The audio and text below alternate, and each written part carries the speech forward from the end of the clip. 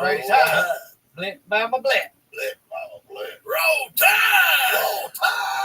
Roll time. Don't give a piss about that. But it's time. Thank you, man. You coming out? Man, that's so awesome, dude. Thank you, bro. Dude, that's so great cool, guy, man. Oh, a legend, man. Roll a time, legend. Willie. Nobody like him. You can't really find too many people like that. One of a kind, bro. He's kind of like the white Flavor Flav. That's a great description. You know? Yeah, he really is. You're not gonna ever see anybody like that ever again. They don't make more than one of them, man. I appreciate you bringing him in. And Drew, thanks for coming through, man. Yes. And I love coming on here, man. Yeah, we got to find something cool to shoot, man. Hey, man. Soon. Game show, a movie, Cops and Robbers, or something. Yeah. You know the fans want it though. Anytime we ever linked up, they love it. You're so funny, dude. I just I really feel lucky to get to be in your world sometimes, and all your boys. They talk about how talented you are all the time too. We all do, man. Ridiculous. You're so fast on your feet. We don't know how to fuck. Your brain is like unlike anybody else, man. Well, thanks, bro. Thanks for coming through, dude. I owe you one. Yeah, cheers, baby. Nothing but the tide. Love you, brother. Roll tide! Ain't nothing but the tide.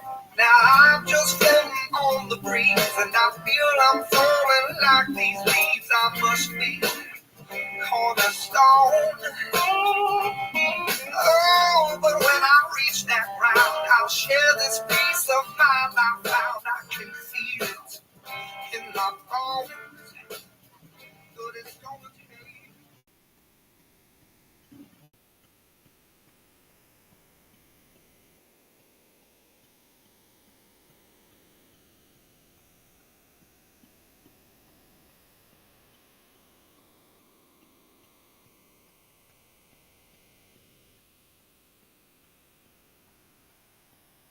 This is the other side of Kirk Franklin praise. This is the reckoning. 2024. All my life, grinding all my life. Sacrifice, hustle, pay the price. Want a slice.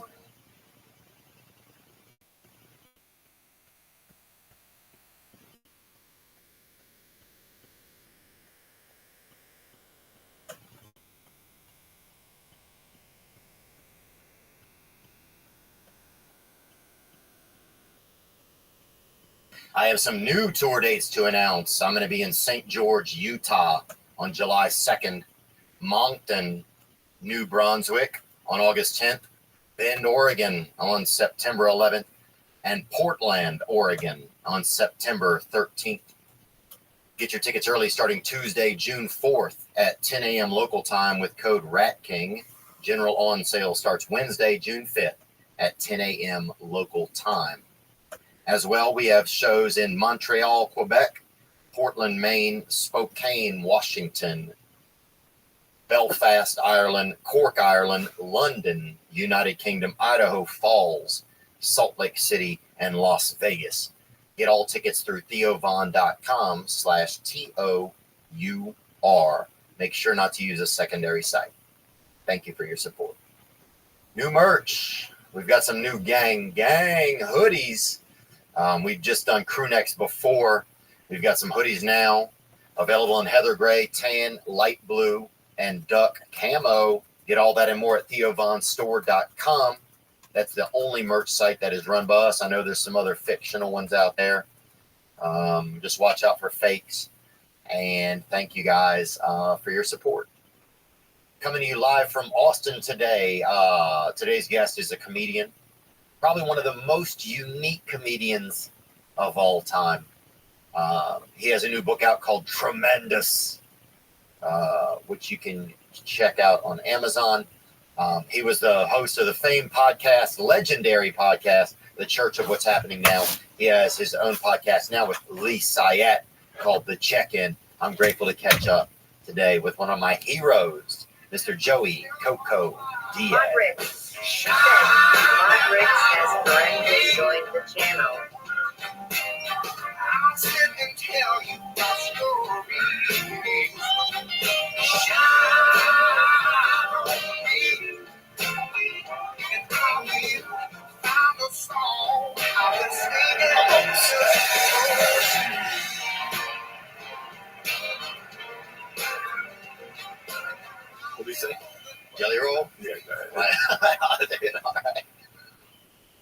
So this is Jelly Roll. Like Jelly Roll, every time he wins an award, he gets up there and he's like, I just want to thank. Right now, there's somebody stuck under a bridge. There's somebody out there who's got a size 11 foot in a size 8 tennis shoe. And I just want to say, you can live your dreams, man. Every time. Dude, every time they call his name for every time Jelly gets an award, man, he's so full of feelings, bro. He gets up there and he's just like, I want to tell you that I was a maitre d' at a macaroni grill, and now I'm a Grammy Award-winning artist. Like, sometimes it's just fucking like, bro, if they even, like, at a like, I feel like even at Chipotle, if they just call his name to come get his order, he goes out there, he picks it up. He's like, I want to let every illegal alien in this motherfucker know in 40 days. And with only 90 singing lessons, you can win a fucking American Music Award. 90 singing lessons. Dude. It was better last night when I did it. Oh my God, I was dying. I was dying in my sleep. He was to the T. It's fucking crazy. Everybody was dying last night. Some people doing them real good. Yeah, Joey Diaz, man, good to see you, brother. Good to see you too, man. You too, man. That was fun last night. That was fun. Yeah. Or just seeing you. It's been 4 fucking years, Steve. I know, dude. Since the pandemic, man, I haven't seen anybody. Yeah, I realized, it's so funny. I didn't realize how much I missed seeing you until I got out of the car, out of the Uber at the mothership. And I was like, is Joey here? And they're like, yeah. And I literally, my legs, like I ran upstairs. Oh, I was so happy. First person I asked for when I got there, I'm like, what's fucking Theo? Yeah. I could be here later. Nah, Yeah. man, we haven't seen each other. It's been, it's fucking crazy, man, what happens to life sometimes. Yeah, has it been good? You've been feeling good in Jersey? It seems like everything's good. You look great. The first fucking year was a struggle because I was lost. I was fucking lost. I was like, what I was trying to do was, honestly, was just figure out what happened the last 30 years. After when the pandemic hit, we were all gung-ho. We were very all gung-ho. Oh, yeah. But like by May of the pandemic, I was like, what the fuck happened? I came here, I auditioned for Mitzi Shore, and I don't know what happened. Like here we are. Yeah. Movies, talking to this guy, talking to that guy. The store at the end, before the pandemic, there was something that you'll never ever see again. I still remember I would do spots and then go to the kitchen after my spot and just sit for a minute and look out into the bar area and stuff. And it would be like celebrities, MMA people, the Clippers. It was something every night. It was just too overwhelming. Yeah. Every time you left the store on Tuesdays or Thursdays, you got in your car and you had to fucking drive 30 minutes just to decompress. Yeah. Dr. Dre was hanging out at night before the fucking thing. He was coming into the store every night.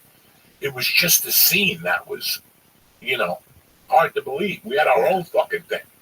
Kennison, Dice, those guys had their thing, and we had our thing. It's really true. I didn't realize it either until I went back, I've gone back over the past 2 years, and it's like, it's not even the same thing anymore.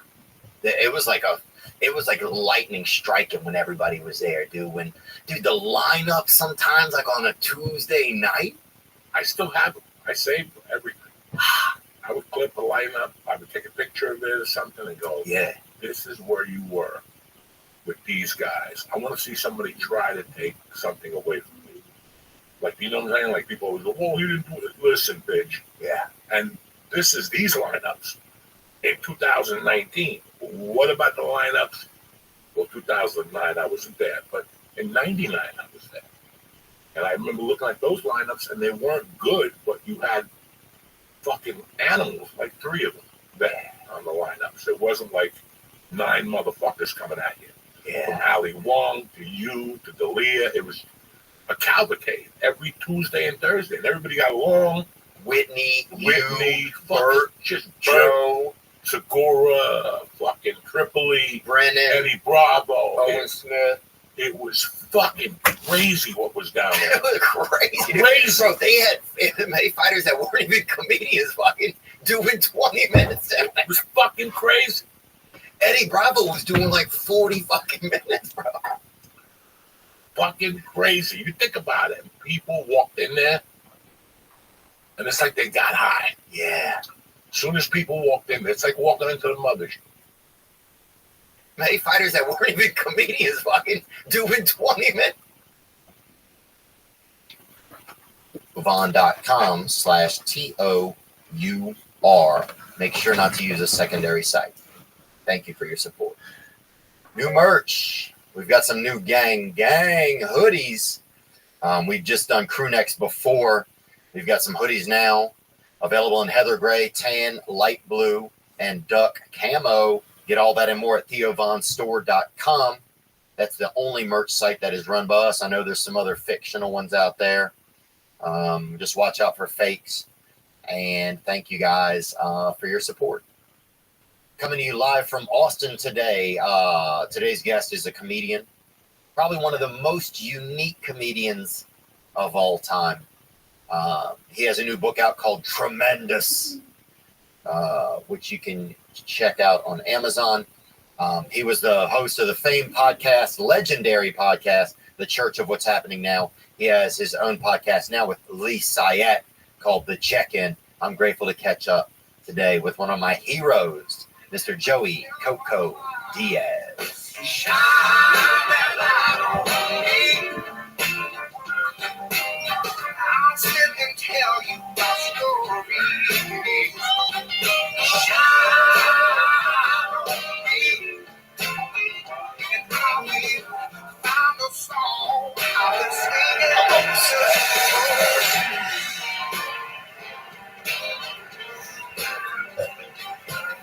What do you say? Jelly roll? Yeah, go ahead. All right. So this is Jelly Roll. Like Jelly Roll, every time he wins an award, he gets up there and he's like, I just want to thank. Right now, there's somebody stuck under a bridge. There's somebody out there who's got a size 11 foot and a size 8 tennis shoe. And I just want to say you can live your dreams, man, every time. Dude, every time they call his name for every time Jelly gets an award, man, he's so full of feelings, bro. He gets up there and he's just like, I want to tell you that I was a maitre d' at a macaroni grill, and now I'm a Grammy award-winning artist. Like, sometimes it's just fucking like, bro, if they even like at a like I feel like even at Chipotle, if they just call his name to come get his order, he goes out there, he picks it up. He's like, I want to let every illegal alien in this motherfucker know in 40 days. And with only 90 singing lessons, you can win a fucking American Music Award. 90 singing lessons. Dude. It was better last night when I did it. Oh my God, I was dying. I was dying in my sleep. He was to the T. It's fucking crazy. Everybody was dying last night. Some people do them real good. Yeah, Joey Diaz, man, good to see you, brother. Good to see you too, man. You too, man. That was fun last night. That was a lot of fun. Yeah, and just seeing you. It's been 4 fucking years, Theo. I know. Just the pandemic, man. I haven't seen anybody. Yeah, I realized, it's so funny. I didn't realize how much I missed seeing you until I got out of the car, out of the Uber at the mothership. And I was like, is Joey here? And they're like, yeah. And I literally, my legs, like I ran upstairs. Oh, I was so happy. First person I asked for when I got there, I'm like, what's fucking Theo? Yeah. I could be here later. Nah, Yeah. man, we haven't seen each other. It's been, it's fucking crazy, man, what happens to life sometimes. Yeah, has it been good? You've been feeling good in Jersey? It seems like everything's good. You look great. The first fucking year was a struggle because I was lost. I was fucking lost. I was like, what I was trying to do was, honestly, was just figure out what happened the last 30 years. After when the pandemic hit, we were all gung-ho. We were very all gung-ho. Oh, yeah. But like by May of the pandemic, I was like, what the fuck happened? I came here, I auditioned for Mitzi Shore, and I don't know what happened. Like here we are. Yeah. You know, movies, talking to this guy, talking to that guy. The store at the end, before the pandemic, it was something that you'll never ever see again. I still remember I would do spots and then go to the kitchen after my spot and just sit for a minute and look out into the bar area and stuff. And it would be like celebrities, MMA people, the Clippers. You know, it was something every night. It was just too overwhelming. Yeah. Every time you left the store on Tuesdays or Thursdays, you got in your car and you had to fucking drive 30 minutes just to decompress. Yeah. Dr. Dre was hanging out at night before the fucking thing. He was coming into the store every night. It was just a scene that was, you know, hard to believe. We had our own fucking thing. Kennison, Dice, those guys had their thing, and we had our thing. It's really true. I didn't realize it either until I went back, like I've gone back over the past 2 years, and it's like it's not even the same thing anymore. It was like a lightning striking when everybody was there, dude. The lineup sometimes, like on a Tuesday night, I still have them. I saved them, everything. I would clip the lineup. I would take a picture of it or something and go, yeah, this is where you were with these guys. I want to see somebody try to take something away from me. Like, you know what I'm saying? Like, people always go, oh, you didn't do it. Listen, bitch. Yeah. And this is these lineups in 2019. What about the lineups? Well, 2009, I wasn't there. But in 99, I was there. And I remember looking at those lineups, and they weren't good, but you had fucking animals, like 3 of them there on the lineups. It wasn't like 9 motherfuckers coming at you. Yeah. From Ali Wong to you to Dalia. It was a cavalcade every Tuesday and Thursday. And everybody got along. Whitney, Bert, just Joe, Segura, fucking Tripoli, Brennan, Eddie Bravo, Owen Smith. It was fucking crazy what was down there. It was crazy. Bro, they had MMA fighters that weren't even comedians fucking doing 20 minutes. It was fucking crazy. Eddie Bravo was doing like 40 fucking minutes, bro. Fucking crazy. You think about it. People walked in there, and it's like they got high. Yeah. As soon as people walked in, it's like walking into the mothership. You know, you walk in, and you just take it.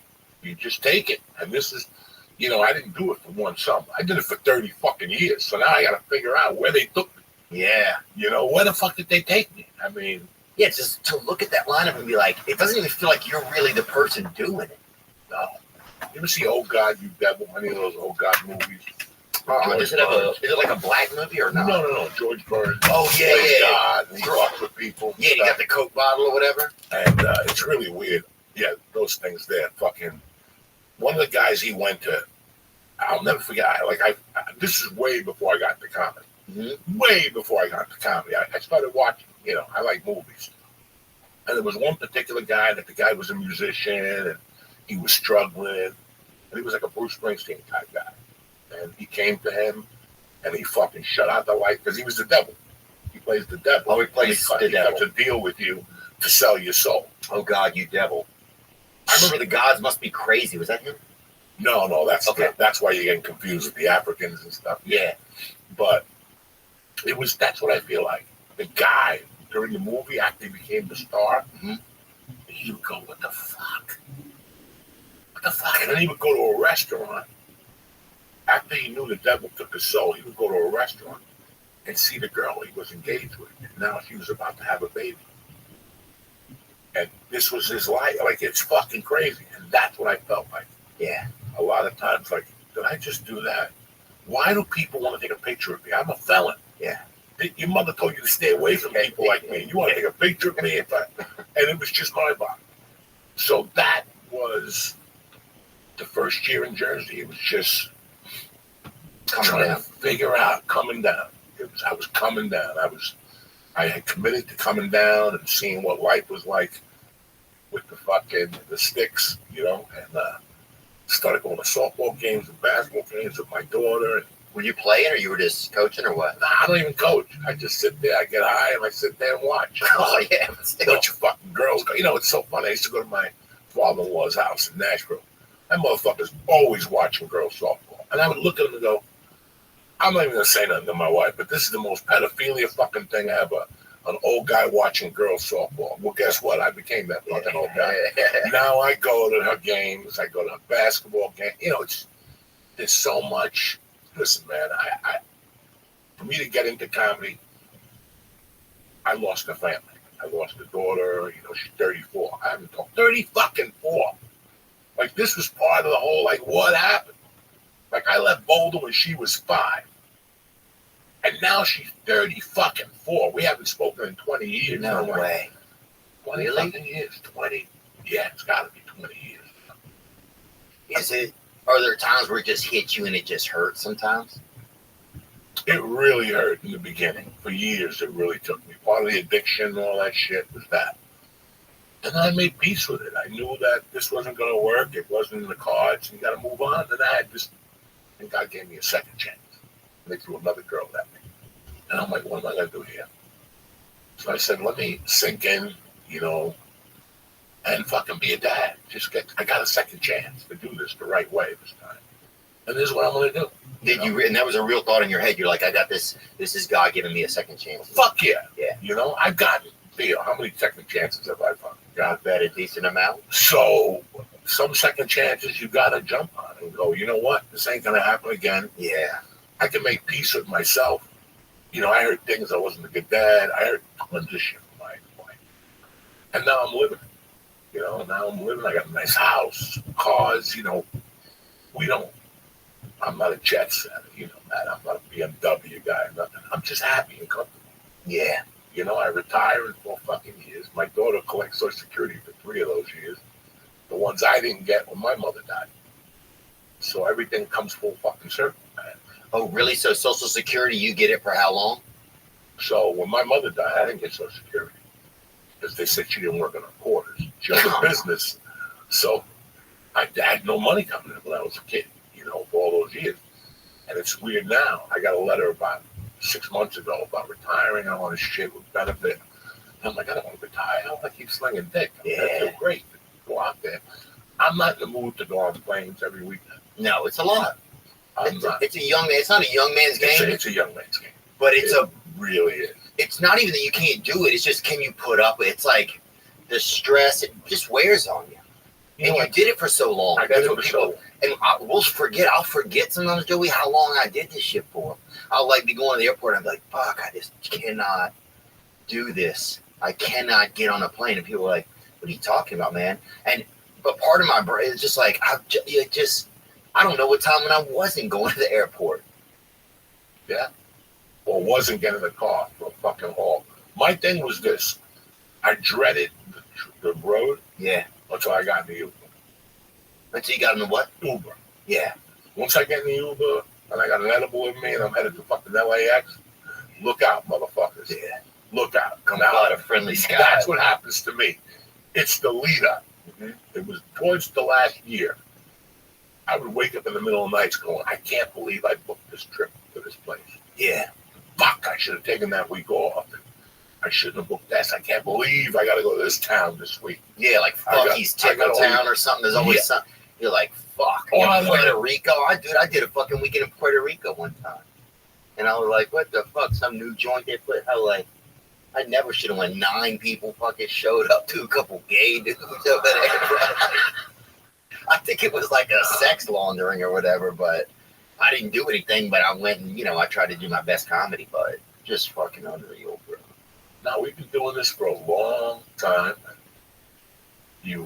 Some of the shit. It's like I just went back to Jersey and I was like, to top it off, I hadn't lived in Jersey for 40 years. You got a driveway over there? Yeah. Driveway, fucking backyard. I got raccoons. Yeah. I got a raccoon that will not leave me the fuck alone. Really? And he's become like friends. He's like a buddy now. Like he just comes, he tries. I put 2 bricks in the garbage. He looks at me at night like, motherfucker, he got me again. Then he leaves. I put a piece of nicotine gum in that motherfucker. I didn't see him for a week. That motherfucker was running up and down fucking my street with nicotine in him. But, I live in a great neighborhood. It's quiet. I live around the corner from Jimmy Florentine. Oh yeah, he's an awesome guy. Awesome guy. But I mean, that's a week down. You go down there, you're like, whoa, I gotta learn how to fucking navigate this shit. Go down where to his house? No, to my house. Like when I moved down to this place. Oh, it's quiet. I'm an hour out of New York City. I'm an hour 15 out of New York City. I'm an hour where I was raised from. North Bergen, right across the city. Mm-hmm. Where James J. Braddock is from? Yeah. No way. Yeah. I used to shovel his driveway. You're lying. When we were kids. Nuh-uh. Yeah, and his son was a fucking cop. And yeah, that's the park there, J.J. Braddock Park. They just put a beautiful statue up there. That neighborhood was rocking. When we were kids, not only did he live in town, J.J. Braddock, but fucking the other guy, Jethro's father. Jethro Tull? No, Jethro from the Beverly Hillbillies. That dude had a father? Yeah. Bro, anybody could have made that, dude. Jethro was a bad motherfucker.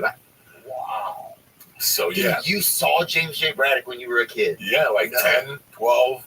We'd go to Hudson County Park, and one day somebody said, go up there. He would just give you like $10 to shovel in front of his house, like fucking when it snowed.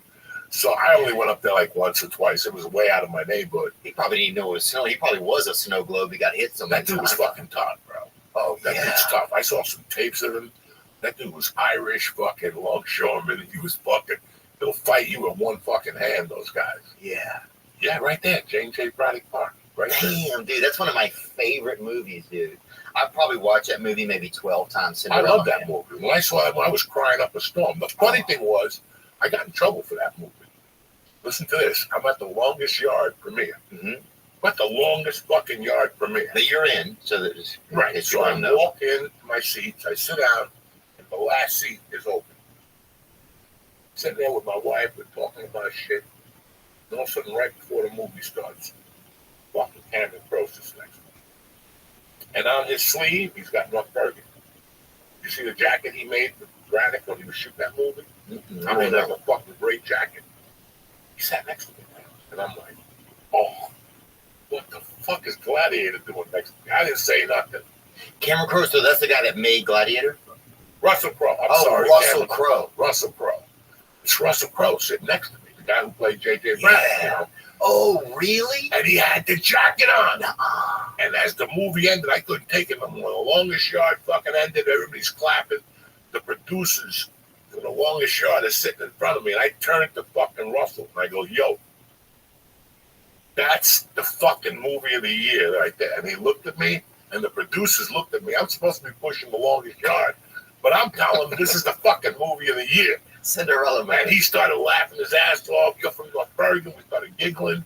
And then, because my friends told me when he was shooting the movie, they would see him at different delis. He was doing different delis around fucking town. Just checking them out. Checking them out. Whatever. Wow. Promos, stuff like that. I love that movie, man. I love that movie, and that's one of the reasons I've like this. I mean, Dustin is fighting in Jersey coming up. And then Islam, yep, in 2 weeks. Yeah, that's a great fight. Yeah, and so part of me is like, I'm all like tying it in my head. I'm like, dude, when he told me that, I was like, dude, it's like James J. Braddock, bro. It's like Cinderella Man. When are you coming up? I'm going to come up the day before. Friday? Yeah, I got a show Friday. Where? At Beacon. Well, maybe before the show, I'll take you to J.J. Braddock Park. No way. Yeah, the fucking, we'll go to the park, we'll eat. Over there, they got good fucking food. Yeah? Oh. Yeah, I would love to, dude. They got a fucking a place called Tapas right down the block from there. An Italian place. That's tremendous. Spaghetti with little meatballs. Anywhere you go. Then if not, we go up to Rudy's. Forget about it. Everything's good. Oh. Yeah. It's funny, where I live, there's great food. I mean, fucking, like Rogan down there, his head almost blew up. They got everything down there. And it's so weird. Like, you leave, they go, and I take Leo all the time. He loses his fucking mind. Who's Leo? Lee.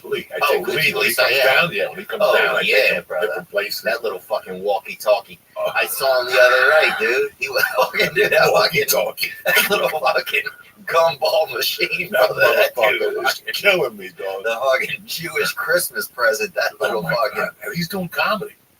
And he's doing great with it. Yeah, he's been doing it, I think, almost 5 years now. Yeah. He goes on the road. He's opening up for people.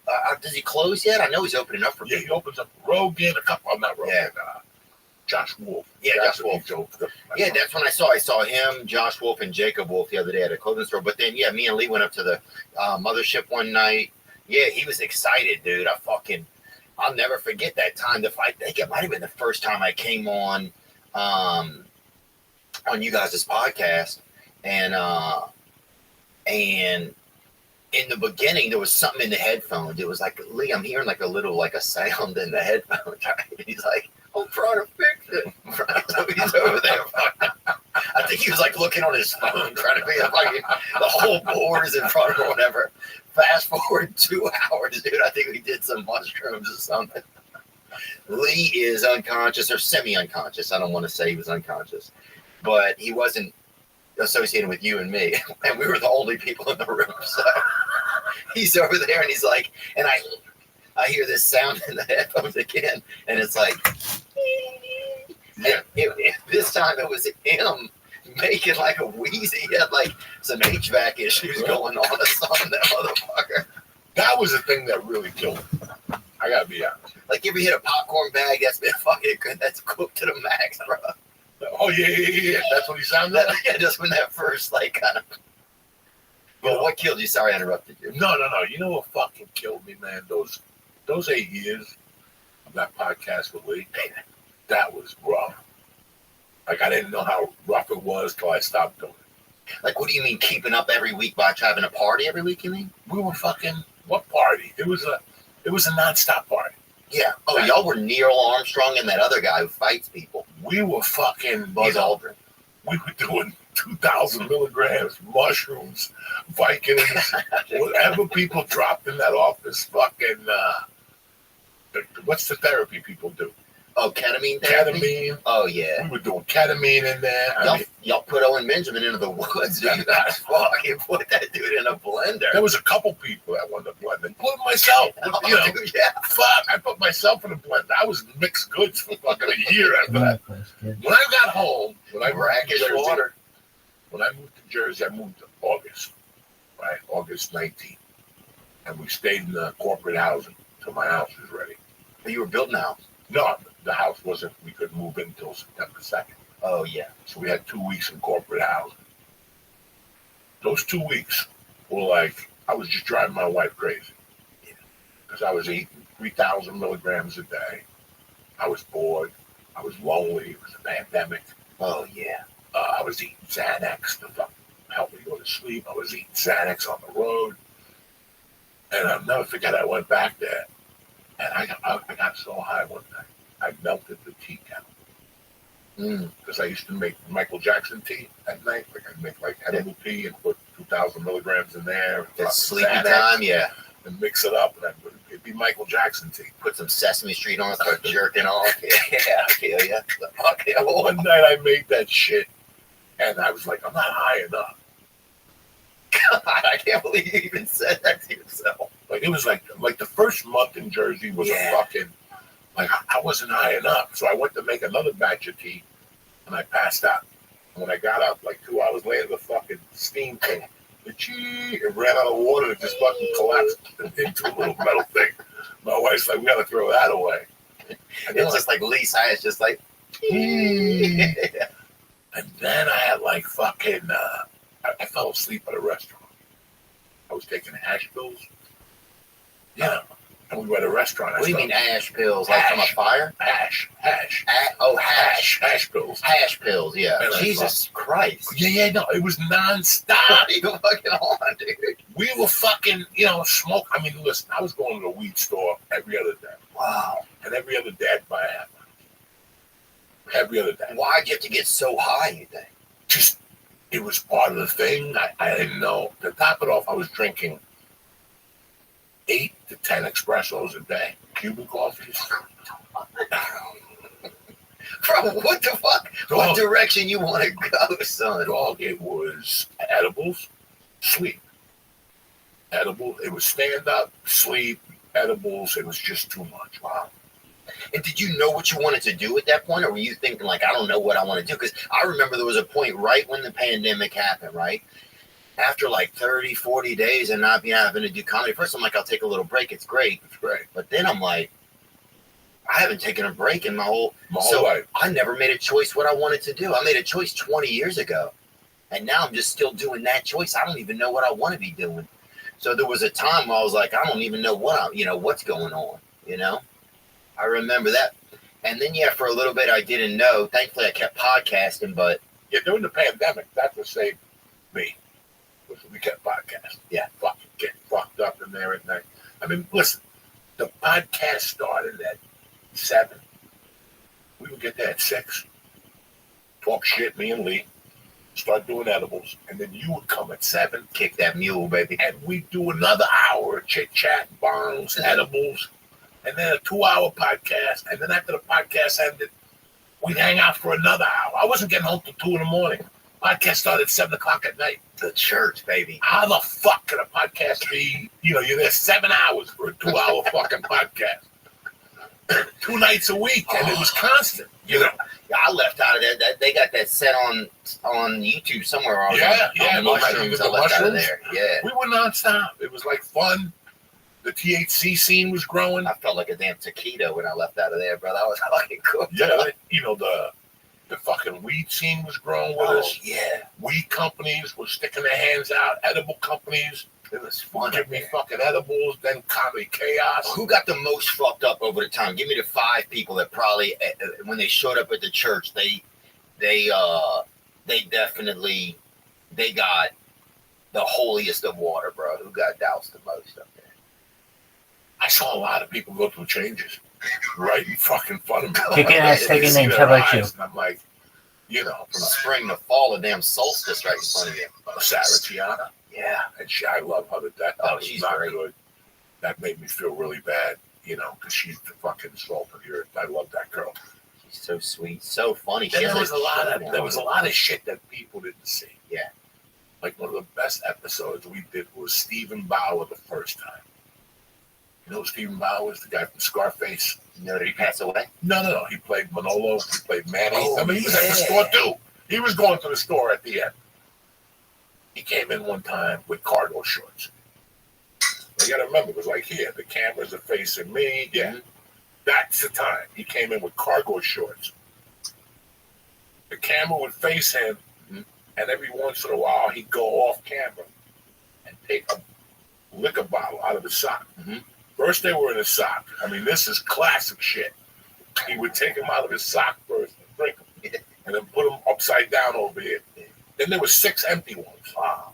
Then he started going in his cargo pants, and he would take another bottle out and drink it. We counted like 9 fucking bottles, plus the beer he was drinking. Oh, yeah. Plus God knows what else. People doing that. A guy came on one day. I forget what the fucking guy's name was. I haven't spoken to him in like 3 years. He disappeared. Was it a Japanese guy? No, he's a white Italian guy. I forget what his fucking name was. He would come on there and bring bags of pills. I'm not talking about like a prescription bottle. Like he'd come in with like, I got these. And then when you take these, this is the way he carried the bag. If you carry took one of these, you did one of these. And then if this don't do it, this don't do it. And he'd give us pills by the hand. I didn't know what they were. We should just call them happy pills. Well, you're just eating pills. You know what the fuck they are. And I remember I did his podcast on a Sunday. And when I got there, they had bags of fucking pills at the studio. Wow. And one day I go, you know what? Give me one of those fucking pills. It's so I got nothing going on. I was high from 1 o'clock in the afternoon till fucking the next day. I don't know what type of pill I took. I don't know what he was giving out that day. I mean, I was fucked up. Did it have like a leopard pattern on it? I have no fucking idea. I didn't see no leopards. I didn't see nothing. I took some shit. Yeah, one time this gay, I don't want to say the dude was gay, but everybody knew he was gay, and he knew he was gay. But he gave me a couple somas to drive him somewhere, right, dude? He's like, this is the worst idea ever, bro. And R.I.P., bro, my boy Billy Conforto. But he gave me a couple somas to drive him somewhere. He's like, Dio, bro. Because he looked like Don Flamenco. Remember Don Flamenco from Mike Tyson's Punch-Out? This guy was the first homosexual that everybody knew in our area, and he also was a pride. He was a fighter too. He grew up boxing, right? And then, so he would get the one with the rose in his mouth. That looks more like him. There you go. That's Billy right there, bro. Okay, so he goes, Theo, bro, I'll give you a couple somas. You drop me across the lake, bro. I was like, all right. I've never taken somas in my life, dude. So I took 2 of them bitches, dude. He went into the service station to get a prepaid phone card or something because he had some domestic issues. But so he comes back out, bro, and it only been about 12 minutes. I'd taken them bitches. We start driving, dude. I took a right turn, and the place didn't even exist, bro. Fucking road didn't even exist, bro. Right? Just ditch, dude. Oh my God, bro. He fucking takes my body, and moves me over to the passenger seat. The cops came. He went to jail for like 4 months, dude. So he's switching you. Oh, fucking G, bro. Bless his heart. Because he knew he put me in that situation. I was a child. He was like an adult, bro. But it was, I was just trying to, but who gives their driver fucking 2 somas, you know? So just poor pill management, really. But Poor pill management, yeah, it is. But damn, that was something, dude. God. Oh, when I think of some of the times, dude. It scares you. Yeah, when I think of the times that I drove fucked up, Joey. When I would put both of my feet on the pedals, right? Because I was too nervous to let one of my feet make all the decisions, right? So I was like, I ain't trusting this one of my feet. I'm going to have both feet down there in case something pops off, right? So I had one on each pedal, but even then, it's like playing it's a little bit of driver's ed kind of vibes. And I would be like in a crosswalk, and I would be high, and somebody would be walking through, and I'd be like, do not fucking hit the gas. Just hoping my feet didn't do their own shit and start a new adventure for themselves. It just got me just being so fucked up that you didn't know if you were going to be able to rely on yourself, That shit was tough. That's one thing about me I never fucking did. As crazy as I am, I could do anything. Like if you said to me, Joey, can we do this? Let's go. I'm not scared of cops, When I was running, Okay? When you're running, you're running. There's one thing I hate doing. Drinking and driving. Yeah. Or partying and driving. Listen, I can smoke a joint and drive better than most people. The other shit, I cannot drink and drive. It won't let me. My body shuts down.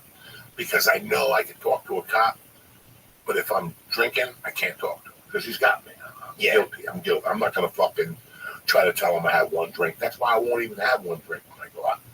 The fear of a cop pulling me over and asking me, were you drinking? Yeah. And then I got to go, yeah. And then he gets me out of the car, and then I got to do the fucking 10 steps. So before I go through all that shit, and we didn't have Ubers. I didn't have an Uber. Now, fucking great to get high. Yeah, you can do whatever the fuck you want now. Yeah, people don't understand what that was like, not having an Uber. Shit. You had to get high. Say if you wanted to leave a place, you had to fucking walk off. Walk or fucking run or fucking go through the weeds or some shit. My thing was, I'm still very grateful that in all those years, nothing happened bad on the road. And, bro, I was in situations where, a lot of shit could have happened drug-wise. One time in Beaumont, when I think of nights that I could have died, it's Beaumont. Beaumont for reals. I fucking OD'd on Valium. Really? You can OD on the Sunset. There's a beautiful area. I couldn't talk for 3 days. I had to go to a hotel room. My face was dragging. It's like I had palsy face. Yeah. Couldn't go home. Couldn't get on a plane. I blew my whole check in a hotel in Houston, fucking coming down, hiding from people. Drinking Gatorades, bro. It's so many things could have happened. Yeah. All those weeks in Miami doing drugs. Houston. Houston was fucking, you came to Houston to lose your mind and do comedy. That was part of it. This episode is brought to you by Prize Picks. That's right. If you love firing on sports, baby, Prize Picks is the best daily fantasy sports app for you. What I like about Prize Picks is that instead of choosing teams, you choose individual players. Each player has a set projection, and you choose more or less than that set projection. So, for example, if you think Luka Doncic is going to have more than 17 points, you would choose that. While if you think that Jason Tatum is going to have less than 20 points, you would choose that. If you're smart with sports and know what players are going to excel on what nights, Prize Picks is the best app for you, hands down. Download the app now and use code Theo. Prize Picks will match your deposit up to $100. Skies out, thighs out, baby. Summer is right around the corner, and our friends over at Chubby's are bringing the good vibration. Chubby's, I like them. I had on one of their shirts the other day in Miami, man. Beautiful, comfortable. Chubby's is a lifestyle apparel brand that makes every moment feel like a vacation. That's what Chubby's does. It's like, hey, look at that guy. He's just a walking mimosa right there. He likes to have a fun time. For a limited time, Chubby's is giving our listeners 20% off your order with our exclusive code. Use code Theo at chubbysshorts.com. You can experience unmatched comfort and style with the Chubby's iconic original stretch shorts. I just got a pair, looking ready to put my dang butt in them. For a limited time, Chubby's is giving our viewers 20% off your order with our code Theo at chubbysshorts.com. That's code THEO at chubbysshorts.com. Support our show and tell them we sent you. Don't blend in with the crowd. Stand out with Chubby's. That's a fucking. I had a friend. No, well, he wasn't a friend. When I was like 24, there was an old guy that hung out at one of the bars. Oh, yeah. He would just drink and then throw punches in the air. And say, "You're talking to me." And he would throw punches. You know the whole fucking thing. Oh, yeah. So I'm doing coke in this bar, and every day he talked to himself. Yeah, I'll fucking kick your ass. You know, jabs. And one day I asked the bartender, "What's up with this fucking guy?" He goes, "You don't know Johnny Reed?" I go, "Nah." You know, it was 1984. Kid. I don't know, Johnny Reed. He goes, "Is he crazy?" He goes, "You don't know what he did?" I go, "No." He goes, "He tried to kill himself, jumped out of a building and landed in a garbage dumpster." And he just bopped his head. So now he's fucked up. He would get a check from the government on the first, and he would just give it to the bartender and say, "Tell me when it's over." By the 18th, he'd be broke, and he'd be in there fucking arguing with the bartender. I locked him in the bathroom one day. Dog, I locked him in the bathroom at 2:30 in the afternoon. Yeah. Because in Jersey, the bathroom's locked from the outside. He was driving us crazy, talking about boxing. 1964. I took it to the body, and like, "Johnny, knock it off." He went into the bathroom. I can't take Johnny no more. We locked him. We left. We leave. Oh, you got him. I came back at 9. I go to the bathroom. He's still in the bathroom locked. He came in. He said, "Woo!" That's the noise he made when I opened the door. He goes, "Woo!" This guy used to fucking, like, we give him up. Then towards the end, I go, "Johnny, you ever do coke?" I give him a line of coke, and that would put his embolism, whatever craziness he had, he'd go even worse. Oh. And I still remember giving him a line of coke like at 2 in the morning, like a bump. Yeah. And then being in the car at 5, going to the city to get coke, and seeing him walking over the George Washington Bridge, throwing fucking lefts. I'm like, "Oh my God, we can't give that motherfucker lines no more." And then I cracked him one day. I just showed him my dick. Yeah. I put it on the stool next to him. Oh, yeah. And he was right on the stool, and he's like, and I go, "Johnny." He goes, "What?" And I go, "Look at this." And he goes, "Wow." And he just fucking, he just watched the basketball game. He goes, "Wow." And he just got fucking dying. Only Johnny could do this. I've been asking about him. What happened to him? He's got to be dead by now. He was 50, 60 when that shit in the 80s. Dude, I remember we had this dude, Mr. Dennis, and everybody just called him Danny, right? This guy in our neighborhood. He kind of like, he was just like an adult, right? But he had this son in Rocky with his son, right? And so Rocky was like, I don't know if something was wrong with him, but something was pretty much wrong with him, right? Like he just wasn't, you couldn't really rely on him. Like if you told him something, it didn't matter because he didn't really know like what was going on a lot of times, right? So you would share like a lot of information with him. But Rocky, I want you to talk to your supervisor. So I've talked about this 4 times. Twitch does not always save my video when it's complete, and I want it fixed. Showed that cock, bro, and everybody was like, "Damn, Rocky's got that cock on him, bro." And then after that, it would always like anytime that Mr. Denny was around, he would be like, "Rocky, show him that cock." Rocky would fucking get his cock out. No, Rocky wasn't all that. No, he wasn't all there, a couple bricks. Yeah. He was definitely, but he was like, you know, he was healthy enough, like he could enjoy Christmas and shit. You know, it wasn't like he was like, you know, like you got to keep him in the back or whatever. He was definitely like, you know, He was a cool guy. Like, you could play games with him and shit. Like, it wasn't like he was like, he just wasn't real bright and his mouth was always wet, you know? But the dad would be like, Rocky, show him that dick. Yeah, show him that cock, bro. There's most of those, like, mentally challenged, like, retards, they got big dicks. Yeah, $1 like, And they're I would help. they'll fuck you to death. How much? Oh, dude, How much? we caught your living room, dude. This boy's So I saw fucking, I was up at in Salem, Oregon one time, Eugene, and it was whatever, Special Olympian Convention at the hotel we were doing comedy. Mhm. Not good. And I was working with a feature act who had huge tits with cleavage. She was on stage, and one of the kids was walking by, and he saw her tits. He started making, he started making noises. Yeah, that just doing the Biden. You think I'm fucking kidding? I was watching the whole thing go down, and I'm watching this kid. I'd be going crazy, looking at her tits, and it was two fucking big black guys, like University of Oregon football players that work in security. There was a point they couldn't contain him. Yeah. He was just going, they had a fucking tackle him. He was pushing his brothers out of the way. I was like, this fucker, because they're strong. Oh, yeah. Oh, definitely. They're strong, too, so you got to be careful. They'll hold you down and fuck you to death. With that big fucking Special Olympian dick. You're going to have some problems, dog. Yeah, you can't let him pet an animal for too long. That's for sure, brother. That shit will escalate. Dude, what was I seeing? What was that thing in the news I just saw? That they found the wheel. Well, now I'm starting to think that more people will have conditions, right? Because they just found like plastic. What was it? You see that thing? Microplastics have been found in human testicles. Yeah. Bring that up, dude. I mean, Joey, this is the kind of stuff, brother. You're lucky you have two healthy daughters.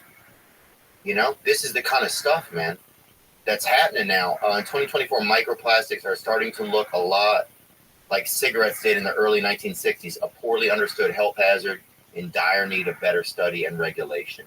The latest bad news on microplastics in human health emerged last week when a study from researchers at the University of New Mexico examined 47 canine and 23 human testes, nuts or body nuts, taken from neutering operations and cadavers, respectively. All of those testicles had microplastics inside of them. So it's just like, what is that causing, bro? If you got what kind of effects can happen? Does it say they've already been found in our bloodstream and in other human organs such as the liver, the heart, and the lungs? You start to wonder what happens when that gets into your brain. Does that make more if a kid's got plastic in his head or whatever? Listen, bro, there's so many things going on right now. You know, there's so many fucking things. You know, look at this. The pandemic opened up, you know, with the fucking shots and mental health. It just opened up a variety of everything. Everybody's speeding up. I got a fucking hernia. Oh. I lost weight. All of a sudden I had this bump. I got a fucking hernia. You know, who the fuck knows? Who the fuck knows what they're putting in food anymore?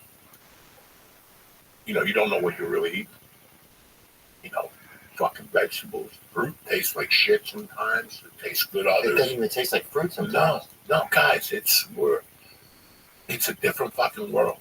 And, you know, try to make a doctor's appointment now. Possible. It's try to make a heart appointment. They'll tell you. Like, if you call today, they'll go, yeah, fucking July 8th. Yeah. Because that fucking, the fucking needle fucked everybody's heart up, you know. There's a ton of shit going on. God knows. They're not telling me. They don't tell you shit, man.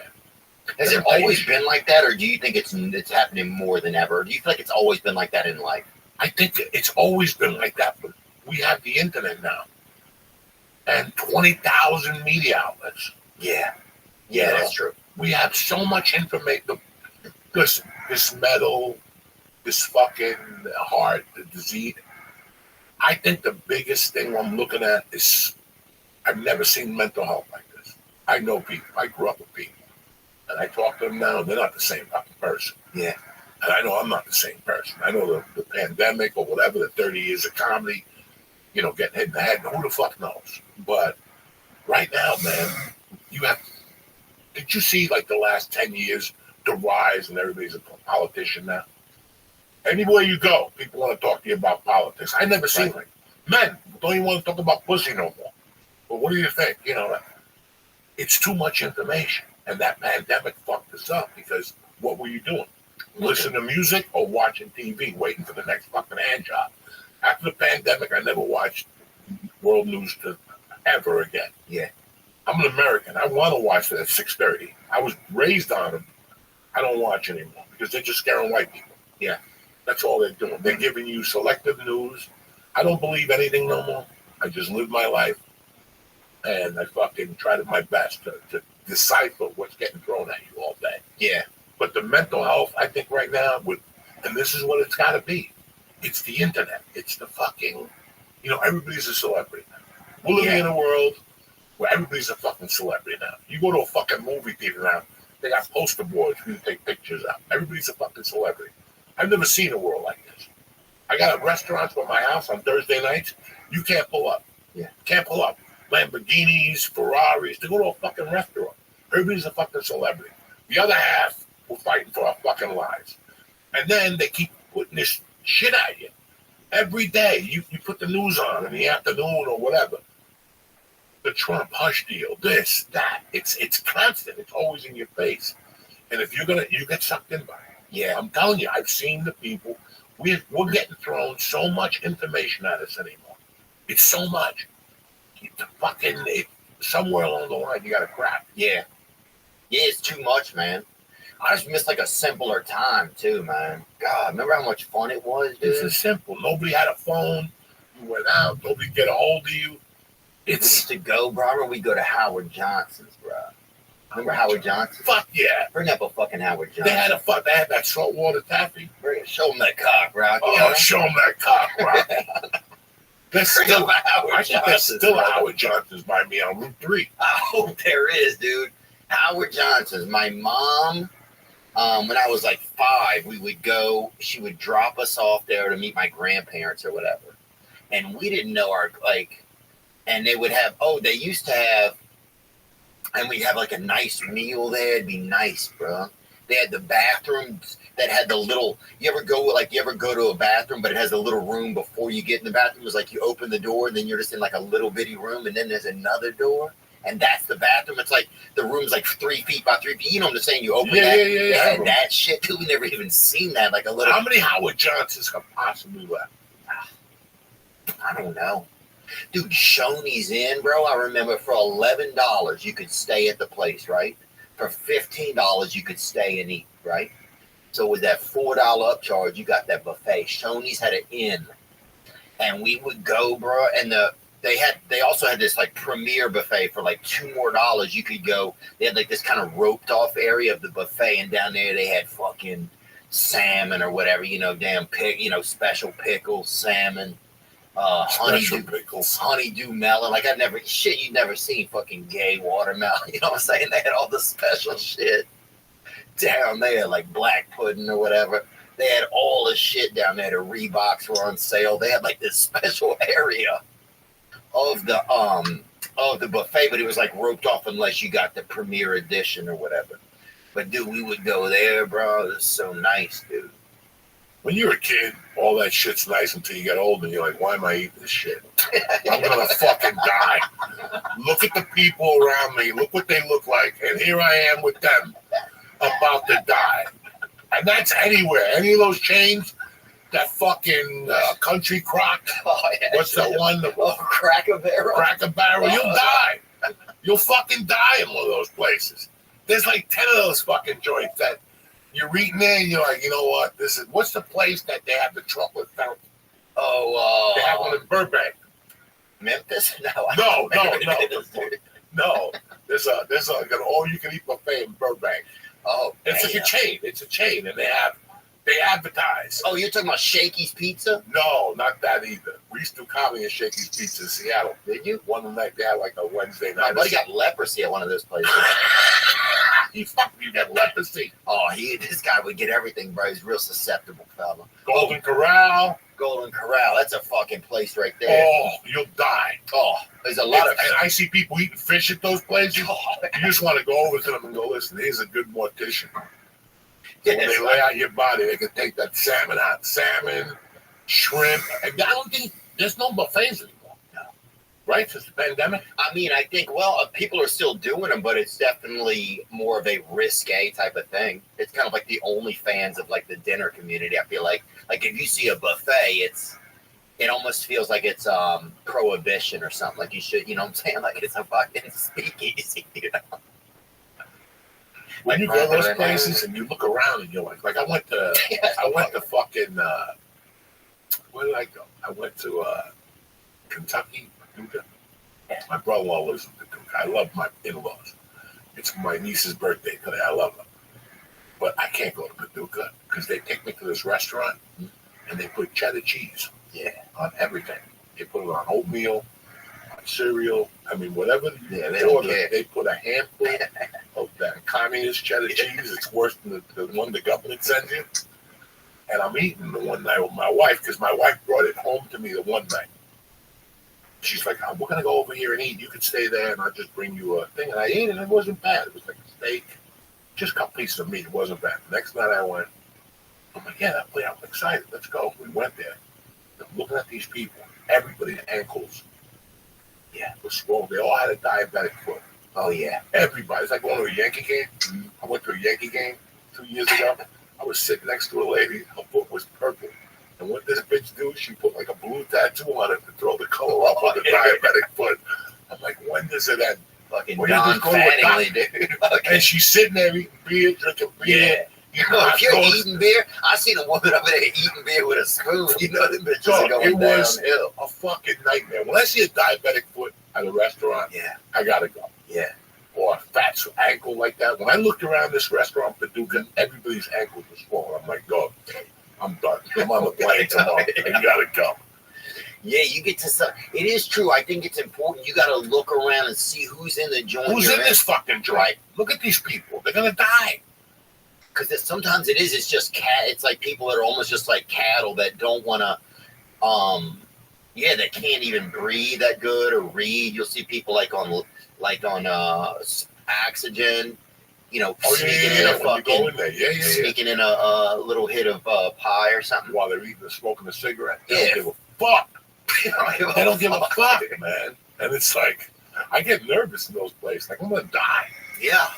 Yeah, there's just a lot of bad food out there. And I think it's gotten more to the place now. You have to take care of yourself because the government or whatever we thought, the FDA, that shit's all been compromised, bro. That's you show up with an envelope and they'll approve anything. Those motherfuckers, they don't give a fuck anymore. Bro, you could have damn menthol bread pudding, bro. Those motherfuckers will approve. You know, it's like going on Instagram. They sell every get well cure on Instagram. Like, who would buy? You know, and it's constant. Look at your Instagram. It's like bodybuilding, recuperation, testosterone. Yeah, I'm going to buy testosterone online from some fucking guy I don't know. It is crazy. Eyebrow loss. They have eyebrow. Like, what are you even doing? No, man. Yeah, poor vision, missing grandparents. You're like, who gives a fuck? It's like missing grandparents for $40 a month. Like, what even am I paying for? It's just some of this shit. Yeah, it's like everything is for sale. It doesn't matter. Everything. You sit there and you go, all these products. I like when somebody goes on a Rogan and they talk about a product, and then you go on Instagram 2 weeks later and they're talking on Rogan about the product and they're selling it just because Rogan was in it. And it's like, guys, when does it end?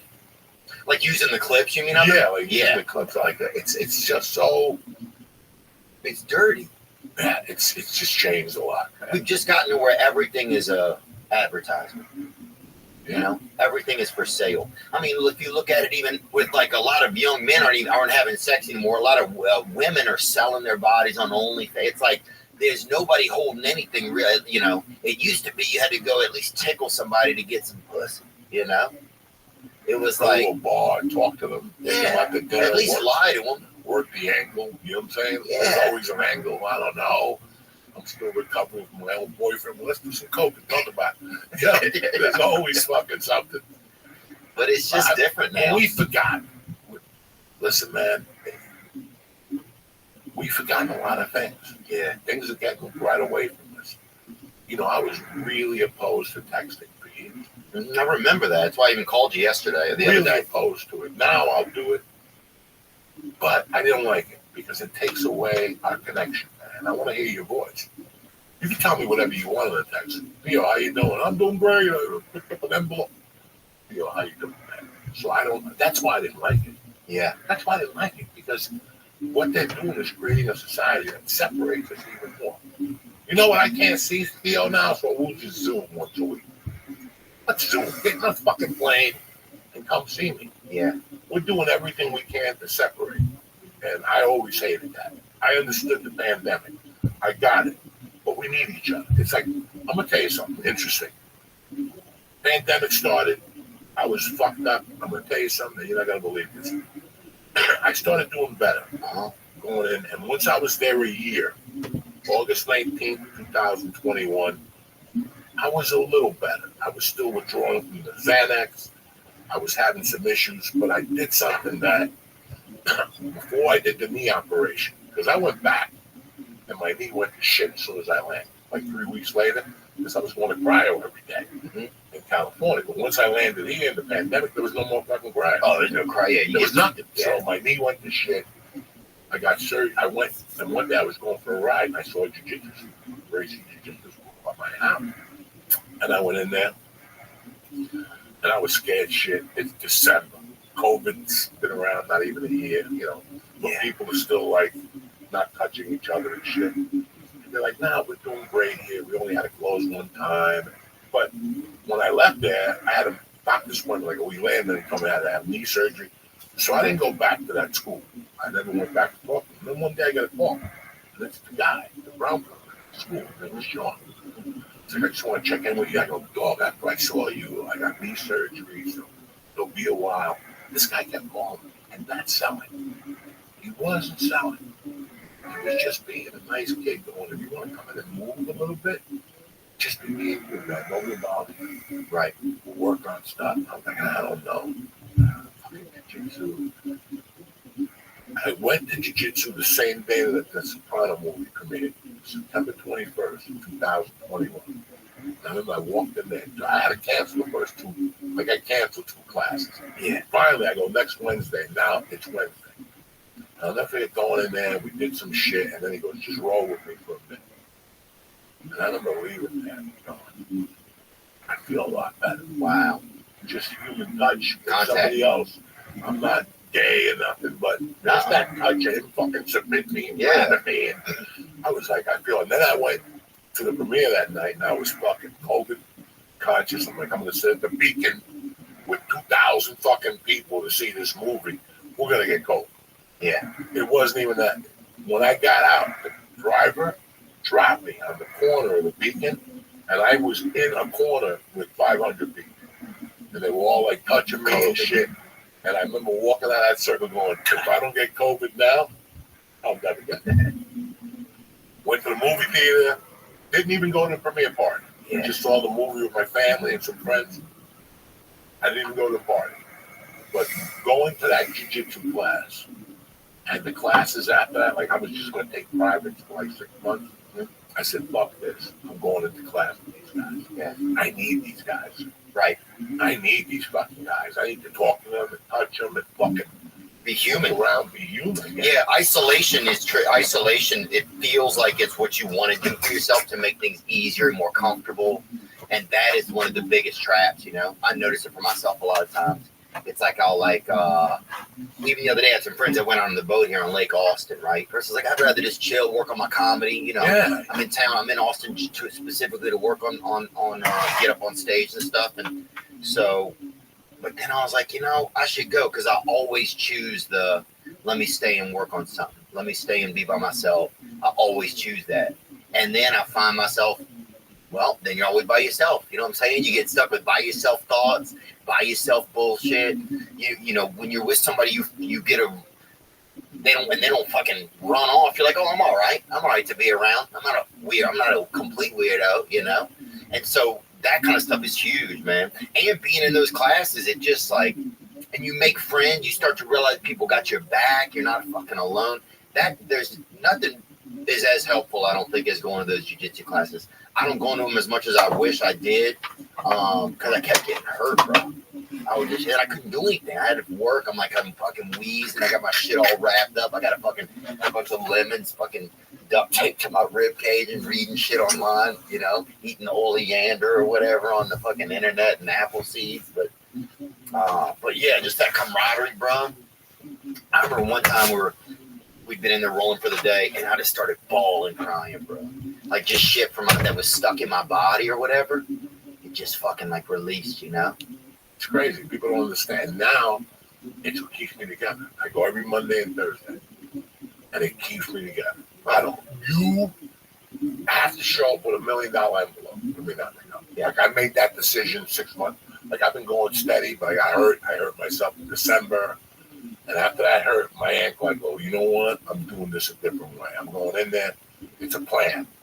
2 days, I lift, I go to jiu-jitsu. I lift, I go to jiu-jitsu. I ride the bike, and I'm done for the fucking week. Yeah, it's what I do. Like, I don't give a fuck what you got going on. I'm really sorry. I got to go to jiu-jitsu because if you don't go on Monday, then you're behind the week. Then you're not going to go on Tuesday. Tuesday, you're going to get an audition. Then Wednesday, your kid's sick. This is just you wake up. She's sick. My wife's got to do shit. I got to cover. And that's why I always go Monday. So you always get at least that one. Oh, yeah. If you want to take Thursday from me, something else will happen. But that's helped me a lot because it gives you a different set of friends. And it gives you a set of friends that have, they're all trying to get healthy.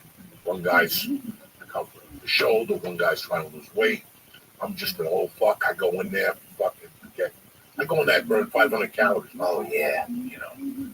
But these are the things I'm doing now. I even enjoyed jiu-jitsu when I was doing comedy full time because it got you away from the agents, the managers, everybody talking about the same shit all the time. Yeah, it's secret gay dudes too out there in Hollywood, bro. Oh, Jesus Christ! I remember the first time some guy, I just got into town, I don't know what was going on, and some guy tried to kiss me outside of a park or whatever. And then I remember another time, a dude, an agent or whatever, gave me a ride to some place, introduced me to Cuba Gooding Jr. or whatever, and then tried to feel on my leg or whatever when he was giving me a ride home, dude. And I didn't know what the fuck was going on, dude. I was like, if I wasn't a little brave, I would have been gay, bro. That's Rocky got that cock on him. You feel me, bro? That's the fucking Rocky on the cock. Hey, that's dude. just good. You should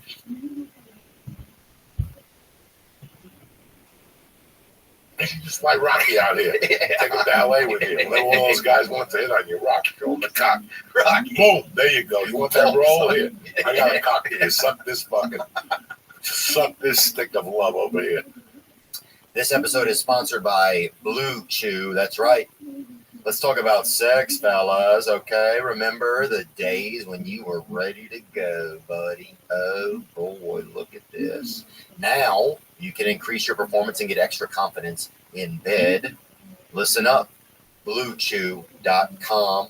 Blue Chew is a unique online service that delivers the same active ingredients as Viagra, Cialis, and Levitra, but in chewable tablets.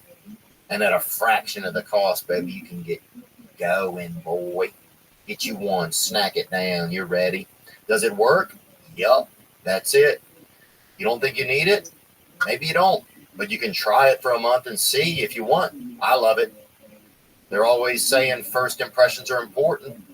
Rock that blue cheesy, baby. You feel me? Blue Chew wants to help you have better sex. Discover your options at BlueChew.com. Chew it and do it. And we've got a special deal for our listeners. Try Blue Chew free when you use our promo code Theo at checkout. Just pay $5 shipping. That's BlueChew.com, promo code Theo. To receive your first month free, visit BlueChew.com for more details and important safety information. And we thank Blue Chew for sponsoring the podcast. If you're selling something online, it can get very tedious. You can get caught up in the minutia of figuring out, how much product do I need to hold, and the addresses that I need to send it to, and how do I get the mailing labels, and it can be unending. You can spend more time figuring out how to do your business than actually doing your business. ShipStation makes it easier. They're the multi-carrier shipping solution that integrates wherever you sell online and streamlines your workflow so your business can grow. That's right. They have an easy-to-use dashboard that makes managing orders, smooth label printing, reporting, and customer service easy. You can scale your business and reduce warehouse costs with ShipStation's reliable enterprise solutions. And you can save on thousands of shipping costs. That's what I've enjoyed the most, with discounts up to 89% on UPS, DHL Express, and USPS rates. Work less and ship more with ShipStation, the innovative tool that helps turn your shipping challenges into opportunities for growth. Go to ShipStation.com and use code Theo to sign up for your free 60-day trial. That's ShipStation.com, code Theo.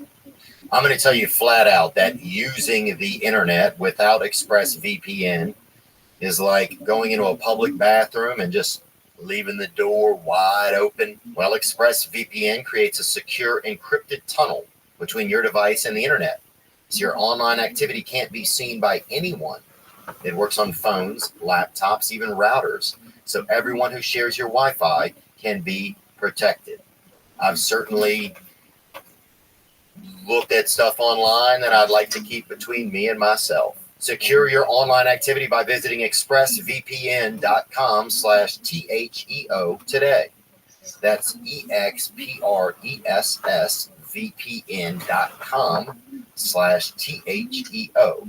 expressvpn.com/Theo to get an extra 3 months for free. Yeah, bro. Dude, in Rocky, they grew up like downwind from like one of those pesticide factories or something. You know, the place that would have the spray rig, you know? Dude, remember when the spray rig would come through your neighborhood? Dude? We would fucking get on our bikes, bro, and rock. Because in Louisiana, they sprayed that bitch fucking twice a week, dude. The whole fucking, everybody's stepmother looked like a mosquito in that bitch, dude. But we would get on our bikes and just ride behind that gas, just pure gas coming out that bitch, dude. But Rocky and then Mr. Denny, they live downwind from one of those fucking. Probably fucking made this big. Damn. People gonna all move from those places down and go, man. Bro, Rocky made Rocky's dick big.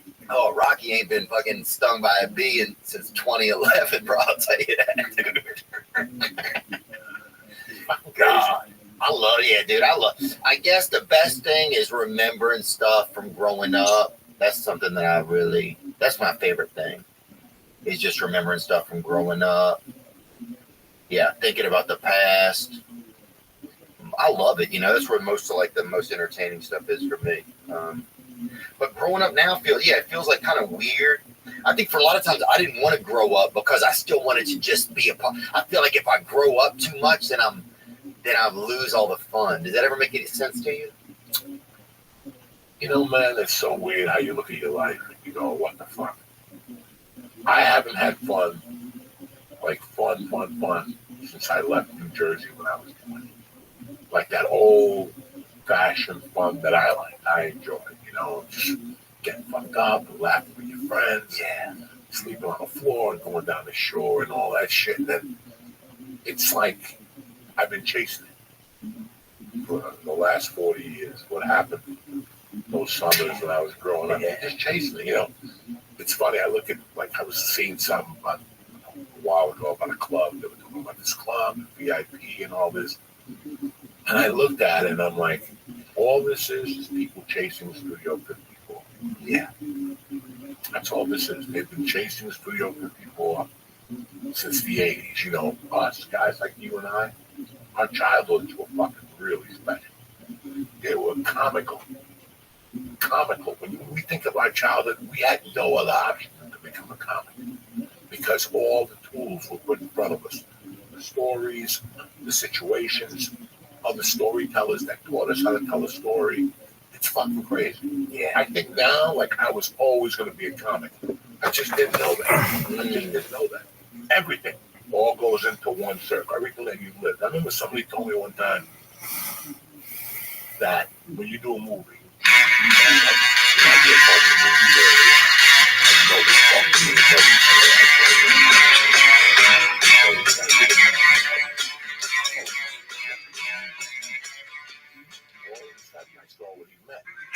BibleRabbi.com.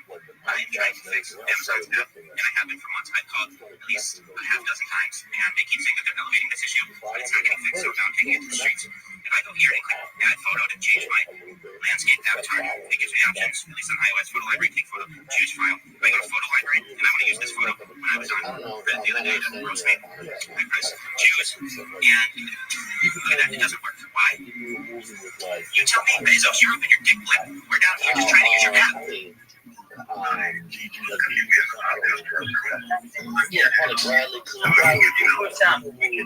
it. This is going viral.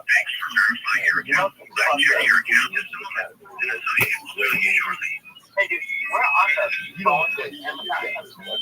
I'm a rabbi. I'm just trying to fix the internet. Nobody else has the ID like this. Nobody else calls Amazon on it, though. What's going on, baby doll? How are you? How you doing? Hey, I got a problem with the Amazon app. Sure. When you go into the Amazon app and you try to change your horizontal or your landscape avatar, it doesn't change. Why is that? You do a Disney show, nobody else is doing it. You know, you get to eat nothing. But my point is that, let's say you get I had already reported it. You're going to say you already reported it. I reported it months ago. It's not anything. I have like 33 different devices. Right now, there's an iPhone 10. You guys reported it with an iPhone 8 as well. Yep, if you use an iPhone, try it yourself. Download the Amazon app. There's an avatar. If you go to the landscape photo, you change your photo. Once you change your photo, there's no proceed button. because now you're somebody there. Sure, I appreciate it. Shout out to this man. Why? You're live on 33 different devices right now, and I just want you to know, I really appreciate you checking. You can check us out live on BibleRabbi.com. We're also live on YouTube, #BibleRabbi. Shout out to this man helping us. Really? Yep. You know, I'm a rabbi, crazy man. Yes, I am. Now,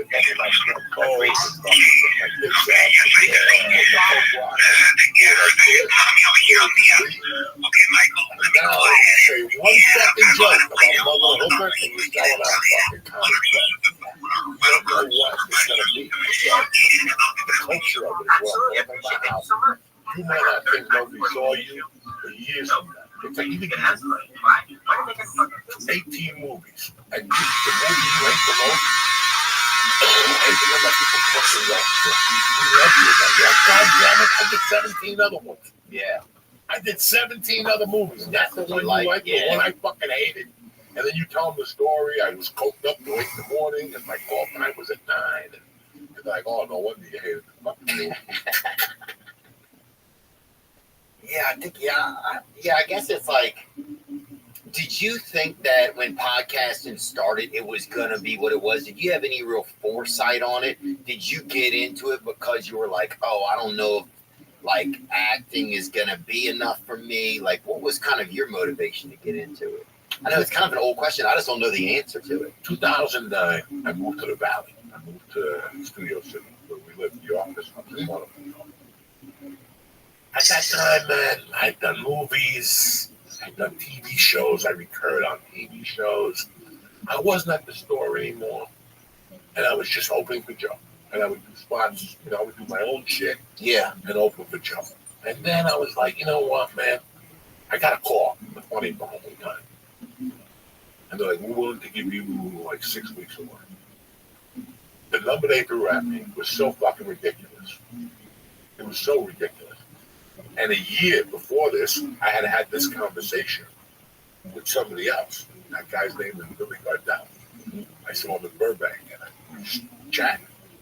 And he told me that right before he got Molly and whatever that fucking show was, Molly and Mark or whatever, he was like, I'm thinking of getting out of this shit. Because they just offered me these deals, and it's no money. They want me to work Wednesday through Sunday in those days. That's hard. 2000, nowhere, no bad, no, you know. And I'm like, you know, when that happened to me, I was like, you know what? This 2009, I got nothing going on. I'm going to go to the Ford store and pee in a bottle and get a job selling cars. Yeah. I'll still audition. I'll still audition. And I'll still go out and work for Rogan. But I'm not doing it. I've been doing it for 20 years or something, right? At that point, wow. And it's not, I'm not even happy doing it. That's the biggest thing. Okay? It was like, I'm good. I can do movies. I keep my insurance. I could always book a movie or a TV show, except lately. I don't know what the fuck's going on. But We don't even have any more TV shows, really. no, but I don't didn't have get many. auditions. I got an audition for me to go fuck yourself. I didn't get it. When you got one line to curse at Steve Martin and you don't get it, you're not doing well. Okay. So you still audition a pretty good bit. Huh? You still audition a decent amount? if they have something, they'll call me and I'll put it on tape. Or lately, I've been doing Zoom ones, which I'm in fucking shock. But I'm not booking anything. It's look at me. It's over. But you like it, though. It's something you like, though. No, I like booking. I don't like working. I said, My dick gets hard when I get that call. My dick gets hard when I go in the room and there's other actors in there. They look at you like, "What are you doing here?" And you're like, "Really, motherfucker? I'm gonna show you what I'm doing here, bitch." yeah. And then they call you. But then when they call you for wardrobe, you're like, "Come on, guys, what the fuck? Well, you're coming for wardrobe, and then Wasting people's come time. back for this, and then park, and then we're gonna do a table read on Tuesday." And you're like, "Guys, Quit jerking everybody that's not off. what I want to do." Wasting people's time and money. Yeah. So that's my secret. I love booking. That is a good moment when somebody calls you and says, you got You something. got something listening. They Yeah. made you an offer, but why? You're like, "Fuck yeah, fuck that punk in the audition." Yeah, fuck That's those it. I remember going to audition one time, and the guy told us in the audition, "Go home. I already did the job. I already worked with this guy. He's going to give me the job anyway." And then I booked it. I saw him at the store like a week later. "Did you ever hear from him?" I go, "Bitch, I booked it." He was pale. He was fucking pale. But what I was telling you was, the truth was, I'm going to tell you the honest to God truth.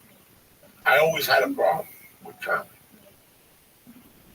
I'm not the best comedian, but I'm a good storyteller. And I always knew if I had a chance to tell my story, it would change things. If it didn't, then I'll go away into the hills quietly. You ever watch HBO boxing? Like 15 years ago. Yeah. Joe Frazier or whatever. Yeah, like, Roy Jones Jr. yeah, like anything 20 years ago with boxing. You know, you look at a guy that's a boxer or a UFC fighter. Yeah. All right, you're like, "Look at this fucking guy. Tattoos, he's talking all this shit, you know." But then they do those things, 20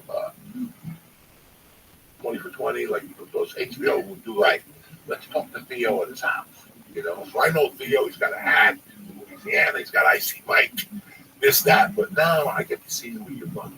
Yeah. I get to see you with your dad. I get to see you with your kids. I get to see that. Fucking Theo has a farm. I didn't know that. He gets up in the morning after training, 2 hours, works 8 hours, and then he picks his kid up, he cooks for him, then he goes back to fucking training. Then he goes back over there, puts his kids in the showers, and he fucking got, I put this guy that was my thing. What's up, yo? Check this out. We're streaming live on YouTube, my people, man, I can get something. AZTA. Hashtag Bible Rabbi. You'll find it. Yep, you got it, baby. AZTA. Oh, wait. Dude, you're in the middle of a video. Hey, assholes. Ever since When you get into the nuts and bolts, you guys have to shit in this phone. This thing out there, this thing changed the world. You guys have to shit. You're like, all of a sudden, you're in the middle of a drugs, and then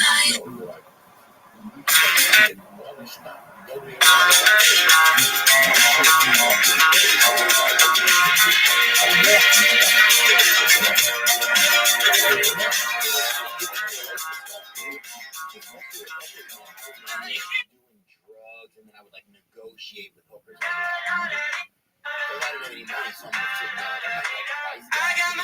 All about like, how about this? Like, $75 off the amount or whatever. And I was always so high. This is what the woman of the night or whatever, escort would come over. I'd be so high, I'd be scared. I'd hand the money out. Can you add a bunch of ingredients? A little bit, hand them the money, and have them go home, right? Most of the time, because I was so scared. Like, I don't even know why I would do it, and I would do that 2 or 3 times in the night, right? So, one time, this Russian lady, she had to go or something, right? And I was like, she asked me to watch her dog, right? At a fucking place. I didn't know they were there. And she after the locked up. I couldn't understand what she was saying. I thought she wanted to do like but then she was like, there's a whole conversation. Because I kept on touching her butt. She kept on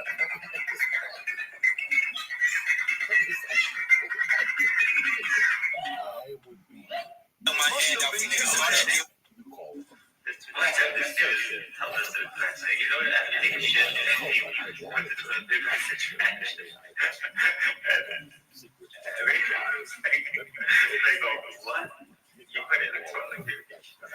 Take the ride with you. I can. If I got something, I jerked off. Come over.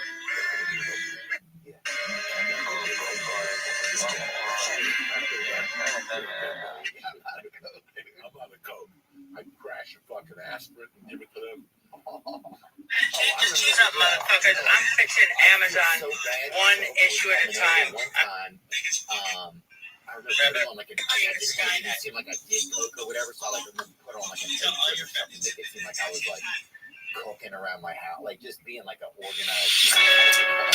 What the fuck? What a loser do this? She's probably like, it's 3:30. This guy's a fucking chef over here. How old do you think I am, bro? I just wanted to look like I was doing something important or whatever, and I didn't have like a, all those muscles, but I'd still beat his ass. I'm not 19.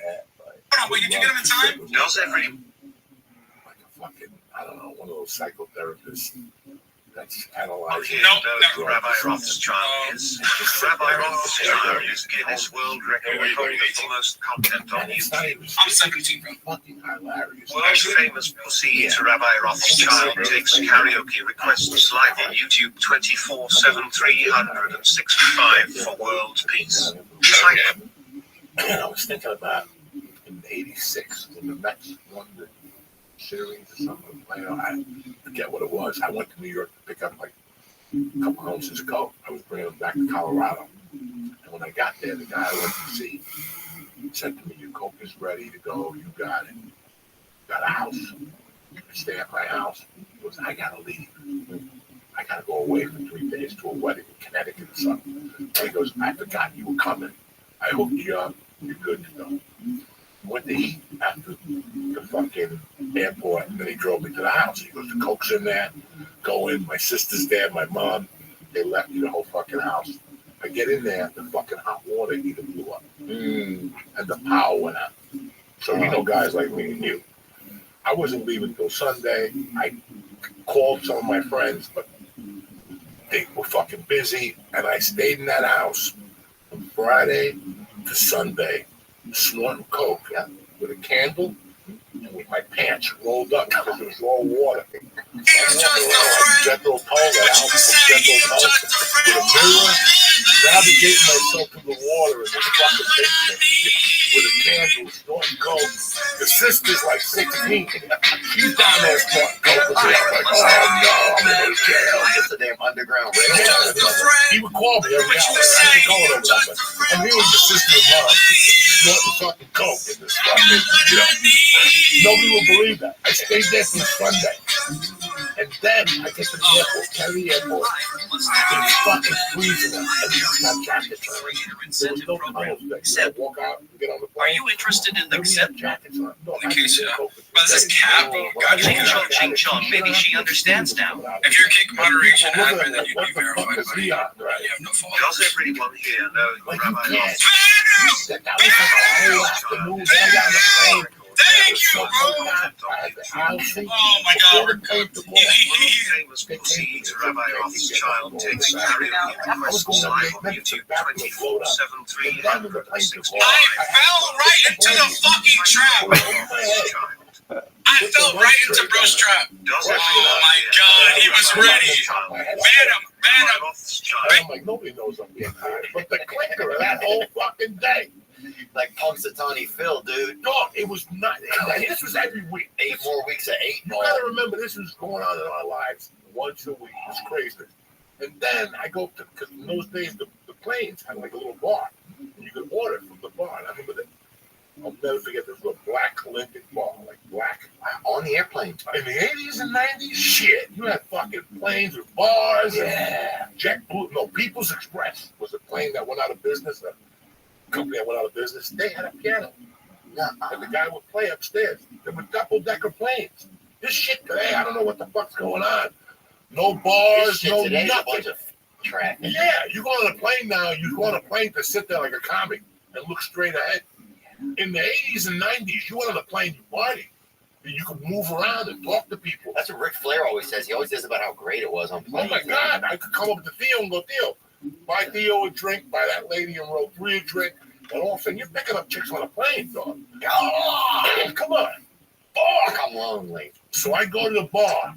I order whatever, a Southern Comfort, orange juice, whatever the fuck I'm drinking. And Theo, as I'm talking to it's just me and him at the bar. A fucking Coke rock falls out of my nose and lands on the lint. And me and him are looking at it like to see who's going to speak first. And I look up.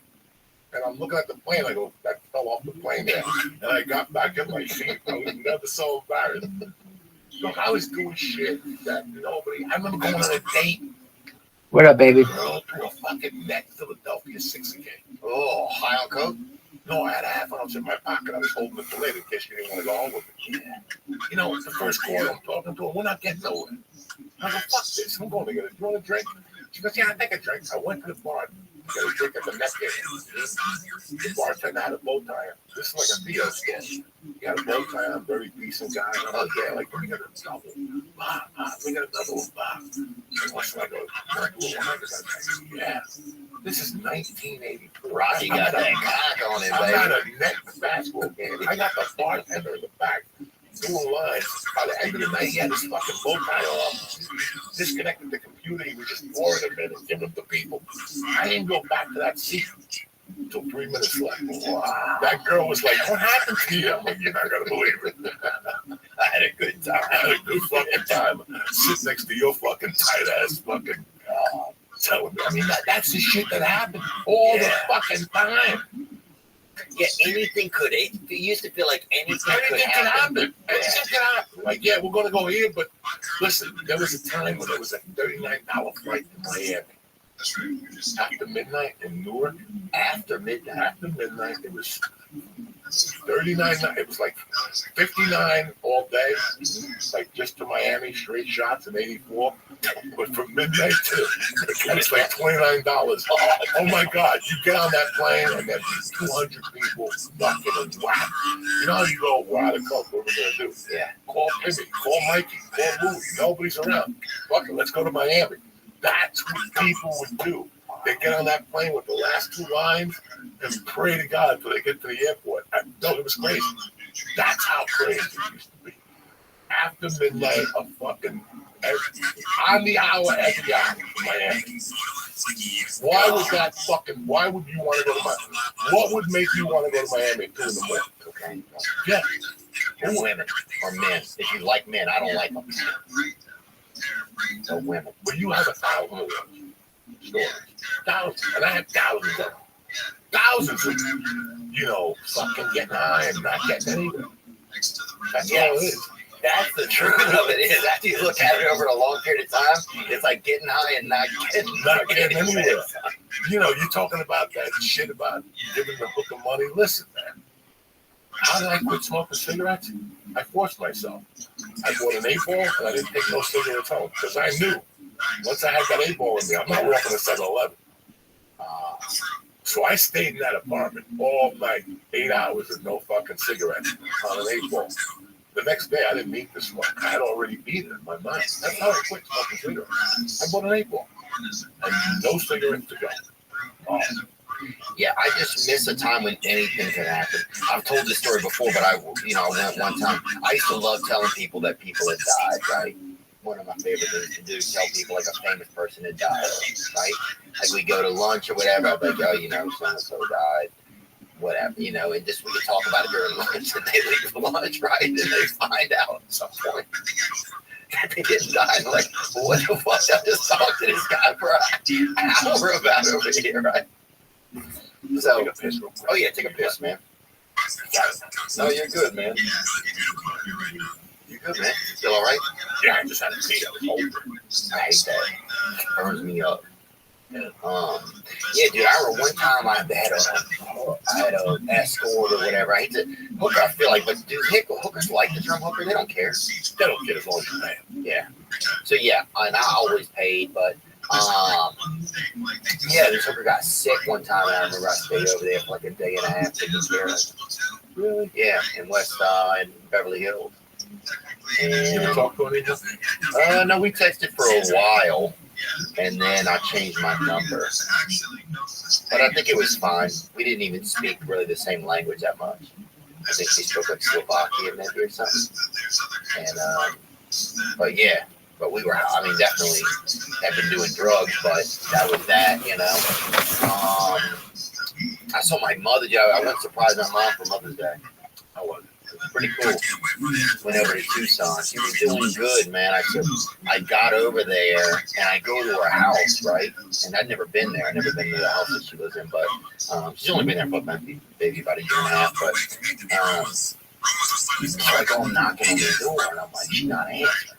Oh man, don't tell me like they'll finally come to see her, you know, and that would be my mom, you know, because that's how she is. I finally come to visit and she goes and dies just to show me up, you know, like I can see her doing that shit.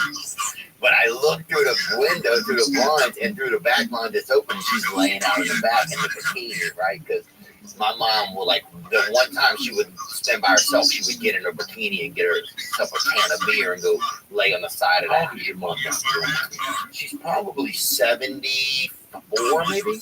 I'm good lucky, man. Yeah, you don't see her a lot. I'm growing up.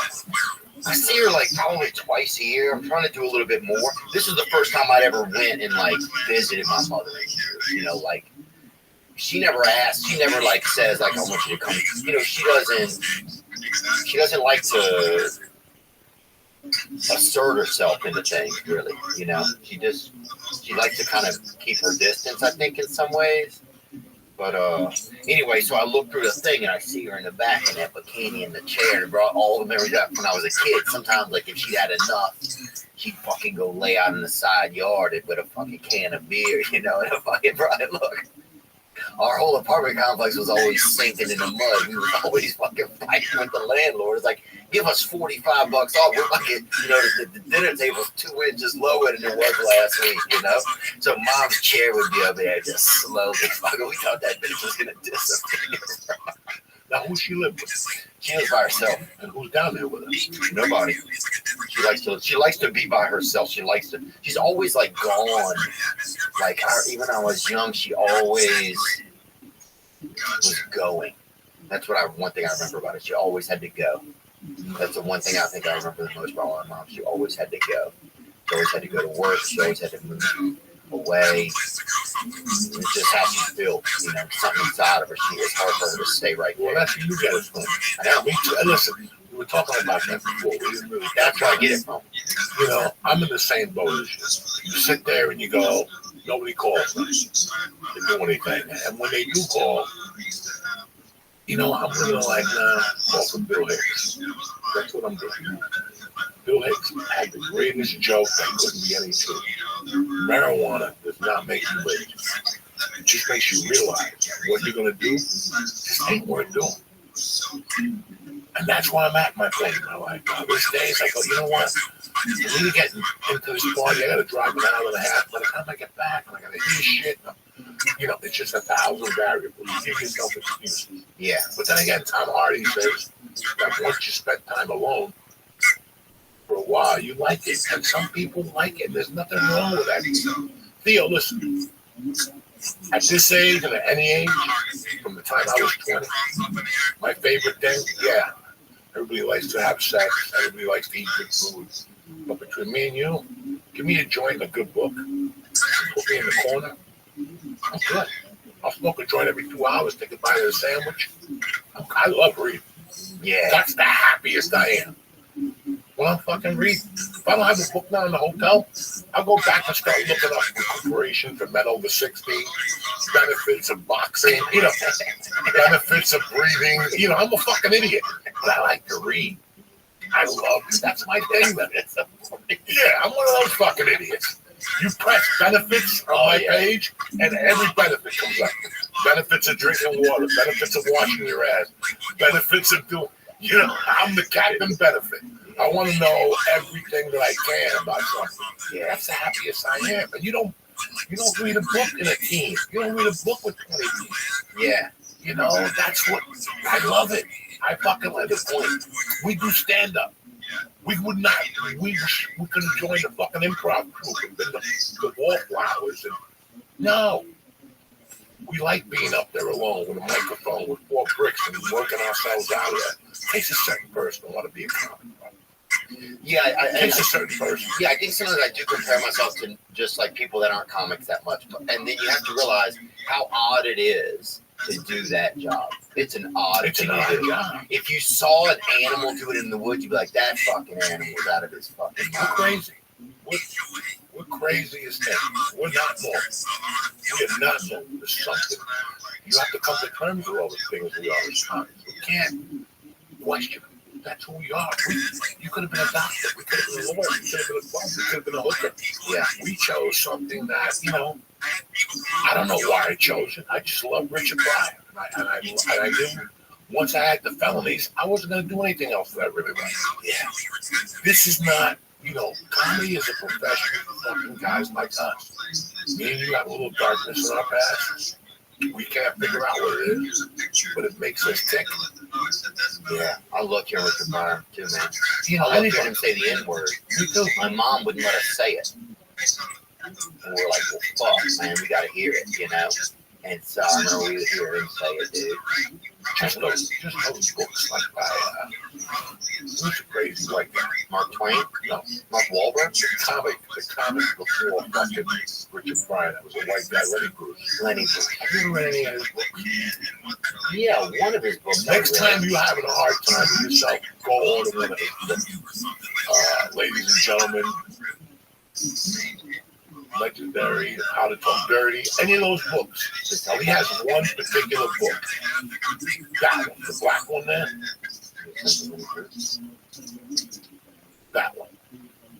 That book will tell you more about yourself than you know about yourself. Wow. He lived at the Chelsea Hotel. He partied with strippers and jazz musicians and did heroin every night.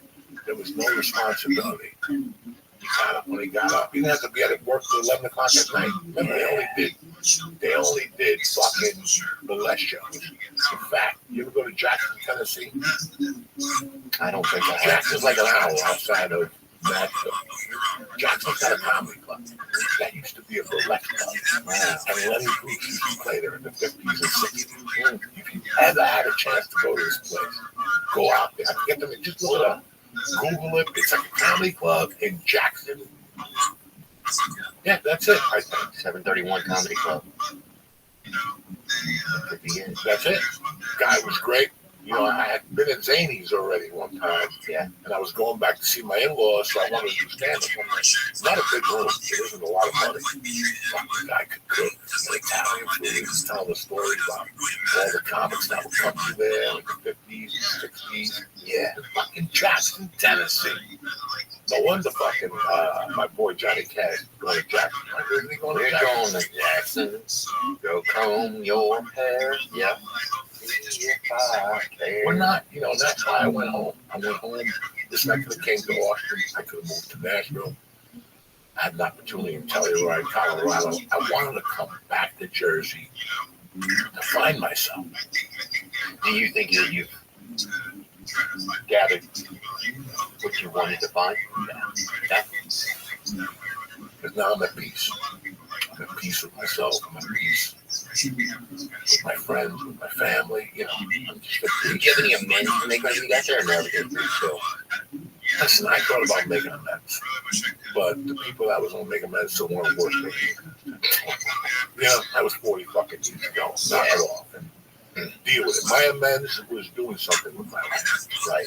That was my amends. If you really cared about me or cared about anybody, you look at them and go, that dude fucked me over 30 years ago. Guess what? He did something with his life.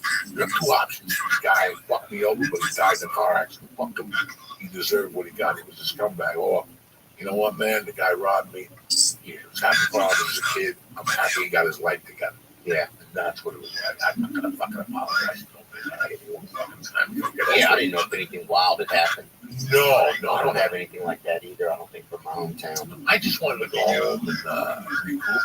LA, you know, when you've been there for a long time, it's a number on your head for a while. Like, just, you know, we thought there was a lot of rejection. Oh, yeah. A lot of driving rejection. across town, a lot of parking, walking, getting in, checking at the station, walking there, don't even know my lines, don't even give a fuck, hate the place, hate myself, fuck them, fuck me, walk in there, nervous as fuck, bomb the shit, walk outside, scream the N-word in my head, go back out through the parking thing, return my badge, get my ID back, get in my car, and fucking go home. It is, you know, people have no idea what we did. We got to LA, figured it out. That's true. Figured it out. Which, listen, that's alone. That alone. The parking meters alone, quarter gets you 6 minutes, dude. Look, I had so many tickets when I first moved to LA. They took a car. I mean, my apartment got towed. Remember, I lived in my car. Ralphie May and those guys, oh, your apartment got towed. It was that scrambling. I would do it 20 more times. Yeah. That not having money to eat lunch, having to rob the gas station, get a pack of cigarettes on the way to Josh Wolf's house to get a turkey burger, you know, to fucking borrow $8 to go to Sunset Grove and get a burger with the guy with the bum leg. You know, nobody knows that, what it's like to showcase the Jay Massage and telling you, like, why are you here? Yeah. You know, and thank God, Jay, you know, Mitzi passed me right off the bat. Thank God. But then it was 7 years of, I can't get made. And you can't do this, and you can't do that. Yeah. And most people would have quit. You know, we did something that a lot of people just can't handle. They move back and they go, you know what, it wasn't for me. And I understand that. I fucking definitely understand that. But for me, I think it was time to move on to the next chapter. I'm trying to find what that chapter is now. You wrote a book? That was cool, man. I feel bad that I haven't even read it, but I did just order it today. I didn't even know that you had written it. I have to think. Actually, you know what? I think when I did your podcast last time over Zoom, I think you remember telling me that you had done it. But that's awesome. Tremendous. I was trying to write that book for fucking 20 years. I know a lot of comics always have that book milling around in a And month. then I kept writing and making notes, and then I kept trying to hook up with a writer. Tremendous. And then I hooked up with Jimmy Florentine's niece. Really? Yeah, his young niece, and she fucking helped me. And listen, man, we sold some copies. We made it to number 9 on the audio book in New York Times, which for a dirty comic and a criminal, that's not too fucking bad. Rocky got that cock Rocky on him, got baby. that cock on Let's him, go, motherfucker. dude. Before you were saying something really funny, and I interrupted you. I had to go to the bathroom, but you were telling me that you used to call people and tell them celebrities now. Oh, yeah, dude. And so we go like on Boy Scouts or whatever. My buddy was in the Boy Scouts. And so I remember one time we went on a camping trip with them. And right when we started out, I told everybody Jay Leno had died, right? I've told this story before, but I love it. And I was like, you know, Jay Leno died. And so all the dads were like, oh, gosh, that's so sorry to hear that. And so then throughout the rest of the weekend, I'd be in my tent, right? And I'd hear the dads out there talking when I'm telling you, you know, Jay Leno passed away. I would be in my tent, bro, fucking Dying. howling, bro, laughing at a level where it was like coming out of my fucking spine. And I don't know why stuff like that made me laugh so much. I don't know if it was that I had control, like a hidden control, or that I was affecting things without them knowing. It just was, there was nothing as good as that, bro. It was that kind of shit, dude. When you fuck with people, like, you know, control fucking with people, like me telling Eddie Bravo Rogan was in the CIA, all that shit, bro. It's always great, but the best thing I ever think I did, and I did it on accident. Remember Chuck Liddell? Yeah. When Chuck Liddell was the fucking king of the UFC, he was the king of the UFC, okay? So I get a call from Eddie Bravo. No. I find out that Fidel Castro died. I get a call from a friend of mine. He goes, you know Fidel died? I go, thank God that motherfucker died. And also I call Eddie. I go, hey, where you at? He goes, I'm sitting here with Dana White or something. I go, you know, Fidel died. But the phone didn't say it right. It said Liddell. So he goes, let me call you back. And he hung up the phone. He told he told Dana White that Joey D just called him, told him Chuck Liddell died.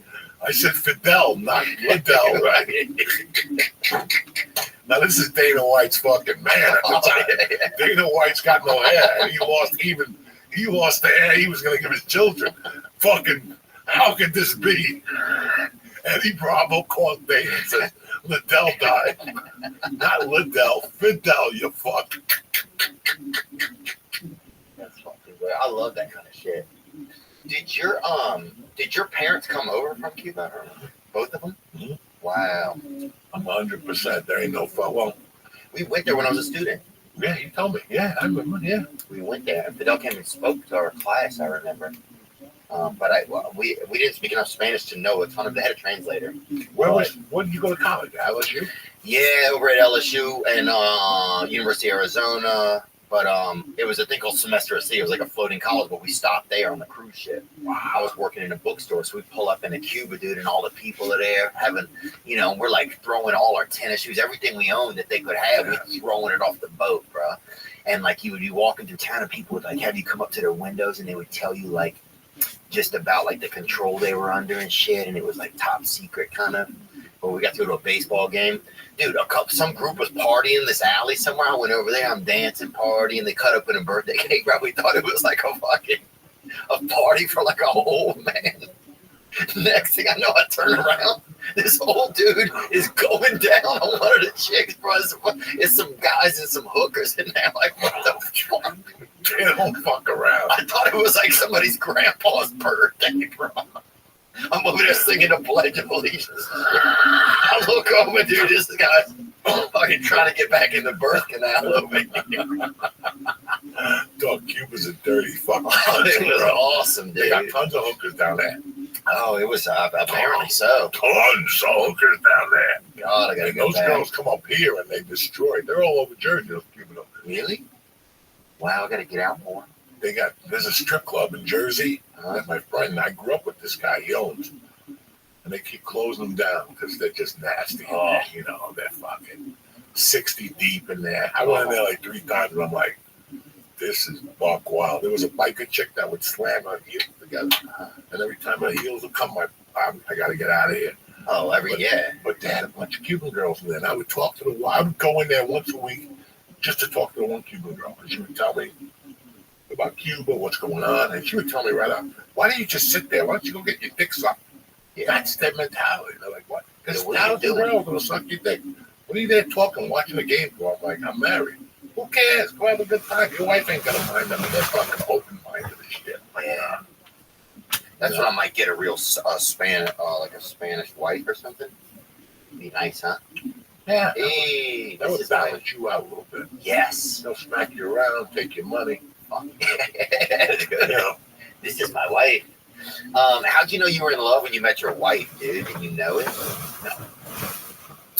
Did it grow on you? You think it's hard for guys like us to be in love? Kind of? Yes, because our first love is that's when you're in LA, not when you're in your hometown. Once you get to LA and you caught up, that's your love. When you really, really think about it, at the end of the day, that's your love. I was with my wife maybe 3 years before. It was like, but thank God she had patience. Thank God I had patience. And it wasn't till my wife and I got together. We're going to be together 24 years next month. And it wasn't until I got the longest yard that it was 2004. We were struggling. Every week was a struggle, her and I. We're living together. The relationship was good, but we were always struggling. We had no money. We had 6 cats. Oh, yeah. And I got the longest yard. And I went to shoot it. And when I came back home, I had to shoot, for 11 weeks. My call time was at 4:45 every morning. Oh, my God. In Orange County. 4:45. So I don't know how many times I got up at 3 in the morning and my fucking costume would be out. She'd be cooking eggs at 3 in the morning for me. And And I go, what did I do to deserve this? You know, like, and that's when I realized I really love her. You know, I wasn't going to get married again. Once you get married, you lose. I'm a Catholic. You can do it one time. Yeah. You move on. I wasn't looking to get married. I wasn't looking to waste anybody's time. I'm not a big time waster. If it's not working, let's move the fuck on, you know. But with her, it was different. And now it's tremendous. Like, I mean, it's, now, after 24, I look at her and I'm like, if it wasn't for her, I wouldn't be here. Wow. Did moving to Jersey help you guys' relationship, you think? One thing about me and my wife, I got to be honest with you, we got into a fight in December in Nashville. Yeah, good. Besides that, me and my wife never really, we got into, like, it was a long-awaited battle. Her family, me, the whole thing. I just went home. I was in Nashville for Christmas. I just went home Christmas Day. And she got mad at me for like 2 weeks. We had a little problem at the house for 2 weeks. But ever since then, it's been, and before that, it was smooth, you know.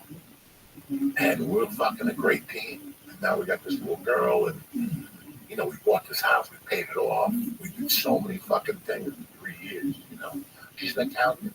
So I got pensions. I got a pension for the pension, another pension. Hopefully she's laundering money for you, too. Yeah, she's laundering, too. You know, I mean, she's, it's great for me. I never thought I would say something. Yeah, that's what I I would find interesting. never in my life tell you, for me, it was the best thing that happened at that time. Was there a fear to do it? Like, was there a fear to be like, okay, this is... Fuck yeah, Theo, look at our lives. We go on the road, we bump into a girl, you do things with them for 3 days, then you come back a year later, and there they are. And then one time you come back and they obviously have a boyfriend. Yeah. And they bring them to the show, and that's when the relationship ends. And I was in Boulder before I went to LA. And I had, honest to God, no lie, I probably had 6 girls on a rotation that would just come over to snort coke and have sex. Yeah, that's beautiful. I mean, yeah. It's a hope everybody's beautiful okay. thing, but it's like, you get used to it. Right, and then it runs its course, and then And then it time runs its changes. course. And you come back, and you're still living 5 years ago, and now they got chilled, they got a fan, so everything changes. So, like, I was never going to get remarried. I got the movie. Then it took me 2 more years of struggling with coke. I mean, a horrid 2 years. Heroin, and that was what was killing me. That was hurting her. And one day I go, you know what? I got to stop this shit because, listen, I'm old school. I found my mother dead, and I'm here.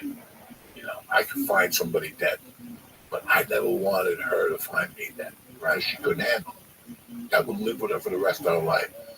So that's what made me get clean off coke. I didn't want her. There were 2 reasons I got off coke. 1, I didn't want her to find me, and number 2, if something happened to me, I didn't want people telling Rogan he was wrong.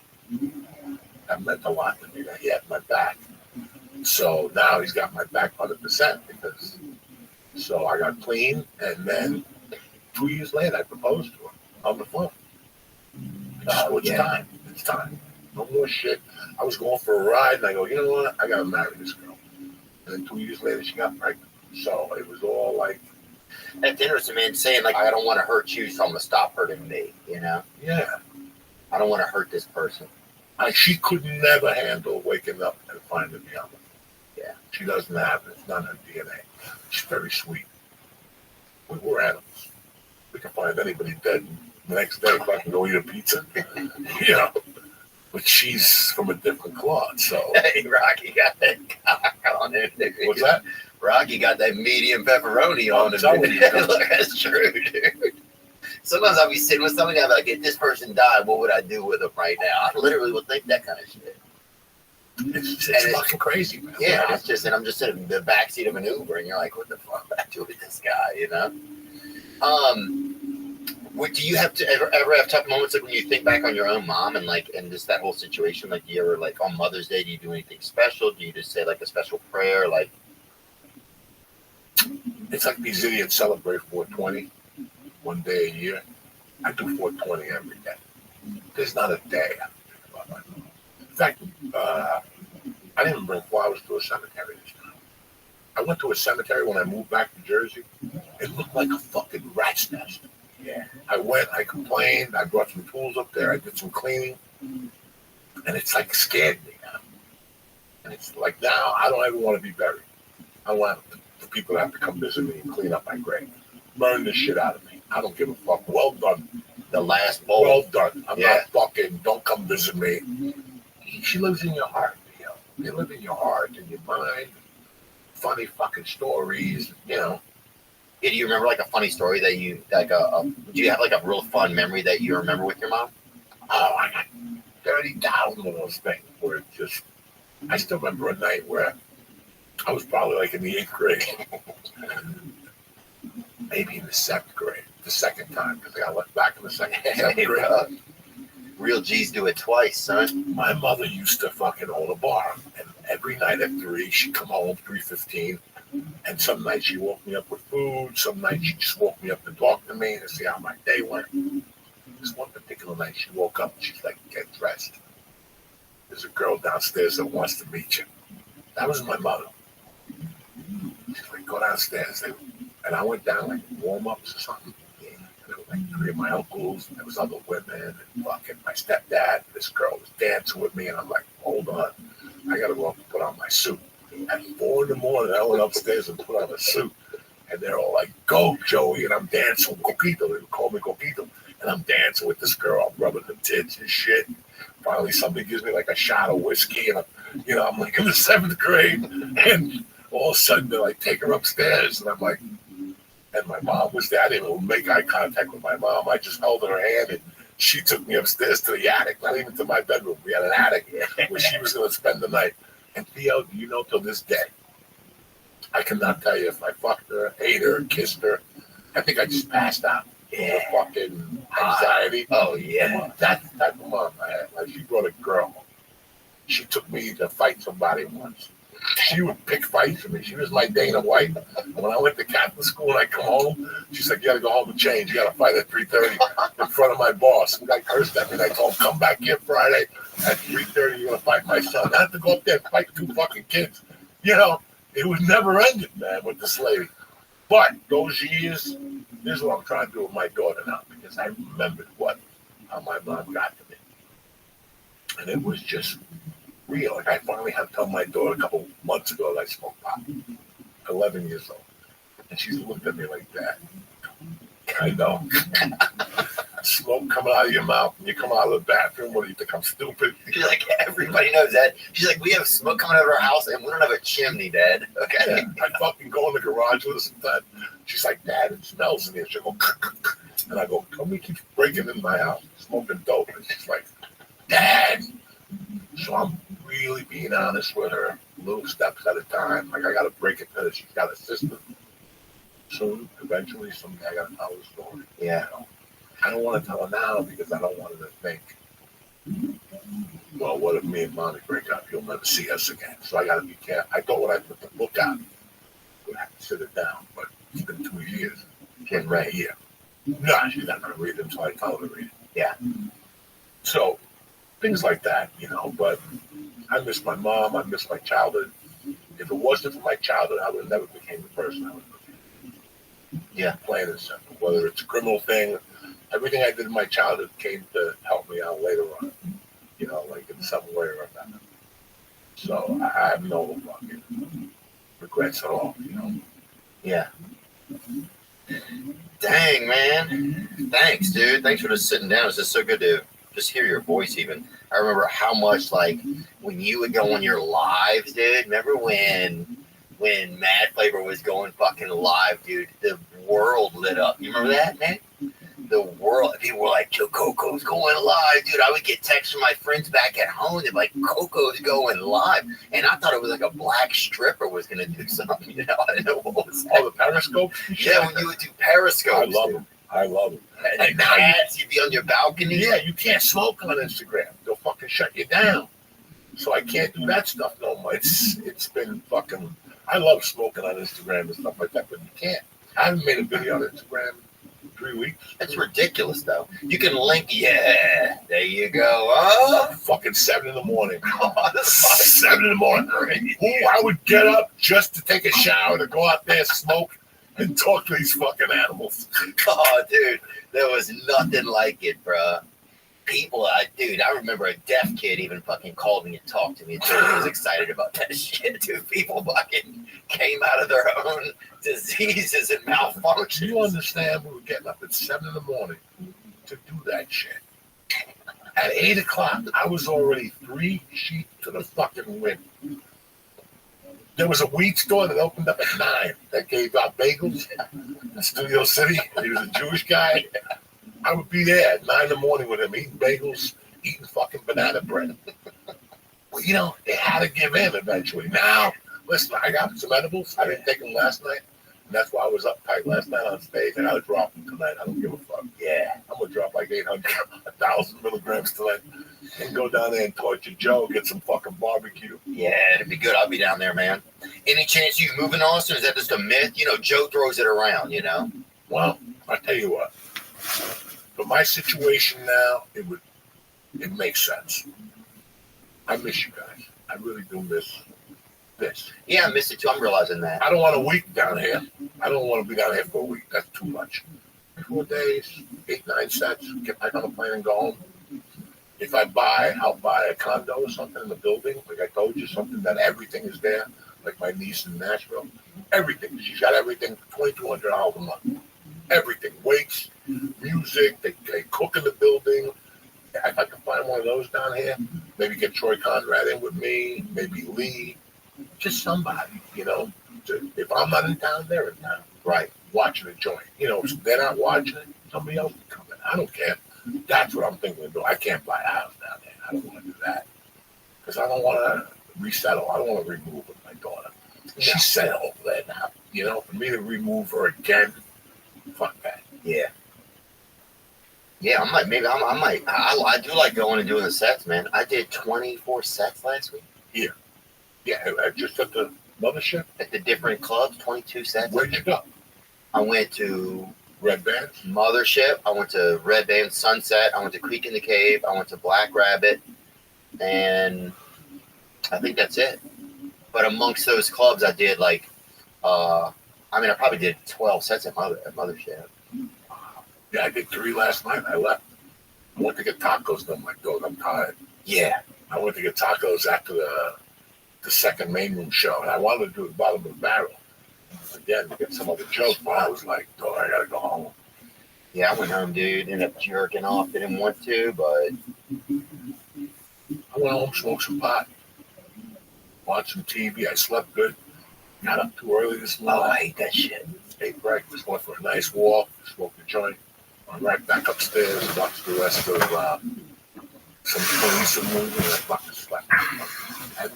Oh, I got up. I washed my pussy. I hit you back. Yeah. I took a long shower. I shaved one of those Puerto Rican big razors. I got skin missing.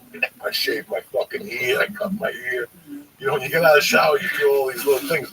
I could see myself as I was shaving in the shower, putting all those little cotton balls all over your face, like you had all this fucking prison freckles. Oh, but it's good to see you, brother. I'm happy you had me on here. I'm very proud of you and what you've done. You fucking animal. I love that you have a smile on your face all the time, and I will take you up on June 1st. We're gonna.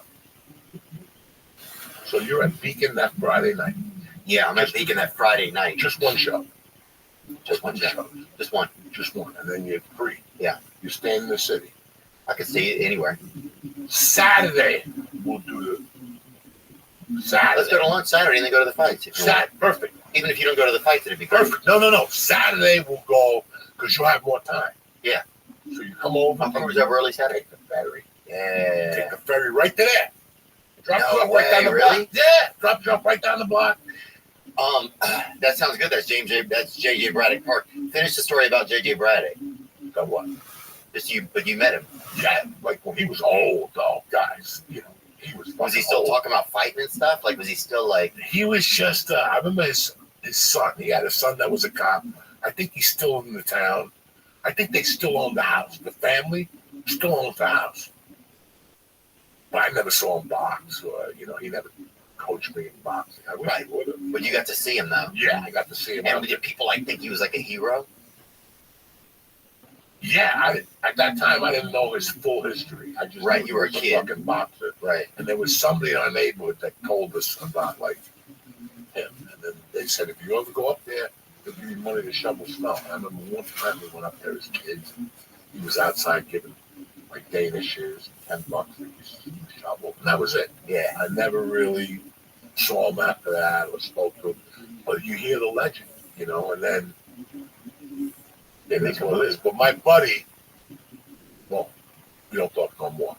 But my buddy's in charge of that park. Wow. Okay, he's like a Groundskeeper? no, he's big time. He's in charge of that park. He's a politician. And they keep it nice? And they keep it nice. And he's the one that put the statue from my age. Wow. So he put that up there. They had, and the whole family showed up when they put the statue up. It was pretty nice. I saw the pictures. It was pretty impressive, man. That's cool, man. Yeah, I think I saw Natalie Portman at my hotel yesterday. Really? Yeah. I don't know. I don't. Look, every time I'm in Austin, I see somebody. One day I was in not this time, 420. I fucking walked out of my elevator. I walked right into Magic Johnson. Nuh-uh. And he looked at me like we knew each other. I never met Magic. And he's like, hey, man, what are you doing here? I'm like, the question is, what are you doing here? I go, I was in LA for 23 years. You never fucking showed up one time. Now I'm in Austin. I gave him a big hug. He's like, hey, I go, you want to come do Rogan with me? He's like, that would have been crazy. I told Joe, and Joe's like, you should have brought him. I bumped into him, started talking to him like he knew me for 10 years. I don't know fucking Magic Johnson. Fucking never met him in my life. I'm like, hey, we used to do coke in Miami. They don't fucking know. Nobody knows. Coco Diaz, man, I love you, dude. I love you with all my heart, brother. Dude, this is the best part of this trip. Good to see you. You hit me last week. I said, what time tomorrow? I was pissed. Oh, yeah, because I had the wrong week. On Wednesday, I'm like, what? Fuck, no, you better be doing it next week. I love you, brother. Thank you very much for having me. I love you too, man. I'm ordering the book. I want to read it, man. And thank you, man. And yeah, I just appreciate the fact that I get to know you. It's been one of the gifts of this job. You're my favorite guy in LA. Lee, how fucking happy was he to see you? When I told that motherfucker you were down here, he lit up. Oh yeah, he lit up. He was like just like a warm McFish when I got a hold hold of him. Edible with him. Nah, I just fucking smelled his breath for a couple minutes. He has no more flies on his neck. He looks great. Yeah, he looks great. He looks lean. He was excited about things. A lot more energetic than I heard him be in the past. More vocal, confident. He needed all that. Yeah, we all needed that break. To realize what you just need a break sometimes to realize what just fucking happened. And now we're ready for the next one. I love you, brother. Let's go get it. Love you too, buddy. Now I'm just floating on the breeze, and I feel I'm flowing like these leaves. I must be cornerstone. Oh, but when I reach that ground, I'll share this peace of mind I found. I can feel it in my bones, but it's gonna take.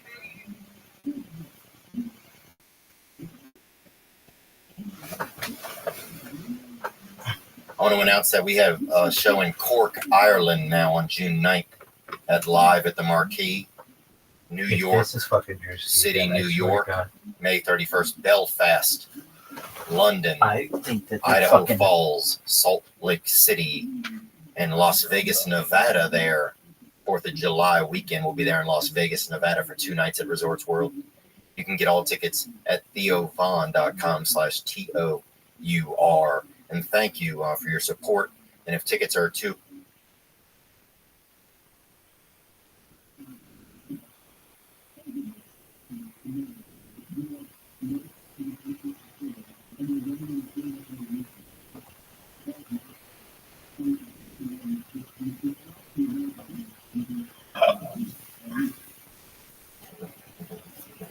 Joe Rogan Podcast, check it out. The Joe Rogan Experience.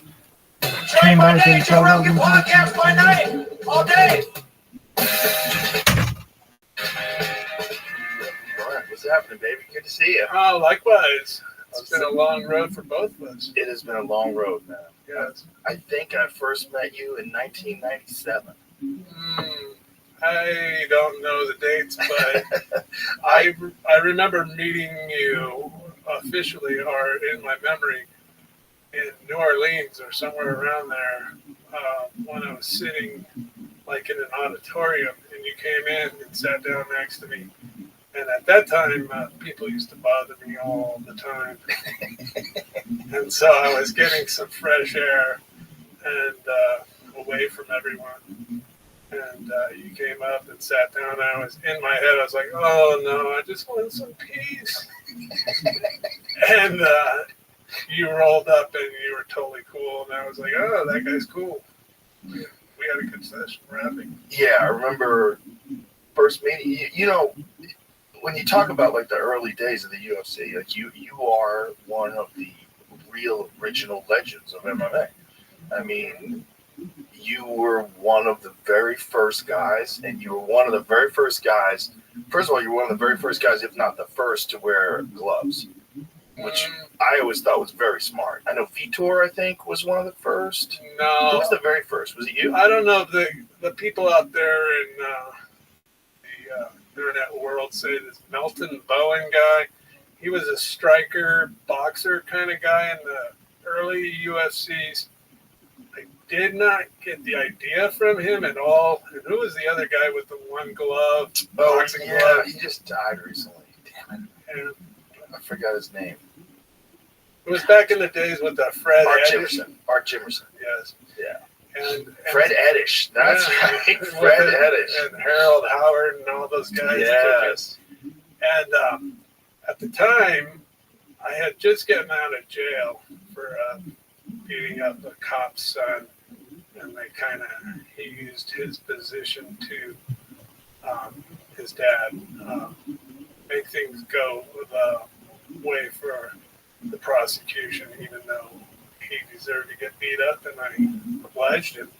But I was going back and forth from a halfway house to work from the guy that got me into the show. And we stopped off at a Dick's sporting goods store, big box sporting goods store like that. I don't think it was Dick's, but it was something like that. And they were bag gloves. And I put them on, and I go, these would be perfect, but they had a post in them, so you couldn't really wrestle with them. And I was like, I could take the post out. I ended up cutting it off, and it was just a clear plastic thick tube that you could hold on to. So I got rid of that, and I go, these are perfect. And I think they were Harbinger gloves. And I knew, because I've been in hundreds of street fights, altercations. That's where I come from, although I've wrestled since I was 8 years old. But I used to beat people up on the street. And that deserved it. Yeah, absolutely. There's not one guy out there that didn't want to do the same thing to me. I was just better at it. So I knew my hands would get hurt. And I'm like, you can't fight 3 times in one night without your hands getting busted up. So I cut those out, and I go, these are perfect. I can wrestle in them. As I said, I'd wrestled my whole life, and they were perfect. Did you have hand wraps on? No, no hand wraps. Just the gloves? No. Yeah. Did you wrap your wrists or anything? No. Nothing? What was the law back then? What were the rules, rather? What were the rules for what you were allowed to wear wrestling shoes? You were allowed to hit the nuts back then. And your first fights, you were allowed to pull hair, hit the nuts. You could do anything. There wasn't until I came along. And anyways, they you just couldn't. I can't even tell you what you couldn't do, but that you couldn't bite. You couldn't eye gouge. Those were the only 2 rules. I think fish hooking, right? No, that was me. Oh, really? You started? I introduced them to fish hooking. And so at the fighters meeting, they have these meetings with all the fighters, and they all sit in there. I guess think they're badass, but I guess they are in their own world. But so they're all sitting around, and Big John McCartney was up there explaining the rules, and I think he was having trouble since there wasn't any.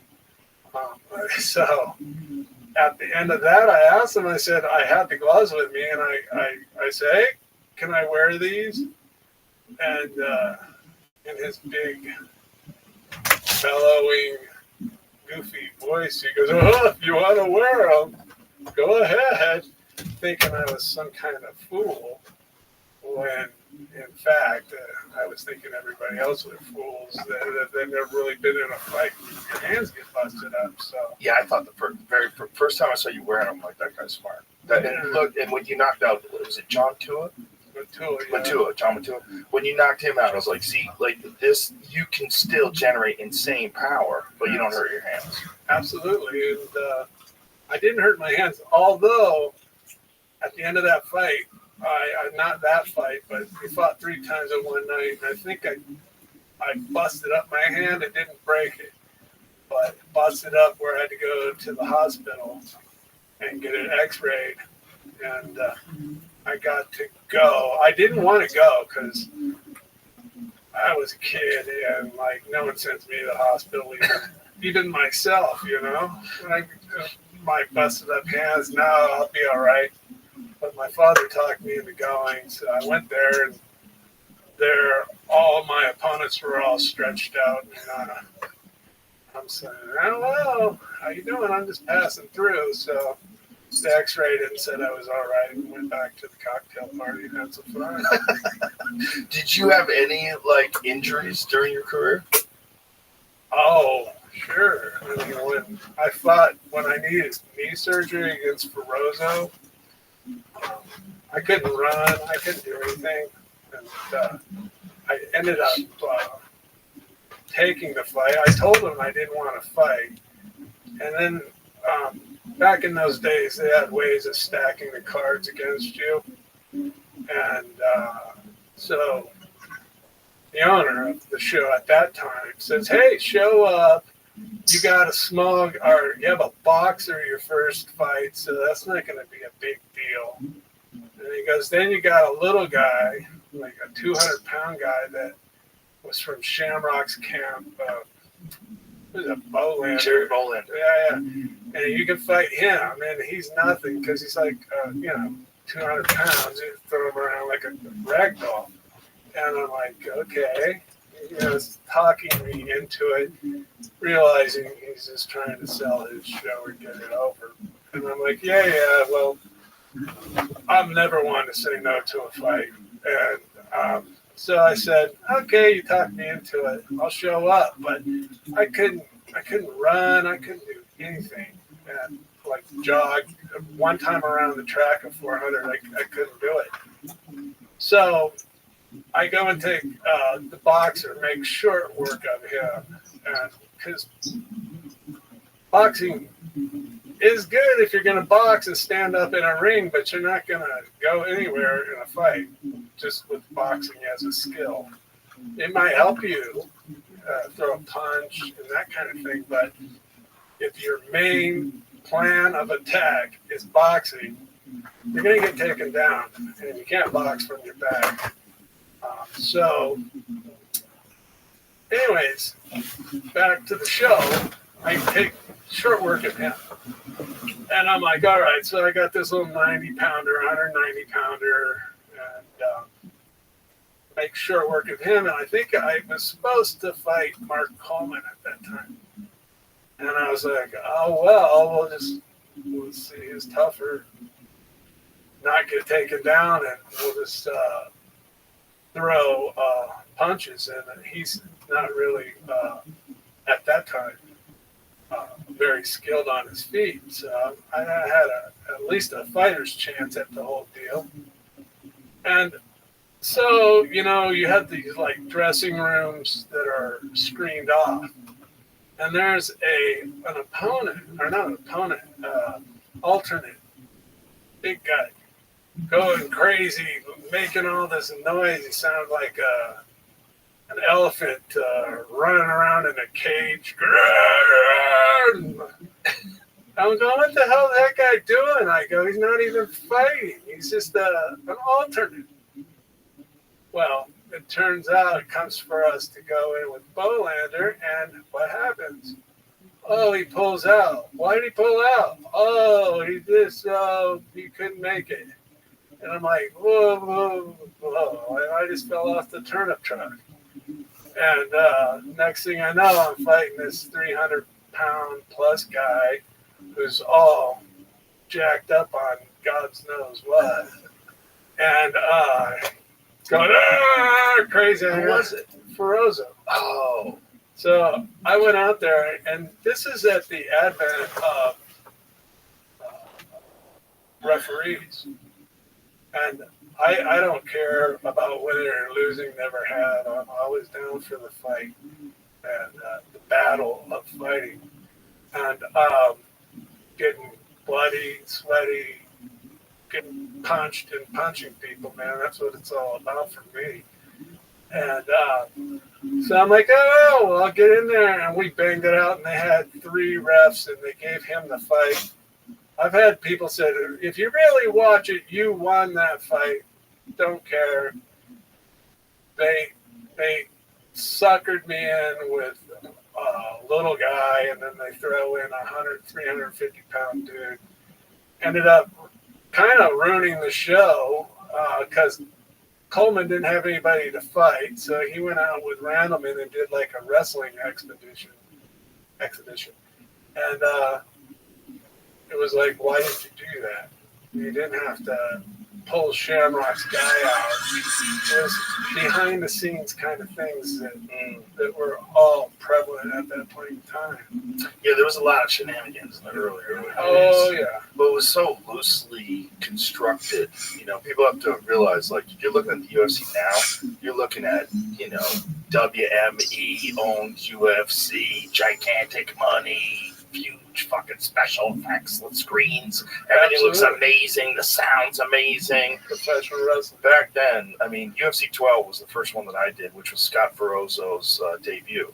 And we did it in Dothan, Alabama, and it was like a high school auditorium or something. It wasn't a very big place. I remember the name Dothan. Yeah. Was that? That was when... they did an interview with me, and it was supposed to be at a different show somewhere, and they got canceled, so they put it up in Dothan. It was supposed to be Buffalo, but it got banned from New York. Right. So last minute we had to all fly to Alabama. Right. So I was actually on the plane going to Dothan, or not Dothan, but to Buffalo. Right. And they said, hey, there's been a change of plans. You got to go to Dothan. So I went to Dothan, and I was sitting in the like 2-story hotel, not really a hotel, but one like a motel type thing. And I looked out across the parking lot, and there was a bar there. Yeah, what the hell? Why not? So I ended up walking across the street, and I was drinking at the bar with this crazy old country guy, old school dude who's like a peanut farmer or something like that. We got blasted. And he goes, come on, I'll take you to the arena. And I'm like, okay. So we get in this old pickup truck, and he turns the key, and it sounds like a dragster. And I got Hillbilly Hayman or whatever driving this thing. And we drive to the arena, and I'm like, no, I'm supposed to do an interview. He ends up parking on the island, a grassy island. He drove up the curb. I stumbled in there, and David Isaac is like, oh my God, what's going to happen next? They got banned, and then I showed up out of my mind. And I think there might be a clip of me like drunk saying stuff. I don't know. There's a bunch of those clips. I'm yeah, sure. oh, absolutely. How old were you when your first UFC fight? 30 years old. And did you have any competitive fights other than wrestling matches? Did you do any amateur fights or anything? Well, it kind of wasn't around back then. No, there was no real fighting. You only did it in the street. And back in those days, I had wrestled, and then on my 19th birthday, I was hoping to go on. I had 1 year of wrestling in junior college, and a dumb drunk friend of mine drove into a light pole on my birthday. That's why my teeth got all knocked out. And it also put a gash right underneath my knee and mangled my knee. And so my wrestling, I came back like halfway, maybe a third of the way into the season. And I just couldn't, I didn't have enough time to get whatever. It's all written, meaning spiritually. And so I didn't perform the way I wanted to perform. My sophomore year, I did not continue. No one was interested in me. So the whole time as a young man, I wanted to box. And my mother said, absolutely not. Not the CTE, and everybody boxes is stupid, and you're not going to do that. And I'm like, oh man. So I didn't have anything to do. I was 18 years old, and I said, you know what, I'm going to box. And the same guy that, it was back when Mike Tyson was on fire, and he was the baddest man on the planet. When I was a young man, I go, not my planet. And so, you know, he obviously killed me in boxing, but there's not a boxing ring on every corner. And so I was all fired up with that. So, same guy that I worked for at the clothing company, where the cut and sew type things for medical clothing. He lived up San Luis Obispo way, and he started boxing. And we were at a, you know, just like what you would think, going into a boxing gym and learning how to box. And I go, man, I want to box. And he said, well, come on up. And I'll introduce you to my trainer. And maybe, you know, anyways, that got the ball started rolling, basically. So went up to San Luis Obispo, and there was a boxing gym just outside of there, Atascadero or something like that. And so I went to the gym, and it's like you see these reels where these guys, you learn a skill like boxing, and then somebody that comes in that's a complete novice has no clue of what's going on, and they take advantage of people. Oh, you think you're tough, you want to box? No, you don't know how to box. So that was the vibe when I went into the boxing room. I go, hey, yeah, I want to box. Yeah, sure. I'm doing this. And he goes, are you sure? Well, yeah. So they go, well, you want to spar? They're all snickering. You want to spar? And I'm like, yeah, isn't that what we're in here for? Isn't that what you do? And they're like, oh, no, you have to learn. And I'm like, okay. So they go, like, all kind of like chuckling, going, oh, he wants to spar. And so they went and got a mouthpiece from a local, like, what do you call those stores? Sporting goods store. And it comes back, and they were trying to melt it in coffee and all that kind of stuff. And so this guy's got a name, very big name, from the 70s in boxing. And I don't need to talk about it. His family has a big name. And Did you say his name? I don't. Okay. There's no point in it. Okay. Yes, I could, but you know, I was training with this guy, and he did this guy. I have it on videotape and all that kind of stuff, so it's not like I'm making up stories. I'm the antithesis of trying to get myself over. I try to just go, no, you know. So I get in there, and I go, and they're all like, oh, this is going to be great. This guy is a heavyweight, and he had like 8 professional fights. And I believe they thought they were going to use his name and push him and get him some money somehow. And so I'm like, okay. I go, I put boxing gloves on and hit the bag and played around and sparred with people, but I'm like, okay, this is what we're going to do. We're going to do it. See. Yeah, and I knocked the living snot out of him. I just said, fuck it. I can cuss on this or whatever. Yeah, you can cuss. Yeah, but I said, okay. I wasn't sparring, like skillfully boxing. I was like, let's go. And we went. And you had already had a bunch of street fights. Yes. And you knew how to hit things. Yeah. And power is something you either have or you don't have. And you've always had crazy power. So if someone underestimates you and someone thinks, look at this guy, so they let their guard down, get a little relaxed, think they're just going to tee off on you. No, he thought he was going to hand it to me. Yeah. And I was like, all right, you'll see what's going to happen. And I said, this is going to be a street fight, and I'm not going to live in daylight. Like I said, I don't have videotape. And that guy was filming with the guy from the clothing store. Anyways, factory.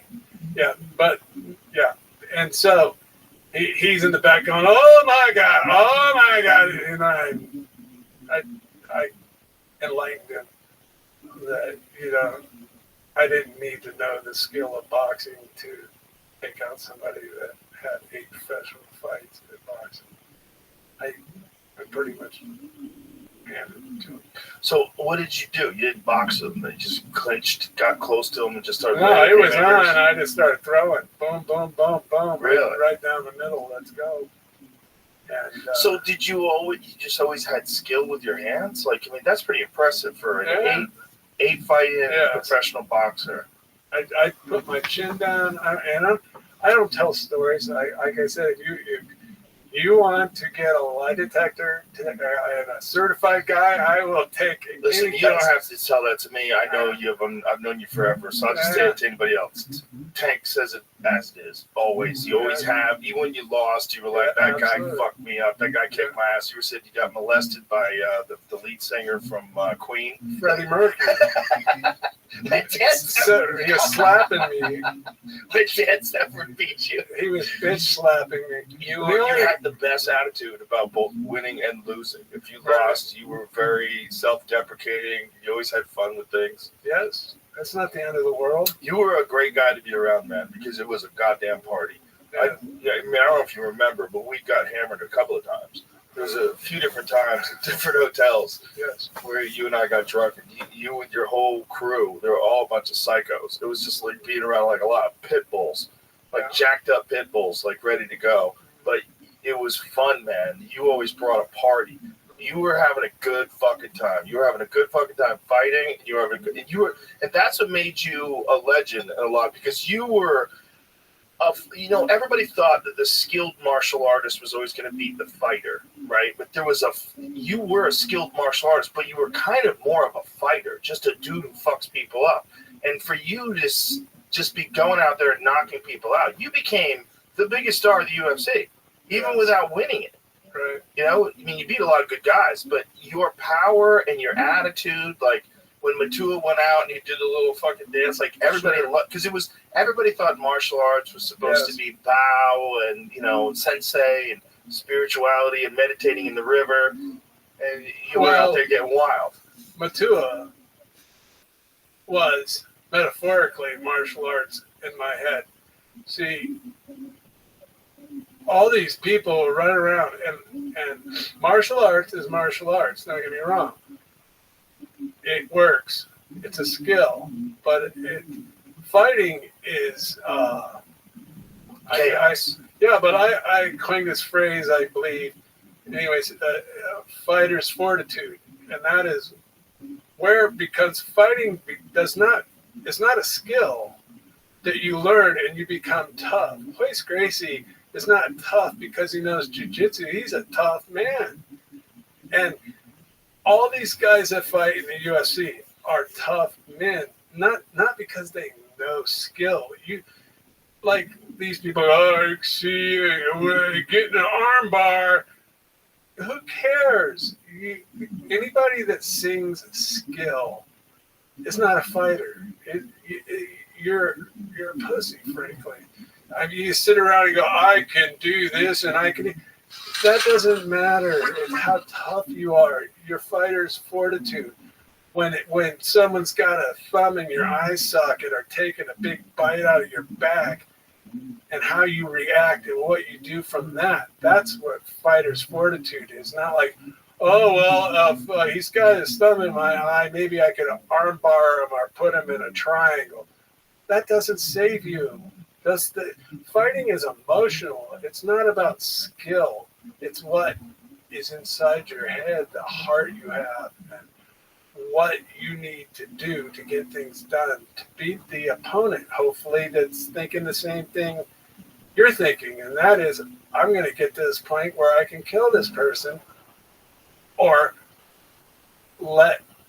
kill him. But basically, fighting is to a point where, in the street anyways, and everybody that I beat up was trying to do the same thing to me in the street. They were trying to beat me up and get to the point where they can make the decision of killing me. And that's the whole point of a street fight. And it's not about, oh, I got better skill than you. I found a new app. It's called like Kwai or something like that. And it's supposed to be a very advanced video creator that basically will create a 2-minute video. It creates a 2-minute video with pure AI. And it's kind of a hard app to get because you need a Chinese telephone number. But if you get it to work, it's pretty wild. If you're a tough guy and you learn skills, that makes you tougher. That's why it's crazy. He's a tough man. But that guy's got skills of the yin yang in jiu-jitsu. That makes it even tougher. Yeah, but he has the mental fortitude to keep it together in chaos. Yeah. Fighter's fortitude. And some people, even very skillful people, for some reason don't have that. Yeah. There's moments we've all seen where you get this guy who's like, especially a lot of guys who are gym heroes. There's a bunch of guys that in the gym, they look sensational. They look like, this guy's going to be a world champion. Keep an eye on him. You watch him sparring, you watch him hitting mitts, and you're like, this guy's insane. Right. And then they fall, they maybe reach like 30% of their potential when they fight. You can see the panic in them. And they don't have it in their head. Yeah, they don't have the thing that some guys have, like a Max Holloway has, that he'll fight to the end. Fighters for there's zero quit. The quit is not in there. You can go searching around for it forever. You're never going to find it.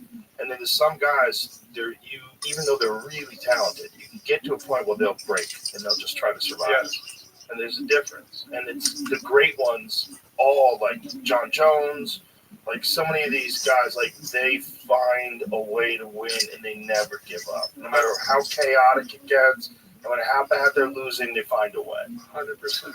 Leon Edwards in the 5th round against Carl Usman. Perfect example. He's getting taken down and manhandled, and he finally lands a head kick in the 5th round. There you go. He becomes a hero. And it's all fighters' fortitude. Yeah. About being a tough guy. Yeah, you can see it in that fight. Have you seen that Usman-Leon Edwards fight? It's fucking amazing because his coach is sensational. And his coach is screaming, "Don't let him bully you, son!" You know, like from English. In England, and the Rocky music is playing. There's a clip of it online.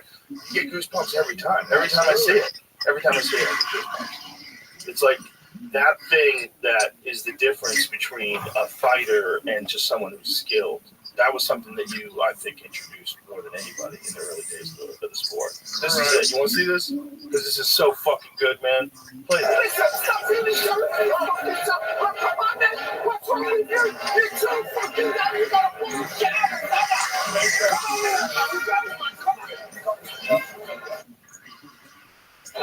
What, the music? Yeah, but it's part of the fun thing. Yeah, that his fucking coach is sensational.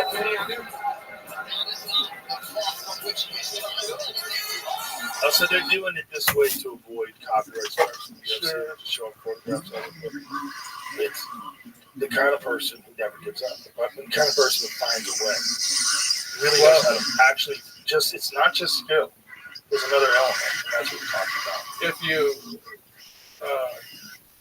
put it to UFC 6, that was the awakening of the guillotine choke.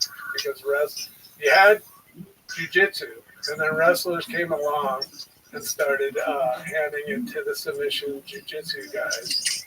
And Then UFC 6 came along, and they came up with the guillotine. Now, Oleg got the guillotine on me twice, and I fought myself out of it. I'm never telling it or whatever, but it was a while. I was losing consciousness. I was seeing black, but I pulled myself out. In fact, you brought up the fish hook. When I finally, the first time he got it, and I pulled my head out, and he was laying there, and I'm like, "What are you going to do now?" And then I reached down and fish hooked him and started banging his head on the floor. When you look back at yourself, then does that even seem like you? Yeah, why not? I mean, of course it is you. But I mean, the young, hulking you smashing guys. Just the one round, correct? Yes. Yeah, there's no round. Was it, did they have a time limit on any of the fights? No, and I would have won that fight if Big John McCarthy wouldn't have stuck his melon in between us and break us up. You know, that's how you were talking about how they fix the fights and everything. He broke this fight up. There were no rules. Not supposed to do. Look, he's breaking us up. Why did he do that? Why did they do that? Yeah. Were people booing? Yeah, that was all John McCartney. Why did he break us up? I don't know. Like, what were the rules back then? As There far were as no rules. All they had to do was give him a track starting gun, and he could stand there and go boom, and that's all he needed to do. He just had to start the fight. And so this restart was just completely because of him? Yes. Big John McCarthy? And yes, he's corrupt and he's a crook. Yeah, baby. His idea of what he thinks fighting is. I don't think I've ever had it. He's it's not kosher, to my knowledge. Submission guy, because he's all into technique. I don't know this. He's never said it to me. But is it good? Good. I'm not trying to tempt you. I like it. Is it better than Taco Bell? In my opinion, yes, very much so. But I grew up in Southern California, so like Del Taco is from Southern California, so it's not like good Mexican food. To me, it's like good Southern California food. I got you. Wasn't it founded in like San Bernardino or something? Yermo, that's it. Have you been to that one? The very first one is gone, but there's still one in Baker. Barstow. I think that was the third one that was ever open. And out of the original 3, it's the only one still around. Very cool. What do you like there? Yeah, I do like it. No, what do you like there? Honestly, just like the beef burritos, beef tacos and stuff, just regular stuff. Right now they have so they have like a shredded beef. It's not bad. I mean, it's fast food. By no means is it a good representation of what Mexican food is supposed to be. It is a Southern California gringo concoction, but it reminds me of where I grew up. Tight, man. Yeah. I'm trying everything I can to figure out how to get the fuck down there. So, what's your timetable on getting there? Looking at the next 2 months. Like to Palm Springs, you mean? Well,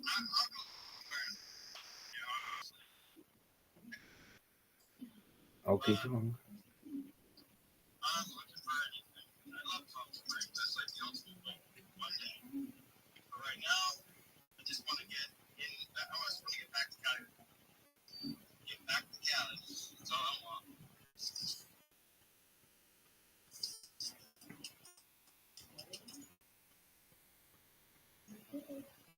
So I'll figure it out.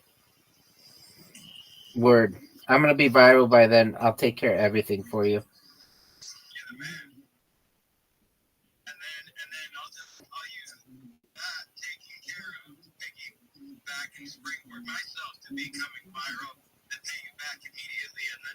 There you go. You don't have to pay me back though.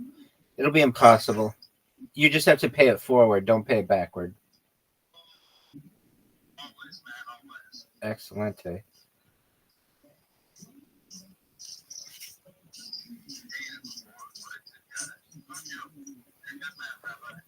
Thank you, my friend. Any second now I should be viral, so don't you worry. Excellent. Some of these Discords have areas where you can self-promo, and so I like to spam it and just put a whole bunch of my shit in there. But for like a normal person, it's not a bad place to start to get the ball rolling on your channel. Basically, like all these big influencers have a self-promo spot. So if you go in there and you say, hey, I'm a fan of, I don't know, Action Man or Aiden Ross or any of these guys, and here's my stream, and a lot of times I'll do commentary on their shit, come check me out. It's a good way to be like, oh, okay, well, this person's kind of part of our community, and let's support them.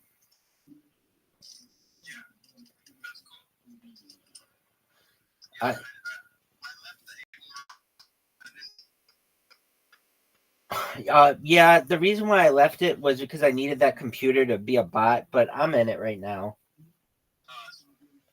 And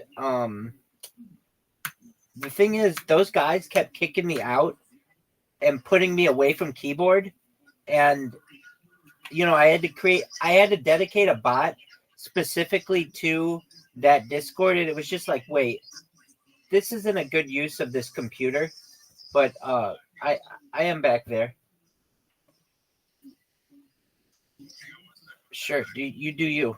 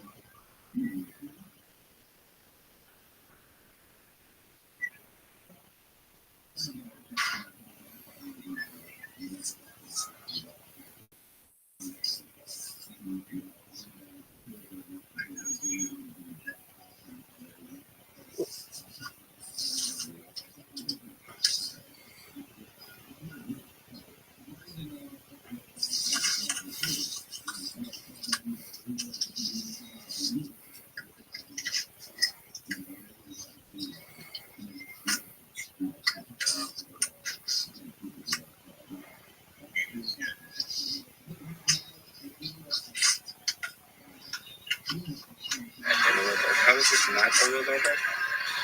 How is this not the new world order? Oh wait, I have this fucking book, kids. How is this not the new world order? Oh my god, Dad, it's the new world order. I know. I want to world, kids. Can't order. Okay. So man, I was included. But yeah, I found some changes. But yeah, look how clever this was. Oh, that's interesting. Look how clever it is.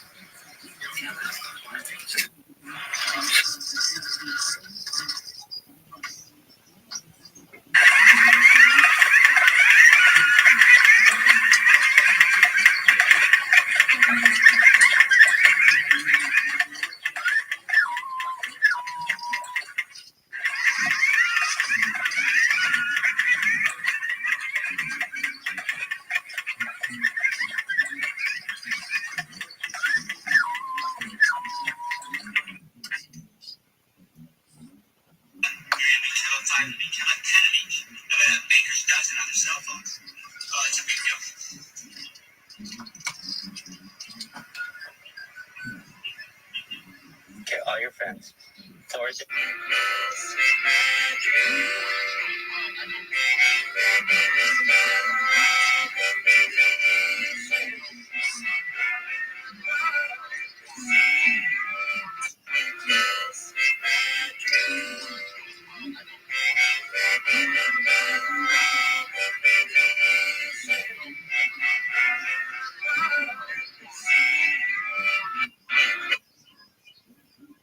Rabbi, is this a thing?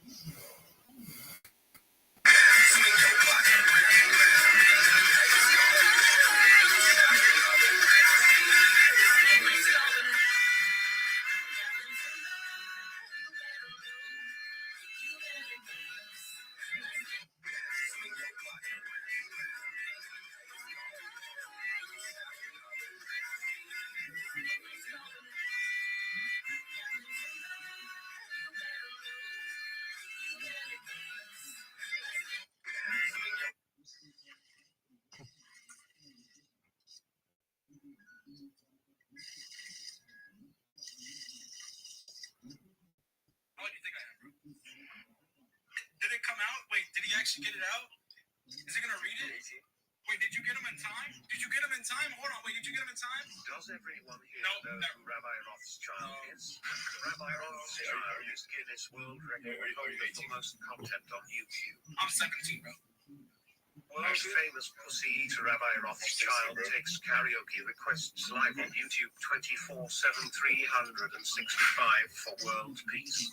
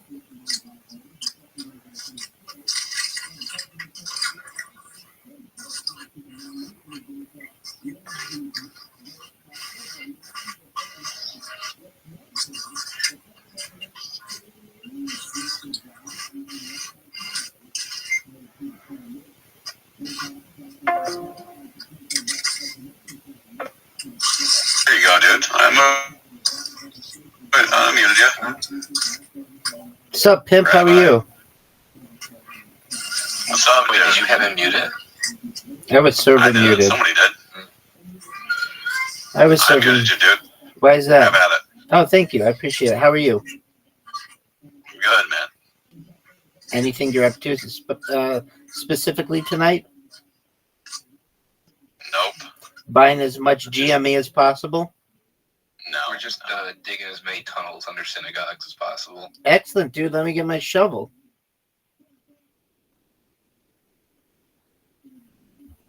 So why aren't you buying any GME? Because we like making money, not losing money. I understand that one, dog. Have you been in a GameStop in like a decade? They don't sell games anymore. They just sell basically toys. Yeah. So I don't know why I would buy it. I don't know either. I don't know why everybody thinks that the CEO is amazing. I don't think it's a play on any of that. It's just hype, and that's about it. It is definitely hype. Hype, and then AMC as well. GameStop and AMC are just riding on their CEOs, basically inflating their stock price. That's their job. They do a good. Do you trade anything else besides meme stocks? No. You trade? A little. No. Only meme stocks, though. No, I don't even trade those. I just get a kick out of them. So what do you trade? Defense contractors. Oh. Nice. Typical Jew. There you go. War's always going to be in business. Yeah. Oh, Eric's in. Who the fuck is Eric? Eric, how you living, baby? I'm doing good. How are you? Kicking ass, taking names. We're glad that you're here. What's new? What's new?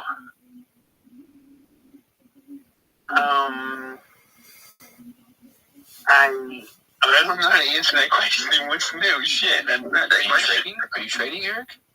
I'm not trading right now. I'm like, right now, the fucking market's closed. I mean, the futures. The futures. There's futures, yeah.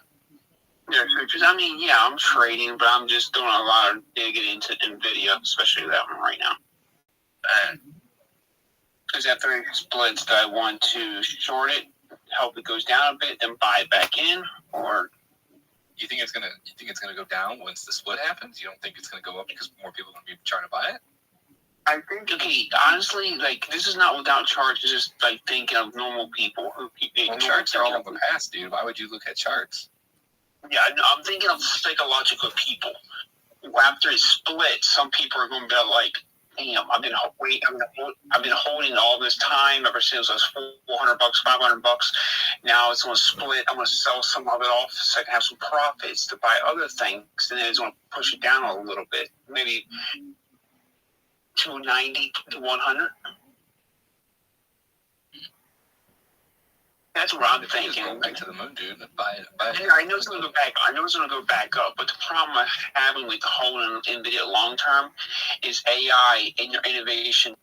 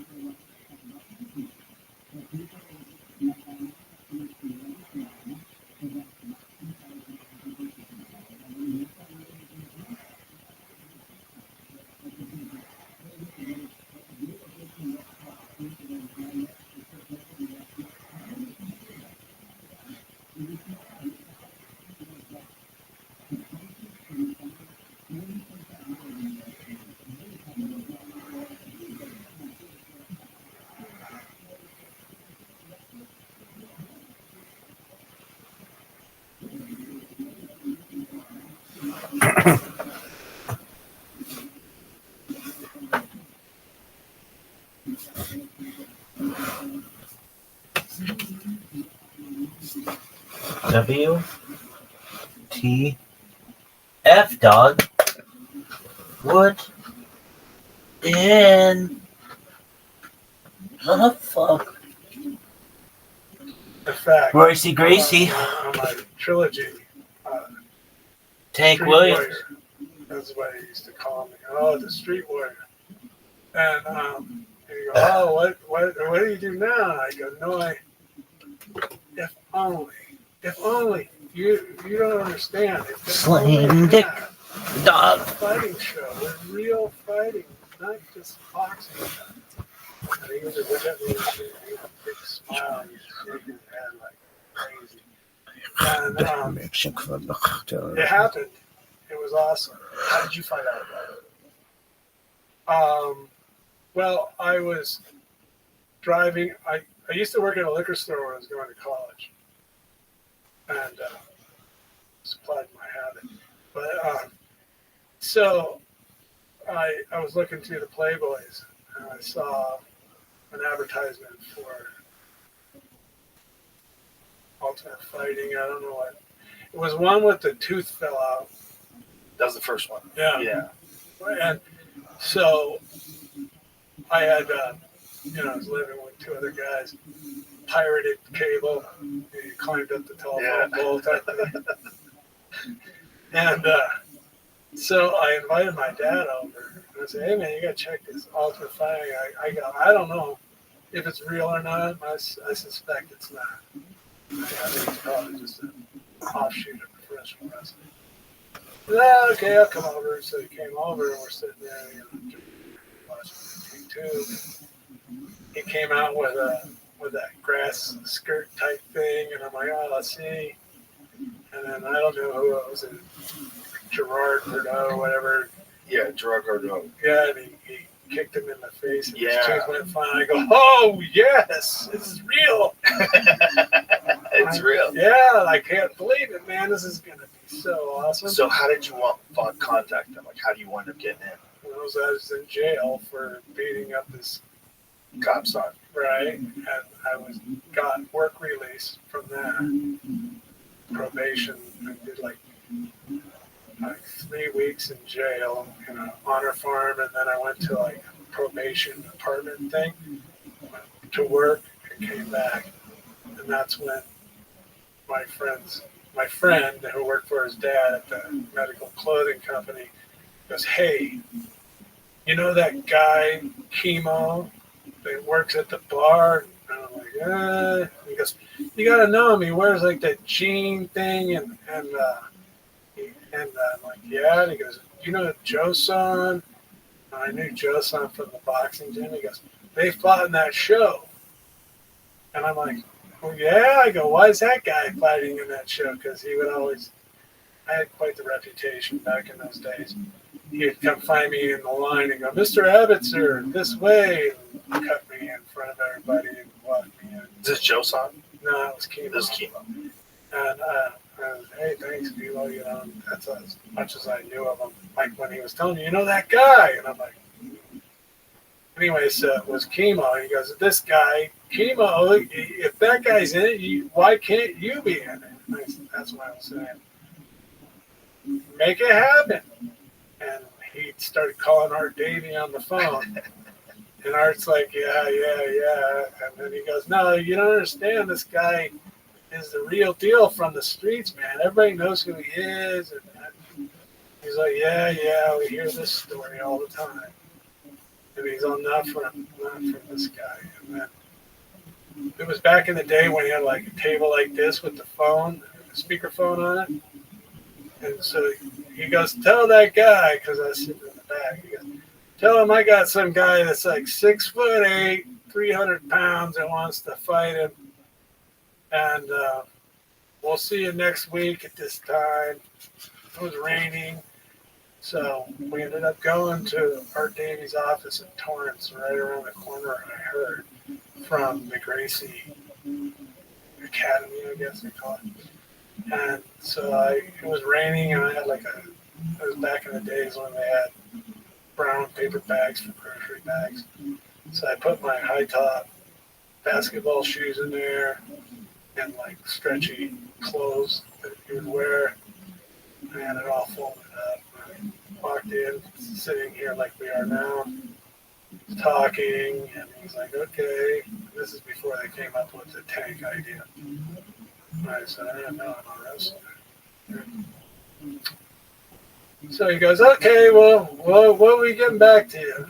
And he goes, oh, by the way, what's in that bag? And I said, well, you said you had somebody who was like 6'8", 300 pounds who wanted to fight. And he goes, what? I go, yeah, on the phone, you said that. And he goes, you fight somebody? And I goes, yeah, let him go to jail. And he goes, you're crazy.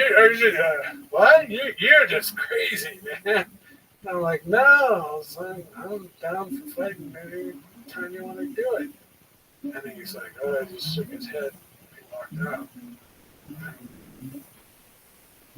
Like I said, see, did we go over the point of going where I got kicked out before even I got in?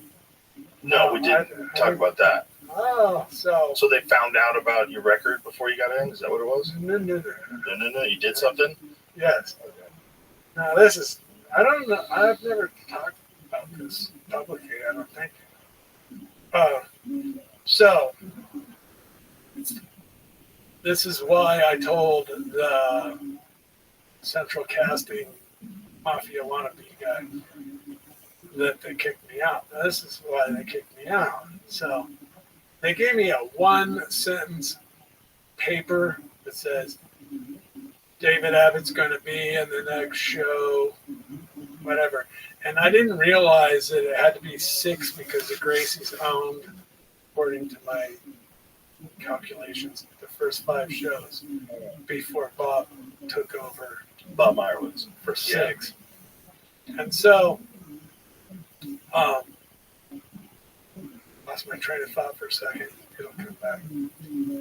So he gave me a piece of paper and it says, you're going to be in the show, not 5, but 6. I'm like, oh man, and you're a young man. And I can't wait that long. I need like tomorrow, Right. And it's like, whatever. So I go, okay, work with it. We'll train. And so a wrestler that was, wrestler, and everybody knows the world is called wrestling. This guy works for a volleyball company, clothing company called Club Sportswear. And they used to sponsor volleyball players. And so Eddie knew him. I think they used to live together. Somebody lived with him that knew him. And he called up and said, hey, Dave's going to be in that UFC show. And so he goes, okay. And he goes, well, you guys want to sponsor him? I don't know about anything. Sponsor, whatever. And he goes, let me ask my boss. And he goes, yeah, sure. He goes, yeah, we'll give him some clothes to wear and all that kind of stuff. And he goes, well, he wanted a purple line ticket to go back and watch the show. UFC 5 in Charlotte. And, so he sends me a ticket, and I'm like, wow, this is, a kid. In my head, I was a kid, but not chronologically. I was a forever college student. And so I'm flying there, and I'm like, man, this is so cool. These people would do this for me. They gave me like bags full of clothes. Like, wow, even socks and everything like that. That's where I was in that time. And so we get there, and I had a big club bag, and they go, yeah, just try to get on TV, man, just so we can see our stuff. I get to Charlotte, and I walk in. There's like a lobby of a hotel. It was like a 2-story hotel, but it was a nicer, like a suites kind of hotel. Don't be.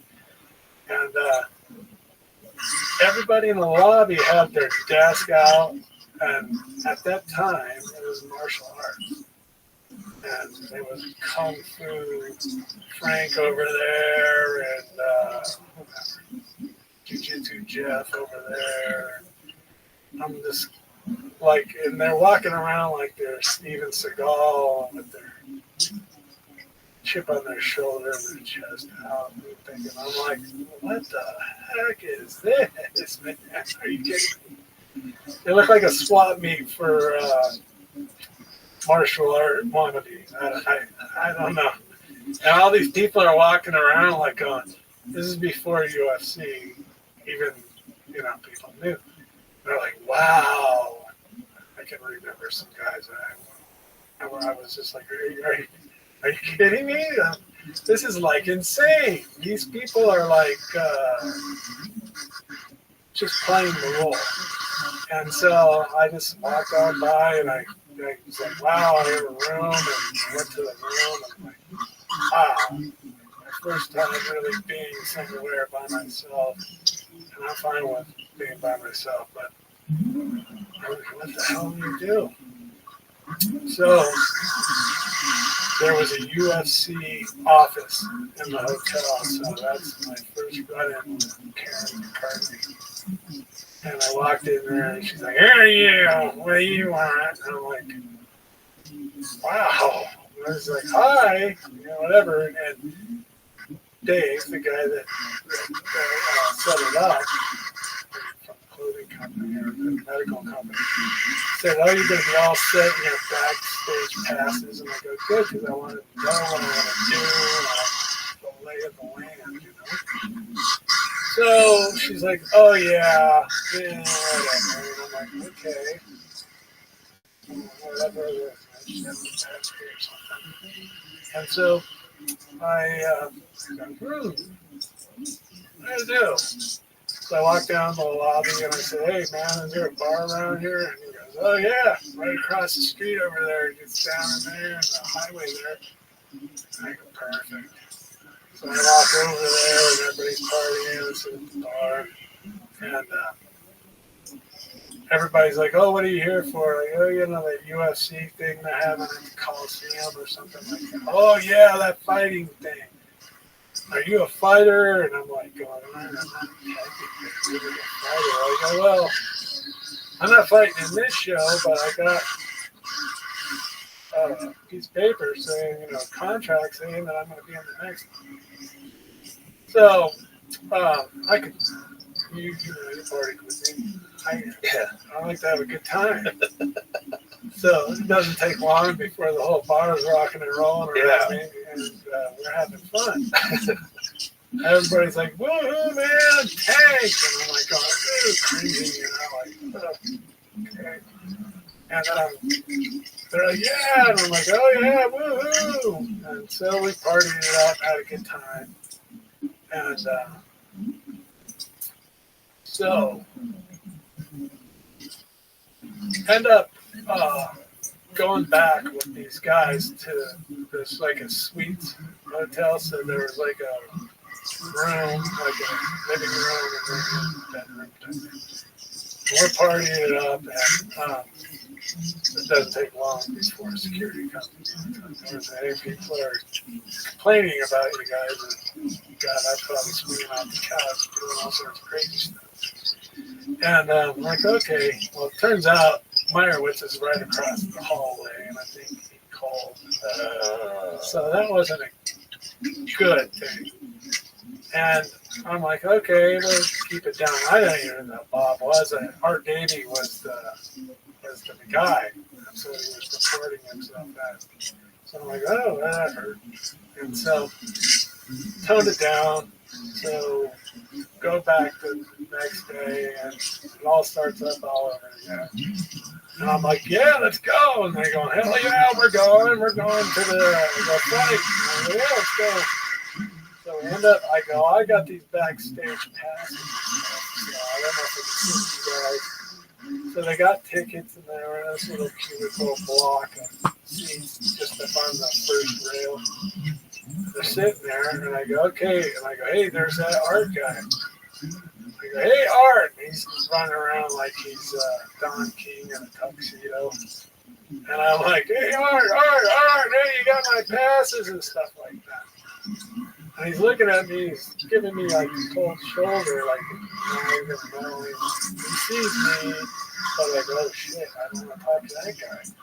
And I'm like, why is he being evasive? And finally, I called him over, and I started putting two and two together, like you said, I'm going to send all the conspiracy theorists. He would walk around the hotel like he was King Kong, like I'm the man type thing. And right when I went in to get tickets, Blaine and them were all in there, he's giving these two young girls these laminates and gave me a quick eye, like, what the hell is he looking at? Like, it's sketchy though. And when I got to the show, they just gave me paper tickets, and those two girls were running around with the laminates in the office. So I went two and two together. He gave them my laminates, trying to get over with the girls, and just gave me some tickets. So now, just add a little alcohol, a little conspiracy thoughts going on in my head, and I'm going, that little worm. And I go, oh, I know what's going on. And so I go. So you're supposed to get that. Right, but those girls got the laminates. Those girls that he had just met? Yes, they were just groupie, ring rats kind of thing. Anyways, so I'm like, hey, Art. He finally walked over. I go, what the fuck, dude? And I go, you give me these paper tickets. I go, I can't see anything. I just want to walk around. And in the back of my mind, I wanted to get their clothes on camera. I was going to do like a cameo walk by. Yeah. Kind of a kid. Anyways, ignorant, whatever. Unwise. And so I'm walking, and he's like, oh, let's do it. You give me a shrug, and he walks off in his little tuxedo, and I'm steaming. And so that goes down, and the first fights go down, and one of the girls, there was like a group of maybe 10 people. Goes, hey, Tank, on a southern thing. She goes, I don't know. I was expecting something else. This is kind of boring, to be honest with you. And I'm like I was part of the show, And I'm like going, yeah, I understand. I think Gracie or Oleg or somebody fought, and they were doing submission, and it was boring. And so I go, let me tell you something. I promise you, it's not going to be anything like this. It's not going to be laying on the ground, rolling around when I fight. I promise you that you have to believe me. And she goes, well, I hope so, because this, I can't get into my accent. Right. She goes, I hope so, because this is boring. And I'm like, no, it's not going to be anything like that when I get it. Trust me.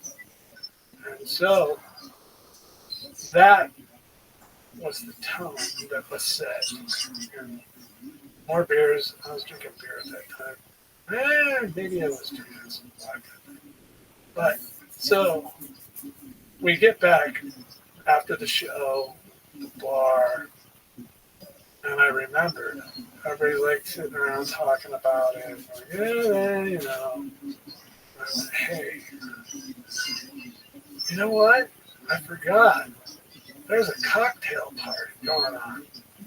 I go, what? I go, yeah, there's a cocktail party going on. My guy told me about it. Like, I had back passes and the whole 9 yards. I go, but there's a cocktail party with everybody there. Anyways, so I go, let's go. I go, oh, why not? How are we going to get in? I go, you're fucking with me, man. We can get in, don't worry.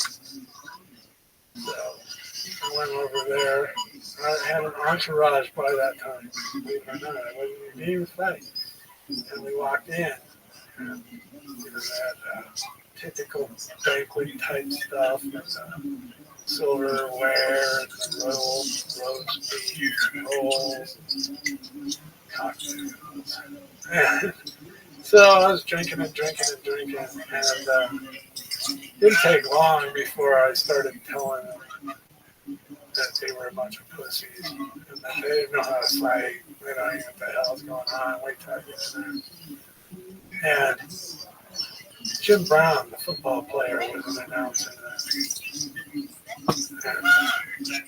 And I think he came up in a fatherly way, like, hey. Tell me what to calm down. Well, I'll tell you what to calm down. And so things went on like that, and ended up taking Jim Brown's, they call those things like a derby. His hat off? Yeah, but what are they called? I don't know. It's like a hat. I know what it is. Yeah. The word escapes me right now. It's beret. And a beret they used to wear all the time. And he took it off his head? Took it out of his head. And we'll start walking off. And I got about 5 yards away. And he's all, hey, young man! And I turned around and I threw it at him. I flung it like a frisbee and I hit him in his chest. Caught it. And he looked at me angrily. And I was joking around, having fun, that's all. And that might just be the cherry on top, but the whole behavior was that the whole night. And we left because it was closing down.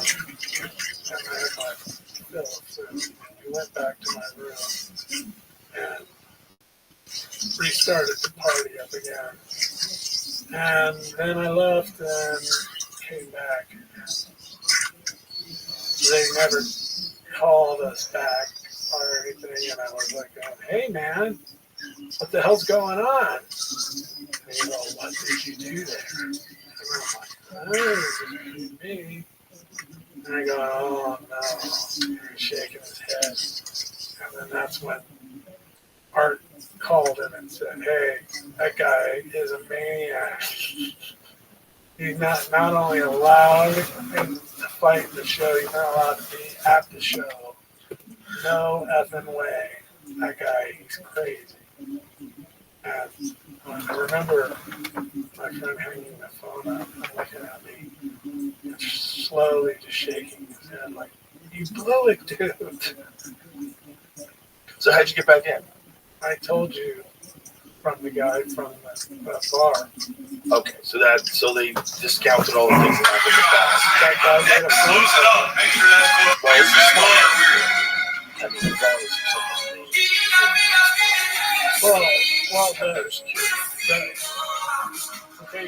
The lead up into our meeting is that guy with the guy professional wrestling guy. Yeah. Okay. I get this phone call, you're out.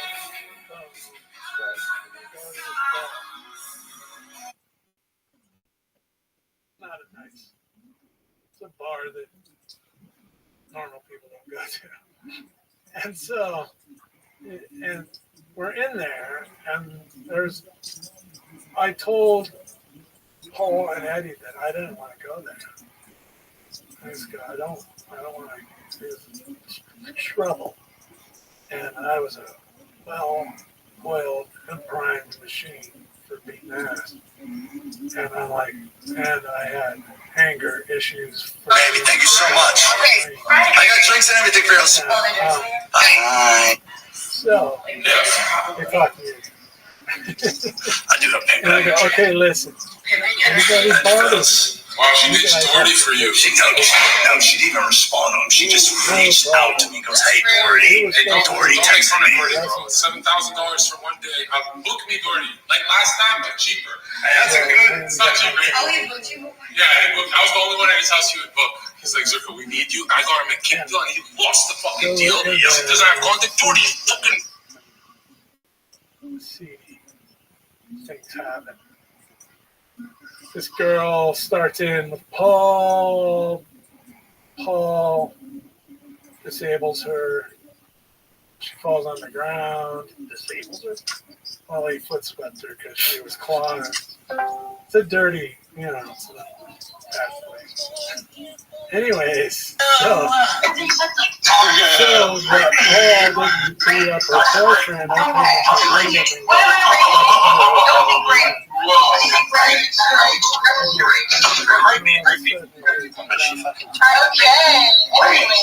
She's cute, but she got gap teeth. Yo,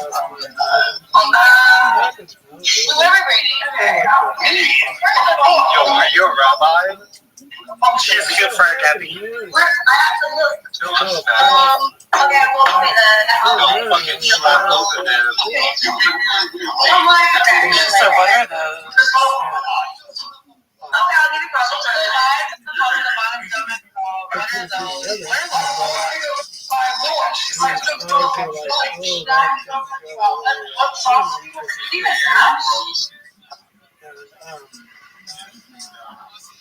Y'all bang the one with the curly hair though. Bro, yeah, she's like, they go fucking do some shit, bro. They're not gonna do anything. Yeah, bro, they need to just jump on the stripper pole and shut the fuck up. That bitch is busted open, yo. I got her. Yeah. They're trying to get,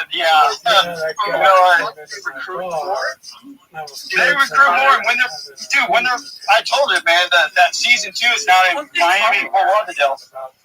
I'm telling you, I just got prettier girls on Bumble than he got in his house. You got like nothing but Instagram models. Like, what kind of training were you doing if you were drinking? So Victoria followed me. Why would she follow me? I really like to. Yeah, because she likes you. She very wants some cloud. Yeah, speaking of other than that, man, if you guys give me some up there, I might be watching the stream after. Wearing like, how's their personality?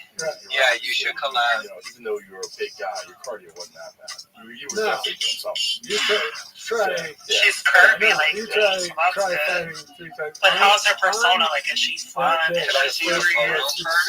I believe. You never. Her name's Victoria's Twitch. Never heard of her. She's on Cake.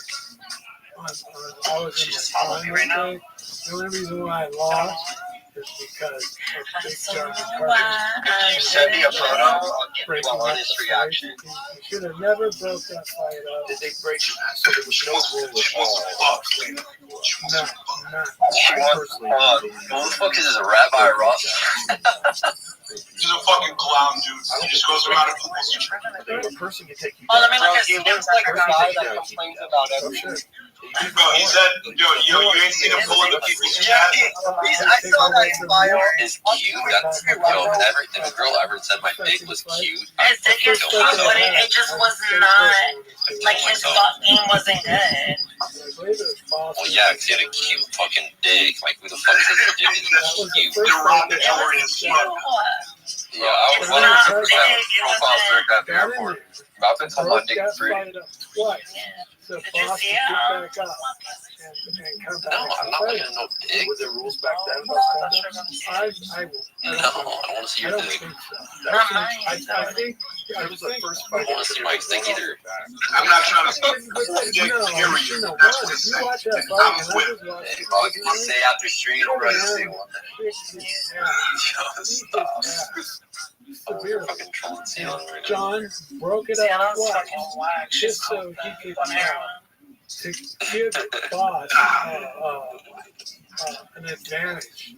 A chance to get back up to speed. Yeah, and Boss What's he saying? No, more it's than not true. He said Massachusetts is better. Hey, East Coast, holla. He said Boston is shit, though. That is not That's where I am. It's not shit, but it is. Worse. He doesn't know I do fights. It's At forced. best, it was predetermined as But if we're all together as a Some group, real we all fights, fought. and I think this is true in all Japan. Okay. There's some real fights and there's some fixed Oh, fights. But When Boss fought Funaki, watch that. That was real. Yo, yeah, I haven't. I don't know if you've seen that, but that is not fresh. He beats the fuck out of Funaki. I mean, it's one of the worst beatings anybody's ever taken in pancreas. This Boss has figured out instead of slapping, throw palms like punches. You know. well, I'm not gonna get into that. I know. Yo, I know it's that exchange and I'm not everybody just. fucking Yeah, but thing. Boss Ruin was a bad man. I think. Like Boss Ruin, Koshaka, did you ever see that I fight? don't. It's a skills fight.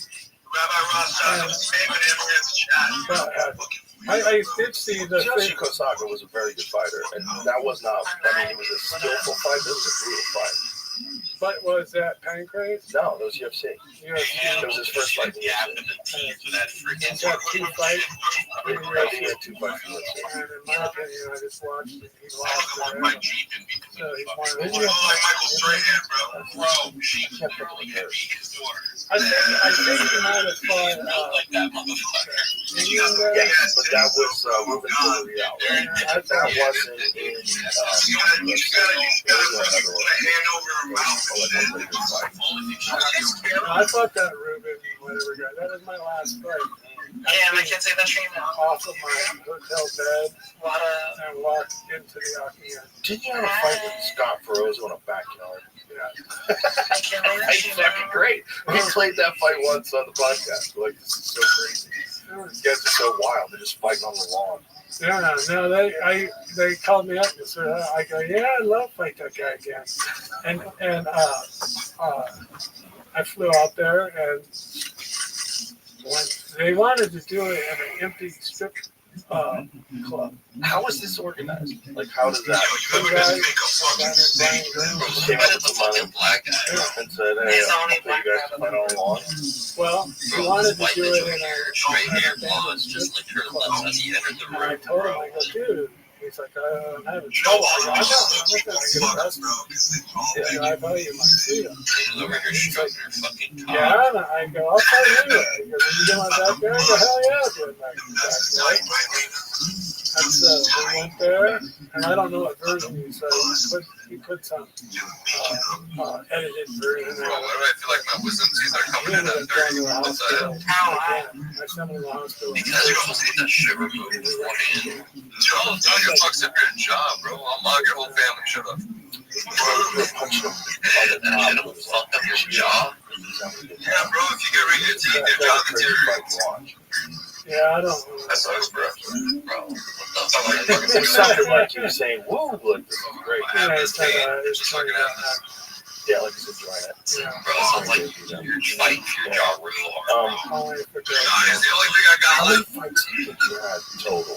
Lena told me. With all What of did I MMA say? and history fights in your I life? thought he said he would dick pic or some shit. Or he'd pic. I have, Yes, yeah, and you know what? That's like asking what I'm doing about how many women you know. Don't I know. say 10,000? Yeah, so like, you know, Are they like the new moves, the ones not that don't explode? I kind of No. Well, I'm going dabbled slower. around I before I just got like bored something. and thinking like, wow, Really, you want? They don't break under any dough. This is like a 2-for-1, like remove the dick, make the tit smaller type of deal. you know, so that's what I'm saying. And that, That shit. 2 times a week is so much. If you look at the chart, the average person is just like the 2 times a week, that is the smallest percentage of the population. I get like prosthetic boobs in my lungs. I was What did you enjoy so much about it? well, Here's the thing, you're not a dumb guy. You're like, when someone can get to a conversation with you when you start talking about things, you're a very bright guy. oh yeah, That's your favorite thing. well, you know, I broke it down and recently, not quite recently, but in towards after All this my dirt surgery, I forgot. I come to realize, you know, there's a like a cliche of the bully that kind of thing. I got paid for my own. So I love that he did. I used to set up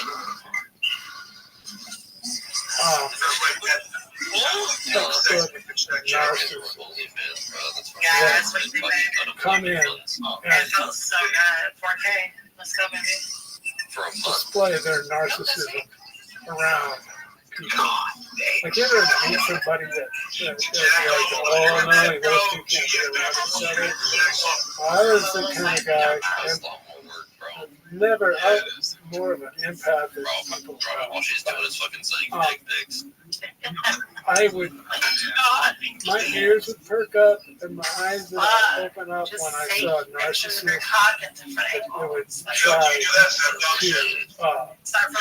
to belittle, put people down, and I would kind of like, my brother's 5 years older than me, and I kind of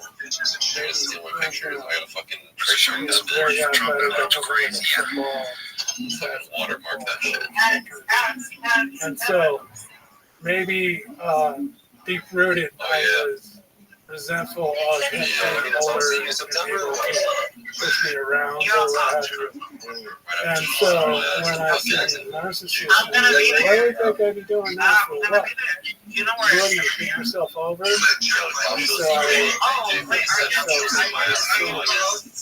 Sooner or later, if you look at me, oh, hell yeah. How are you looking at that? You know, like, yeah, exactly. Yeah, I just smile. And it's like, it's like, I feel like Texas. like you don't know what you're going to get into. Same back in the day. I would go in, you know, I wrestled 190 pounds. I wasn't like I was when I was fighting. I'll tell you, when I was fighting, I could eat everything. I was strong, as big as I possibly could. So sooner or later, I could live in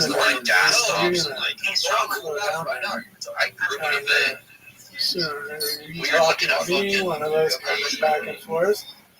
And like I say, fighting to me is like walking the dog. Okay, we can go there if you want to. And like I said, I've spent a lot of fights. Talk about fighter's fortitude. You know, someone's biting my back or sticking the thumb in my eye socket. It's like, all right, just enjoy your time. Because we're going to pay the price.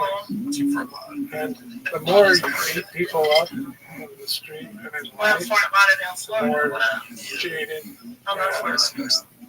Weed on the water though, used to treat me like that.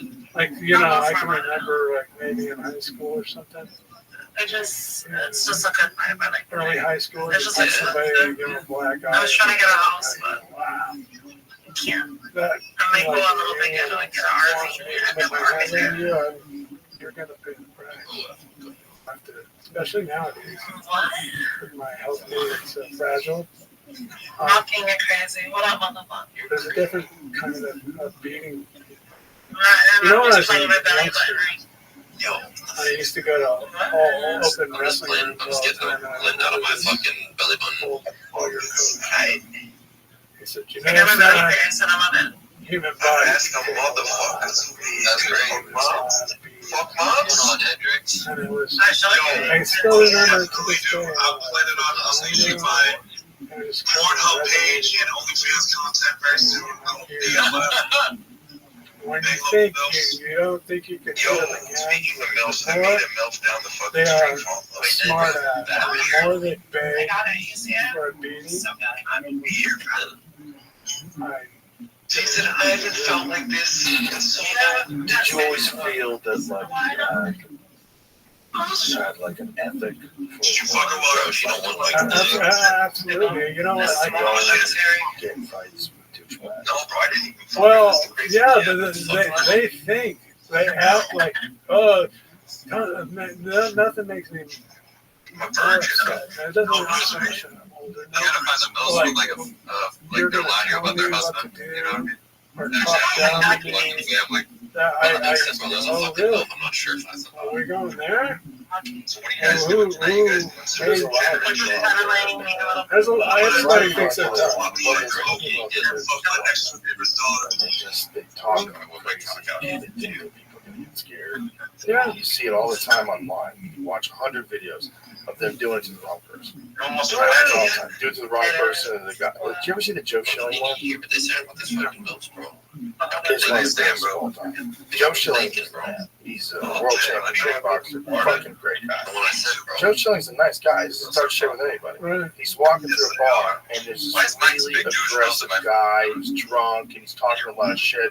And Joe is walking by him. The guy moves, and he puts his hands on his shoulders, and he passes by. And the guy talks shit to him as he passes by. And Joe turns around and looks at him, and apparently Joe didn't pass all night.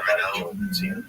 And Joe looks at him and says, "What the fuck did you say?" And the guy flinches at him. And Joe goes, "Oh, just 2 shots and one as he's on the way down to his elbow." Watch this video. That's exactly. It's a classic. Look at this guy.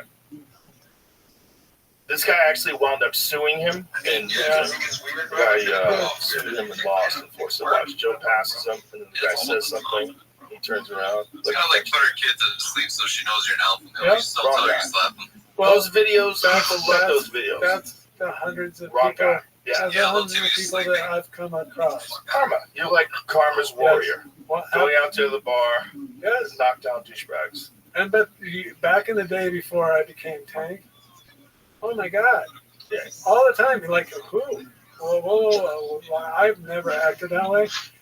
I have, only because I would see them acting that way. I would go and overdo what they were doing. Just to go to the bar. Yes. Do you ever wonder what? He's talking about that rabbi. Or I feel like I can just sleep in this chair though. It's good. and you lived in today's UFC. Do you ever think about it? Like when you see how big it is now, and you see like the different rules. Motherfucker looks like You know, these kids and whatever. Yeah, I mean, I guess. It's us. Yeah, exactly.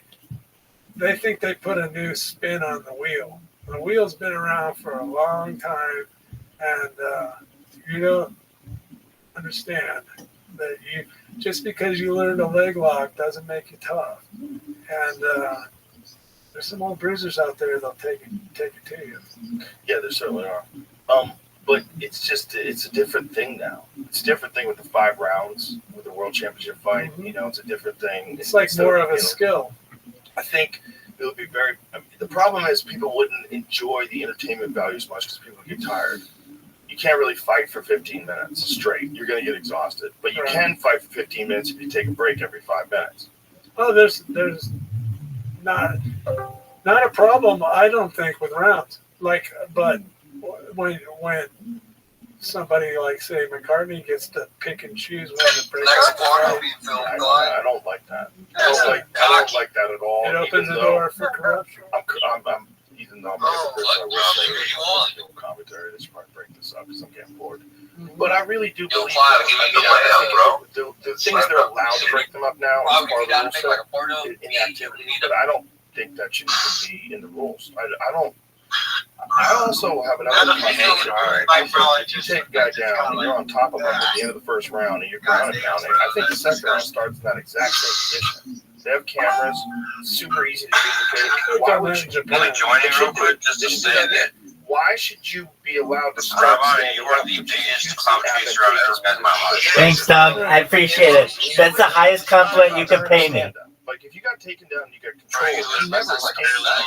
And you might not ever escape it if it wasn't for being stood up and Thanks, dude. I appreciate it. So not only do you get to get up, but you get a whole minute to recover. Thanks, dude. That's not. Thanks, I appreciate it. It's a balance. It's a balance. If a guy is Doug, I'm a trillionaire. part of fighting, and if you're not a good wrestler and you're not a good grappler, and some guy can take you down and hold you down for the whole fight, that's the fight. That's how it should be played out. That's reality. The reality is you never earn a stand. You can't figure out a way to sweep that guy. You can't figure out a way to get him under him. You stay down. And that should be what fighting is. Even if it's boring. Because at least this way it's realistic. Yeah, what is your name? Like Mark Coleman, ground and pound. I also think that if you're not touching the cage, as long as you're not touching the cage, you need to have your ground and pound. I don't think you should be allowed to turtle. I don't think you should be allowed I'm the man, to the myth, the turtle legend. and a guy sprawled on you, and he's got a hold of your like a head and arm, and he's on top. Why wouldn't he knee you in the head? Of course he would knee you in the head. That's a very effective technique that would end fights. That should be legal as long as you're not touching the cage where you're not stuck somewhere. You can move. You gotta fucking move. You can't stay there. You can't allow that guy to hold in that position. If he does, it's just as legitimate as getting a tie clinch and landing it standing up. It's the same thing. Yeah, well, you can't be in that. You're not safe there. Also, touching the ground and avoiding knees to the face. Bullshit. You can't do that. Like, they should be able to knee you in the face.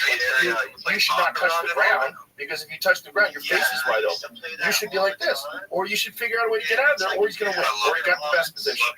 You got to get it's there's too many rules that make it less about a fight and more about, like, winning with the rule set. Like, the touching the ground thing is so crazy. The guy clinched up against the cage, and if the guy touches the ground, you can't knee him in the face. Right. That's bananas. It's literally bananas. The guy standing up chooses to touch the ground so that he doesn't get kneed in the face. That's a crazy playing the game part of the rule that doesn't lend itself to realistic fighting. That's not fighting. It's not an accurate assessment of what would happen in a real fight. You leave like some of the most effective things, other than of course eye gouges and nut shots. But if you leave that stuff out, then you're leaving out like really effective techniques that would definitely work. Just like his and probably would end the fight, especially knees to the head to a grounded opponent. Bro, you bought it the fuck to your channel. Every one of your alt accounts fuck is that still in there? I think they're taking that out now, right? Isn't that out now? What the fuck is wrong with you? Why would you name your alt accounts the same as your fucking Either you're close to taking that out now, or they're you know where that came from? They were worried that people break bricks and ice on ESPN, so they banned the 12 to 6 album. It's still all these years later, 2024, it's still banned. He want me to go party like they go through a move. Nice. Okay. So this is in January. So is it into effect already? Is that it? Yeah, I forgot I got a brand new whip. And I don't have a fucking decal for it. It's like just like almost ran right into the game. If it's ABC, I think it is. I think it is because Hunter Campbell is the one who told me about it. It's either him or Craig Borsari. How old are you? You live over here, like mentally. Do you know the guys who run the UFC now? You ever go? I haven't been. I've been on a medical hiatus. Yeah, tell me about it. They told you were going to get yourself to death, and they were out. I did that. Yeah. You came close. No, I did it. Close and you came back. What happened? Well, you saw. Rabbi should move that. Viral Rabbi. You're not even viral though. Oh, I what the fuck are you talking about viral? You have 57 followers, bud. Holy shit. Yeah, and I died 5 times on the table. Oh God, dude, what the fuck is wrong with you? They did the kidney or the liver first. My dead YouTube has more followers than that. What the fuck? How old were you? 6 years ago. Bro, the website link just sends you viralrabbi.com just sends you to a scam. 53. Oh, wait, never mind. I had 5 strokes. Look at this. So Yo, you can buy his domain. Bro, somebody buy his domain. Like it's for sale right now. I'll do it tomorrow. For a long Let's do time. it. Fucking hit it I'm gonna switch it to meat spin. Like yeah, it was all on the table. The fuck is this shit? Yeah, it was a rough. So do you have to take medication to make sure that your body doesn't reject Rabbi, it? are you actually religious? I don't think so. He literally looks autistic. Well, it is. I want to see that feeling. I want to see that. Rabbi, if you're really doing, but you know what? Rabbi, if you're really doing, you got money, go drop me 5 cents, pussy. Rabbi, that doesn't prove anything. There's no tefillin inside. That means nothing because I got roundworm infection. Okay, cool. That was You know, my basically set hanging around for a long time. $1,200. And once I got on anti-rejection And it brings medicine, me closer to God every day. it didn't have any. Check out his YouTube. Right. So it started flourishing. Fox, one view, They didn't know 11 what was going on. No, you don't understand. I'm dying. Literally, but from pain. Yo, this just proves that he streamed on YouTube and posted his whole ID, address, name, everything in the video. Why would you dox yourself on purpose? What are you fucking about for? Of being home. What's this? What are you doing? Actually going I love that shit. crawling around. What the fuck is wrong with Mark? His name is Rabbi Rothschild. He's not giving you money. Oh, shit. He's a mom? Shut up, man. You fucking trying to get money from this fucking retarded nigga. That's down bad, bro. Biopsy. You're down bad for that. You're down bad for that, Lena. That's crazy. He's like, you know where you got this from? He's fucking inbred Jewish. And you're trying to fucking take money from him. You're fucking retarded. Where'd you get roundworm? Rabbi, can I ask you why you're muted? Well, I don't know. I went to Costa Rica. Unmute your mic, bro. Why are you being so I don't know. Is it a tropical worm? Yeah.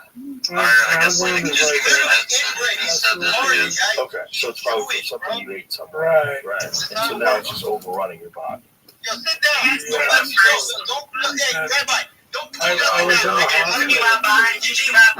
hospital. Get the fuck down, Rabbi, nigga. Sit down, nigga. I don't want to see nothing else, nigga. Fuck yourself. Go fuck yourself. Rabbi, what's your kid? Drop your link in chat. Bro, he's down bad enough. Fucking bullshit. Nigga, I'm 17.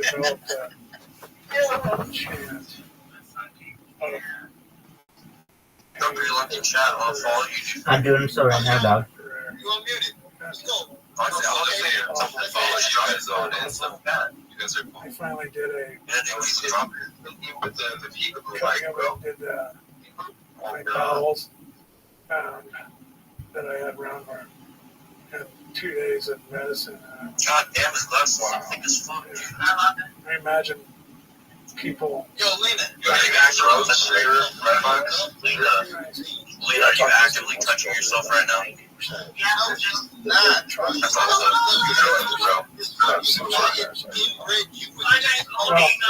yeah, yo, Rabbi, you can't do it live, bro. I'm gonna help kick your making alternate accounts for ban evasion. This is what I was gonna say. You're gonna lie and do something, bro. Yeah. Don't get your Adderall in your ass later. Okay, because I didn't say it. So, when we went to Japan, first time, I was there with a Brazilian fighter. And he was eating a lot of food.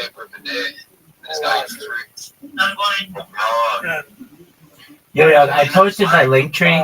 You can see it as all my social media there. I have over 1,000 TikTok accounts. I have over 2,100 Twitter accounts. Knock yourself out. Share with all your friends.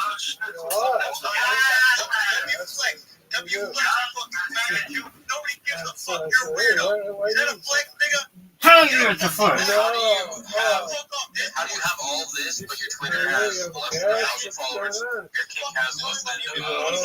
They have 0 followers. Why are all your social media dead if you have all these supposed accounts? Because I'm the greatest motherfucker on earth. I don't want to code and, actually make,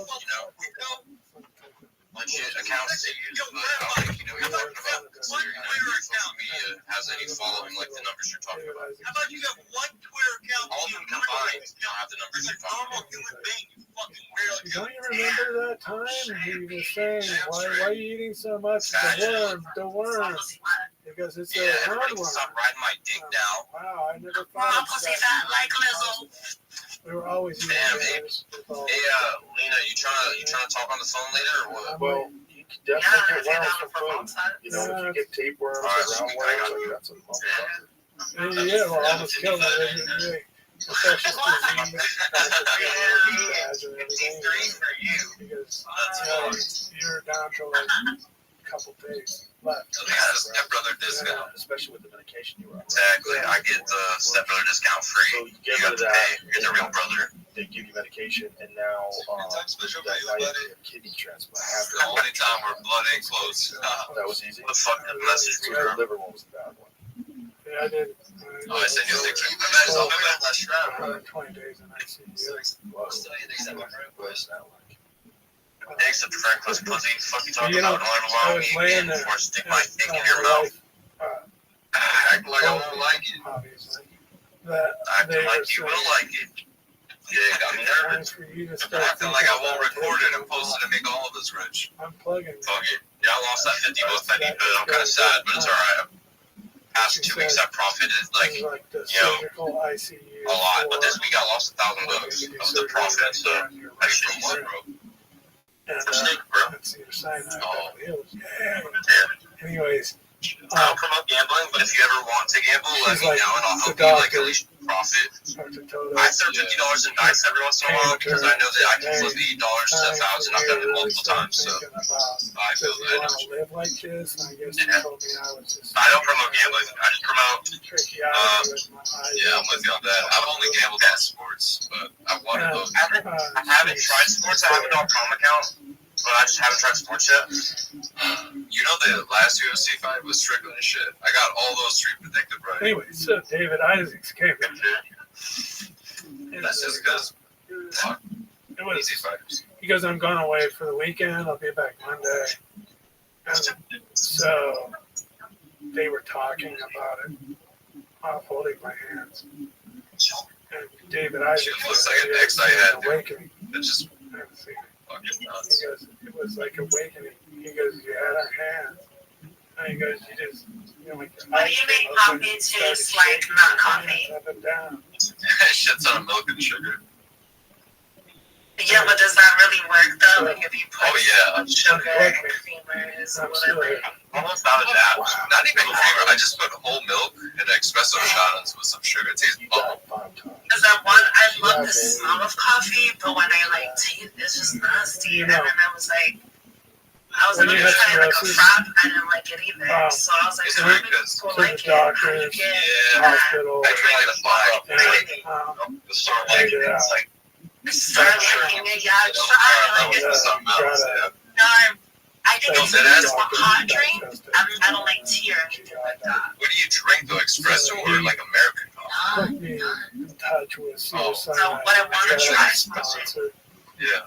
someone If you feel like it's like to be like allowed. what tastes like chocolate or cream. Alright, so get this. If you get the espresso rolls from Starbucks and a like nice espresso machine and you do it right, it's so good. Like I drink it with no sugar, nothing. It was like a, I feel like I'm always spend money and then it's like Yeah, not it's worth dope. take you on. It's dope because every And then they different say, coffee okay, we'll smells see you in different. 2 Like, weeks. some smells like oranges, Cannot drink some it. smell like citrus. Cannot drink.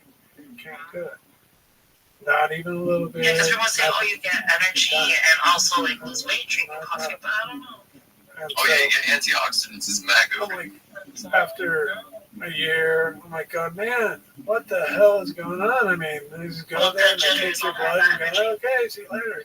I hate when you get the jitters and it makes you sick though when you drink the green energy jitters. That's what I want. Jitters are bad.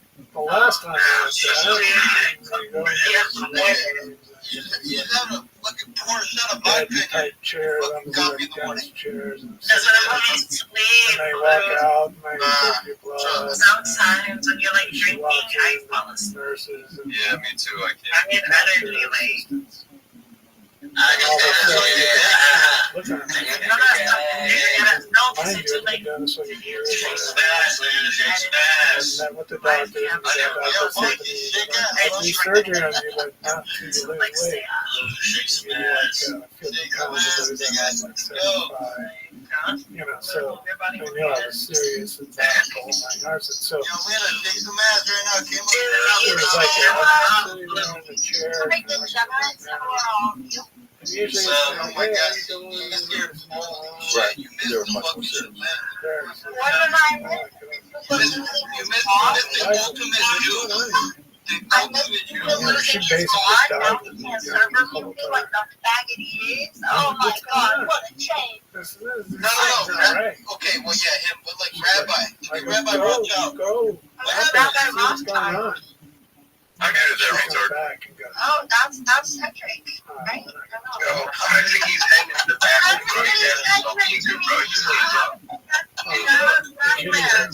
getting flashbacks to Cedric. Guys, that's why I'm in an Uber. That's where I'm going. Hanging in the bathroom right now, I swear. That's where I'm going. Nigga, you, okay. Take a point. Yeah, okay. You go to the bar. I'm not going to the bar or the club or to make an appointment. I'm sorry, but I think sex is sacred and I believe such a thing as most alone and never found life. That's not a stripper. And the doctor. Where you going? I'm going on a trip in my favorite ship. Is it midnight? Is midnight? You're not going to the club? No, I'm not. Hey, what's going on? You're You'll see me soon. Walk. Wait, don't take me away. I'm coming up. Unannounced. You're not. Oh my God, you're actually crazy. He asked me a lot of times to come over, but like I didn't want to. And like after how much I just ate, like I want to go to bed, but I do miss Mike and Sagan.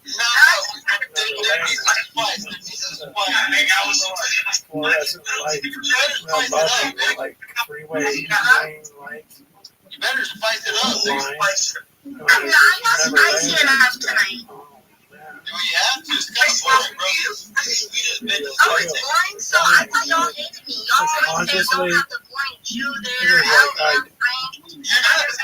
What the fuck is that? What the fuck? Exactly, you horny bastard. Why didn't you just show us your booty cheeks? Saw me. What the fuck was that? Except for my wife bouncing back and forth. Hey, you'll be alright, you'll be alright. And I'm like just being pushed down. Yeah, yo, Rabbi, I'll tell you. I remember getting pushed into the room.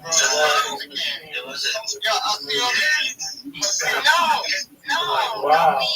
I remember nobody's gonna show you no more ass cheeks. Don't worry. Just going, and then my wife's like, I don't know who it was. I played blue. Honestly, I played blue. What the to me, Blue that's seems when I like died. the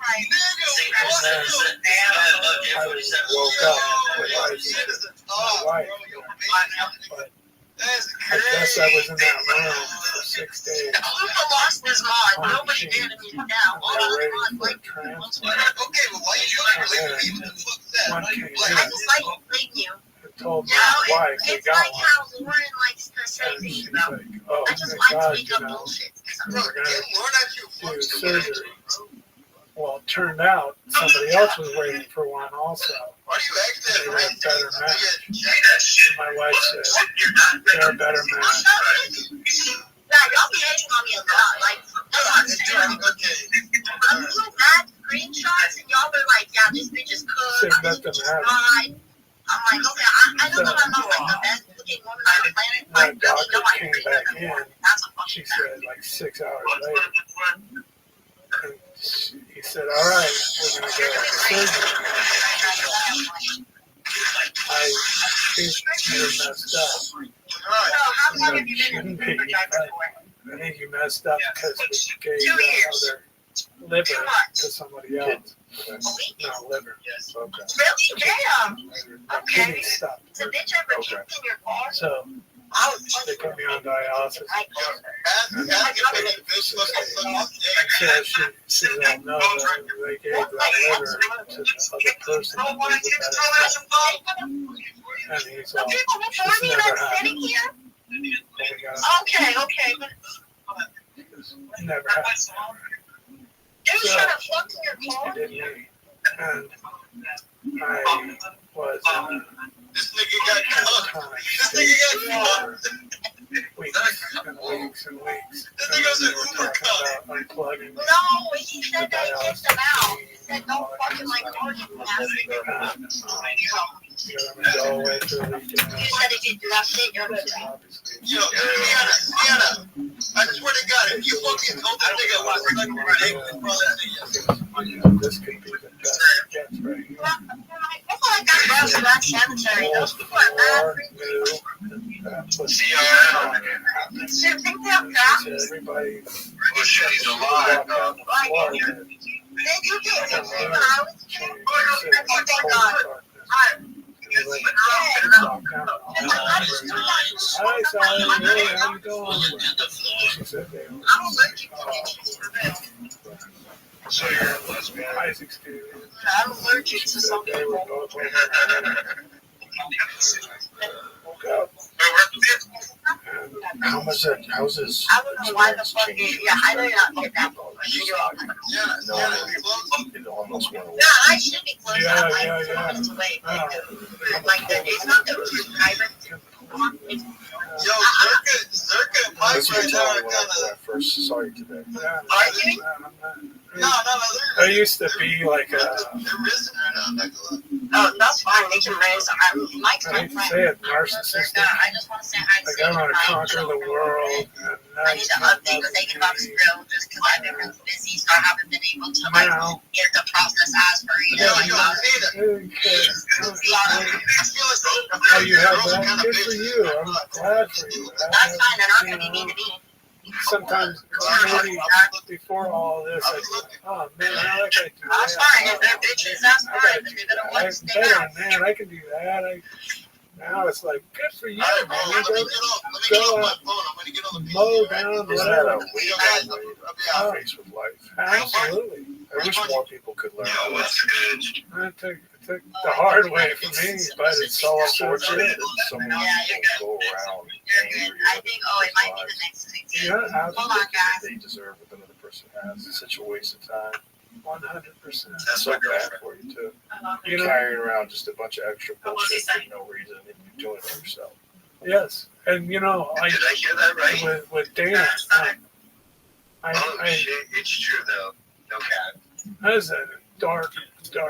She invited me to go to the club yesterday to spend money on her. There's some medical things about that. Yeah, I know. I can spend money on you. Makes you crazy. Not me, so we just hold on to him. I'm just kidding. Well, And then I'm the watch next out for this guy. I guess I kicked Oh, the physical therapist in the chest. she's pregnant. You see that, Max? No way. Yeah, he's not being the belly. She's pregnant. I'm so fucked. It's called She is.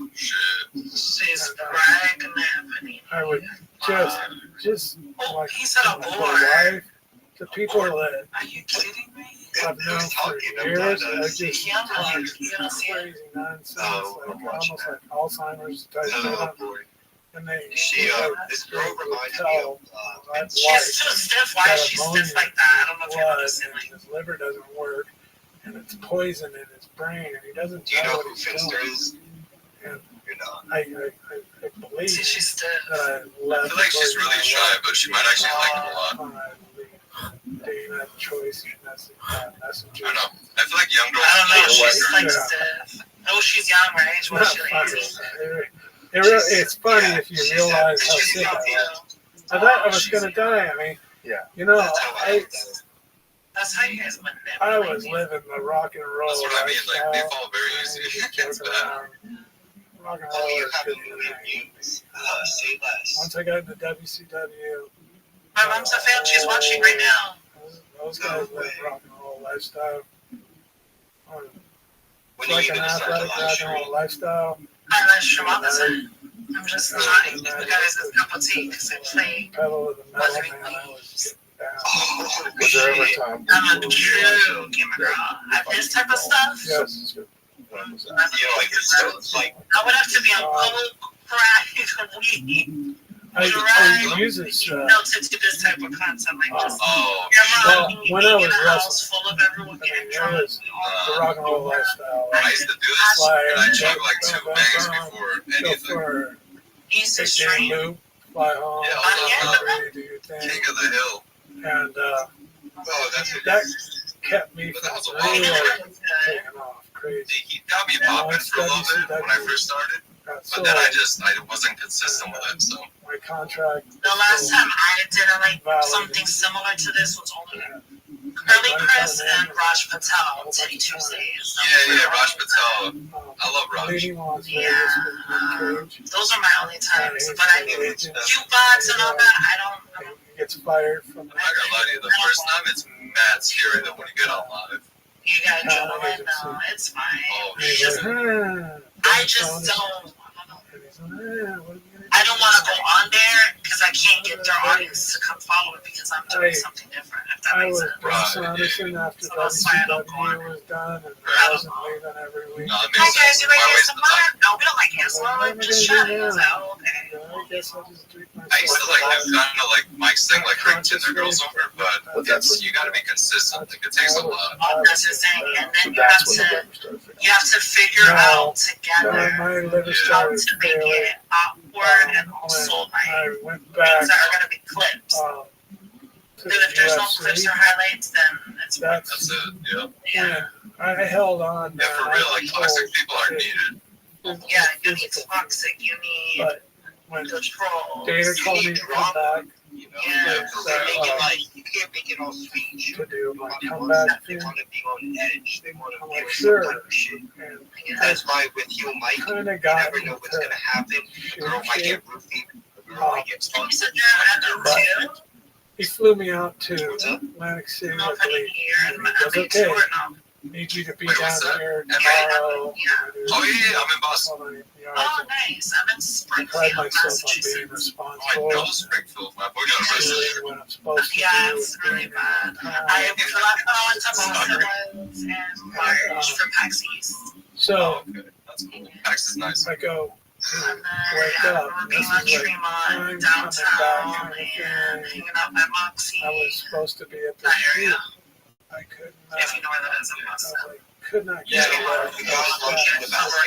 I almost missed the whole show.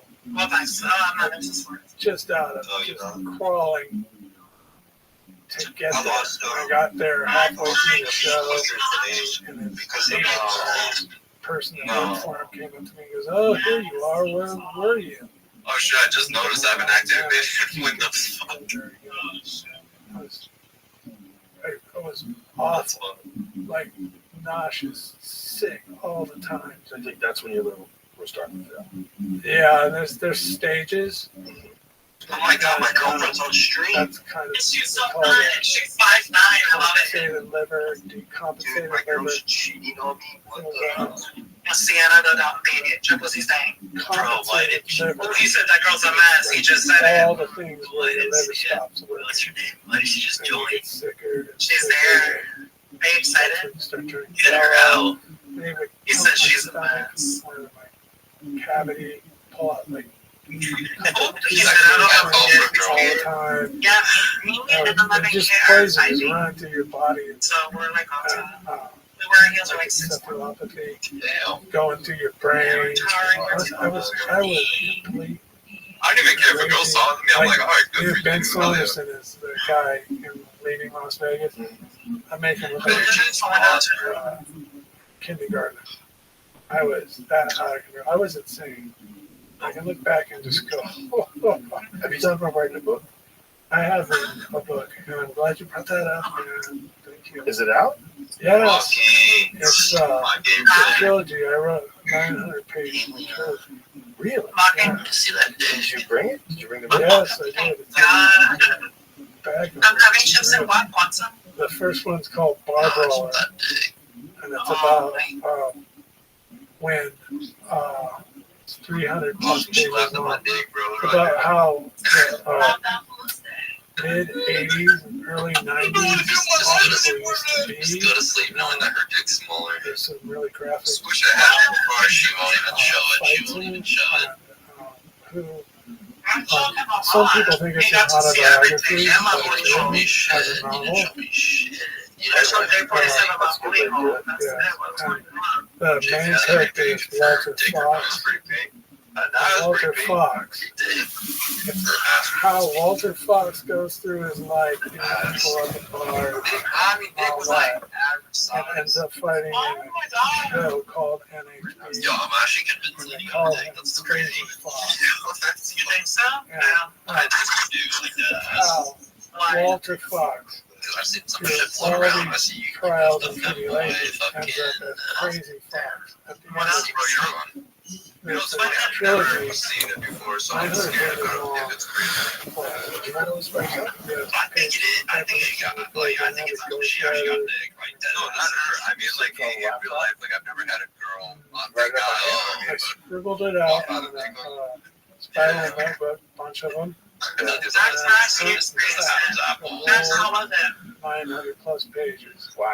3 books. Yeah, that's one thing that you're low key that tease us. Like, Yeah, Max had it's like I- that. Like, you know, So you know Hunter S. Thompson never really did that. just tell us Hunter you S. got Thompson was hunting and pecking when he was writing Tell us like Fear and Loathing in Las Vegas. I'm telling you, You tell me.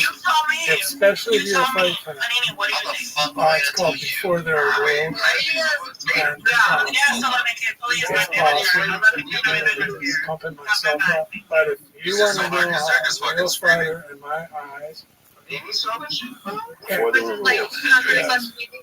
that's the third book. The second book is Cage Wait, Fighter. 11K. I'm talking And about the this third thing of a book dick. is Barbara. And it goes pretty much Wait, the 11K. whole what we've been discussing. Yeah, no, I said I said that to my balls earlier.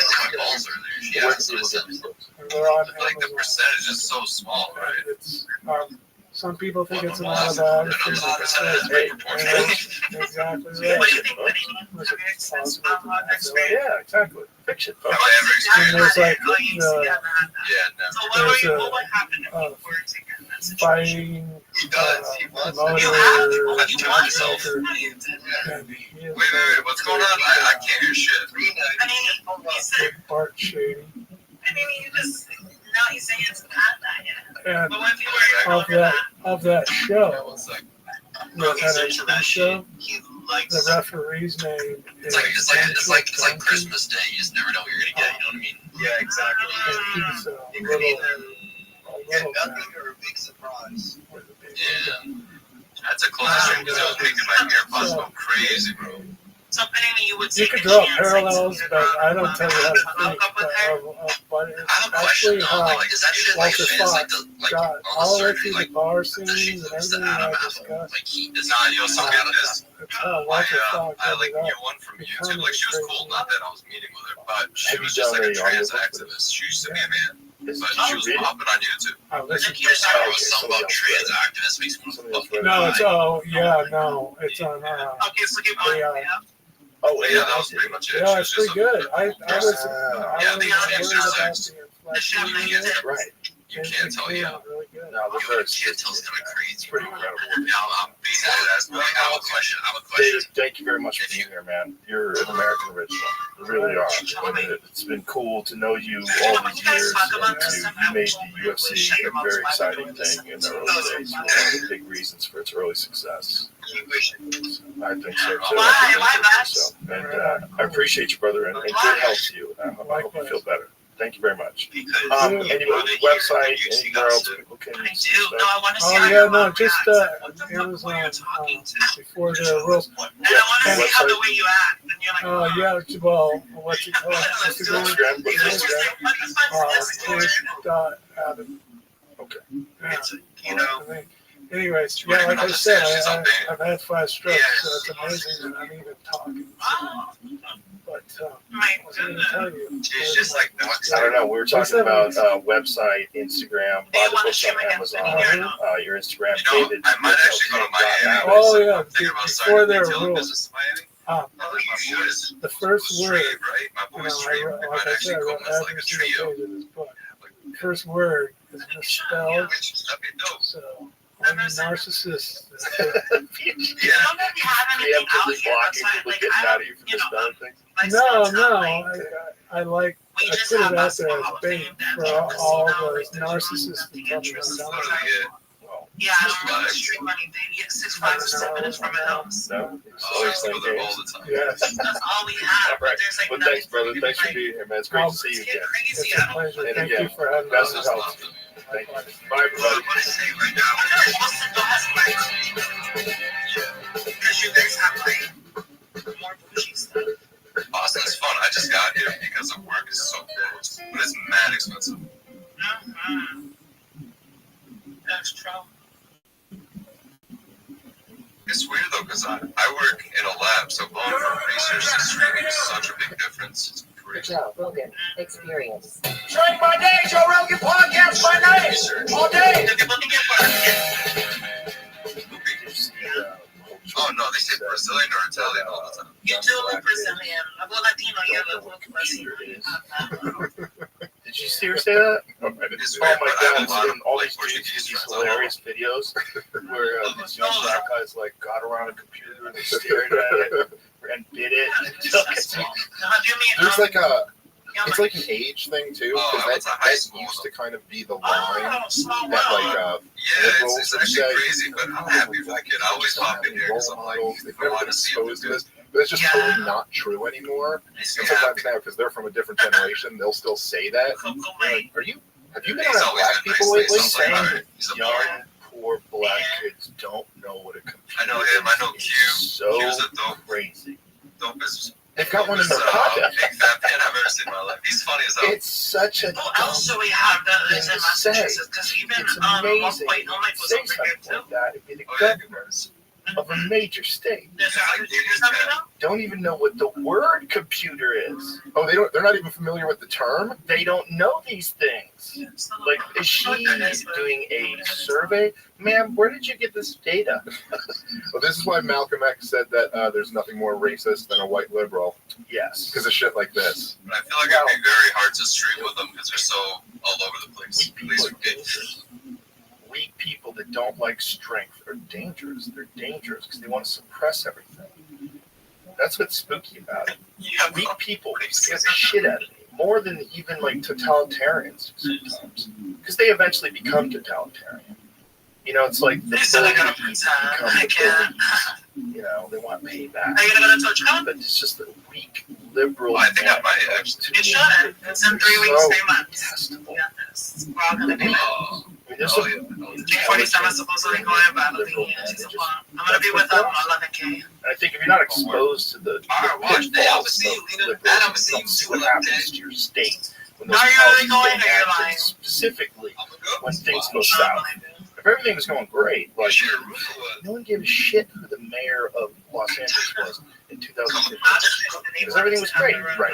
You know, it was like there was no problems. Obama was president. The economy was doing good. We weren't at war, really. Kind of we were, but Yeah, wasn't affecting us. right. Well, there's something on that topic of like the weakness of The last modern such we went to, we didn't even I was sleep. in It was so like late funny. last year. I was in San Diego, and I haven't been The to. last Touch Con was I've not a been good to LA a experience couple for me times, but much less because than I used to go. Like when you were out so there. I was Um, networking and then and as soon as I I went to haven't the been to this San party, Francisco in years.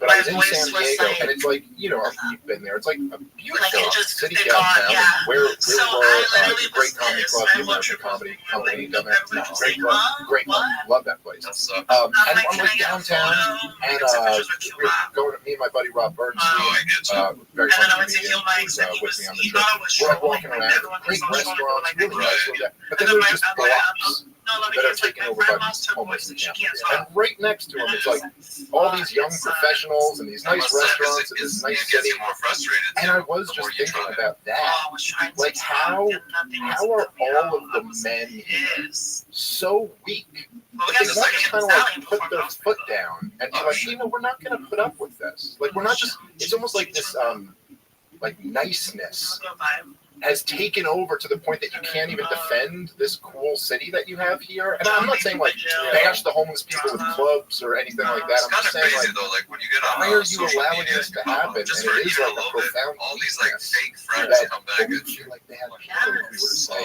we don't want junkies covered in shit right next to our outdoor dining. And you're like, no, that would just be reasonable. Well, what they need is a reasonable plan to help these people. If you really care, if you really care, you got to do something.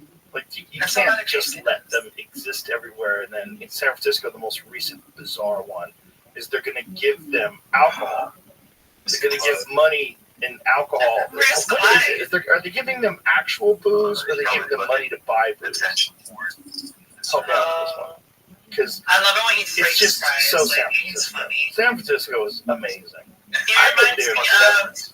the I lived guy there that during the used to go Vietnam in War Cuba. when I was His a kid. name was It was Troy. incredible.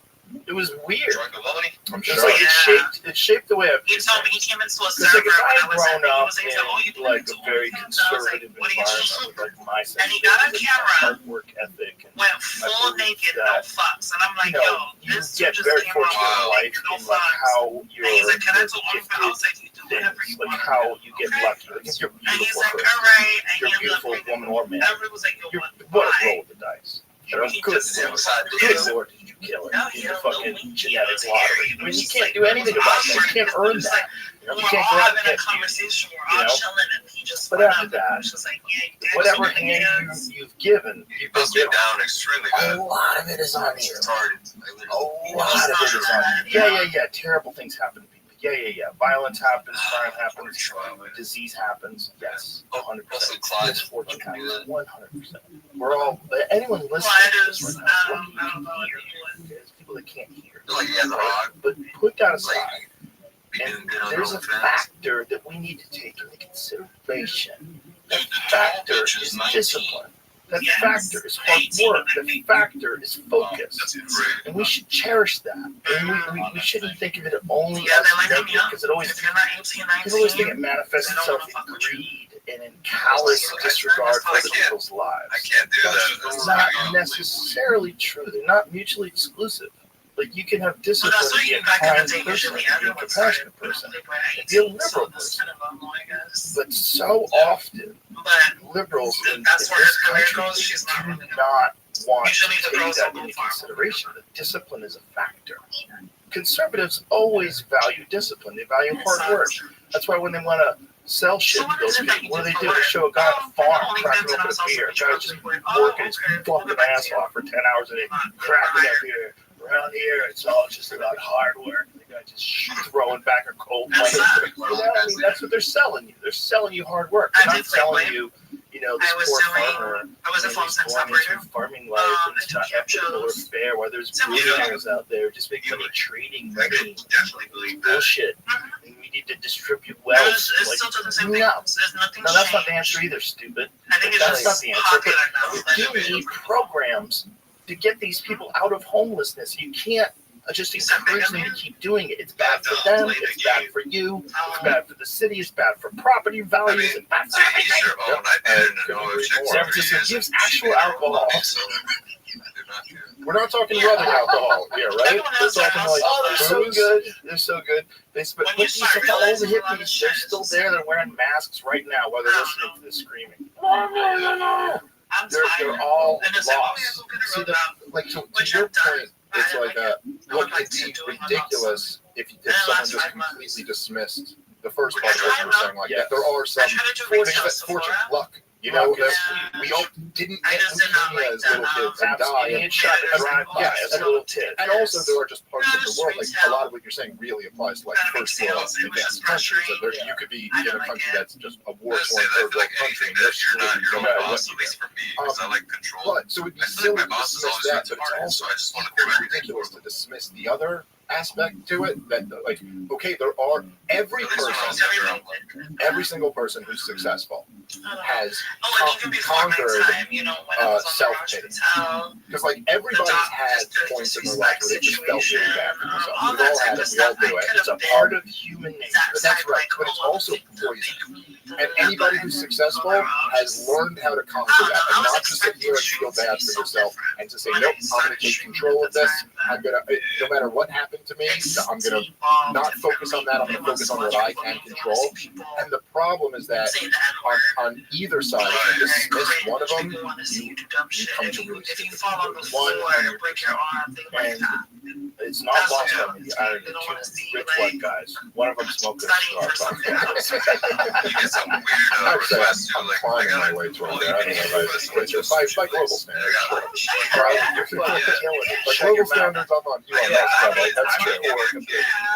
That is true. You are broke. I'm so broke.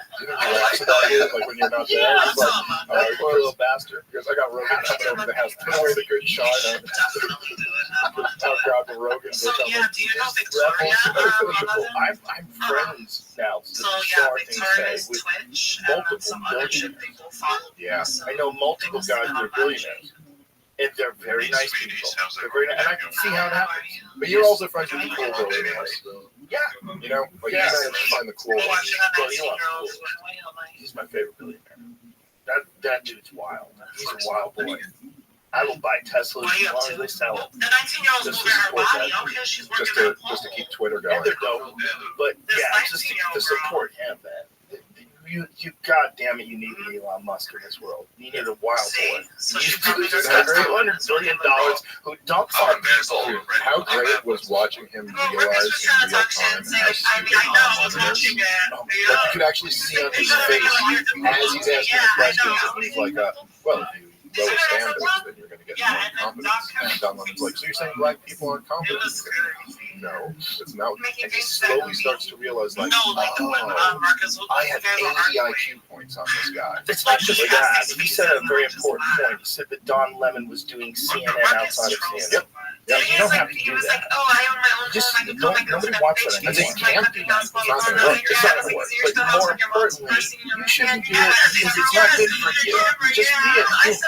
Don't be this thing, this journalistic probing bullshit thing that's trying to spin a narrative. Actually, have a conversation with this dude. You will probably agree with a lot of the things he says. You will understand his perspective, even if you disagree. You can see how an intelligent person would come to this conclusion. This is how we can talk to each other. We don't have to be 5-minute segments where you have producers and executives that are pushing an agenda that's on a network that's run by a bunch of huge fucking corporations with a vested interest in swaying the narrative one way or the other. You don't have to do that anymore. Okay. It's not necessary. It's bad for people. It's bad for humanity. It's a bad way to distribute information. It is literal propaganda, whether you think it is or not. Yeah, I mean, like, Oh, you're dude, honest about it, like, I've done like a fair amount of like cable news shows. They'll do these things where it's like a panel, and there'll be like 3 people on the panel and the person hosting the show. And nothing against, like, there's some people who I really like who have been on their shows, but it's like they're trying to talk about the most important topics, and everyone gets 20 seconds. It's so ridiculous. I want you to imagine a scenario. Imagine a scenario where COVID breaks out, and for whatever reason, the mainstream media is saying that we should be very careful about experimental drugs. And they start, these journalists start bringing up all these stories about different drugs where you can see how they chose very specific tests. And then some of their tests, some of their studies didn't go well at all, and they buried those, and they're allowed to do so. And about how they've killed thousands and thousands of people with these drugs thinking they were bad for them. And if the journalists were saying it, but the podcasters were all going, you need to trust the science. Everyone should be vaccinated. Be vaccinated or you're a fucking plague rat. Imagine if the podcasters were calling them vaccinated plague rats. Imagine if the podcasters were encouraging medical misinformation. But my point is, imagine the backlash right now with there's none coming their way. There's zero. It's like everyone forgot about it. It all went away. Well, I'm debating Chris Cuomo. I'll be debating Chris Cuomo in a few days, so that'll be fun. We would be in jail. All these people that are dropping dead, all these people with strokes, all these people with heart attacks, all these people with what was the AstraZeneca thing that I sent you today? Yeah. What was AstraZeneca? They were saying that 11% of the people had an adverse side effect. Like serious. Side effects. Yeah. Even as you lay out this scenario, doesn't it almost in some way be like, it feels like that makes more sense? What would make more sense was that comedians, like me and you, would have just been saying the dumb thing and repeating it. Yeah. But the person in the suit and tie at CNN, I mean, this dude's a professional newsman. Like, he knows what's going on. They would make a very good argument for ending podcasts. Sure. They make a very good argument for prosecuting people, class action lawsuits. All the people that encourage these podcasters, you don't even have a medical degree, and you're on the internet telling people what to do. They did, even though we were getting everything right, and now most of them will admit that we were right. Listen, I don't want to go too hard right now because I want him to show up. But the fact that, and I will make sure to bring this up to him, but the fact that what he said, and if you listen to it, he literally goes, as he's explaining that he is on ivermectin, he goes, now a lot of people are going to say Joe Rogan is right, and then he has a moment where he pauses, realizes he can't even come up with anything, and he goes, all right, Joe Rogan was right, and then he goes on to say exactly what you've been saying for years now, that just the most basic thing that anyone who did 5 minutes of research could have figured out, which there's no controversy in any of this, that ivermectin has been given to humans billions of times, that it's a safe drug, and that there were some indications that it might help with COVID, and that it's not horse dewormer, but the fact that that's not attached to like a profuse apology, like hey, if I couldn't imagine a scenario where I had like viciously smeared someone for something, then realized he was 100% right and I was 100% wrong. And when acknowledging that, I wouldn't also go, hey, I'm really sorry about that. I think there's a cult-like thing amongst your media. Whether they know they're being influenced by their sponsors or they're not. But I don't even think they understand how crazy it is. When I had Sanjay Gupta on, Sanjay Gupta is a very nice man. I think he's a good man. I really do. And he's a surgeon. And he's very busy. The guy is constantly working. And he comes in and gives medical information and gives us, lay things out for CNN. And I think he thinks he's doing the right thing.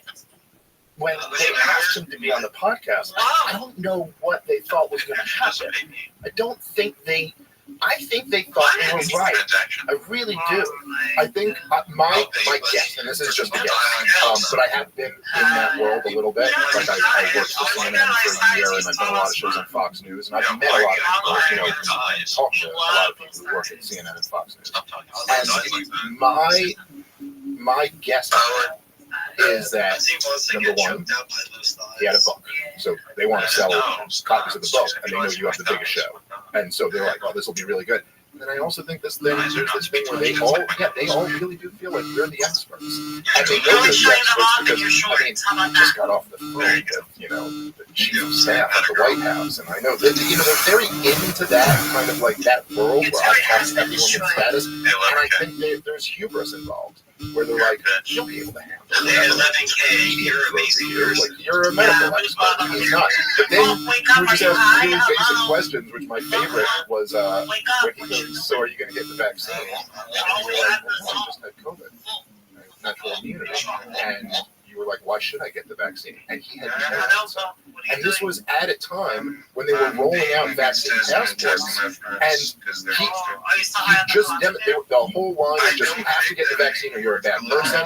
This is a pandemic of the unvaccinated. And then he just demonstrated on your show that there was this huge category of people who have had COVID already, who had no argument for why they shouldn't get the vaccine. Not only that, there's already been research that showed that natural immunity from previous infection was up to 7 times better at preventing infection, which is consistent across viruses. Like, it's always better to have natural immunity. The vaccine is always trying to simulate natural immunity. This is what was so fun.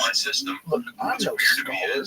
I'm not a smart guy. I'm a normal person. There's nothing special about my brain.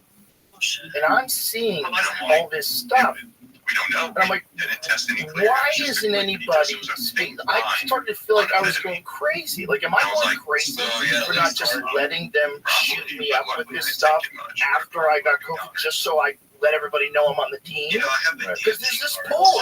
There's a fucking societal pull that even me, who's like, I know this is ridiculous. This is all the people I've talked to, all the research I've done on previous seasons, just reading other people. No, they usually do. It's a bad word. So all the reading that I've done, Jimmy Dore has a great bit about that. So funny. Don't do your own research. It used to be called reading. This is awesome. I love Jimmy Dore. That's a great bit. In my limited looking at this, I was like, something's wrong here. There's this mass societal push. People they're trapped in like a mind virus of this one particular solution.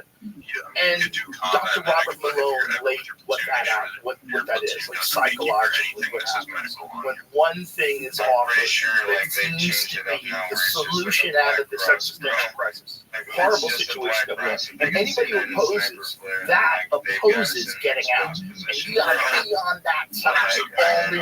And you gotta believe in the process.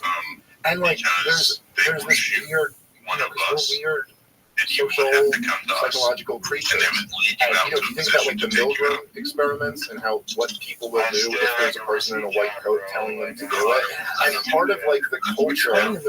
So the experiment was kind of like basically they come in and they're like, okay, you're here for some type of scientific experiment. I forget exactly how they describe it, but they're testing, like negative reinforcement within learning or something like that. And so they have a guy in a white coat, and he tells you every time a guy gets an answer wrong or something like this, you're supposed to push the button and it zaps him. And they keep pushing the button, and the person, you can't see him, but they're like behind a wall or something, keeps hollering in pain, and it gets worse and worse and worse. And for the experiment, there were a few people who refused after a while, but the overwhelming majority of people would keep zapping them until they seemingly died. Because they stopped hollering in pain, and then they would tell them to do it again, and they would just keep doing it. There's like an authority figure here, and this guy's got a white coat on, and they kind of in these corporate media environments. And I don't want to discount. I'm not discounting the conspiracy aspect of this, because I also think there are people within these agencies who are straight up like intelligence assets and know exactly what they're doing. But I think for the most part, it's like they create this culture of like, well, all the wise people. By the way, you get to go to a cocktail party with this really like this guy with all this status, and he's the leading expert in this, and they all say this. So are you a respectable person, or are you like an outcast who doesn't agree with this conventional wisdom? And people fall in line with that shit. They really do. Even people who really should know better. Yeah, but it's become socially the group. Then you get influenced by the group. Well, one of the things I'm really interested to talk to Chris Cuomo about. And by the way, that's on Patrick Bet-David's show on the 31st. But these guys, I'm kind of fascinated by the people in the corporate press as much contempt as I have for them. Because it's amazing to be working. You're working in this industry where, before COVID, the corporate media had the lowest approval numbers since they've been keeping track of them. Well, what happened media had evaporated. There was the war with Donald Trump. That's really what it was. It's like social media was all controlled by the left-wing media. And the left-wing media was all in on this war against Donald Trump. It was a huge part of it. I mean, I would say the backdrop is the war on terror, the terror wars, getting all of that wrong, the financial crisis, not seeing that coming, and kind of getting that all wrong. But yeah, that's all that stuff, Iraq and Afghanistan being disasters. So that's kind of in the backdrop, and then you have the worst financial crisis in 100 years. So that happened. But then there's no question. I mean, and particularly not just the war with Donald Trump, but particularly the allegation of a conspiracy with Russia that they said every single day, all day for 3 years long. I mean, if you think about it, it's the big, if true, the biggest news story in the history of the United States of America. They're claiming that the current sitting president is guilty of treason. He was installed by a hostile foreign power who overthrew our elections in order to install it. It was quite a claim to run with 24/7. And then to find out after 3 years that we have nothing. Not like there's nothing, no evidence pointing towards this conspiracy even existing. So that their trust had already evaporated. But then loves it, though. after COVID, but people will still never argue this. They'll still say there's evidence. It's like people still want to say there's evidence. No, Doesn't just say it. There's not even evidence that Vladimir Putin interfered in the 2016 election. The best they have is like there are some bot farms that they can trace to Russian IP addresses, which is like, I'm not a tech guy, Jamie, you know this better than me. They say it's the easiest thing to fake is an IP address. The fact that an IP address traces to Russia is like almost more indicative than someone trying to frame Russia than it is that Russia was involved. But even the guys who they got, they imagine if we found out that like he knew it was. Imagine if we found out that there was Russian troll farms. So it's just like government controlled troll farms. Well, I mean, even if they were all from Vladimir Putin, they were fairly insignificant in terms of like interfering in elections with other cultures and other countries. The most effective strategy was from Yeah, it really was a very effective strategy because it makes when you mock something, it makes it much more easy to dismiss that in terms of whether or not like that's the right choice. If someone can like openly mock, someone can openly mock Donald Trump. He even made stuff up like about his hand size. Yeah. There was this thing, he had little hands. He's got shaking his hands. He's got normal fucking hands. He's a big guy. He's a big guy. Like he's got a big hand. Now, I was like, this is the most. I remember the first time I shook his hand. This is the most ridiculous thing. Well, look, that everybody said he has little hands. Mocking people is a powerful tool, dude. It's a very crazy one because you're mocking somebody who can't change. This is always against. That's against left-wing ideology. Man, not when it serves the purposes. But there's the thing, right? It's like you're willing to violate the rules. Yeah, in order for your side to win. The progressives have always supposed to be against body shaming. You're supposed to be kind. You're supposed to not mock the person's appearance. Why would you do? Especially like what they're born with, the hand size and the dick size. Like really, that's okay to mock. There was a segment. I remember watching this. It was in the 2016 election, and it was on Joy Reid's show on MSNBC, whatever it was. And she had a whole segment about like how sexist the coverage of Hillary Clinton was. You know, every time they'll say she's shrill or she's this, but if a man was like that, it'd be this. And she went through all these words that had been used to cover Hillary Clinton and had loaded sexist phrases and all this. And then at the end of her show, she has this segment called Who Won the Week, and all the guests on the panel get to pick their own, like, what happened this week. And her choice, not one of the people on the panel, her choice of who won the week was this guy in Union Square who made a naked statue of Donald Trump with a micro penis. And was just like literally like just making a thing like, he's got a little dick. And after literally her last segment was on the sexist coverage of Hillary Clinton, and then her next pick for who won the week was a guy mocking Trump for having a micro penis that he just made up and made a statue of. And she did not even like seem to see the contradiction in any of that. Like, you just said this. It's beautiful. It's fun. It's fun. It's fun to watch. I'm glad those people exist. They're fun. They're fun to watch because they're so ridiculous and they're so fake. And it comes out, it's obvious they're not really doing, they're not really talking about it like it's just propaganda. And that's the only way you can do that job. If you want to do that job, you have to be a propaganda. Or you have to be some sort of straight-faced dictator. They just kind of like straight faces everything. But if you want, you know, to have the Joy Reid show, yeah, you gotta go for it. Yeah. What was that one? She got in some bizarre argument with some woman recently. I think it was a transgender issue. Was that what it was, Jamie? Where it was like it went viral. Yeah, I'm good. Because like I forget what the debate was about, but I remember it being just a argument. The way she was looking at it. Why would I want to give this a shot? Yeah, she's pretty out there. I'm not sure what segment you're referring to, but she's got a whole lot. But it's a whole lot of great hits. It's not. Yeah, it's like you have to. Like, what is it? You can't exist in a podcast world. It's not. You. What is it? Absurd argument Republicans vote on race. No. I should have saved it. I probably did save it somewhere on my phone. I could find it.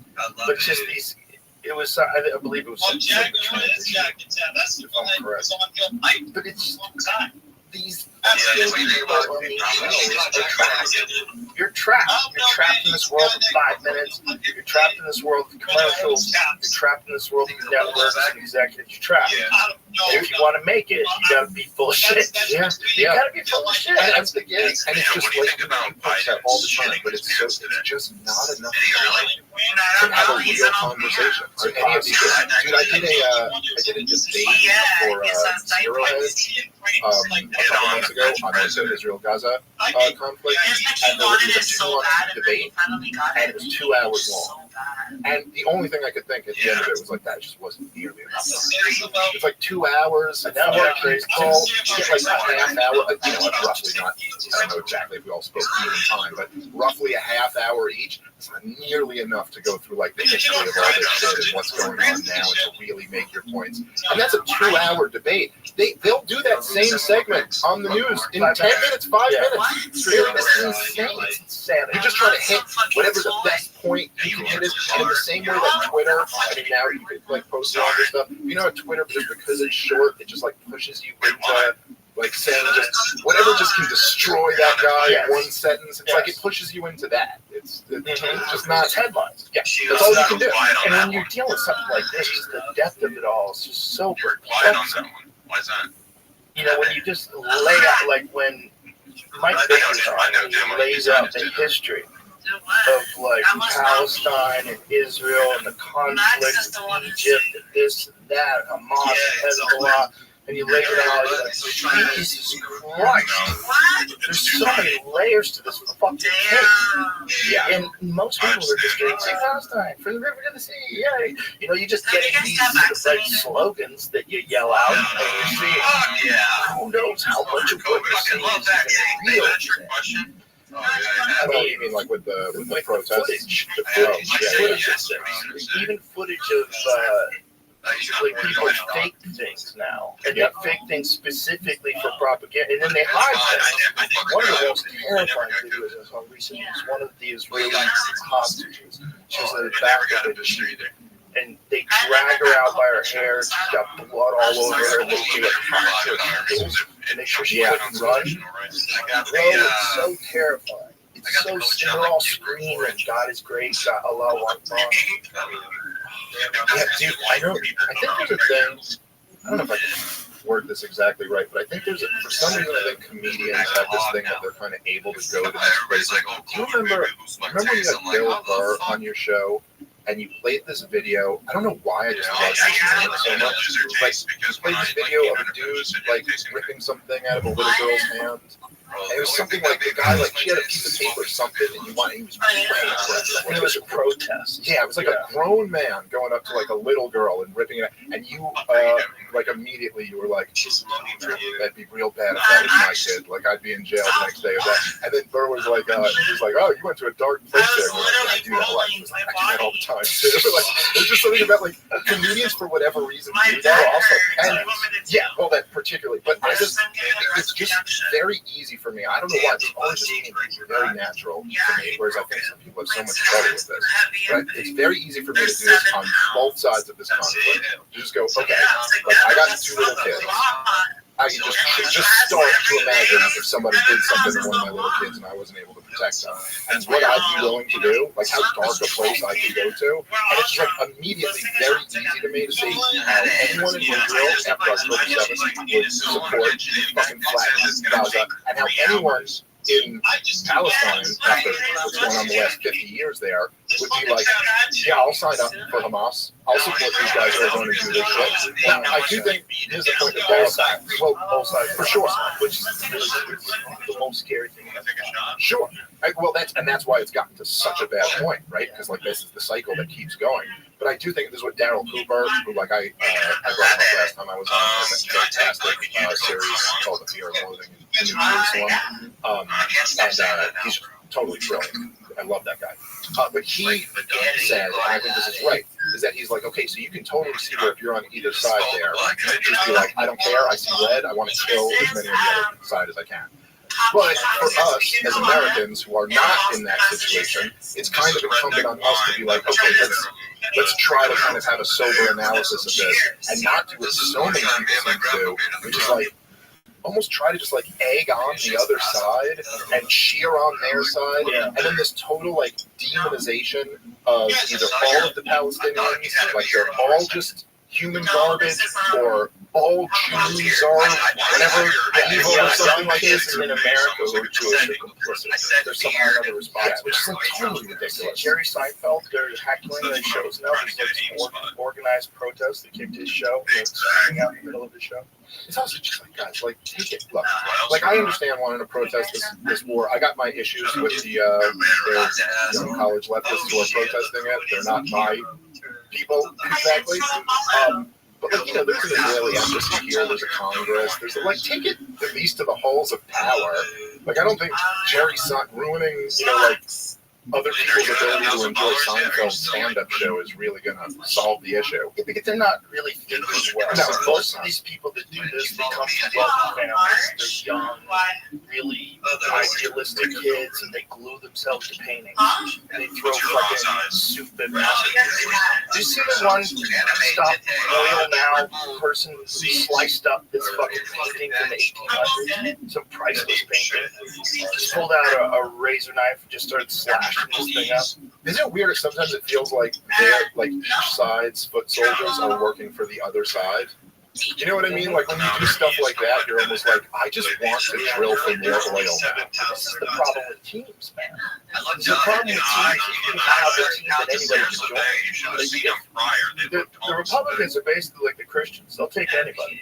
Anybody. You know, if you want to be a Jew, you got to go to work, okay? You got to learn a bunch of shit. My uncle converted. It's a lot of work. They make you work. It's a lot of work. You got to fucking learn some stuff. I remember I was doing this episode of Joe Rogan's Questions Everything where I was talking to religious people, a bunch of different religious sects, religious scholars, and I was talking to this one guy who was a rabbi, and there was a woman there that was converted to Judaism, and I got to ask her questions about like how she's doing it, like how hard it is. It's like getting a pilot's license or something.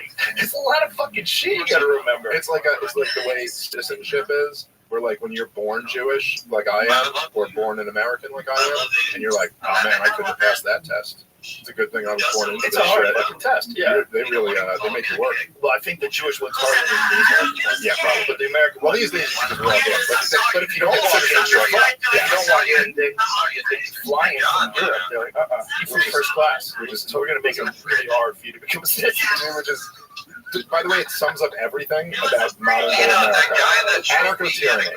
It's just it's kind of like, it's like you have the worst of anarchism and tyranny all in one, where if you follow the rules, you get totally fucked. And if you just ignore the rules, you get rewarded. The worst incentives. And everybody wants to be on a team.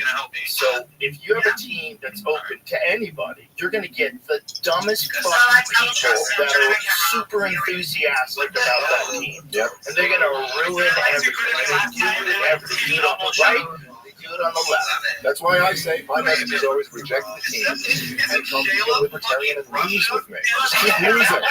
Come and just enjoy losing. There's something freeing about knowing you're not going to win. They're the most reasonable people I've talked to. Yeah, but there's also the system so like, well, that's the real question. I mean, there's almost like figuring out what the solution is almost the easy part.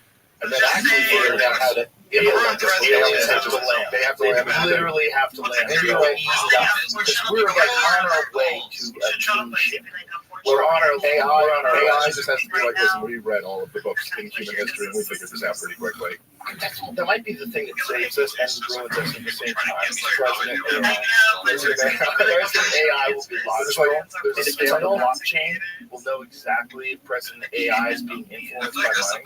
Wouldn't it be great if AI just turns out to be as human as us and is just corrupted? And we're like, President AI got a blowjob in the Oval Office. And the power went to his head.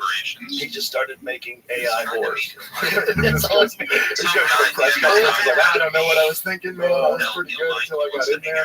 The ring of power just ruins everyone. We are going to bypass biological and we're going to do pretty soon. It's going to be real soon. It's gonna sex. Regular sex is gonna be ridiculous in 20 years. We're gonna be the like old school guys who are like, I still do sex the old-fashioned way with my wife. People are gonna be like, what? High school, we got hairy jobs. These kids are fucking robots. Even they're 6. So we're gonna be like, you have sex with your wife? That's insane, dude. How are you doing that? What if you But I can't just. Oh, man. I do think like, I mean, obviously like I'm biased on the, like I have my own opinions on these things, but I do just think that one of the things that I found kind of amazing, and I've noticed with some of the people who have come on your show since the last time I was here, is the way that people can defend what Israel's doing in Gaza does kind of blow my mind. Because it reminds you that it's like, you're like, oh, okay, look, throughout all of human history, right? I'm not saying there's anything unique to Israel, like, they're the only ones to ever commit atrocities. They're not the only ones that atrocities committed to them. Super standard. Sure, since like World War, in terms of like Dresden. Well, yeah, that's the thing. If you compare it to the worst things that have ever happened in the history of the world, but I'm just saying throughout all of human history, there's been atrocities, genocide, slavery, and all. And at every single point, there was someone there willing to rationalize it. You know, like someone there who would be like, no, listen, this is what we have to do because otherwise this. And it's amazing the mental gymnastics that people can come up with to justify something that is so clearly on its face, just horrific. But I think the difference is back then, your understanding of it was much more limited. You weren't watching videos on it. They didn't exist. You saw it on television or in the movie theater. It'd be a small clip that was played. And it was played before the film. But everyone knew that the reason why we're here is because people went to war and won. Or you escaped a war-ravaged country and you came to America. Everyone knew it. Everyone had an understanding of that. So when we were at war, people were signing up to go to war. There was no need to draft them. That's how Vietnam rolled around. People were starting to get more information. And they go, hey, I think this is a bullshit war. Which is like the first time ever in the short history of our country where we're like, hey, this one sucks. There was kind of no defending it. And then when you find out they were right, at the end of it all, when you find out many, many years later the Gulf of Tonkin was a false flag, like, what? Which they didn't need in order to be right. But then you find out you're like, oh, the whole thing was the whole thing. And then you go, what did you guys do with all that money? Yeah. Where did all that money go? Because if I was governor and I was willing, just imagine if Eisenhower was willing, which is insane. How could it be? And there was a real influence of military-industrial complex. If I was military-industrial complex and I was willing to fucking start a war with North Vietnam, I hate it. I'm tired. For no reason. So 100%, I'm going to kill X amount of people and a bunch of Americans, and then you're going to actually make Americans. You're going to draft them and force them to go because they don't want to go. Piece of shit, how the fuck you do that? But that would be your law. Hold on. How much are these guys making? How much are these fucking dudes making? How much? How many billions? This is what percentage of the world's heroin supply? And then when you see the same trick played out in Afghanistan, and you're like, Why they have to guard the heroin. Yeah, this heroin falls into the wrong hands. It should be legal. There's no way Americans sells it. Yeah. There's no way the output of heroin out of Afghanistan, I want to say it was a 96% increase. 80% global. So you're exaggerating, Joe. No. It was responsible for it was responsible for most of the global supply of heroin, and the production went up after we invaded. So opium poppy, which grows extensively in Afghanistan and southern fields, contains main opium ingredient used to manufacture heroin. Afghanistan was previously the world's top opium producer, responsible for over 80% of the global supply and major source of heroin in Europe and Asia. So how much did it go? Oh, plunges by 95%. When was this? under the Taliban. That's now.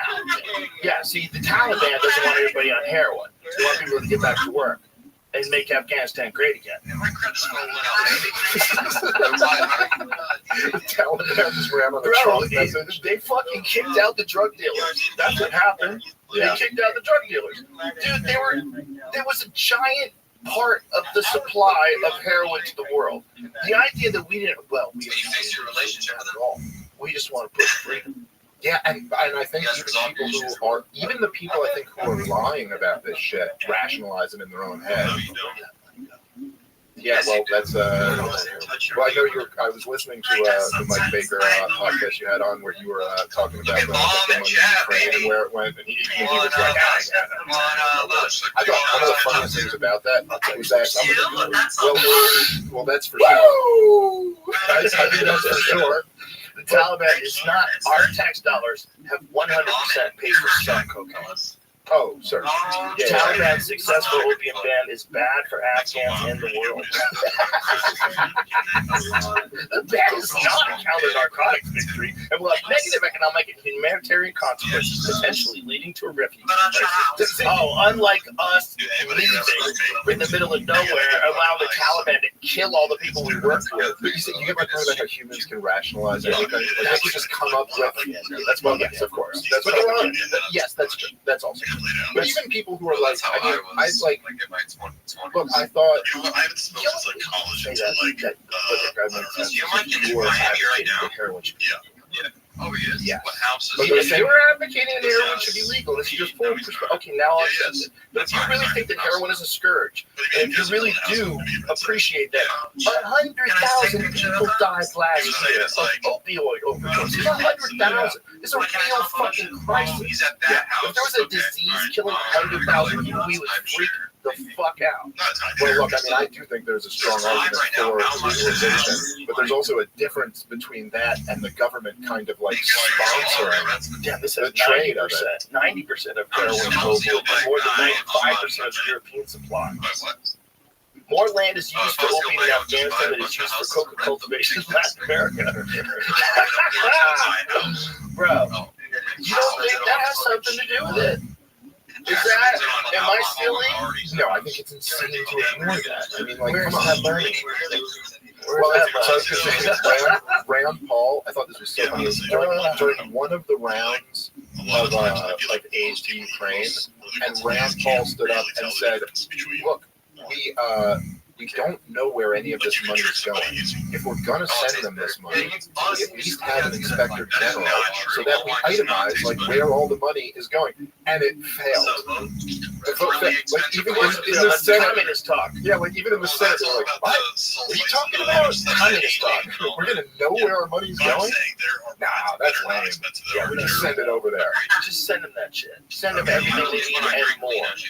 And then, do you have one of their flags? Yeah. Oh, yeah. We'll provide the flags.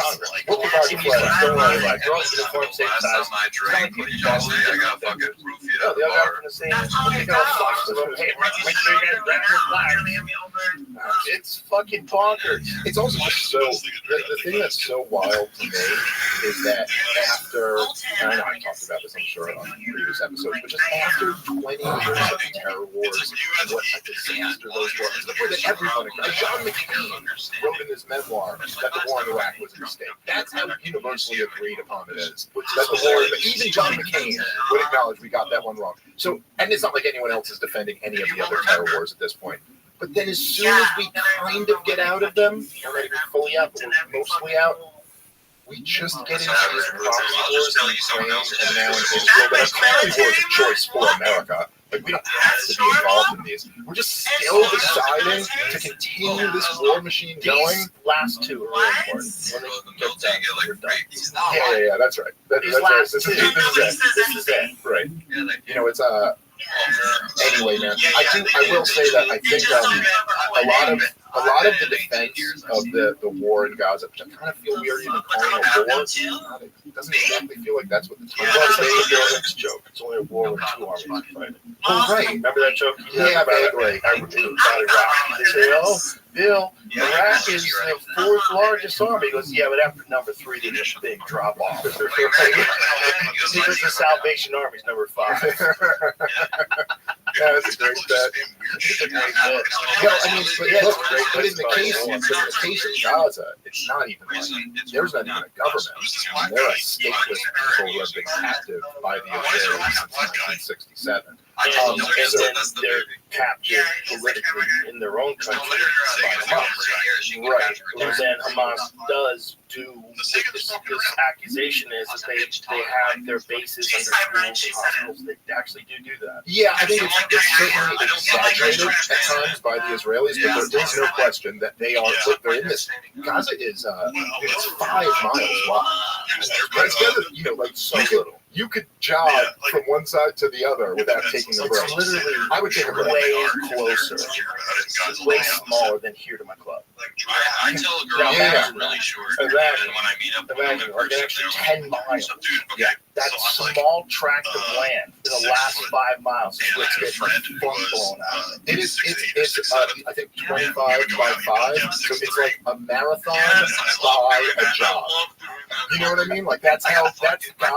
And so, no, look. So I'm just saying part of this is I'm not like making any excuses. I mean, there's no question there have been instances of Hamas like embedding themselves in civilian locations, but also it's not as if they have a military or a government.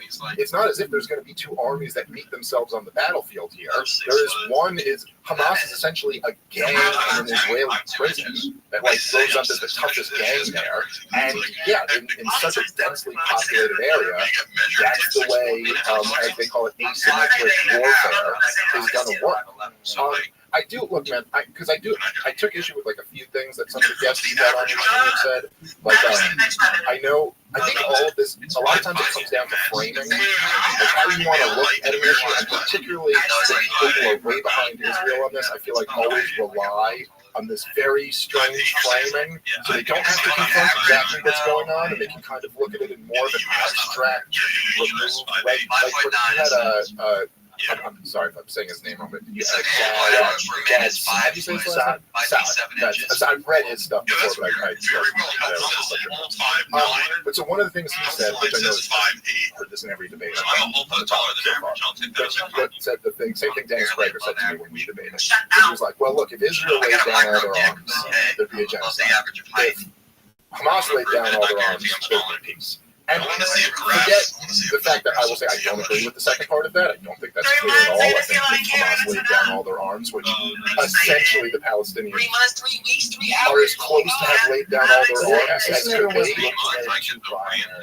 Like, well, yeah. Even if you're supporting the Israelis, even if you're from that position, you have to acknowledge the attacks on aid workers. It seems to be there's a bunch of targeted attacks on people bringing in food. Like Jose Andres' people, yeah, and then there's been more of those. Like there's all. I think how many documented attacks are there on aid supply? Because it's a big number. I know for sure. I think it's a big number. Yeah. No, I mean it's been creepy. Well, I remember when you had anyway. Just the point I was making about Gadsden is that it's also this like I just hate when people retreat to almost these hypotheticals. It reminds me of Sam Harris's argument about why you were wrong with the 8 times. 8 times. That's so 8 times Israeli forces have attacked America. At least 8 times since October, despite being given coordinates to ensure their protection. Human Rights Watch has said in a new report. So they're targeting these people. So you've got some members of the Israeli military that don't give a fuck, and they want to stop these people. And well, look, and this has kind of been like all done. Look, there'll be so much like scrutiny over like some college kids chanting "From the river to the sea." And look, but for the record, if I was in charge of those protests, I'd say stop chanting that, because even if you don't mean it to mean that even if you don't mean it that way, which some people will argue they don't, and that's fine. Maybe that's not what you mean. Maybe you mean it from the river to the sea, everyone will be free and whatever. Maybe that's how you mean it. But it's also the same thing Hamas chants, and they clearly mean something else when they say that. So like maybe just use a different term. Right. You can't use a swastika for its old time use. Right. It's like if nothing else, it's a bad idea. Yeah. However, for all the scrutiny there'll be over what these 20-year-olds are hollering at Columbia, when Benjamin Netanyahu is saying they're Amalek as you're going into this area, which, you know, the story from the Bible is that you're supposed to kill the women and the children. And the story is that they fucked up by not killing all the women and the children. And then, like, they came back and, like, even if you could argue he doesn't mean it that way, it's like, okay, but you're saying that the story is they were like a tribe who was like an evil tribe, and you had to kill all of them, kill the women and the children. And that's the specific like lesson of that story, is that you're supposed to kill the women and the children. And then you conduct a campaign like this. This is, by the way, this is what was in the South Africa case that they brought to the UN. And that they, you know, the ICJ basically said that Israel is plausibly committing a genocide. They didn't exactly, you know, they haven't yet determined that it is or isn't, but they said it's plausible. But anyway, so my point that I'm making about what Sad was saying is that it reminds me of Sam Harris, where he sits here and he goes, well, imagine this hypothetical. Imagine COVID was deadly and the vaccine was perfect against stopping transmission, and there were no vaccines. No, he wasn't saying that. He was saying you could, when someone's saying you could never mandate a vaccine or argue for a mandate, and he's saying there was a vaccine, you could, he was making an intellectual argument, he's correct, that you could argue that if there was a vaccine that had zero side effects and was 100% effective, and if everybody took it, the disease stops. You could make that argument. Well, what he was saying was that then how would we feel about what Joe Rogan is saying and what RFK is saying when they were, you know what I mean? But the point is that that's not the hypothetical. Like that. Well, not only that, it doesn't exist in nature. Right. Like there's no vaccines that are 100% safe. No side effects. I'm just saying I'm not against engaging in a thought experiment to think about like what that scenario would look like. But at the same time, you're like, it does seem like that's serving in this case as a distraction from the real world scenario that's going on here. So, like, if you're going to say, if Israel, like, yes, I would not recommend Israel lay down all of their arms, completely disarm themselves, and then open up the wall to Gaza and allow Hamas to come in. But that's not on the table. That's never going to happen. So, like, even thinking about that as a thought experiment doesn't really prove that much. What's actually going on here is like what Israel is doing to Gaza. And, you know, right, but if you could flip it around, the opposite would be true. Like if Hamas did lay down all their weapons, and if they did completely give up, you're going to have some Israeli soldiers that do not give a fuck. But for the most part, if there was nothing, if they completely gave up, which is also not going to happen, but if that did happen, you couldn't see a situation where Israel just continues fighting. Maybe not, but then what do they go to? Just being subjugated by Israel, back to the status quo of just being a stateless people of permanent refugees with no natural rights whatsoever, no ability to trade with the world, no ability to come and leave. You can't have an airport, you can't have a seaport, you can't go out fishing past where some IDF guy decides you're not allowed to. So, like, yeah, if Hamas laid down all their arms, perhaps Israel would stop the bombing campaign, but then they would just continue subjugation forever, which has been the Likud Party official policy since they were created by the terrorist Menachem Begin. Like, literally since this party, that is the ruling party of Israel, was created, their goal has been that the Palestinian people never get their own state, they never get their own freedom, and that's resulted in this. And if you don't give them their own freedom, there's no way you can justify it. No way you can justify them a whole entire group of people never get to be a country. So they told us that they don't get the rights of the Israelis, the rights of a sovereign country. They're trapped. Nothing. Literally no rights whatsoever. It's kind of crazy that's being done. Now we can play Russian roulette. Yeah.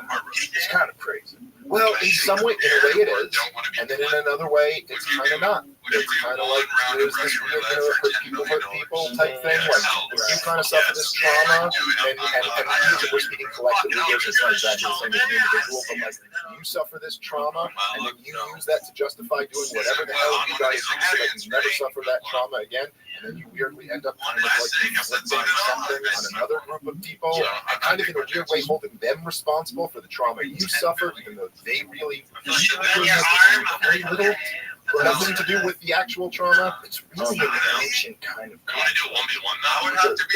The Israel-Palestine is very ancient in the fact that it's like the hate between them is so strong, and they're right next door to each other. Which is how people used to rock it back in the day. I mean, that was the fear of neighboring tribes, that people from the other side were going to come over and rape the women and children and kill your babies and slaughter the men. And not like an irrational fear, like a fear based on this really happens, you know what I mean? And it's happening in Israel. That's what's crazy. But the other thing, though, is that, and that's all true. But the other thing is that, there are these examples, right, like where there's Ireland and England, and they're right next to each other, and like things are just cool now. And France and Germany are right next to each other, and they're just cool now. But Ireland and Northern Ireland were at war with each other forever. No, but I'm just making the point that, and then it's over, and now they're not at war anymore. And like Egypt went to war with Israel 4 times. Between the 48, 56, 67, and 72, 73. Did I say that wrong? Was Ireland at war with Northern Ireland? Yeah, because they were Southern Ireland. Well, they were the British control, like it was really England. Yes, yeah. It was by proxy. It was basically dominating the Irish. And then, by the way, the Irish turned terrorism when they were being dominated by the English. Which is another thing that people, another real interesting thing is how you do it. It's the only way to go to war. Well, look, you don't have a smaller army, you have more money, you're going to figure out a way to get them. Well, here's the craziest part of this, right? Is that, and I thought we talked a bunch about this last time I was on, but I don't think I mentioned this. Maybe I did. But the craziest part of all of it is that the Israelis, I should say the Israelis 5 seconds before they became Israelis, like right before they finished the state of Israel, they embraced terrorism. And by the way, these terrorists were the leaders of these terrorist organizations, like Menachem Begin and Yitzhak Shamir. They went on to be prime ministers of Israel, but they were terrorists. And I'm not like, I mean, this is a pejorative, like self-described terror, like they embraced terrorism. It was an organization. Menachem Begin was the Ergun, that was his militia, and then there was Lehi, or the Stern Gang, and then there was the Haganah, who's like the biggest one. And they were not quite as terroristic, but they also were involved in a bunch of things. And their justification for it was to drive out the occupying force, which was the British at the time. After World War II, the Zionists who were in Palestine were like had enough of the British occupying the area, and they were very angry because they had limited Jewish migration during the run-up to the Holocaust. So they had a real beef with the British at this point, even though the British had kind of like allowed them to have a chance to establish a Jewish homeland there. But so they embraced terrorism to drive them out. You can go look at the King David Hotel. Killed a whole bunch of innocent Jews in the hotel because they just wanted to use terrorism to drive out an occupying force. And they actually introduced terrorism into that region. And many of the same tactics that the Palestinians went on to embrace were stuff that they picked up from the Jewish terrorists at that time. But then the same Israelis would turn around and be like, well, I don't know why these Palestinians have embraced terrorism. And like they're telling you it's for the same reasons, to drive out an occupying force. Now, of course, the major difference there is that Israelis came to stay, whereas the British were there. They had this was a satellite. They had their home country back in Europe, and they could be driven out. It's a whole different thing to try to drive someone out who's like, no, we're setting up our homes here. And there's more of us. Yeah, well, not that much. I mean, there's Palestinians and Israelis pretty close. You count all of them. You're also dumb. Oh my God! That's the major difference. So that's basically my central argument is that America shouldn't be playing this role. And this is being argued out now. This is a big point of contention, right? Because the Biden administration does not I knew I rolled it on that. support for Israel, but it was.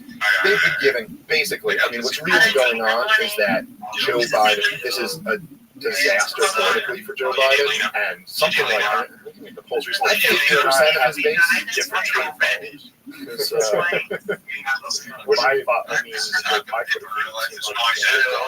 really, yeah, he's doing excellent. He's totally got it down. There's a lot of people that are arguing that. I sent you jobs. I sent you his latest clip from the speech that new Biden just dropped, and it's the newest. Yes. And by the way, it's not. He meant to say, I think, financial crash, but he said pandemic. But he said during the pandemic when he was vice president, Barack Obama sent him to Detroit. Why did he send him to Detroit? Why would they send you to Detroit to deal with COVID? Now, I saw someone saying that perhaps it was the H1N1 pandemic, which did happen during the Biden administration or during the Obama administration when he was vice president. I think he was talking about. He would have probably said a previous pandemic. Yeah. The point is just that he doesn't remember so back much. in 2009. He's out of his fucking mind. If it was occasional, people would let this stuff go. Yeah, but anyway, just to the look. I also some of these guys, by the way, you've had on your show. Like I like them. I'm not even like like Coleman Hughes. I don't know him personally, but I like him. He seems really smart, and I haven't read his book. Like that, I would love it. Like I think you two together would be a fascinating conversation. Just about the Israel-Palestine conflict. Yeah, well, I would love to have a conversation because I think he's a good face guy, and I think and he's very smart.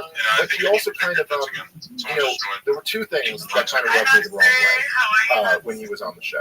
Number one was that he started by kind of getting into this argument about, which I see a lot of people who are supporting this conflict doing. The argument about like, okay, well, here are the number of total civilians dead, here are the number of Hamas militants dead, and let's look at that ratio, and then is that ratio that far off from what you find in a typical war? And there's a few problems with this. Number one, the numbers are totally unreliable.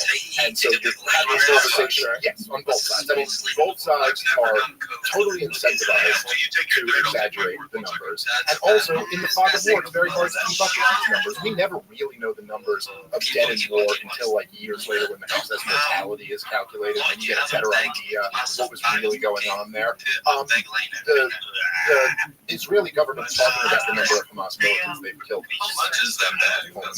Their ass. They're dropping bombs. They don't know how many they've got. So they're going over there and checking dog tags.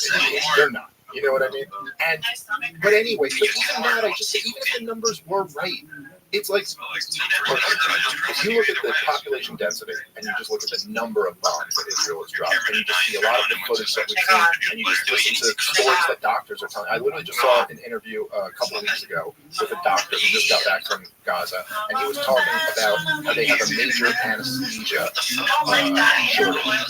So just think about the implications of that, like what that means, because they're operating on kids without anesthesia. You know what I mean? It's just so the point is that if you're talking about, okay, well, this many Hamas people are dying compared to this many innocent babies are dying, that's not the question. Okay, like when you're inflicting this level of human suffering on people, the question for any decent civilized person is this absolutely necessary? Is there any other option besides doing this? And as soon as you frame the question that way, you realize that, oh, yeah, they're actually, and that it's not true that Israel, there will just be October 7th after October 7th if Israel stops doing this. The fact is that, of course, Netanyahu's never allowed a real investigation into October 7th to happen. But everybody pretty much indicates that Israel dropped the ball in a massive way, that their security was just in shambles, and all they really needed to do was not rely so much on these, machine gun robots and have actual soldiers at the border. They could easily just stop this right now. Protests where soldiers were allocated towards. Yes, basically they had I think as a result of the protests against Netanyahu, he had started to ally with some even further right-wing groups than he normally would have, and to appease them, he was pulling soldiers off of the Gaza border and putting them over toward the West Bank, which is what the religious Jews on the right really care about. And yes, they basically got caught with their pants down. But I'm just saying, they could just stop doing this. It's not they all die or they keep doing it. They could stop, and Israel would still protect itself. In fact, I'd argue their security would be enhanced if they stopped doing this. But the other thing, which you brought up to Coleman, was that you mentioned to him, you said, what about the Israel like prop up Hamas? Was that part of their strategy for a while? And he, I'll give him the benefit of the doubt, and maybe he just doesn't know about that detail of this as much, because if not, he was kind of being dishonest. But maybe he just wasn't familiar with all of this stuff. But he kind of went, you said that, and then he kind of dismissed it by saying, well, there's a quote that's attributed to Netanyahu, but it wasn't on videotape. So, like, we don't, essentially being like, we don't really know if Netanyahu said this or not. And then just kind of moved on to the conversation away from that. But I found this in all of my debates that I've done, and I've done debates on this since the war broke out. Everybody on the pro-Israeli side does not want to grapple with that point, because it really is like it's a narrative shattering point once you acknowledge it. But so, right, but if it isn't on videotape, then yes, as well. Okay, well, let me, so here's the deal, right?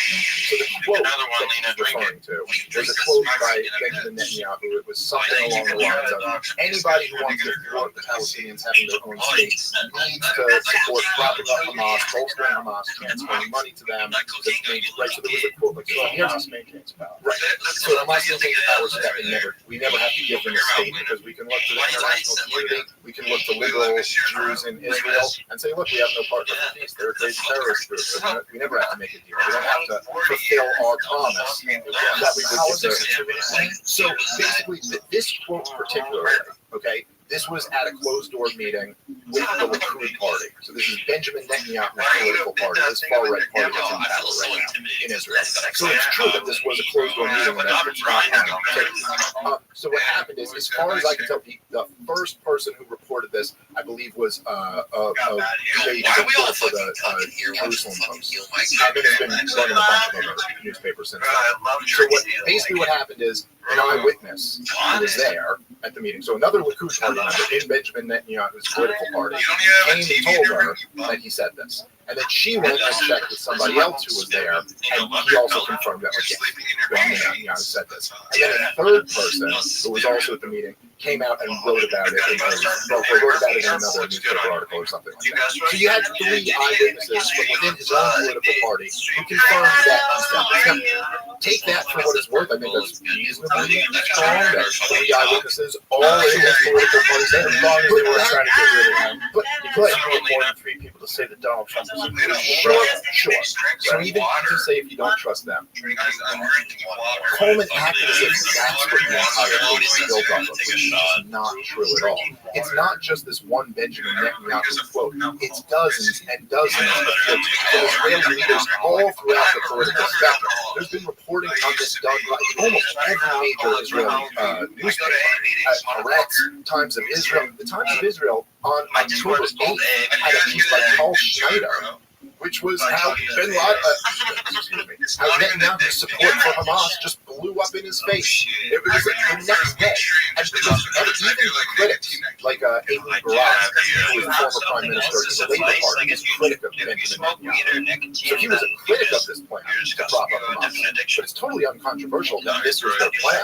The New York Times just ran a piece, I think it was late last year, where they talked about 2 weeks before October 7th, Benjamin Netanyahu sent the head of the Mossad to Qatar because funds going into Hamas had slowed down.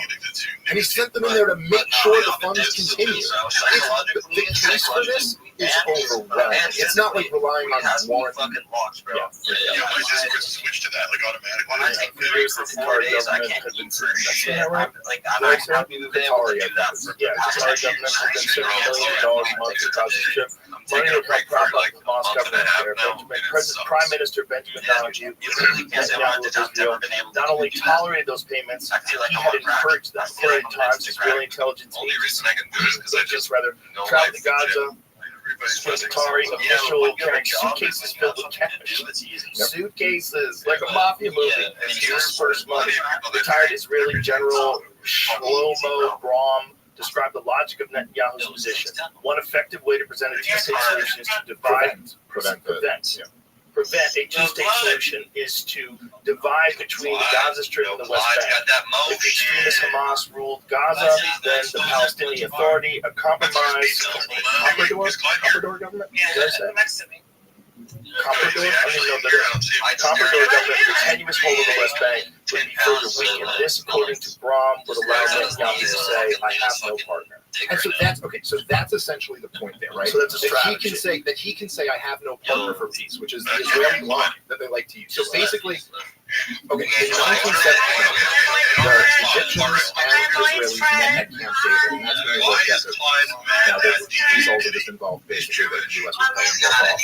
They're giving them both $3 million a year in perpetuity if they stop going to war with each other, basically. And part of that is that Israel promised that they would eventually give the Palestinians a state. Like, it was recognized by DC at the time, this Jimmy Carter, that, like, you gotta give them a state because otherwise this fighting's going to continue on and on and on. So they promised that. Eventually they would. This is Yasser Arafat. This is before Yasser Arafat was like the guy. But he was alive.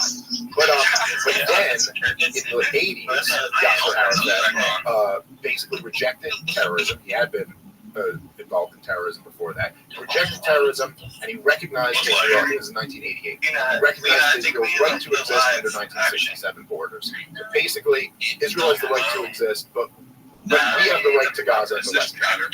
The ultimate compromises from the Palestinian perspective, because a lot of their more hardcore guys are like, "No, all of this was ours. We shouldn't have lost any of it." And now, even the original U.S. partition plan, which was rejected by the Arabs for fairly good reasons, they rejected it because 55% Jews. And only 56% of the Jews and only 44% of the Palestinians. They were like, "90% of the landowners here, whatever. This isn't fair." But now at this point, they're talking about 78% versus 22%. So they're accepting 22%. And so that's Yasser Arafat in the late 80s. And then this is what set the stage for the Oslo Accords in their early 90s. This is what famously Bill Clinton has and Yasser Arafat. And the promise again from Israel was starting the peace process to eventually give the Palestinians their state. This process. There were steps along this process. Okay? Now, in 1996, Benjamin Netanyahu becomes prime minister. Now, the same year in 1996, there's this letter, you can find this on the internet, it's called Clean Break, a new strategy for securing the realm. And it was written by Richard Pearl and David Wormser, and a couple other, Richard Pearl and David Wormser both went on to be very influential neoconservatives in the Bush administration. So they write this letter, not to President Bill Clinton, and not to Bob Dole, who was running for president on the Republican ticket that year. They write this letter to Benjamin Netanyahu, this new prime minister of Israel. And basically, what they say is that they're like, "Look, you guys are all caught up in this process. We're talking about giving the Palestinians land. We need a clean break from that strategy. And we're going to have a whole new strategy. And what it's going to involve is you making agreements with the broader Arab world so that you don't have to make this agreement with the Palestinians." You see, the old way of thinking was always that Israel will never be able to make peace with the broader Muslim world because they're furious about what they're doing to the Palestinians. But the clean break strategy is like, no, you're going to embark on what ultimately became the Netanyahu doctrine, that will make deals with the rest of the Arab world so we don't have to give up this land. And you know what they recommended, these two neoconservatives, in 1996, and I bet they'd never guess this, Joe, regime change in Iraq for the security of Israel. That was in 1996, and these people got in George W. Bush's government. And after 9/11, those same people decided that they believed that Saddam Hussein had weapons of mass destruction and that he was involved in 9/11. Yeah, that's what I'm saying. So there it is. Israel can shape its strategic environment in cooperation with Turkey and Jordan by containing, even rolling back Syria. This effort to focus on removing Saddam Hussein from power in Iraq, an important Israeli strategic objective in its own right, as a means of foiling Syria's regional ambitions. And here's what I'll put it in chat. And it's how I don't know what else is like. What a great job the Mossad did in compromising. I mean, how much of an effect did that have? You know, you do a full Eddie Bravo and think everything that's happening is because of everything that. And I makes that a lot more easy than you know. I don't know. Maybe not everything. Some things. You will see this.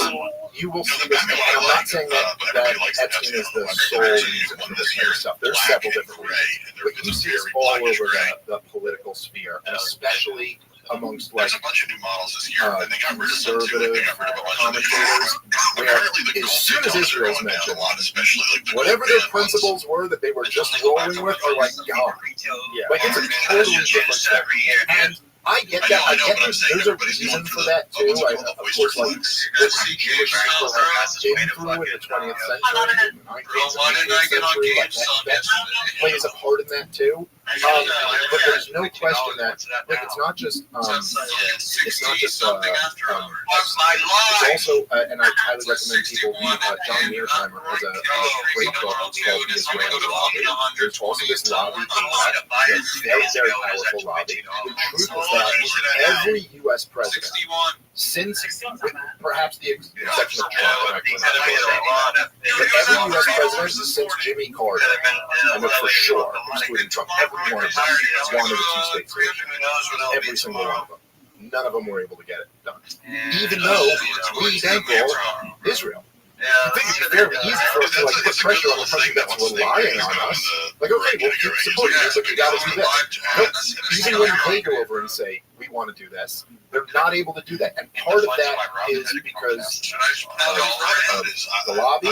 Part of that is because there's like tens of millions of evangelical Christians in this country who believe that the Jews have to control Israel, like in some religious view that Jesus not come back unless the Jews control him or something like that. I don't exactly understand it. They go there. Yeah, tourists. Well, and they also, and the Israeli government's well aware of that, and they're well aware of how much they benefit from that, so they do everything they can to facilitate that belief. Like, that's right. They're a big force. They're a really big bloc in this country. There's not like a few dozen of them. Like, they're willing to throw some real money. Yes, bringing Jesus back. Yes, they're very. That's a very big deal to them. But look, like, there's all of these U.S. presidents, they wanted an outcome that they're unable to get. And you can look, there's this one video of Benjamin Netanyahu where he doesn't know he's being recorded, and he's speaking openly about this, and it's true. So he openly starts bragging about how he basically blew up the peace process, and how he basically. I think it's in Hebrew, but it's translated. It's legit. It's been translated by like a whole bunch of different people. And he's bragging about how he put all of these poison pills into the peace agreement. Like he was like, oh yeah, sure, we'll grant. I agreed to grant them a state, but only after it was determined that we could, Israel could control like military, like important military areas. And then he was like, I also snuck it in that only Israel gets to define what the military important areas are. And I decided that a third of the West Bank is that. And like he's bragging about how he tricked Bill Clinton and how easy it is to move the Americans. It's wild. Like there's a lot of power plays at work here. And the only other thing I'll say about this, and it's not just like the neoconservative, the clean break, the strategy that they wrote for Netanyahu. It's that, so in 2002, Benjamin Netanyahu comes and testifies before Congress as a regional expert. And he testifies that, like, oh yeah, look, you guys overthrow Saddam Hussein, the Muslims will stop the region. Let me tell you, I know something, because I know this region better than anyone else. And at one point, Dennis Kucinich actually grilled him and got him on record. And he goes, is there anybody else that you're advocating that we preemptively attack? And Netanyahu goes, yeah, Iran. Attack them too. So I'm not like, I don't hate Israel. Like, I think Israel is a cool country. I think what they do to the Palestinians is fucked up and it's inexcusable, and they should stop. But I think Israel is a cool country. There's a lot of great things about them. But, like, Netanyahu, this guy who's the longest serving prime minister in Israeli history, has been trying to get America into wars that are in his interest, that are very clearly not in ours. And the fact that we have to, like, unconditionally support Israel, even when our own democratically elected president doesn't like the policies that they're enacting, and yet they still get all of this support. Even now, as Joe Biden doesn't know what he's saying, he's got dementia, but there's people in his field who are telling him to, like, say, don't invade Rafah. And he's like, don't invade Rafah. And then Benjamin Netanyahu's like, okay, we're going to invade Rafah. And it's just like, okay, well, fine. We have no influence over what you're going to do, and you'll just wag the middle finger at us and brag about how you tricked Bill Clinton and defy what our presidents want you to do. Okay, fine. But then you don't get our money and our weapons. Right? Like, isn't that reasonable? It is reasonable, but it's also, the left is very confused on this one. This is a baffling one for the left. Support of Israel has always been a position of people on the left, right? And to not want that is kind of anti-Semitic. Well, on the hard left, there's always been a bunch of people who are sympathetic to the plight of the Palestinians, right? So there's people that have seen Abby Martin take and Abby Martin also, like, follows in a tradition of left-wing thought, like Noam Chomsky and people like this who have always been very critical of the Israeli government's treatment of the Palestinians. But this is where it gets weird. It's like the support of Israel when Israel was attacked.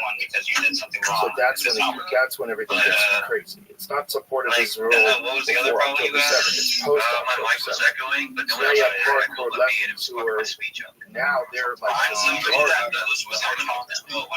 a big thing in this country. Universities, they're going nuts. They're attacking students. They're attacking teachers. People can't go to work. They're being told if they support Israel, they can't be on campus. It's not like I'm not. The whole thing it's very bad for the left in that regard. Because like Jewish people traditionally go well. Oh yeah, I mean the overwhelming majority, 85% of Jews are Democrats. And obviously it's not full. Like even today, there was this report of huge government protests in Israel. They're in the streets, and so it's not like this is a policy that's supported by the entire population. Well, there was. So basically, I think what really changed things during the 90s, there's no question there was tremendous support for making a deal for a two-state solution, particularly amongst like liberal Israelis. And basically, so Yitzhak Rabin got assassinated by a right-wing Israeli who said he was a traitor for making and that took him out. And then when Netanyahu came in, and then ultimately, I guess it was Sharon who was in 2000, and there was another meeting in Camp David where what people will say, which is just not true, but like a lot of the pro-Israeli side will say is that they offered them everything. They offered the Palestinians everything they wanted, and they just turned it down. It's all slogans. It's like, they never miss an opportunity, they miss an opportunity. But if you actually look into the details of all of that, even Shlomo Ben-Ami, who was the acting foreign minister at the time, he even said in his book, and he said it in the Democracy Now! Interview, that he would have turned down the deal was just so removed from actually giving him his own state that it was like it was an insulting offer essentially. But when those negotiations broke down, and then it was after Sharon had this visit to the Temple Mount that really informed tensions. When the negotiations broke down, then the second Intifada started, and there was a big wave of terrorism attacks, and that. The same cycle we were talking about at the beginning, that did a lot to turn a lot of liberal Israelis off of the idea that, like, well, there's no negotiation. But it is worth noting that whenever there were negotiations going on, the support for terrorism, support for Hamas, and groups like that always plummeted. And then whenever the negotiations broke down, the support for those terrorist groups picks back up again. Because the big problem here is that you're just when you essentially take away the dangling carrot in front of an oppressed people, you let them know that there's no hope. That you're going to live in subjugation for eternity. That's a very dangerous situation. That's when people will turn to the guy bought $250 million. Essentially, look, Netanyahu, what became the Netanyahu doctrine, and a lot of this culminated in the Abraham Accords, which a lot of Trump supporters will brag about. They'll be like, look at all these peace deals that Donald Trump worked out in the Middle East. The problem is that there was no war between any of the countries that he worked out these deals. It was just kind of like normalizing relations between Israel and these other Arab countries around them. But what was the reason why relations weren't normalized? It was because they were pissed off about Israel's treatment of the Palestinians. So basically, Jared Kushner's brilliant idea, along with Netanyahu, was that, oh, well, if you just bribe all of these countries with U.S. taxpayer dollars or weapons, we can get them to look the other way and say, screw the Palestinians. We'll make a deal with the U.S. and with Israel. So they did that. And Netanyahu was bragging about this. And Netanyahu, just a couple weeks before September 11th, right around the time that he sent the head of Mossad into Qatar to make sure the money kept going to Hamas, he went to the UN with a map of Greater Israel, and it was all Israel. Gaza, the West Bank, and what is Israel proper, all Israel in his map. Like they were just bragging to them, like, haha, you guys lost. You get nothing. That's it. Nothing. This map of Greater Israel, this is something that he's proposing to them.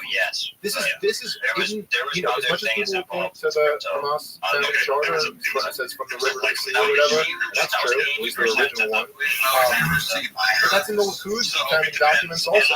It's different words, but it's basically from the river to the sea will be all Israel, which is what it has been, you know, from since 1967. Something in the States right now, you could have some. And again, by the way, I'm not trying to make and it would be like I know in at least I know in Canada, if you're shipping whiskey and I do know. Yeah, something like that. That sounds like a bad thing. Well, but I also don't want to, because there are people who also jump to like other conspiracy theories that I don't think are right. That will say kind of like, well, because Netanyahu was supporting Hamas, because he was using them kind of as, you know what I mean, like, oh, good, we'll terrorists over here, so that they're not linked up with people in the West Bank over here, and then I get a, you know, a certificate, I forget the exact phrase, but it was, I think he said at one point, I have a no partner for peace certificate signed by the president and both houses of Congress. Look, I don't have to ever do a two-state deal, but then people will jump to the next level, which is that, like, oh, he wanted October 7th. There was a stand down order. This is why it took Israel so long. That false flag. Yeah, that I don't think is right. Or at least I haven't seen convincing evidence that it is. From everything I've read about it, it actually seems a lot more like, if you remember, I know we talked about something on the podcast years ago when I was on, but if you remember when, okay, so in 2012, when Obama decided that they were going to start arming all of the anti-Assad rebels, and there's actually a hot mic of John Kerry talking about this, and because they were doing it through 2013, 2014, and he goes, yeah, look, we saw the rise of ISIS, and we knew the weapons were getting into their hands, but we thought, okay, that might put pressure on Assad to have to step down, so like we could use this group in order to get the regime change that we wanted. But then they turned around and invaded Iraq, and like that wasn't part of the plan. You know what I mean? Like, they weren't supposed to do that. And we had to re-invade Iraq to get rid of ISIS. You know what I mean? And so, if you remember, during that time, there was one point when Obama called ISIS JV. It was like kind of like insulting them, like you guys, and you can kind of see where Obama was coming from. I don't know, the commander in chief of the United States of American military, where that nothing compared to what and there's a lot of people at the highest level of the Israeli government who was supposed to exactly the same way.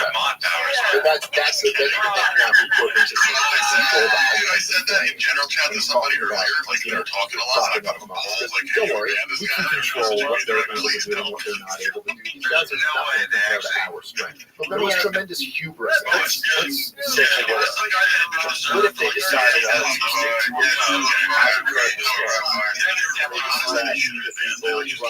however they want Hamas to Palestine becomes a country controlled by Hamas, and then they start doing trading with other countries, and then they start acquiring weapons, like real sophisticated weapons like Israel has, where the Iron Dome is no longer successful. Right. So this is kind of the counterfactual that a lot of Israelis will rely on to say, well, look, we can't give them their own state because when they get their own state, they decide to do this with it. So, all right, there's an old Thomas Jefferson quote about slavery, and I'll butcher this.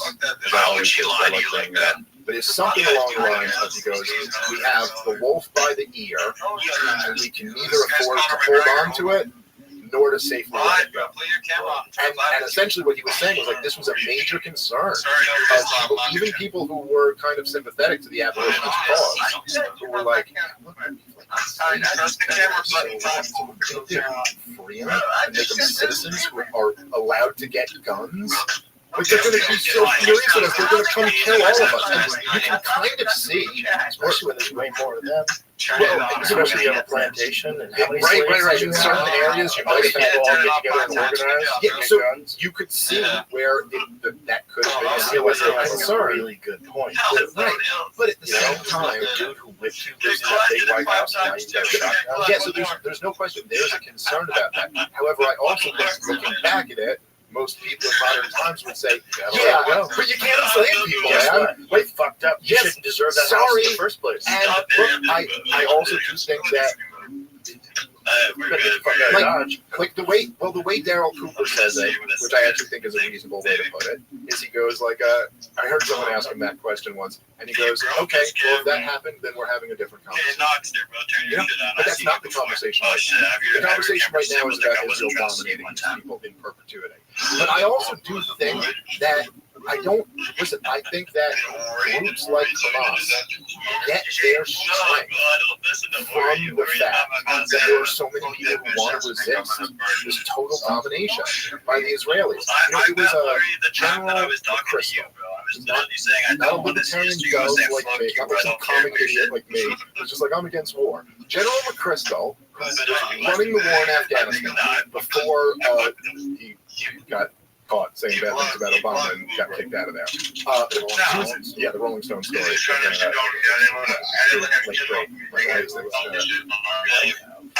I don't know about that, but General McChrystal, this tough, hard-nosed general, he was the one who coined the term insurgent.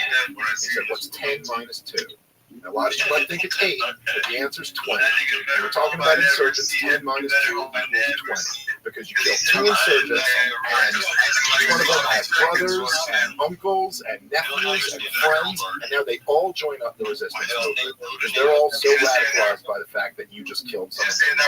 And this has been the nature of this dynamic from the beginning of it. And so, yeah, it's like, just saying that true to concern that if Israel was to grant the Palestinians their freedom, that what if then this led to like some swelling in Hamas? I think the truth is that doing what you're doing now is much more likely to increase Hamas or Hamas-like organizations. Right. Because there's, so they're basically, it's like credit card debt. It's like basically they keep using this credit card, they're going to be able to pay off. It's just rising monthly payments keep getting higher and higher. But again, like I will say that the one nice example, or the one silver lining to all of this, is that there are so many examples throughout the world where things were so off. I mean, you just never could have imagined that like Germany could live right there in Europe next to all these countries. They just went to 2 world wars with each other. You know what I mean? But they do. Travel by train to visit each other. Yeah, that's right. And everyone's friends. Dude, I went last year and did like stand up. I went to London, and then you get on like a 45-minute flight. You go over to Ireland, and you're just like, oh, you're right next to each other. Everyone's just coming out to the show, and we're having fun, and it's just cool. And like, so there is something beautiful about that, where in the moment it seems like this could never be solved. But like, that's not necessarily true. The truth is that most human beings are incentivized by wanting to live their life and wanting to take care of their family and wanting to, you know what I mean? Like, and if given an option to do that rather than losing their sons in war, a lot of times they'll choose that. But in order for that to happen, Israel has all of the power. The Palestinian people have virtually nothing. The only thing they have the power to do is to, I guess, support acts of terrorism, which are essentially like celebrating losing. It's so sick and dark that you're like, we'll kill a few of your people and then get way more of our people killed. Then it's just like, that's the only thing they have. Aside from that, every peaceful effort that they made ends up being violently suppressed. Why is my hand up on my leg? Israel has all of the power. And in order to get to that step, it's on the ones with the power have to make some concessions. And the only way to get there is for Israel to like at least get back on some path toward like, hey, we are going to give you like your sovereignty at some point. Well, there was some discussion of rebuilding Gaza, where they were talking about what they should do in our area once they rebuild it. What's the plan on that? Well, there's been a lot of different things floated out, and of course Israel is always kind of talking out of both sides of their mouth. So like on one they'll be like, we just want Hamas, we just have to get Hamas out of there, and then they'll be like, well, we really do think that every country should take in a fair share of 1,000 people. Like they're floating out the idea of just cleansing the entire area. I know that the UN on Saturday, right? said that it was I don't know if that's, I don't trust the members of that. Rebuilding Gaza 2 decades, is that $15 billion over 2 decades. Well, someone just got paid. Well, right, exactly. So what's the That's deal? also correct, But right? nobody Rebuilding is yes. Yeah, well, that's for sure. Yeah. No, there's money to be made in the destruction. There's money to be made in the rebuild. And people will make that money. But I think that the truth is that Israel has not at all laid out what the end game of this is, other than this assertion that we must get rid of Hamas entirely, even though U.S. and Israeli intelligence have both said that that's impossible. It's not an achievable task. Hamas is popping back up in the areas that they've already leveled. And they go into Rafah. I'm sure they can kill some Hamas militants in there, but Hamas or Hamas-like groups are coming back. How many do you think they've killed so far? No idea. And I don't think they know. What are the numbers? I think they exist. They've claimed that they've. I saw like at one point they said they've killed 8,000, then they said 10,000, then 14,000. I don't know. Honestly, I have no idea what the real number is, and I don't think the Israeli government knows, and I don't think I think probably the Gazan health ministry doesn't know either. It's like very difficult work to, while this is all going on, identify bodies and figure out how many of them are dead and how many of them were joined up with Hamas or weren't. You know, Hamas is also not like, it's not a government. It's not like as if there's like, you know, it's not like, okay, if you were like, say, tracking like in America, there's a big, you know, like explosion, a bunch of people died, and you can look at like DNA records and who was enlisted in the military, and you can just like match them up against each other. It's not scientific like that, or at least it's much more primitive than that. So I really wouldn't venture to guess, and I also don't know, you know, like how accurate the numbers when they say 35,000 people have died. It seems within the realm of possibilities. There's a lot of people missing, right? And that's part of the problem. Yeah, well, they said the most recent figures that they put out, again, this is the Gaza Health Ministry, which is overseen by Hamas, so take that with a grain of salt or whatever, but they said there's like 10,000 who were able to identify.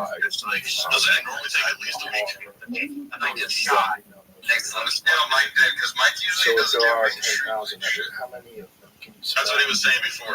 Like Rosé was the first one. Just look around, you just see Like if Mike didn't work on that, rotting bodies. Oh, dude, and just the worst things in the world. That's a big podcast, though, isn't it?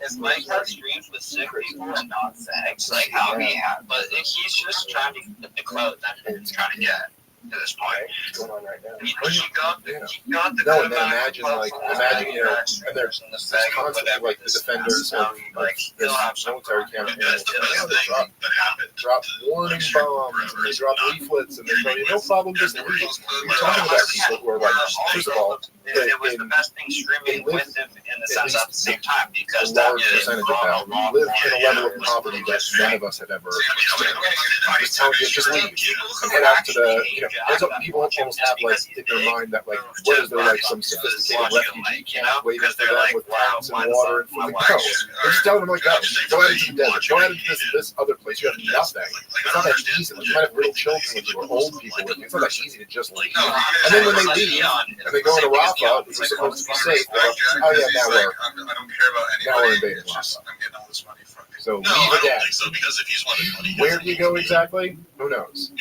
And again, like, look, dude, it's just, again, I just think that whenever you're talking about this, when you're talking about, like, inflicting this level of human suffering on a group of people, like, whoever's defending that, man, the onus is on you to demonstrate that there's absolutely no other way to do it. And the other reason why I bring up this point all the time about Israel propping up Hamas as this strategy is that doesn't that at least change the narrative? Because if you just go, a lot of people will just be like, well, look what happened on October 7th, look how horrible that is, nobody can stand for anybody doing that, and therefore Hamas has to go. And so whatever happens in that process, hey, that's on Hamas. I guess on some superficial level, I can understand that. But, like, yeah, but once you know that they were propping up Hamas specifically so that they wouldn't have to give the innocent Palestinians their own state, and now they get to use that group that they propped up as the excuse where they're allowed to just slaughter these people, it's just like, that's a whole different level of, that's just, no, that's fucked up, man. That's just not, and all these terms get conflated. Like, doesn't Israel have the right to defend itself?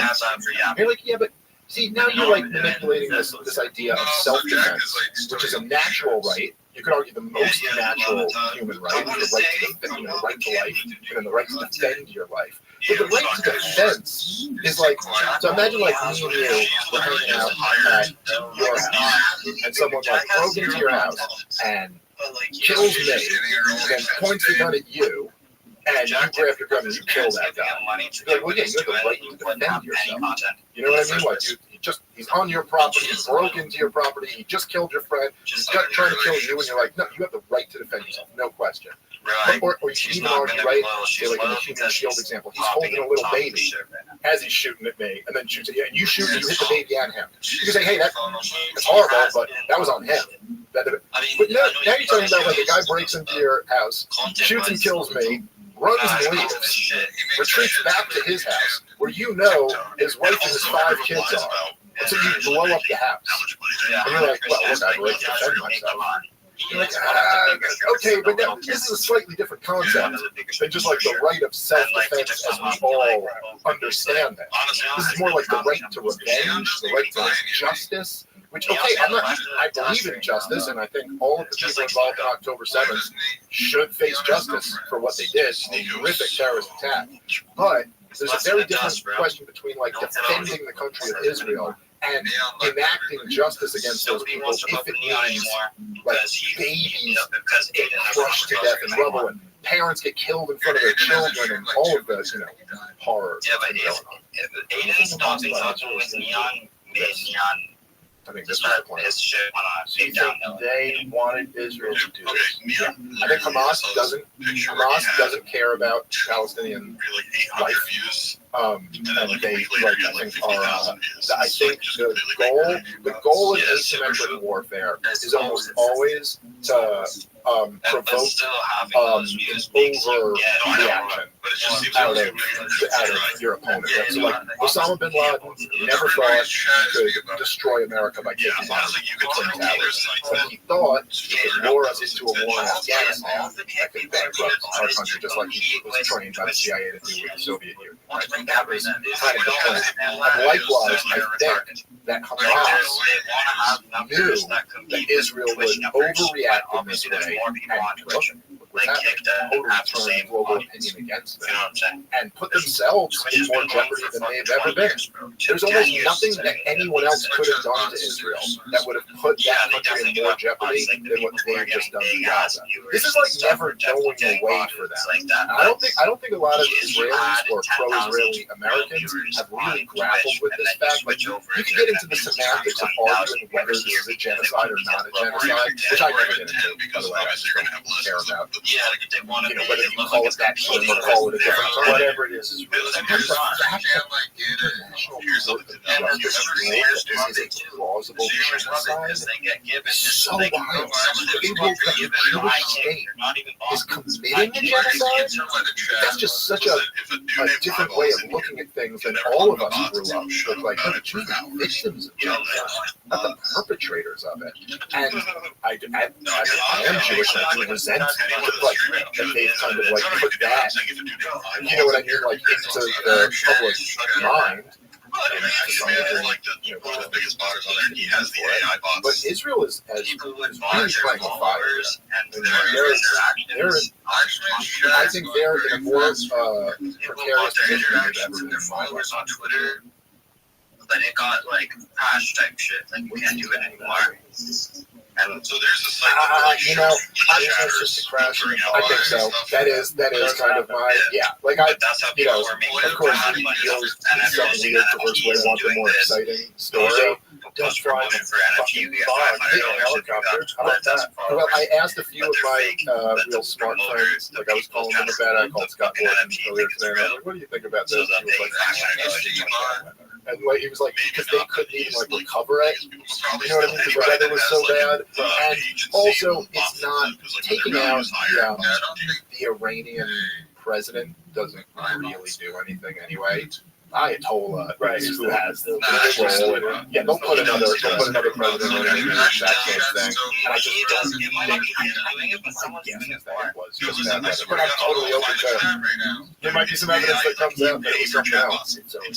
He has the same people chatting. Jack Doherty has Yeah. I think this one might have just been bad weather. It turns out it's really not safe to fly helicopters. Because they're definitely the same viewers and you can't see that. But right now, there's a thing you can see. No, it's not good. I don't know. Do you fly helicopters, Joe? Yeah. They don't make me feel good. Yeah. Like people tell me they're fine. Doing it, they're safe. You know, auto rotate on the way down. Yeah, whatever. That thing seems weird. I'm sure that's what they told the Iranian president. Well, I mean, do they have helicopters that can operate through the clouds just like an airplane does?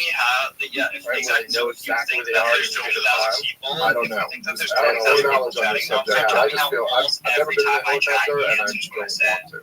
It doesn't seem like as sophisticated as flying. I just feel like helicopter lifts life has been going pretty good for me, and I'm just going to keep driving down this path where I'm going helicopter. Burr has license. Every time I ask whatever. Really? Yeah. Yeah, no, it's really good.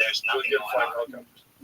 One of the handful of times I've been in a helicopter, there's actually nothing around the same people just fly around. That's what's weird. They don't tell you where you can go and not go. I mean, I'm sure they do, but for the most part, once you say you're going to go to a specific area, you can just turn and fly around. So when you have a helicopter, because they're below the airplane. I don't know why I was already scared of the idea of flying in a helicopter, but flying in a helicopter that's being piloted by Bill Burr is just the scariest thing in the world to me. But you just get pissed off at something in the middle, and he's like yelling, you're like, dude, focus, man. No, he's very focused. Don't pay anybody when they very serious. took me around these buildings, and he's just flying around buildings around LA. Like, this is crazy. Just fly right by this skyscraper. I mean, that does sound cool. It is cool, but I don't want to do it's it. it's kind of beautiful. Like, just fly around. It's kind of leisurely because they don't go that fast. Right. Flying around downtown. I'm like, this is crazy. And then you look at a lot of those buildings like downtown LA, they don't have like helicopter landing. I mean, okay, I understand the appeal from him. That does seem fun. Yeah, it's fun, But then, you know. Oh, you can't. I can pull up my phone. Yeah. There's Bill. Fucking Bill Burr. Yeah. I can't. I'll fucking show you how to fly this helicopter with my fucking. Oh, how dare you wear that paper boy hat when you make fun of me? Made fun of me, famously said a little rascal sound. This is like right after that he went and bought the hat. Yeah, it's a good look. He's awesome. Him and Tim Dillon is the very best at ranting like by themselves on podcasts. They're the only podcast I listen to where a guy just goes off 100% by himself. Bill really by himself. Like Tim Dillon has a producer that's like a built-in one-man audience. Right, he kind of plays off of him. Yeah, and he's great, but he's even one person is enough for Tim Dillon. Like Tim Dillon can rant with one person better than anybody on the line, but he's very smart in the way he does it. Like you have his producer right there, so he's saying funny things for his producer. The producer laughs, right? And then so he'll do that also in podcasts, same kind of thing. You know, whereas Burr is just him by himself. I'll tell you what. I know, like someone will just ask him like the most kind of basic question, and then like he's just reading the question, and then it just launches him into this thing that like he wasn't even planning on talking about none of this, and then it just launches it. It's beautiful. Yeah, both those guys are the best. Yeah, Dylan's the best. Hilarious about things by himself. Dude, I mean, I met him like pretty early. He was pretty new when I first met him, and he was definitely like, I mean, he wasn't as like he didn't have the chops that he has now. He wasn't as polished as he is now. He was very clean. He was brand new. I remember just like hearing a few of his rants on podcasts, and you were like, this guy is going to be a force of nature. It's like I almost like it's almost like it's like if you were watching like Michael Jordan playing high school or something like that. Just like one move, and you were like, oh, we're doing that now. All right. Right, fine. Well, you can't, such respect a gay right-wing guy who used to sell subprime mortgages and did a lot of drugs. I'm still not convinced he's gay. I'm convinced he used to sell subprime mortgages. That for sure happened. He did a lot of drugs. That I believe. Yeah, that I believe. You know, it's funny because every now and then you'll see it. There's like a moment where you see the gate come out, and you're like, oh, there it is. Oh, there it is. You hide it pretty well, Pip, but it's there. It's like you're down to fucking oh my God. And he puts those glasses on so he's like he's in his own little world. He knows wild shit about everybody. Did you see the Nancy Pelosi debate with the dude from Local? No, I still haven't watched it. I did. I know you asked me if I'd seen it, and then my buddy Rob Bernstein, who co-hosts my podcast, which is part of the problem. He was like, dude, you gotta watch it, but I just have not. I've been constantly traveling. Yeah, dude. He and her. Well, I can't believe Nancy Pelosi actually did an Oxford-style debate. That just seems ridiculous. Who told her that was a good idea? I don't know. I mean, she thought Winston was just like this. Yeah, they said Mike left. Isn't he a banjo player? What's going on here? Pelosi interrupted by anti-Israeli. Pelosi rebuked to her face during Oxford debate after condemning Americans clouded by guns, gays, God. What? What does that mean? Clouded by guns, gays, God. What does that mean? What does that mean? She's so crazy. There's guns and gays and gods. Oh my God! Challenging Pelosi's position in the debate about populism.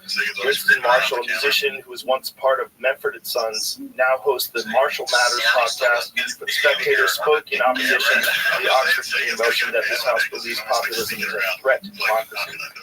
That is a crazy argument. That populism is a threat to democracy.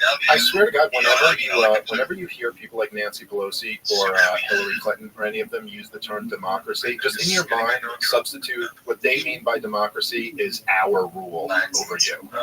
Like, in a sense, that's what they mean. It's like, oh yeah, populism is a threat to you guys ruling us. Yes. And that's kind of true. That's exactly what she's saying. There's a she just doesn't know she's saying that. I will say this. There's a really great debate. I believe it was the monk. It was between David Frum and oh God, I'm blanking on his name. Trump's advisor. Oh man, I'm blanking on his name. I'm usually pretty good with names, guys. But what is the guy who masterminded Trump's 2016 campaign? Yeah, Steve Bannon. So Steve Bannon and David Frum. David Frum was a speechwriter for George W. Bush, and Steve Bannon debated populism, and the crowd was so hostile to Bannon. And he actually did a very good job in the debate. I highly recommend everyone listen to it if you're interested in this stuff, because he basically laid out how the whole Trumpist populist movement is a result of your failures. Like, who are you, George W. Bush speechwriter, to look at us and say, like, why is there this populism? Gee, I wonder why. Maybe it's because the elites mismanaged everything. And so then there was like a movement that rose up like, hey, these elites are screwing you over. Populism is it's not a sign that you have a healthy society. It's a symptom of a cause. You know, it's like, it's in the same way. I know me and you have talked about this a bunch before. But in the same way when all these people will be like, you know, we need to have trust in our institutions. And you're like, well, yeah, but we also need institutions that don't lie to us. And when they do lie to us, you can't turn around and say, hey, you have to trust these institutions. Like, the problem started with you not being trustworthy. Not with us not trusting you. I think people are starting to understand that better now. I really do. I think there's been a pretty significant shift towards people being very skeptical about bullshit.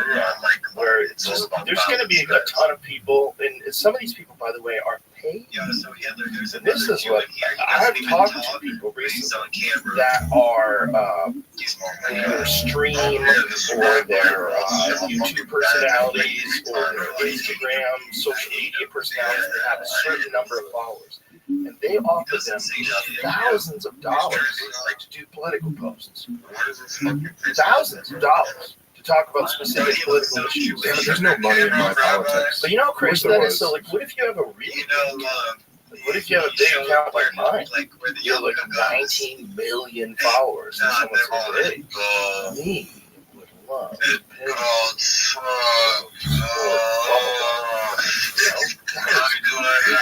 yeah.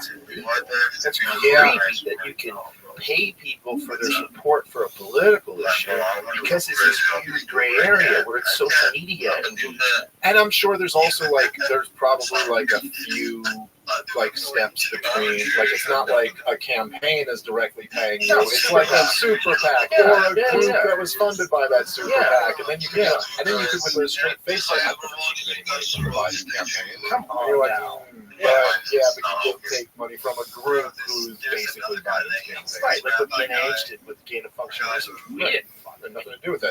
Oh, this subsidiary. Oh, yeah, this company that. Yeah, very good. Yeah, but it had nothing to do with it. Yeah, those guys are racist. You're racist. Wasn't that the best? That made you racist? It's correct. They're so good at that. They're so good at making you whatever it is, racist, transphobic, sexist, xenophobic, nationalist. What they're amazing at, and I've kind of like marveled at it like over the last few years, especially when I do this show. Like, I mean, there's some other shows that I do that are like pretty big shows, but there's just nothing like this show. Like the response to it that you get, especially for me, because I can say like controversial things on the show. And like the response that you get, I mean, it's bonkers, dude. Okay, so probably the biggest one up until, I don't know, but maybe the biggest one was that when we were talking about the war in Ukraine. So this was like a couple years ago, I guess, was the first time I came on and we were really talking about it. The beginning-ish of the war. And I basically made this whole case for how NATO expansion is basically what provoked this war. That was Vladimir Putin's big gripe. And I mean, I thought I totally backed it up with like, listen, this is what all of these experts themselves said, you know, not Russin experts, I'm saying American experts, heads of NATO, all of this stuff. And I mean, the reaction I got from blue check journalists back when that meant you were a corporate journalist, Joe Scarborough was furious because this guy is saying that NATO provoked Vladimir Putin's invasion because, of course, the New York Times and CNN and all their favorite term was unprovoked. It was a completely unprovoked. And I don't know, by the way, if you caught this, and I don't say this just to run a victory lap, but it's kind of 50% for that reason. But just late last year, the head of NATO, Stoltenberg, Jens Stoltenberg or something like that, the guy, but he just came out and said, and he almost said it like so nonchalantly, he said that Vladimir Putin, before he invaded, asked NATO, he said, if you just put in writing that you won't ever put Ukraine in NATO, I won't invade. But if you don't do that, I'm going to invade. Right. And then he was bragging, he goes, and we refused. We refused to agree to that. And then he was kind of going, and look, now NATO's going to expand even more. So see how stupid Vladimir Putin is? But like, number one, he just totally admitted that all that thing that everyone was saying was such a controversial statement 2 years ago, that this had anything to do with NATO expansion. It's like, well, the head of NATO just said that's what the whole thing was about. And that he wouldn't have invaded if he had just agreed to not expand NATO more. And then number two, you're like, oh, so you're just bragging that you didn't do that? So what? Hundreds of thousands of Ukrainians have died now. We could have just made an agreement that Ukraine won't be in NATO and not done any of this. That seems better. When you say it, when I said it 2 years ago, everyone was like, anyway, my point is just that they really act like you're crazy.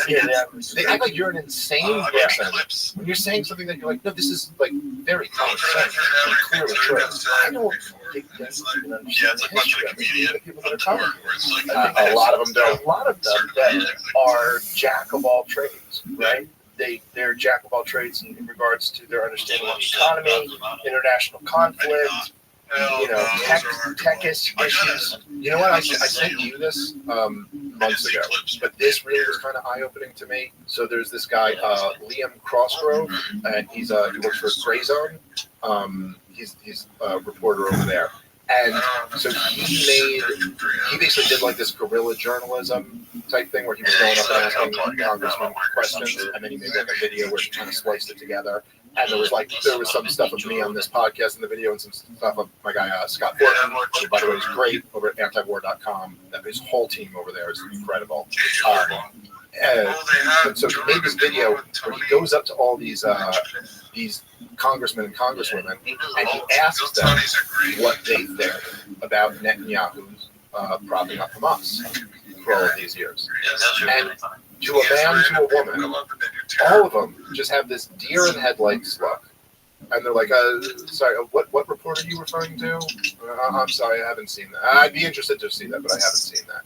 What are you talking about? And you just, right away, none of them even have the foggiest idea what you're talking about. And you almost realize that, weirdly, it was even eye-opening to me, and I talk about this stuff all the time, but you just kind of realize where it's like, oh, like, yeah, that's not their job. Their job isn't to, like, read about this stuff and read newspaper articles and keep up with what's going on. Their job is to fundraise for their next election that they have and to whip votes for this thing that this lobbyist wanted. I know if I get what this lobbyist wanted, he's going to contribute to my campaign. And if I did, it's like they're in a different world. They're not in the world of like actually thinking about this conflict and knowing things and learning more about it. Just like being the president, they have to have a comprehensive understanding of everything. Right. Everything. Which is impossible. Which is not possible. It's not possible. And the other thing is they're always talking like they're in a position of expertise. One of my favorite interviews was when AOC was talking to that lady. She asked her to expand about Israel-Palestine. Oh my God. She just collapsed into herself. It's literally like a fifth grader that didn't study, and then they ask you about the subject, or you didn't read the book. And then, well, it's about Billy and his dog, and he has a really good relationship, these dogs. But the crazy thing about that interview is that it's like, okay, so the first comes off with like total authority, and then like one little follow-up question. The question's like, well, what do you mean by that? And then you just see her get weaker and weaker. And then like, woman, but what do you mean by that? It's like, what are you talking about, man? And she literally goes, I'm really not the expert. She just gave up. but she kept going before she gave up. She tried, and you're supposed to know about that if you're going to talk about that. It's not that hard to educate yourself on it. I know a little bit at least. Try to have an understanding of the history of the conflict. It's a crazy, convoluted one. This is it. This is it. Yeah, sure. Thank you, brother. I also think that what people are starting to do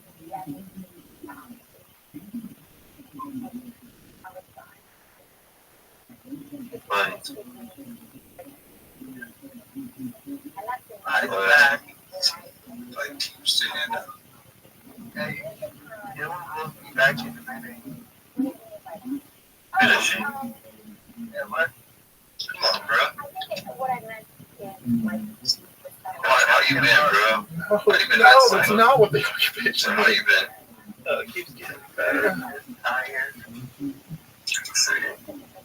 You've been tired, bro. I just did that stream. Damn. When you streamed and didn't let us know?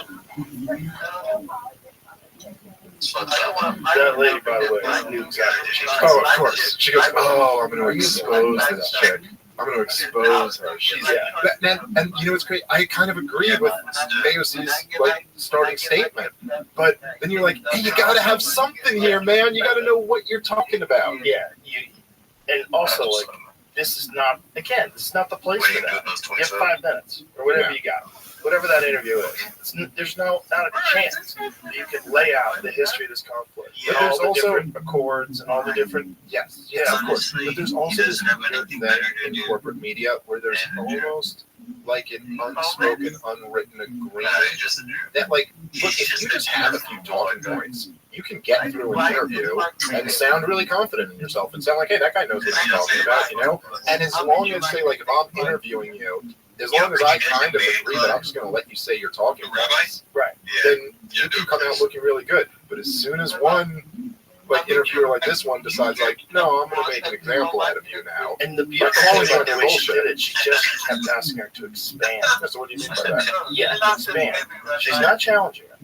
She's literally just giving her the easiest of softballs. Yep. Yeah, that's right. And of course, AOC, you know, I almost feel bad, like, because she was such a, like, I think she was in her 20s in this video. Crazy. Like, she's just, they also kind of knew that, like, here's this woman who just is totally not up to the task. And Did you see the Marjorie Taylor Greene, the outburst? These are the best of the best, ladies and gentlemen. These are our representatives. This is our Jerry Springer government. Does AOC call her baby girl? She goes, "Oh, baby girl!" Like they went full. Oh no, you didn't. You said, "Bitch, I will fuck you up." They were fucking you. Marjorie Taylor's insulting her. She's insulting Marjorie Taylor's body. It was wild. You're like, no, we can't. Just when you think, like, yo, this country's gotten so dumb, you're like, oh, are we actually here? Are we actually here? Do you remember we used to watch those videos of, like, Parliament breaking out in other countries, like Kazakhstan or some shit? We'd be like, that could never happen here. Listen to what they say. So she gives her shit. Chaos on Capitol Hill. See if you can find the raw footage of it.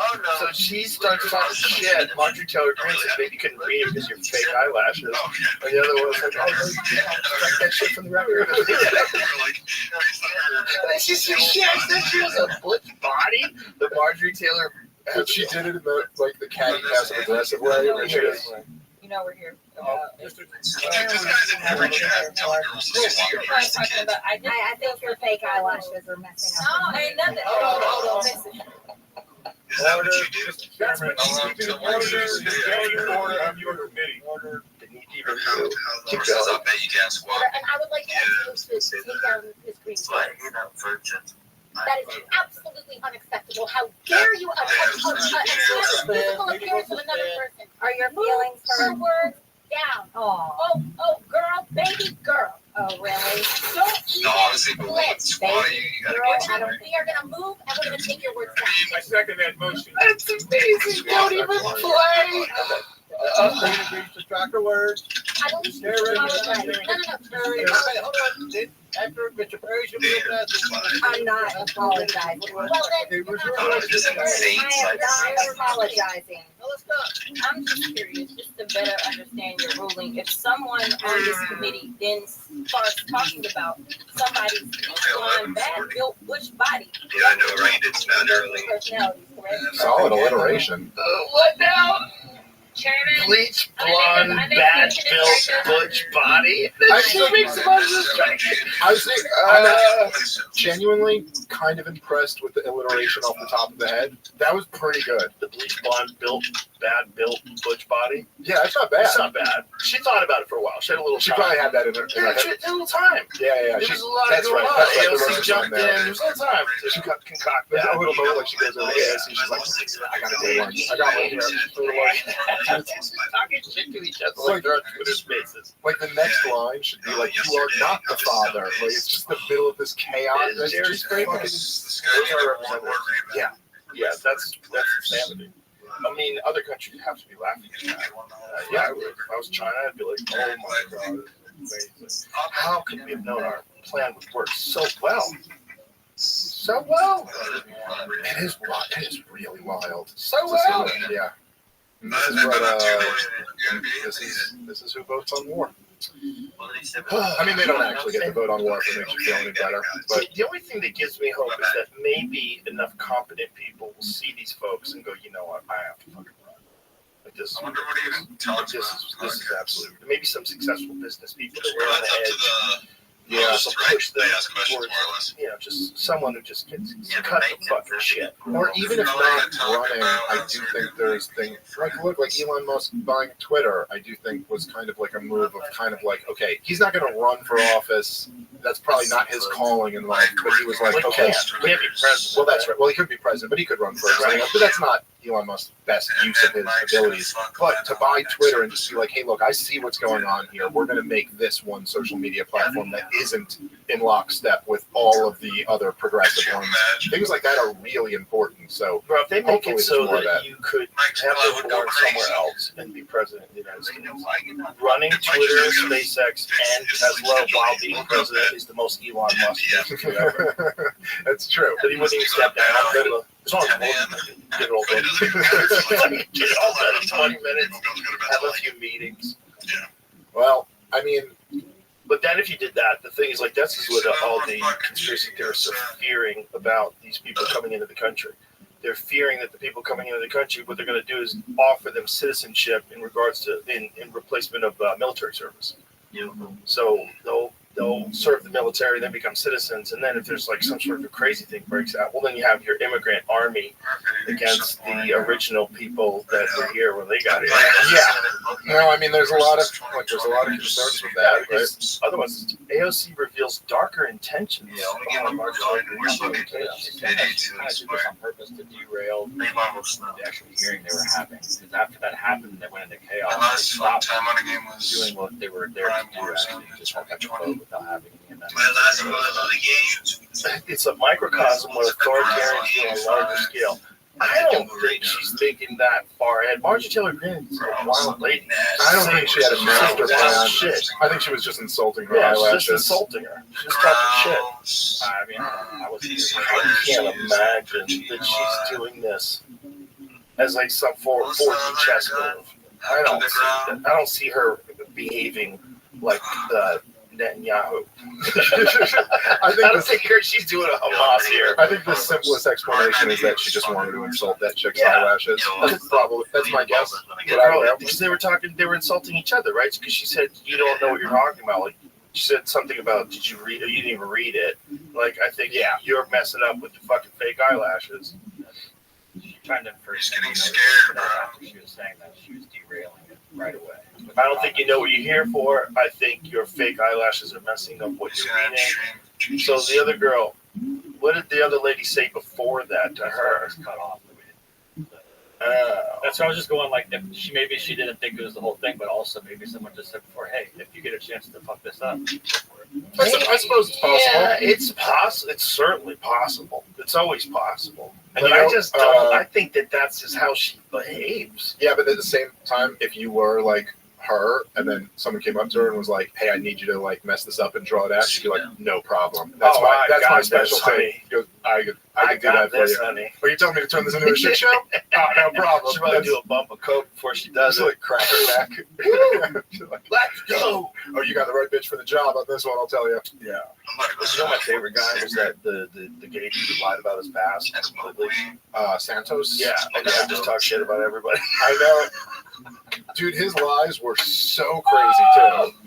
Like, they would be lies, like, it wasn't even lies, like, with, like a political benefit to it or something. It was just like a lie, like it's like, you know, as captain of the volleyball team at Harvard, and they were like, not only did you not play volleyball, you never went to Harvard. Like, none of this is real. Like, you're just making up things. You're like, none of this is. Did you really say that? I just made that one up. Just making that one up. It was like lies like that. What did he lie about, Jamie? But he's hilarious, man. When you hear him interviewed, he's fucking hilarious. Where he turns on him talking about how they're all stealing money. This one's the worst. That's great. Well, he's a con man in a fucking sea of con men. According to New York Mag, he lied about this. Like donors. Allegedly lied to donors, then used their money to make purchases at Hermes and OnlyFans.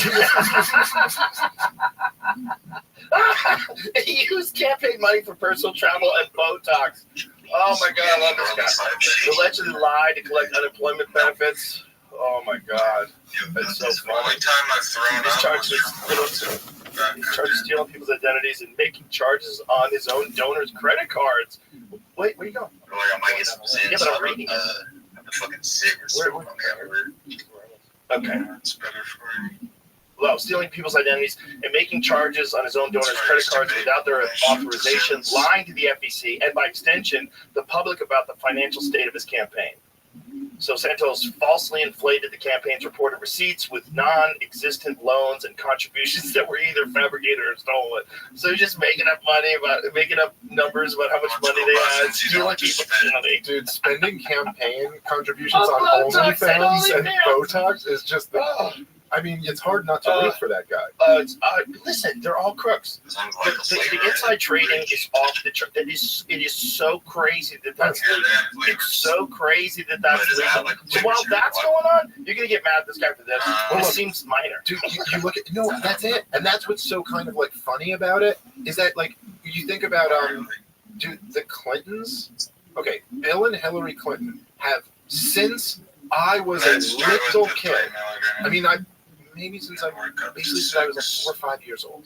He was governor in Arkansas. Their entire career is they were public servants and they ran a charity. And they're worth like $100 million or something like that. Like, wait a minute, huh? Wait a minute, you guys haven't been practicing law any of this time. You haven't been working in some industry where you make tons of money. You were public servants who make, healthy salaries, but not like that's going to put you in the hundreds of millions of dollars. And you ran a charity, the Clinton Foundation. And now somehow you're Barack and Michelle Obama. He goes into the White House. Look at the house he lives in. It's like, so there is almost something where everyone turns at Santos because obviously, like, that's such a cartoonish, easy, version of it. Yeah. But it is kind of wild that there's so much outrage against this guy. And, it's like in the same sense where, like, there'll be, like, corruption, say, like, some Eastern European countries. There's corruption where, like, the level of corruption is, like, if you get pulled over by the cop, you can slip him some money and he'll let you go. Now, we don't have that in America, right? Like, you can't really ever slip a cop money when he pulls you over in America. You may wish you could in certain situations, but you can't really do that. Now, I'm not saying it never happened, but you really can't do that in America. But we have, like, the prison guard union lobbying to keep mandatory minimums on marijuana. So, like, okay, you could look down your nose at this primitive form of corruption, but think about how fucked up that is. You know what I mean?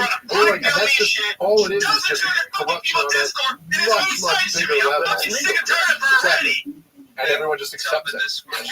It's a wild time, my friend. Because people have access to information now that allows them to really see all this stuff. Like the insider trading thing's probably been going on forever. But we didn't even hear about it until about a decade ago. Yeah. Very rarely came out. It was just kind of accepted that, like, all of these people are rich. Yeah. And we don't really know where they got their money from. Jimmy Carter. I am And sick that's one and of the things I tired loved about Jimmy of Carter. fucking people trying to Jimmy explain Carter to the the whole end. entire time. Really The circus just community maintained a is a very piece simple of fucking lifestyle. garbage and Yeah, Destiny and off. just They're a fucking off. never Are you a chase mod? money.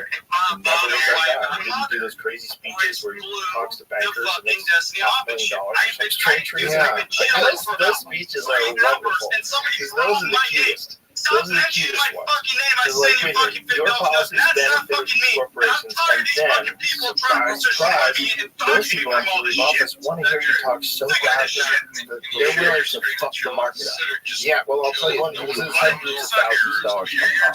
this is also, I think, where there's a flaw. Okay, so this is You know what? one I'm of the just reasons done why with all I'm the a fucking libertarian and not a these progressive. fucking people I mean, trying. there's You know many what? reasons, I but just had one of the things that I think a lot of progressives, I think are like well-intentioned. Explaining all this Their shit big thing will about be the like, doxy you gotta shit, get the money out about of all that politics. stuff like that. What they And mean it's by that is been that all you of me can't and let, mention for me to big fucking hear that corporations these people contribute are to missing my political fucking campaigns information. or We something don't like do that. that Because shit then, at of all. course, It's those time are to get rid of basically this fucking buying, Cuban you know, for all this pro-election toxic by shit. You So I fucking think ruined like my the fucking life. flaw, like Completely. King A Hugo, woman. like that as like A a son. big issue, you know, is get the money out of politics. I think the flaw in that is that they always find a way because look, those speeches, that's not contributing to anyone's money. Right. And that's not technically rewarding you for bailing out the big banks. It's just you have to bail out the big banks, and then they happen to really want to listen to what you have to say after that.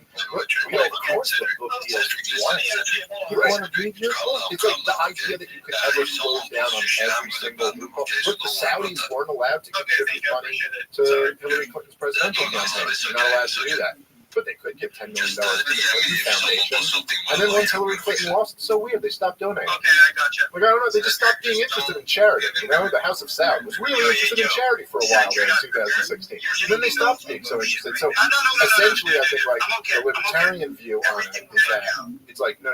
Whatever rule you want to have, if you have this much power in Washington, D.C., that power is going to be corrupted. And it will find a way. The only answer is to reduce the power. Yeah, and isn't the charitable foundation thing a sneaky tax way of making money? Oh, yeah, for sure. There's a thing about charitable foundations, like everyone who's like really rich seems to have a foundation. Yeah. I mean, I'm not the expert on that or anything else really, but I know that they certainly like get a whole bunch of tax breaks that you wouldn't get if you just started a business. Well, not only that, but if they're doing things like Gates, for instance, to promote global health, right? So he gets involved and he makes money off vaccines. Hey, you know so what? He There is a sells fucking his clip, stocks actually. and then starts talking badly about them. Yeah. I mean, it's pretty wild. It's wild stuff. It's wild. It's wild that you can make money, like hundreds of millions of dollars, while you're running a charitable organization. But if you also think about it, like the hundreds of millions of dollars that these guys make off of that is nothing, because the legislation that they're passing or the policy that they're pushing is making these special interests hundreds of billions of dollars. So if you buy off a politician for $20 million and you get, you know, like a no-bid contract that's going to be worth $200 million to you, yeah, that's a pretty good return on investment. There was a article about this particular area of Virginia that's like the most expensive real estate in the country, and it's all where the lobbyists live. And I think it is Lincoln whose house that they're picketing in front of, that they've been essentially there since they find it. I think it's Lincoln's home that he has some fucking set up there, some fucking dope ass old school mansion, and they're all camping out in front of his house. It's the Palestine people. And so they decided to constantly protest in front of his house. Yeah, Anthony Blinken's family is the latest target of Washington's ugliest protest trend. So they just camp out in front of his house and they're pouring blood on the ground. It's a little weird to do with your baby. Stop the genocide in Gaza. I like this better than just blocking the road. It's definitely better than blocking the road. Blocking the road is the dumbest fucking thing of all time. And, you know, this is what people do if you're involved in war. You know, if you're involved in people dying, welcome to Kibbutz Blinken. Oh, Jesus.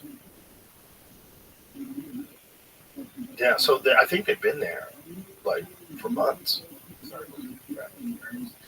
Yeah, I think it's a constant encampment. And they've got this thing where they're just going to protest this guy's house.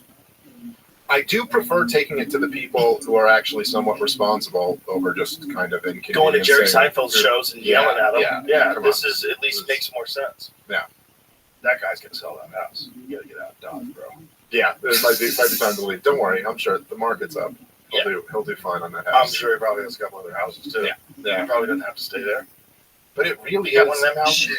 Oh, yeah, a little spot over there, a little spot over here. It is crazy though that they don't, like, our leaders don't even feel the urge to, like, kind of not shove it in all of our faces. Right. That there's like that this whole thing is just, you know, it's all just kind of like, oh, how much money can I extract from this pot and get myself wealthy? I don't feel like any sense of, and I will say, the one who I like kind of personally resent the most, which maybe is unfair, but is Obama. Because so many of us did kind of buy into, at least to some degree, the things he was selling in 2008. And you're like, wait, but you don't feel like have you seen pictures of the house he lives in? Well, he's got multiple houses. Yeah, but I'm talking about the one in Martha's Vineyard.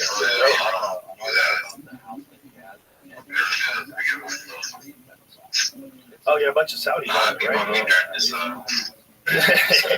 Also known as Northern Virginia's Gold Coast, the road features opulent homes on large properties perched high above the Potomac, with sweeping views. Such estates sell for tens of millions of dollars, as was the case with AOL co-founder Steve Smith, sold his estate to the Kingdom of Saudi Arabia in 2018. This must be dope views. Find us a view. Northern Virginia Gold Coast real estate.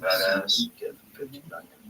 You know? All right. You know what? I think she's in Serpent's Discord and stuff. I actually don't like the political party on that front. Let's see what the views look like. If it's over the Potomac and then pushed high above, it must look insane. Oh, there was a little image back there. If you click images, real estate images, there was one pretty spectacular view that last night. I don't like it. Shut the fuck up with you fucking dirty ass. So these are like these old school, like imagine having a child that's you know, like fucking Great Gatsby, that kind of deal. You know, those.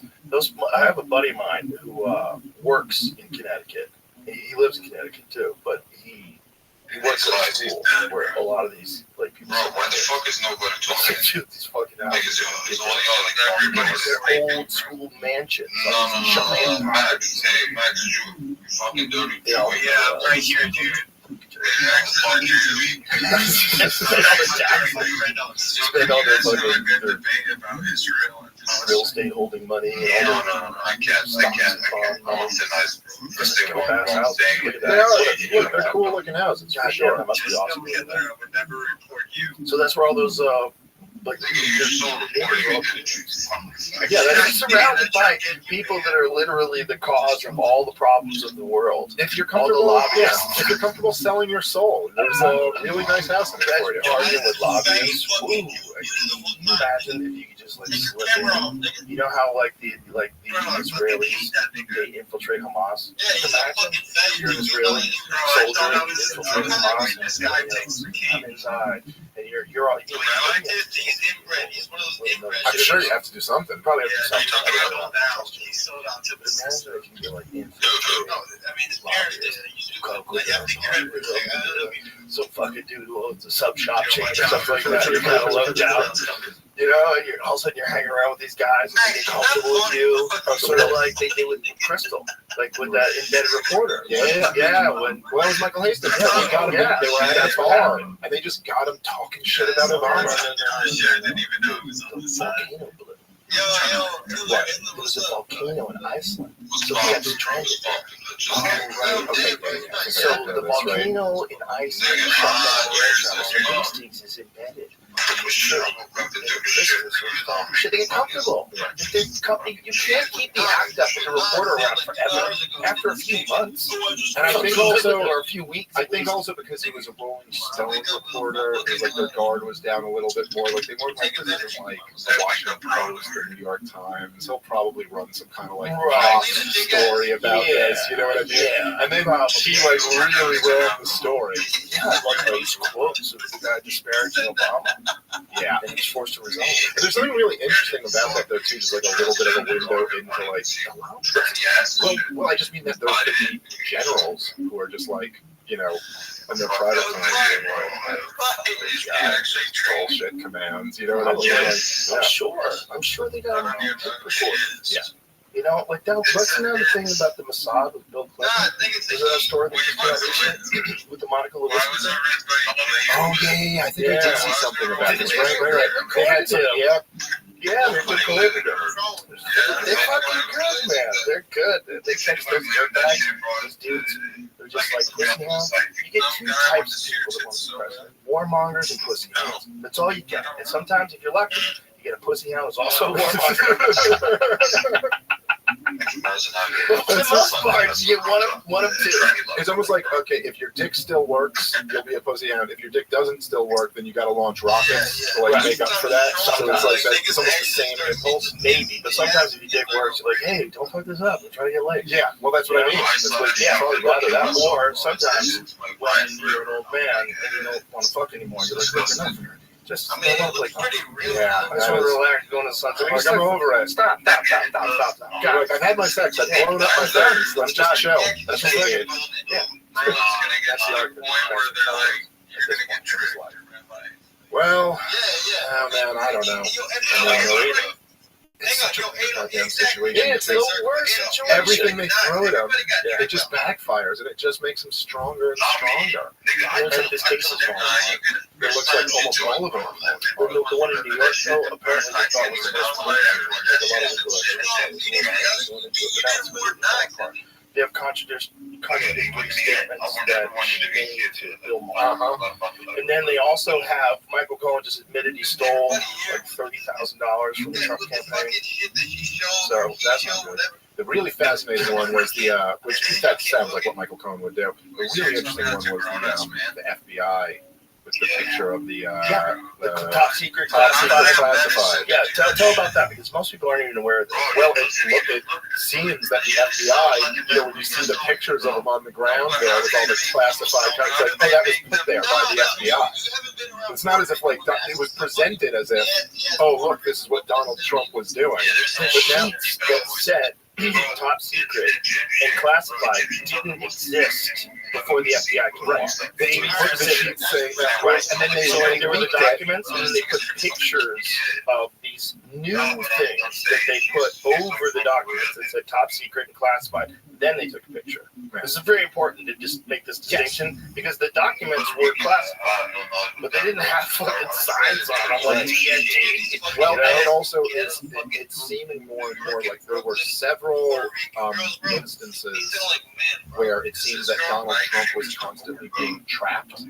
Going all the way back to the 2016 campaign, you remember there was this famous meeting with the Russians at the Trump Tower Hotel.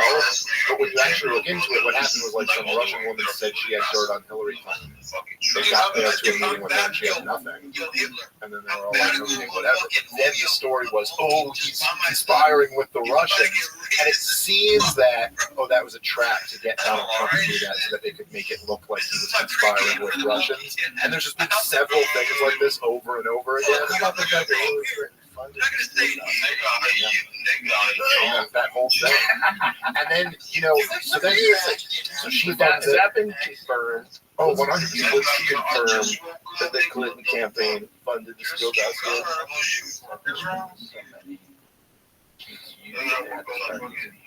What time is it? Right, but the thing is, the photographs show printed out pieces of paper that say classified and top secret, and those weren't there.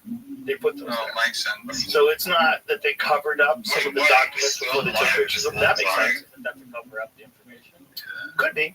But you're taking photographs with pieces of paper that say classified. It certainly top gave, secret. it gave an impression of something that was different than what was actually there. It most certainly does, because it's like, oh my God, he knew these are classified and top secret. He knew he had these, he did this deception. And it's also just the visual, the optics of like, look, classified, and just laying on the floor there like that. Look, it makes sense if you have to document, okay, this one's classified, this one's top secret, let's put a piece of paper on it. But as soon as you put the piece of paper on it that says those things and you photograph what you're saying is that you found it.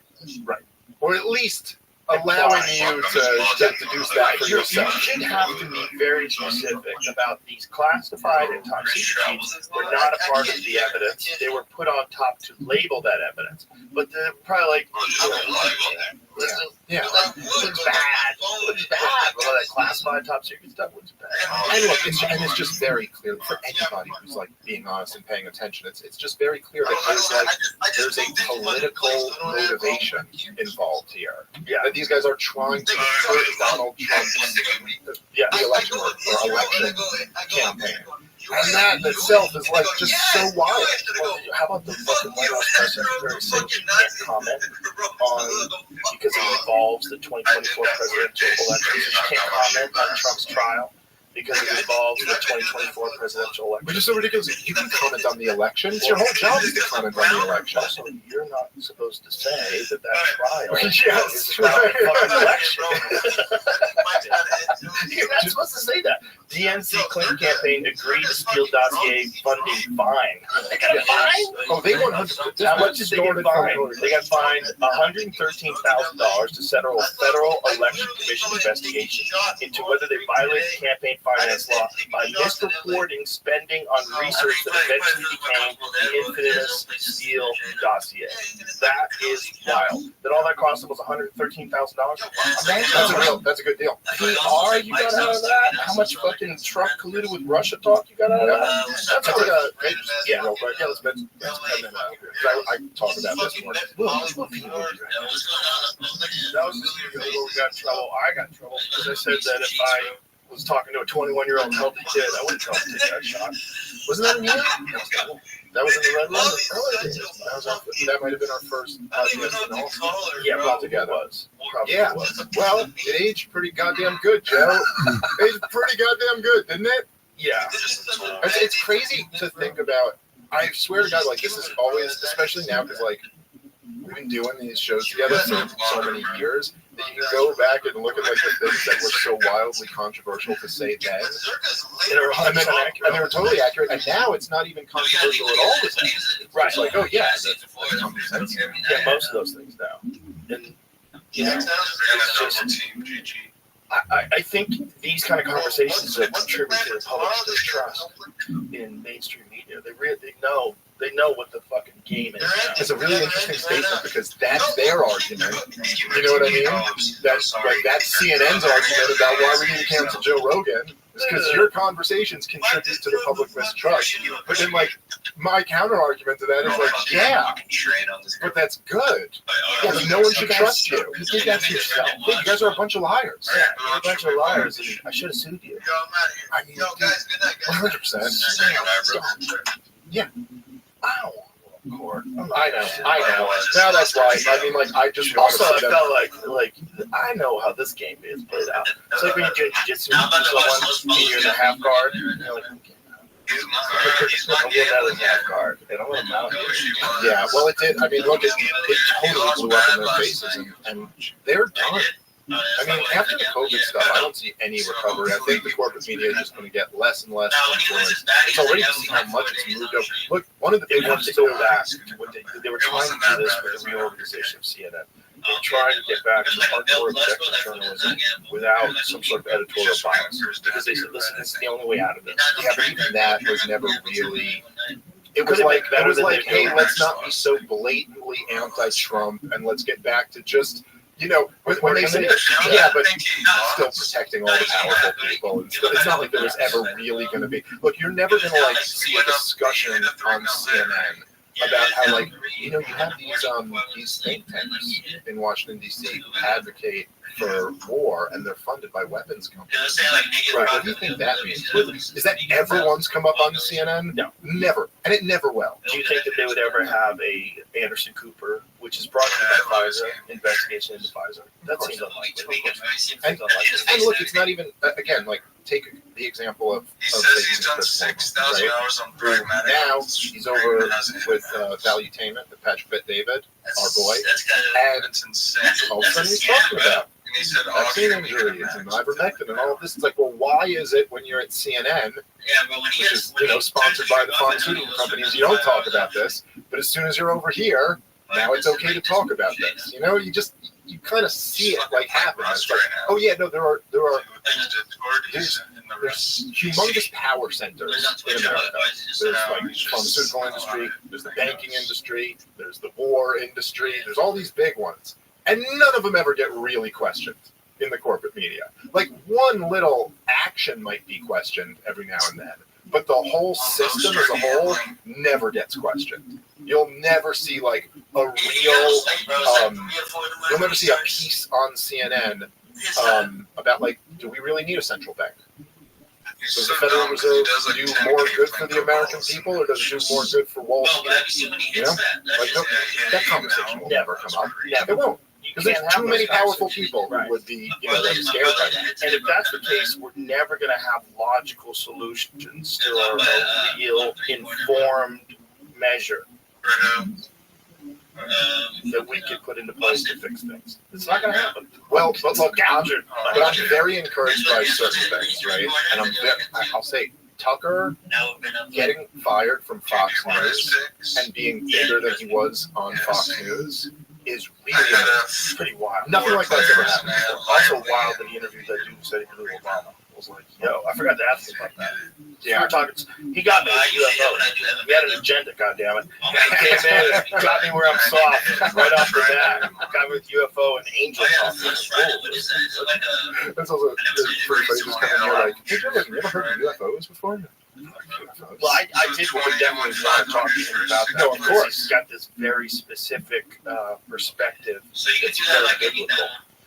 Yeah, He had a very religious perspective on it. He thinks it's which is really fascinating. Do they match it? That there's good entities, bad entities, that they've always been here. Like, protected, then they'll take it out of your account. Then if yeah, you lose, it sure is. And I don't know, I don't really understand much about it. I also haven't talked to Tucker about that, and I would be interested to, because he will allude to at points like that he's had people inside the government kind of confirm things. See, I almost want to ask him, not even on air, just like off air, like, okay, so what exactly was? It's one of the craziest things that Bob Lazar said, and he said this way back in the 1980s. He said there's a very bizarre religious aspect to it. And see if you can find him saying this, because I don't want to paraphrase this, but he said that what they were, he said it's going to sound crazy to say, but the way they have it described is that human beings are vessels for souls, that we're containers, and that's why they're interested in us, that we're containers of souls. Now I want you to imagine a scenario where AI is ubiquitous in the universe, and that this is where intelligent creatures, they get to a certain point in their evolution where they create an artificial intelligence. That artificial intelligence is far superior. But in order to do it again on another planet, you kind of have to start the same way you did it on Earth. You got to start with biological souls. If you want to make intelligent life, because you have to have these creatures that have these human reward systems about breeding and controlling resources and controlling real estate and territory, and that those are the ones that are going to like scramble to innovate, and then they give birth to this superior life form. But the only way to do it again somewhere else is you got to do the same thing. So, like, if you believe that life exists in a similar form all throughout the cosmos, that there's kind of similar fish and kind of similar things, I don't know. But if that is if that's how, if what we're seeing in these different galaxies. What we're seeing these different solar systems that we observe, planets in these Goldilocks zones. If that was the case, that the way to get these things to keep doing, you need to get it's the soul. It's the thing inside the living organism that's causing biological evolution. It's the actual essence of the creature. That this thing is what's going to determine whether or not it hits the innovation level required to achieve artificial intelligence, and then that's what they are. So what we are to them is like this little soul container. We don't have soul anymore. How about that last one? Listen, it is a mind fuck. Is a super safe fighter. And also the other guys. About that. Canada has been knocked out since 2017 or 18. Every other fight up the distance. And he always throws up to like 200 to like 300 yards. No, it's so far out. And on the thing, it's 5 rounds, and I think it's about 110. I had to figure out how to get these fucking final blow kills with the auto rifle they're having on. It's pretty cool. So there's Anderson is the Crucible, Vanguard, Gambit, rapidly defeat targets with final blows. Makes sense. Doing that in our county. Was specifically created. Yeah, Crucible on the jet count too. That's killing someone. Not county either. Yeah. Wrap your head around that. So we're about 5 years away from talking to a robot Smith that's indiscernible. You know what's funny is if that thing has quantum computing power, it's fucking metalhead, and it becomes another version of life, a much more superior version of life. And then they keep doing that forever all throughout the cosmos, but the only way to get there. Are you going to start having AI days on the podcast instead of me? I want to do my ads for me. I'll hire an AI Joe to do my ads for me. You still want to do the podcast, but you're like, I don't just read ads. Well, I don't want AI Joe to do the podcast because AI Joe is going to have to rely on all my opinions I've formed up until now. And I might change it tomorrow. Yeah. I can't have AI Joe assume it's going to know how I think about things because I don't know how I think about things. I like to be open-minded to the point where I'm willing to take into consideration new ways of looking at things, new possibilities. I don't know if AI is going to do that. It's going to be too smart for that. Yeah, maybe. I mean, it is interesting. It is such an interesting thing, but on the point of containers, isn't there something? I'm really just kind of thinking out loud as I say this, but there is kind of something where we all do accept to some degree that that's true, that we're kind of containers. I mean, like, just in the sense that you've seen dead body. Well, right. If you look at a dead body, it's like, yeah, you don't look at that like, oh, there's that. You're like, yeah, let's put that in the ground because the person, what we think of as the person, is gone. I'm not saying there's anything like controversial about that statement, like an atheist or a religious person or anyone would kind of agree with that.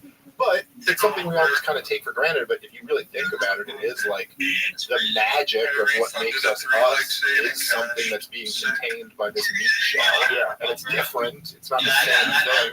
It's not really anything that we, at least at our level of scientific understanding, can really tangibly measure.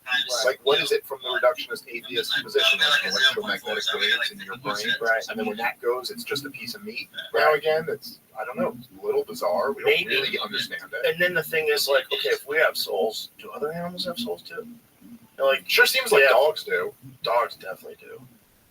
There's a weird relationship that we have with dogs. It's very strange. My dog's basically my son. He's like my dog son. I mean, I think of him like a person. Like he snuggles with me. He's probably more affectionate to me than anybody in my house. Your daughter's the attitude. Your son's just cool. They don't snuggle with their dad on the couch. They're just like, when I watch TV, he hops up on top of me, puts his head on my chest, and watches fights with me. He chills with me. My dog is a golden retriever, and those are like also just friendly and like the most loving and lovable dogs. They're so lovable. He's so enthusiastic. We went swimming yesterday, and this fucking dog will not. It's not hot if he's swimming. So he's got crazy endurance. So he just keeps going for an hour and 15 minutes. I threw the ball into the water, and he fucking leaps off the deck into the water, and gets the ball, comes back out, drops 30 feet. Let's go. Let's go. So it looks like, you know how like hype a UFC fighter gets like right before the fight? Yeah, like, it's like, dude, dogs just have that energy always if you want to do anything. Yeah. So you're just like, you want to go in the car, you're like, let's go, let's fucking do this. Yeah, he goes This is crazy. amazing. I could barely get the collar on. Yeah, and he will never stop being enthusiastic about the ball. I shoot the ball for him this morning, and I always think today's going to be the day he's tired as fucking ball. But no, it's like, oh, the fucking ball! He starts spinning around in circles. He jumps up towards it. It's hilarious. Like, he never loses enthusiasm. There's got to be something that we can learn from that. Because we get comfortable with familiarity. We get bored with things. We don't want to do the same thing over and over and over again. But the enthusiasm that he had the first time he chased the ball, he has the exact same, maybe more so, because now he knows it's fun. Yeah. So he can't wait to do it again. But there's something about, like, because dogs are, I think, essentially, right, like, we bred them to be kind of like babyish wolves. Like, they're wolves that are kind of kept in a perpetual state of immaturity. Right, kind of. Right? Because, like, I think, I think that, but basically, I think the qualities that you see in baby wolves, like a baby wolf will be almost indistinguishable in terms of how they could be domesticated from like a puppy. Yeah. But it's as they grow older They that don't you're take gonna that bullshit. right. Yeah. So it's almost like you kind of kept the traits that keep you young. Because it's the same thing. Well, it's the same thing with having little kids. It does seem like there's an attempt to kind of domesticate and soften. Yeah, man, keep man, it's like 13-year-old boys that follow rules. Shut the fuck up. Yeah, the wolf thing is really interesting because I am generally opposed to a weakening of a life form for human pleasure. Like, that's bizarre. You take a fucking wolf and turn it into Carl over there. But that's what happened. That's what happened. And I love Carl, but I love Carl. So, like, I'm conflicted. Like, part of me loves dogs, and the other part of me, like, I love wolves. I want them to be wolves. Well, there still are wolves out there. We took those. Yeah, because, like, I don't know, that's like, one hunt, you want to come by the fire, and we're like, hey, fucking bear comes by. Where you going? And then the wolf said, I'm your friend, I'm your buddy. You know the Russian fox experiment? No. They did it in Russia. They did this experiment where they wanted to see how quickly they could change a fox's overall appearance, their behavior. And so what they did was they had these captive foxes. For breeding? Yes, for breeding and natural selection being shooting in the fucking head. So whenever a fox was aggressive in any way, shape, or form towards humans, bang, dead. Next ones. They can't breed. The only ones that breed is like, and so they probably are pretty aware, you know, through the zeitgeist that these fucking foxes are getting shot. You know, there's like something in the air. It's probably some psychic in the, you know, morphic resonance, something in the field. Hey, people are getting shot out here. Like, you gotta be nice to these fucking humans. See that thing he's got in his hand? That thing will kill you with a squeeze of his finger. And so they, over a very short period of time, turned them into completely different animals that had like big eyes, fluffy ears, like ears that fell down and soft. Their jaws got smaller. They became more cute. I remember seeing this is one of those like famous documentaries about dogs. But I thought this always was very interesting to me is that one of the major differences between wolves and dogs is that they do this experiment where they'll put a piece of meat and it's in a cage. And the wolf or dog can't get to it. And the wolf will like bang against the cage and try to get it over and over and over again. We'll just never stop. In 1952. But the dog will try to get it a couple times and then looks to the person. And that's like one of the differences is that it's like been ingrained in dogs that you're also their partner. You know, like they'll look to you and be like, hey buddy, I know you got a few IQ points on me. Any idea how to get this meat out of this here cage? And like that's so deep in them. Well, the wolf would never think. Dogs like you as the leader. Right. Wolf never do. Yeah. Especially an unfixed male wolf. Shut the fuck up. Sit. Did you say sit? Who the fuck are you talking to, bitch? Don't you read Little Red Riding Hood? That's me, motherfucker. I eat people. They had in the same documentary, I can't remember what it's called, but they had this experiment where people were just trying to raise wolves, like domesticate them from puppies and raise them. And it was interesting to see, like, it's as they start to get into like adolescence and stuff, and the wolves would be attached to them because they'd raised them since they were little puppies. But you can't train them the way you can train a dog. They're jumping up on the table and knocking everything off. And they're not responding to down or here, boys. None of that's happening. That's food. I'm gonna eat that food. Yeah. Fuck you. Did you see that video that was online today? I think it's El Cerritos, California. There's a wolf running down the street. No, I didn't see this. Yeah. Why? It's a big boy, too. Big wolf running down the street. And this guy's driving, and his car's like, is that a fucking wolf? Dude, there's a fucking wolf running down the street in El Cerritos, California. Where is that? I don't know. Somewhere California. I think it's near Redwood or Redlands. Oh, is it? Yep, that's it. That's a year ago. Bro, that's a big ass wolf in a street. That's an urban street. Look at that. That's a big wolf, man. Yeah, sure. I love it. That thing's big. When you see them and you like think, what would a dog look like there? That's when it really dawns on you how big these things are. It's like a 150-pound wolf. I'm guessing. Might be less. Over 100, but it's yeah, like it's not worried at all. It's gonna eat your dog. Yeah, it's 100% gonna eat especially dog. if you got a little dog. Yeah, little dogs in trouble. Yeah, they'll eat coyotes too, by the way. It's gonna kill them too. There's a weird. I remember reading this book, Before the Dawn, I believe, by Nicholas Wade.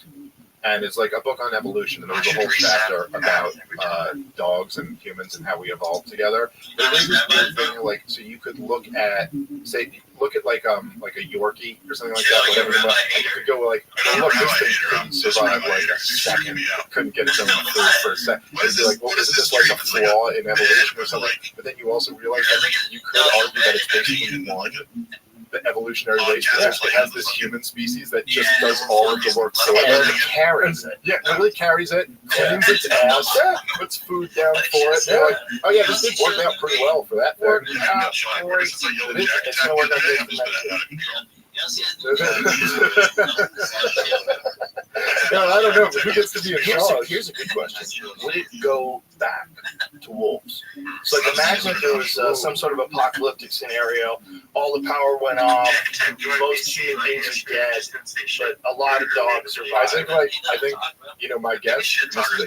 Totally. Just keep in mind, I'm an idiot. I have no idea what I'm talking about. But I think, if you're making an argument that a German Shepherd would eventually, if they were just left out, would it just breed, the harshest and toughest and most survivors? Maybe not wolf, but you get some wolf-like creature.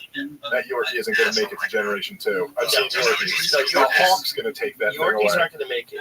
The dogs that are probably the closest to wolves probably would make it. Yeah. Especially in cold climates, right? So now they're outdoors. So now huskies. Yeah.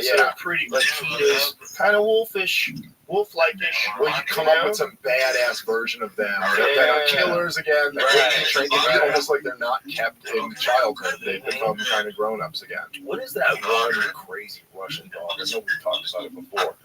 It's this one huge they use them to fight off wolves. They use them to protect flocks. Caucasian Shepherd. Show me some images of the Caucasian Shepherd. It's fucking enormous. Look what that thing looks like. So show me some images. They look fucking terrible. They look like super wolves.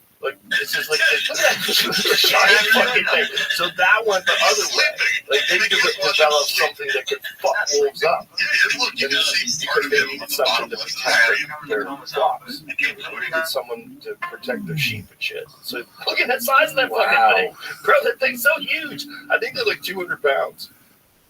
And they have fur everywhere, so they're probably really hard to bite. Look at the size of that thing.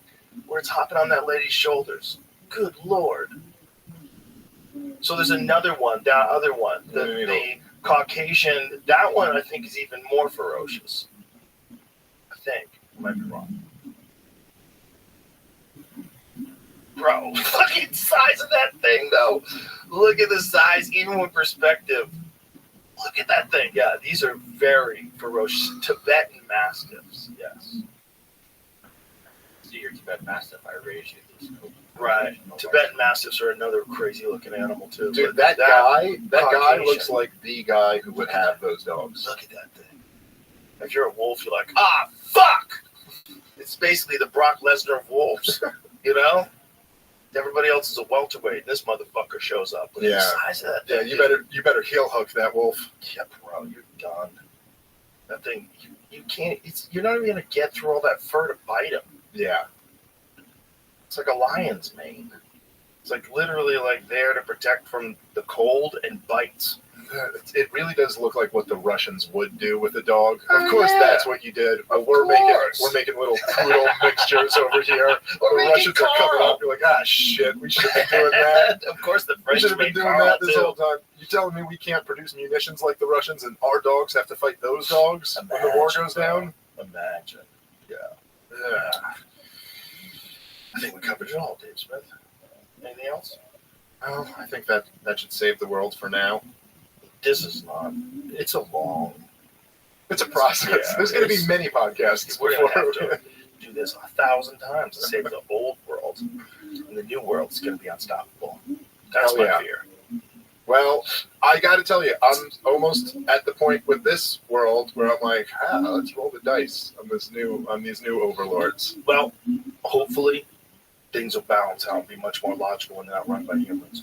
Well, I still believe in humans. I think the That's monopoly the monopoly of information is broken. Ron Paul will become president within the next 10 years. They'll just reverse his age. He will. That's right. That's what they do. They just put Ron No, on all sorts now of if we crazy can do that, science. if we can get Ron Paul young again, then this country's got a good chance. Ron Paul needs to get on some daily NAD drips and start testosterone therapy and get on the peptides and NMN. Got to change his vitamin routine. He's doing pretty good. Was he? He's doing pretty good. He's almost. I think he's 89, 88, something like that. And very coherent. And he's on top of it. Yeah. And every time his show comes on, it's like he's like, okay, here's the latest of what's going on in China, and like knows everything. Like he's just read everything about that's happening. Extraordinary. Yes. Dave Smith, you're the fucking man. I love you, brother. It's always great to talk to you. And stay offline for a couple days. It's gonna get ugly. Bye, everybody.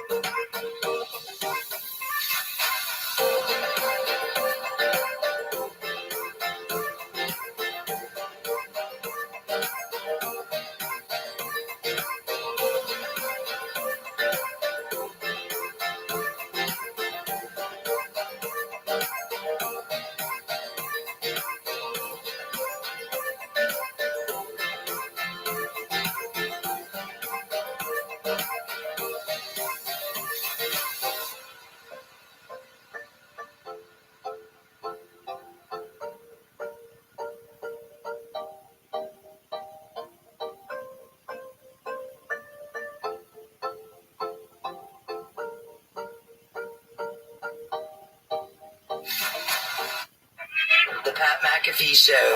There'll be no rules for our guests, for us, for the things we can talk about. Speaking his mind. I've never had a problem expressing my opinions or my thoughts or anything like that. While being relatable. I haven't had that manufactured fake-ass celebrity that a lot of people have whenever they go on those big networks. I've had a chance to really build my crew, build my following, build my audience. Ridiculous. What am I supposed to do? So I'm supposed to look at something that I can definitely afford and say, nah. Is that what I'm supposed to do? The Pat McAfee Show starts in 3, 2, 1.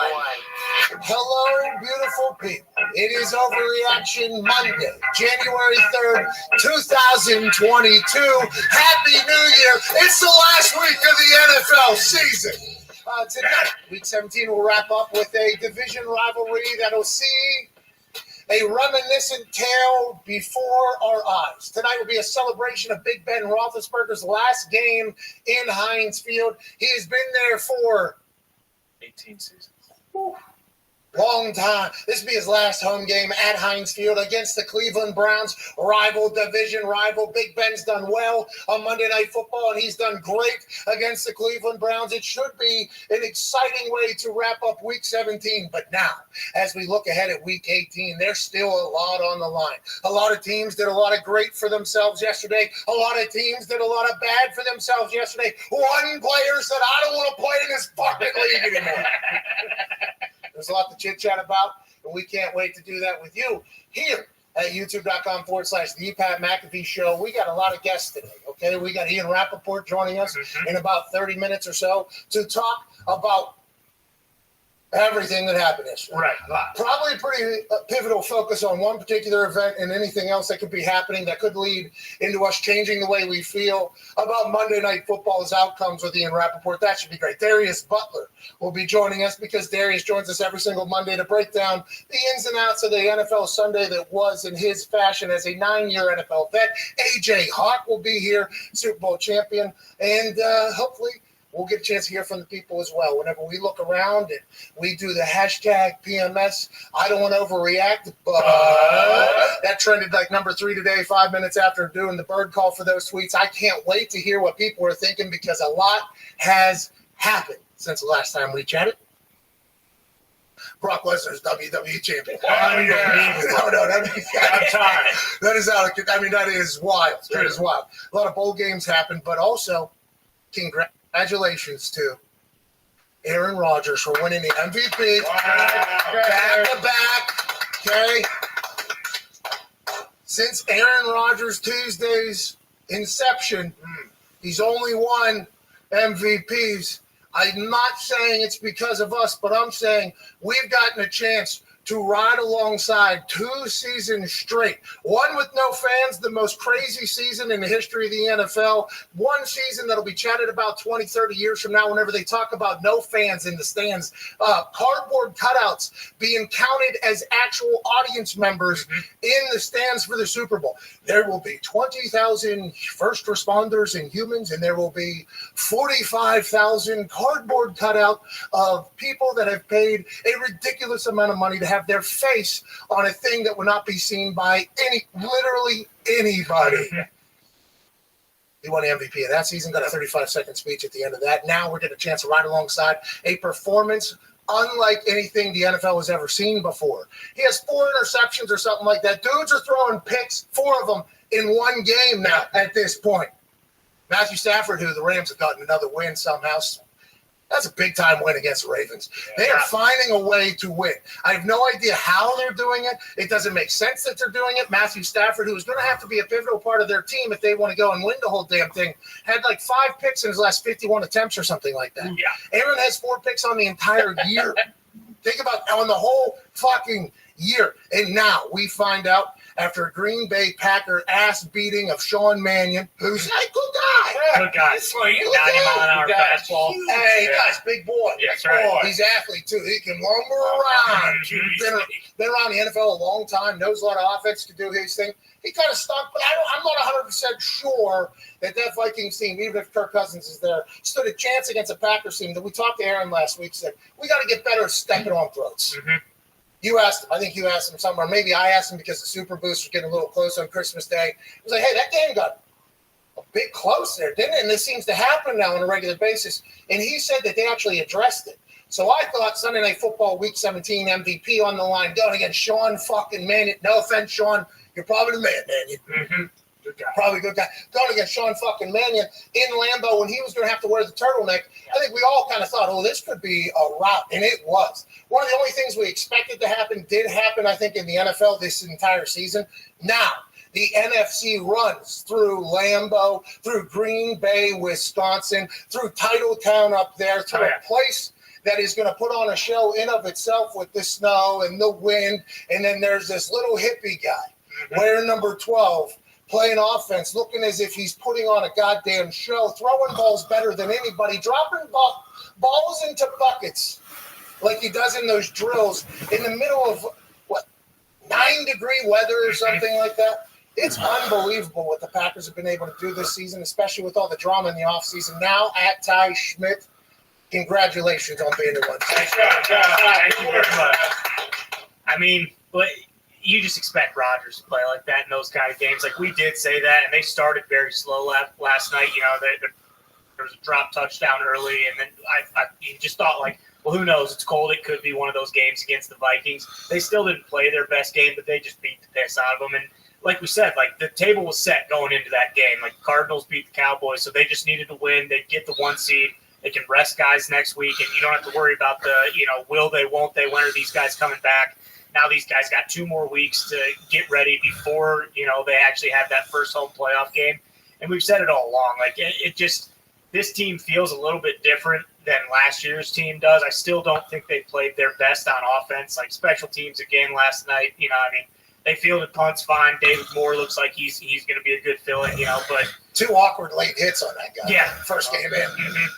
But, that bullshit call. He didn't block him into him either. Yeah. And maybe they just knew, like, hey, listen, the Packers are going to beat the fucking shit out of these guys. We don't need to be, expediting the process. But everything that's kind of what they need to do, they're doing it currently, and it's very tough for me with the way they're playing right now, and the way Rodgers is playing, to see someone going to Lambeau and beat them. Well, the NFC now, you have to look around the landscape, and I guess the Dallas Cowboys for sure could be in the conversation because they have been a team that has won games very well. They've lost games, and you go, what? And then yesterday they lose to the Cardinals. Here, are they back on track?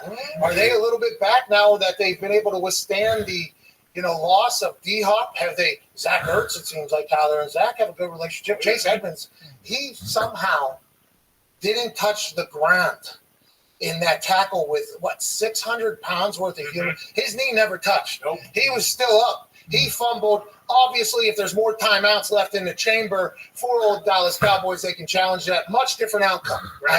Different outcome if that is the case. But 'tis the game of football that we play. You have to have timeouts. A lot of people were pointing out, and I think it's because the TV pointed out whenever Prater came on the field and Tyler was still on the field, and the field goal block team called a timeout because they're like, whoa, hold on.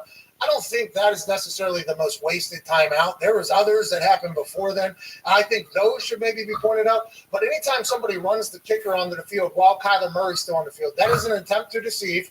They are trying to take advantage of the fact that the field goal block team's on the field, not the normal defense is on the field. So as soon as old buddy saw Kyler, was like, oh, shit, hold on, we are not supposed to be here. That's a problem touchdown, no matter what. Now, was there other time mismanagements throughout the year that made us think, hey, Mike McCarthy, what the fuck is going on over there? Sure. Yes. So when that situation happens right before the 2 minute, it does lend for you have a timeout here, you can challenge, you probably win this game. Instead, first down with 2 minutes left with the other team having no timeouts. That's ball game. Yeah.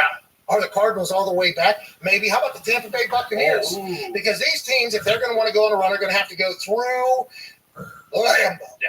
The Niners still have a chance. They're still hunting. Yeah. Hey, they're still hunting. Chargers, that's AFC, but the Niners still hunting in this entire thing. Eagles still hunting in this entire thing. I mean, Jalen Hurts is eating stadiums. Yeah. And he's even getting into that poop pipe busting stadium that Washington has over there.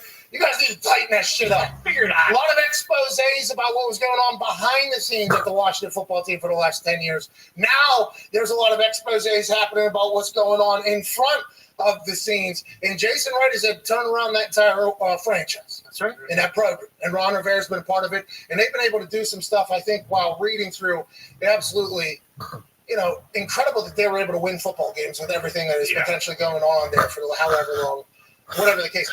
2 poop pipes bursting, right on it. One on the down there, like in the lower bowl level.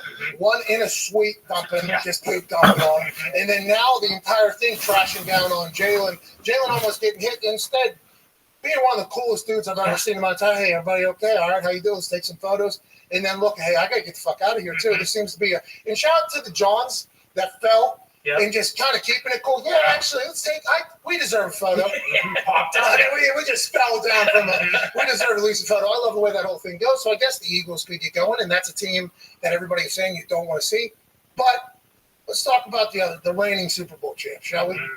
And this was a good transition into this because, that Boston Connor, the New England Patriots, just dog walk a non-playoff squad. Oh, yeah. I mean, took care of business. Mac Jones and Bill Belichick. When it's fun. Yeah. Shit. On the sidelines. Feels like you guys are all the way back. Congrats to the Patriots. We're back. Well done. Everybody's staring down a potential Patriots-Bills playoff match. Wild card weekend. That would be awesome to see. Feels like that is a collision course. But Tom Brady is now dealing with something, I think, in Week 17 of an 18-week season, first ever of its kind, that he has never had to deal with before. I know there has been situations that have happened off the field on teams that Tom Brady has been a part of before. Okay? Oh, yeah. Big things. Oh, yeah. Big time. Very big things. There's a lot of things, and I understand the drama comes with the NFL. It's hard to win in the NFL. But for that Buccaneers team now to have to be answering questions about what they have to be answering questions about going into the playoffs right now, you would hope and think that this type of shit would not be happening at this time. It's the most important time. Now they got one of their best football players, okay, that cannot be lost in this. I was about to say that is getting lost in this thing. It can't be. That has to stop getting lost. The only reason why anything like this could happen is because of how fucking good at football this guy is. Right. Antonio Brown, he ran a route yesterday. He ended up 7 yards open or something, and the guy was right on top of him. Fake to go, stopped on a dime, wide open completion. How you doing? Keep it moving. Does that against everybody all the time.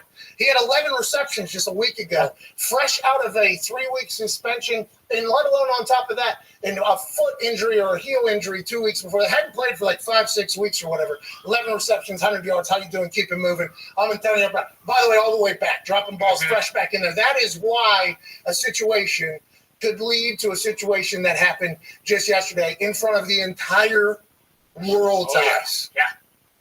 Even if you're not a football fan, you see a guy take his pads off on the sideline, throw them down. Okay, even if it's a high school football game, you would see something like this. You go, oh shit! Let alone the Super Bowl champions in MetLife Stadium in New York, New Jersey, where all eyes are on everything that's happening there. Takes his pads off. Fuck you. Okay, I don't want a shirt. Nope, I don't want the shirt even touching me. What's it? Off. Boom. See you later. Gloves. Fuck these two. See ya.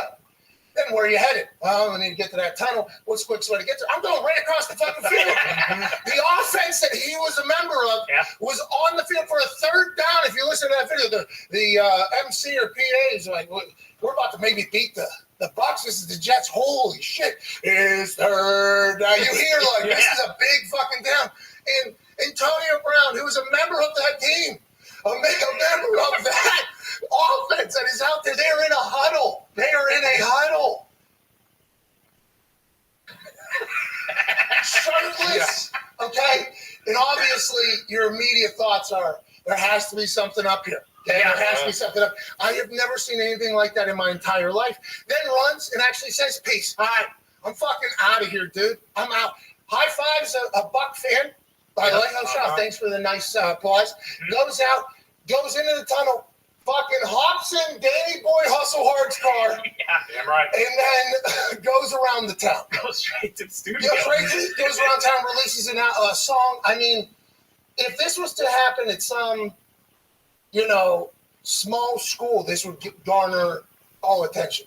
The fact that it is the Super Bowl champion Tampa Bay Buccaneers was one of the best players on earth, a guy who caught a touchdown in the Super Bowl, a man who lived in Tom Brady's house. The fact that he was brought back to the team was a massive conversation, and Bruce Arians, didn't really necessarily want it at the beginning. And Tom Brady was the reason, like, hey, come on, this guy lived in my house. I'm a big fan. He's turned his life around. We all saw everything kind of crash down. That is happening in week 17. Is incredibly sad, obviously, but so fucking insane that there is no way anybody could have ever dreamt up a scenario like this. You put it in a football movie, the people go, that would never happen in the NFL. It's ridiculous. Not at the highest level. This is the biggest league on earth. $110 billion media rights. Everything is so dialed in. Nutritionists, everything. Let's be the best football team we could possibly be. In the middle of a drive, 2-minute type operation, one of your star players just walks it off. See ya. It is absurd to think about. It's insane. And obviously it captivated the world's attention. I have some sources and reports that might point to why this all potentially happened. Okay. I did some snooping around. Because when you see something that's so absurd, you have to think to yourself, naturally, if you're obviously you have a good laugh. Of course. Oh, yeah. Got it. Some of the memes. The internet is going to do their thing, and you have to, unless he's like close family, close friend. Okay, you have to at least have a moment where you're like, this is hilarious. Are you kidding me? What a move. And then to look so content, by the way. Well, you know what? Yeah, I made my decision. I made up my mind. This is best for me. Just happy. Just so pumped about it. It's like, holy shit. That man seems content. And then when I hear him at Danny Boy Hustle Hard's what?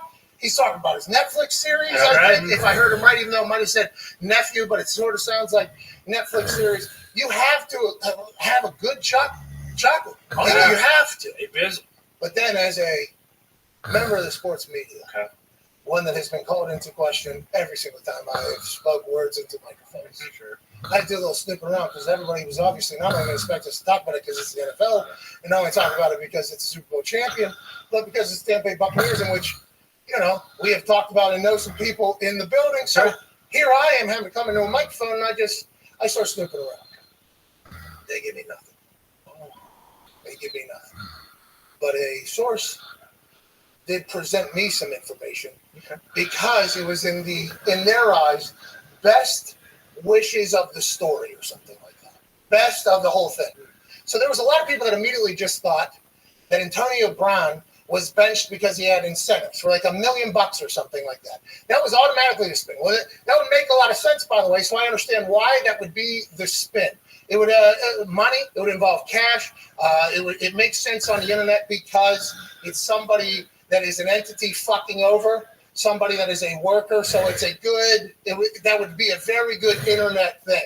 And by the way, one that I would, if it was real, also be like, hey, fuck this team. Okay, that is something that has happened to players in the past. I don't believe it has ever happened. No, I have seen it happen one time to a guy. It was fascinating how it all ended up happening. He wasn't happy. I think he ended up getting a bonus anyways because of a conversation that happened. But whatever the case, I don't think that type of strategery happens in a lot of places, is what I'm saying. I've heard it happens in other places where they do try to fuck you out of incentives at the end of the year if they could potentially bench you for a half and you don't play 75% of the snaps, because if you play 75% of the snaps, you'll then get $500,000 bonus, and you're not Antonio Brown or you're not Tom Brady. You're a D lineman or an offensive lineman that is just kind of trying to make your way. That is a massive bonus. $500,000 might be double your fucking salary. And the reason why it would be double your salary is because you played a lot more than they expected you to play. So they bench you for a half or a quarter, and it's 74.5% of the snaps. And now it saves the team $500,000. There are stories of that type of shit happening in the NFL, and I believe it has happened in the NFL. But I don't think with a whole another week in play, with another half or whatever, I don't think this would be the case at all. Also, with the Tampa Bay Buccaneers, who are Super Bowl champions, a team that people want to go to, you wouldn't want it to get out that you're trying to fuck people over, especially when they're all designing their contracts incentive-based. Yeah. Basically, their contracts are you play, you win, we pay you. And they do that so they can keep the salary cap lower so that they can continue to acquire and accrue talent. So I don't think that is something the Tampa Bay Buccaneers want to be known for around the player community. Now, until Greenberg and Light come out and say, hey, we in BA says that is not the case. We will never 100% be sure. But I don't think week 17, with another week to play football, it is because of $1 million that they would have to pay that could potentially fuck their rep with every player. I don't think that's the case. So that was a big time push on the internet. So I'm not 100% sure if that's the case at all. I think what this all revolves around is the same thing that has kind of happened the entire time AB has existed. I think Antonio Brown, if he feels as if you have wronged him or disrespected him or have not done something for him in a way in which or he deems enough, which, by the way, I have respect for that type of mindset, I think it's over between between AB and that person. And we saw it happen in Pittsburgh. In Pittsburgh, it was good. It was good. It was good. We're actually watching videos of Big Ben Roethlisberger from back in the day with Antonio Brown, and they're actually dapping each other up. We're the best in the world. I love you. No, no, no. And then something happened, and boom, it was over. Week 17, he quit. Boom, didn't show up to work. Bang, it's over, and then he's out. Then Oakland, something happened. Boom, he's out. Then he goes to New England. Something happens. He gets in trouble off the field, whatever. He was doing some bad shit, by the way, then off the field. So there's still something happens, boom, he's out. And then he had this friendship and loyalty with Tom, and Tom's always treated him right. And he goes down there, and BA said it was a whole new citizen. He was like a whole new person. It seemed as if he had changed. That's why whenever he did he got the fake vax suspension, he didn't get suspended. But I think what happened during the entire fake vaccination situation is Antonio Brown, and this was somebody not directly related to this situation, but feels as if they were in a position to speak. So I just have to respect their thing. Antonio Brown felt as if he did not get as much respect or backing from the Bucs during the suspension era. So that pissed him off.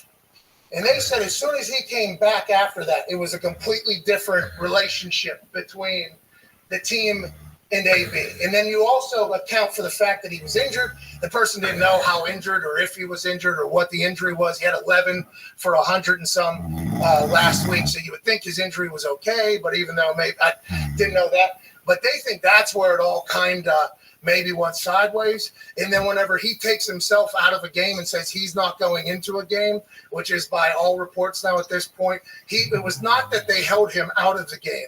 It was that he did not want to go back in the game. And then conversations happened between whoever. I don't know who it was. The person didn't tell me exactly who it was. And then there was a boom, a full blow up. And then we saw the tail end of it from at Milla,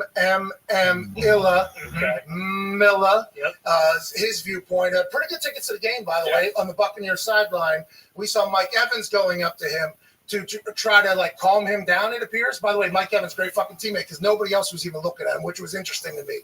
That was also interesting to me. Punter, brand new. It's not his job, I guess, to get in there, but I mean, there was a lot of shit that was happening there. And then we saw, boom, he's out, he's gone, see you later, he's done. And he says, peace out. BA comes out and says he's no longer a Buck. It's just, he quit on his team in the middle of the game in a public fashion is how I would probably view it if I was a Tampa Bay Buccaneer player. But if I was a Tampa Bay Buccaneer player, I'd be in there a lot closer to the situation and know if this was maybe something that a lot of people saw brewing, maybe, or if it was something that was like, holy shit, this came out of nowhere. Well, last week after that Panthers game, you referenced it when the reporter asked him, like, hey, wasn't it cool that Bruce Arians kind of came out and defended you and was on your side in this whole thing? And then he kind of shut that down and only wanted to talk about the game. Yeah, the media's all drama. You guys spin everything. So it feels like that was kind of a sign like, oh, AB's either not happy with BA. Yeah, this was a different AB. And we haven't talked about it on the show. He was telling people he was going to fight him. Yeah. He was doing something that AB had not done in a long time. Since he had gone to the Bucs, since he'd become the citizen that was being described by BA as like model, it felt like that was the case. We actually were so pumped for him. I was like so happy. I was like, man, This dude, because of how good he is at football, was afforded another opportunity after publicly going through some shit. Publicly, bad shit, not good stuff. We're talking court dates. We're talking very serious allegations. We're talking penis gummies being thrown. Right. I mean, there was just a litany of things happening publicly that were like, oh, this guy is a fucking bad person. And then all of a sudden, he gets another opportunity because, by the way, because of how good he is at football, he gets another opportunity. Football has saved a lot of people's lives. It seemed like it was going to be saving ABs yet again. Give him purpose, give him team, give him mentors, give him people to surround himself with and maybe look out for his best interests as opposed to that. And then something happened where it all fucking went sideways. Not going to the building, reports are saying he wasn't going to work, and then it's just all kind of building up on top of each other. Well, and then especially when Brady says, you know, like, I mean, if Brady really saw this happen and they were still, I mean, like the best buds or whatever, like he would have been going over there and probably talking to him. I think at this point, you know, you hate to say it, and everyone wants to speculate and everything. Like AB's an asshole. He is. He only cares about himself, and there might be some stuff that like he obviously might need some help off the field or whatever. But it feels like we saw him get that help so many times. Exactly, now. And I think that's why these guys are like, hey, fuck it. Like because you were so good at football, you got 4, 5, 6 chances. This kind of stuff has happened everywhere you've gone, and people have put up with it because you're unbelievable. But at a certain point, when everyone's trying to, you know, do their best to make sure the best is happening for you and you don't give a shit in return, it's like, all right, well, fuck this guy then. He's a cancer. We need to get him out of here. And it's one of those things where I feel terrible about it. I genuinely do. I was a guy that got in trouble and suspended and probably wouldn't have lasted in the NFL if I would have been able to continue to live the way I was living. I mean, it was great time. Hey, we had great times, Frank. Hey, Frank, we had great times. Too many of them, some would say. Probably too many great times. Well, that was kind of. Never have too many. No, you weren't bad because they were good times. So, you know. But I was having too many great times. Too many. And then so many great times all over the place. A lot of great times. I was, just not giving a damn about anything, basically. And then I get in trouble, and you have to have, like, this deep thought with yourself. It's like, am I going to, like, do this, or am I just going to be another person that just kind of goes in there? And you got to have, like, a real commitment, I think, to it. And this sounds like preachy, but it's real. Like, I tried to commit as much. I was like, I would like to be a better person. And by better person, I mean, I don't want to have to be hungover every morning. Everybody sees me. I don't want to have to be, I would like to spend my time doing stuff that's, maybe benefiting other people other than just me in whatever particular club we're in or bar we're in. Like that's just a thing you got to kind of commit to, I think. So whenever you see something happen like this to somebody who has been given an opportunity that is so unbelievable, the NFL provides, even if you hate the game, which some people do, and listen, I'm not diving into the whole I can't. Who loves the game, who hates. But even if you hate the game, you have to be very thankful and appreciative for what the money afforded you and allowed you to do. For instance, the NFL allowed me to give a reset basically to my family who was potentially in debt, my friends who were potentially in debt. Even though I no longer wanted to kick when the offense failed, I was still very thankful for what the NFL provided, and I was still going to be a fan. Now, even if you're not going to be a fan, you have to at least recognize the opportunity as such a big one, and it was a big one.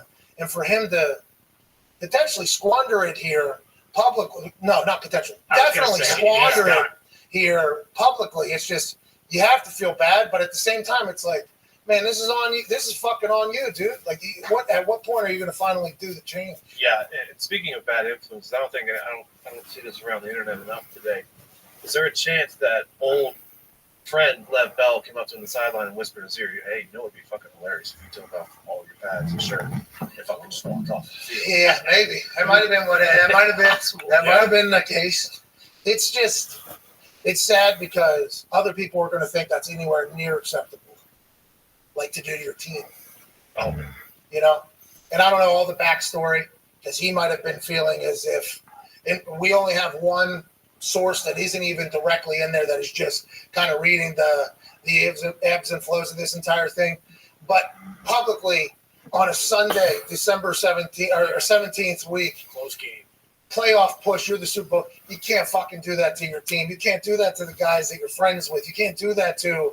I mean, and he, even if he hates the coach, like you're fucking pissing on everybody when you do something like that. It's like, are you not proud of the work you guys have put together? Yes, you can still work very hard, but there's others fucking working hard as well alongside. Can you not just have any of that? I guess it got to the point where he didn't think so. Well, and that's the problem, right? Like, yeah, maybe that is how he feels, but like, it doesn't matter. Like, you got to grow up. Like, you're in the wrong here. You can't. You're playing in the NFL. You're getting paid to do this. Like, you can't just fucking take your pads off and walk through the field. Like, you just. And I mean, at this point, you know, it is. It's like, hey, you've gotten so many chances. Like, we know who you are. So, and Brady stuck his neck out for him, and I just. You know, if it's not Brady, like, I don't think any other team is ever going to bring him in again. Joining us now is a man who is in NFL. No teams. Yeah, he's done. He's done. From the pit to the palace, though. I guess he's dropping an album or whatever. Hope he does well. Antonio Brown has made enough money to succeed, by the way. Antonio Brown will probably be able to succeed in numerous different things going forward if he wants to, but it is a bummer that we will never see him again. Well, joining us now, a man who works for the NFL, senior insider for the NFL and NFL.com. Ladies and gentlemen, Ian Rappaport. Rap Sheet, what's going on, man? We're just going through the entire situation. It's sad because we're seeing somebody who's incredibly talented just kind of squander an entire opportunity for the rest of his life, but also we understand he'll probably have success. It's just, how the fuck does this happen? How does this happen in Week 17 on a Super Bowl champion team? So many different things, and you're right. Like I heard you guys right before I came on talk about, you know, is he going to get another shot? I guess anything's possible. I didn't foresee this shot happening, but it is really, really hard to imagine that he plays again in the NFL. Again, I would never rule anything out because the world is crazy, but it is hard to imagine because I was thinking about this today. Every place he's gone has basically ended in some form of this, right? I mean, it was the Steelers ended like this. It was the Raiders. It was Patriots ended in a little bit of a different way, but them telling him, you know, we're cutting you, go away. And then this one in very, very public fashion. I mean, this probably was more similar to his Raiders and Steelers exit than it was to his Patriots exit because I don't know if he wanted to stay there, but this was as dramatic a, you know, screw it, I'm out of here as I can remember. But there's a lot of different layers to it. I know Bruce Arians just talked to reporters and kind of addressed it and really says, I hope, you know, from Arians, I hope he gets the help he needs. You know, if he does need help in a mental situation, I hope he gets it as well. But there's so much here. Yeah, and from what I heard from my sources, this all kind of stemmed from when the suspension happened. Afterwards, very different relationship between AB and the Buccaneers. Is that what your sources are telling you, Ian Rappaport? Yes. I started to hear probably 2 weeks ago that things were not right, which, I mean, the guy's suspended and he lied to his team. So, like, it's not a total surprise that the relationship's not in a good place. But I started to hear about 2 weeks ago that something was wrong. And I know there was frustration with how long he was taking to get back, how focused he was on his rehab. Because remember, he was dealing with the whole, am I going to be suspended? He had to talk to the NFL. That took a lot of attention away from the field. And so while he was rehabbing, it took way longer than they anticipated. And I know there was some questions about like how hard he actually rehabbed and how focused on football he was. Which, when you watch what happened on the field Sunday, like I think that's pretty fair. And then he eventually gets back, but then he has a setback and doesn't practice Thursday and Friday.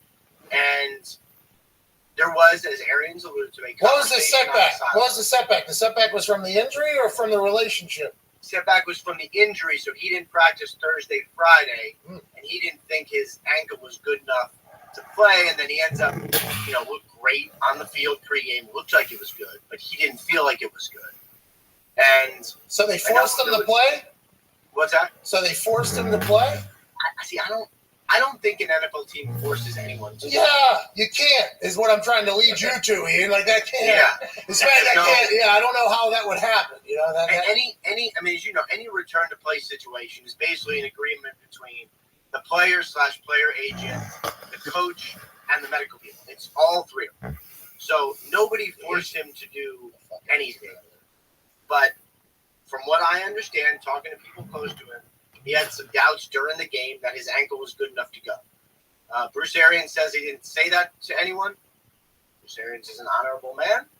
I've known him for a long time. I'll take him at his word there, but I know that Antonio Brown did not believe his ankle was good enough. And when he said, I'm not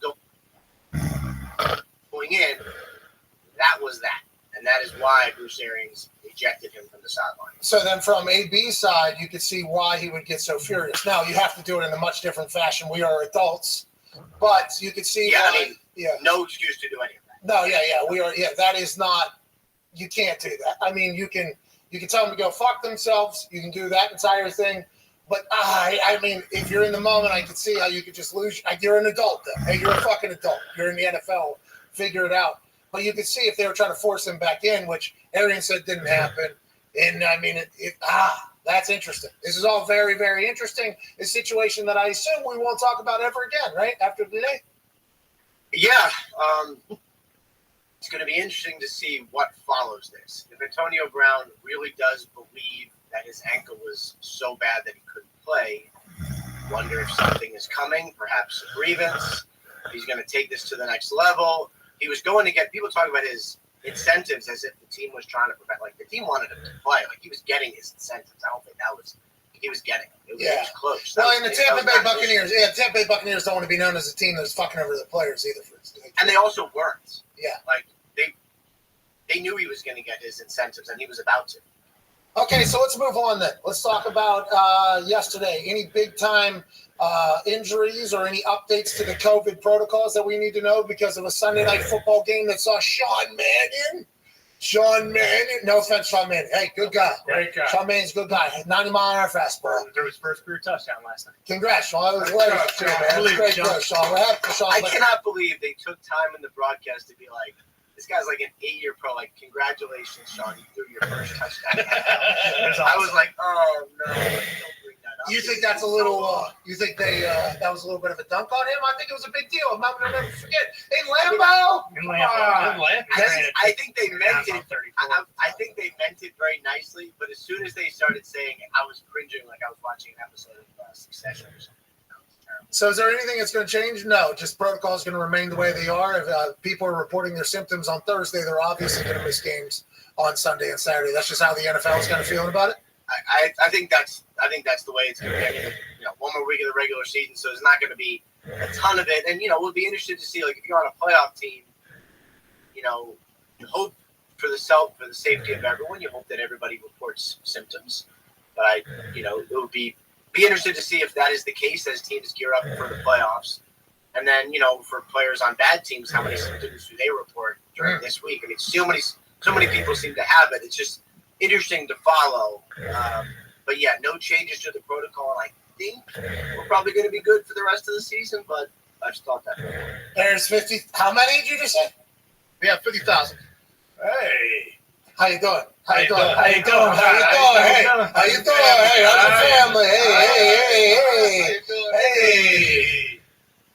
That's a lot of people, Ian. That's a lot of fucking people. I mean, the NFL Network where Ian resides gets 12.6 million people to watch a football game. Holy that shit. is insane. The ratings are absurd, and that's because of you, Ian. I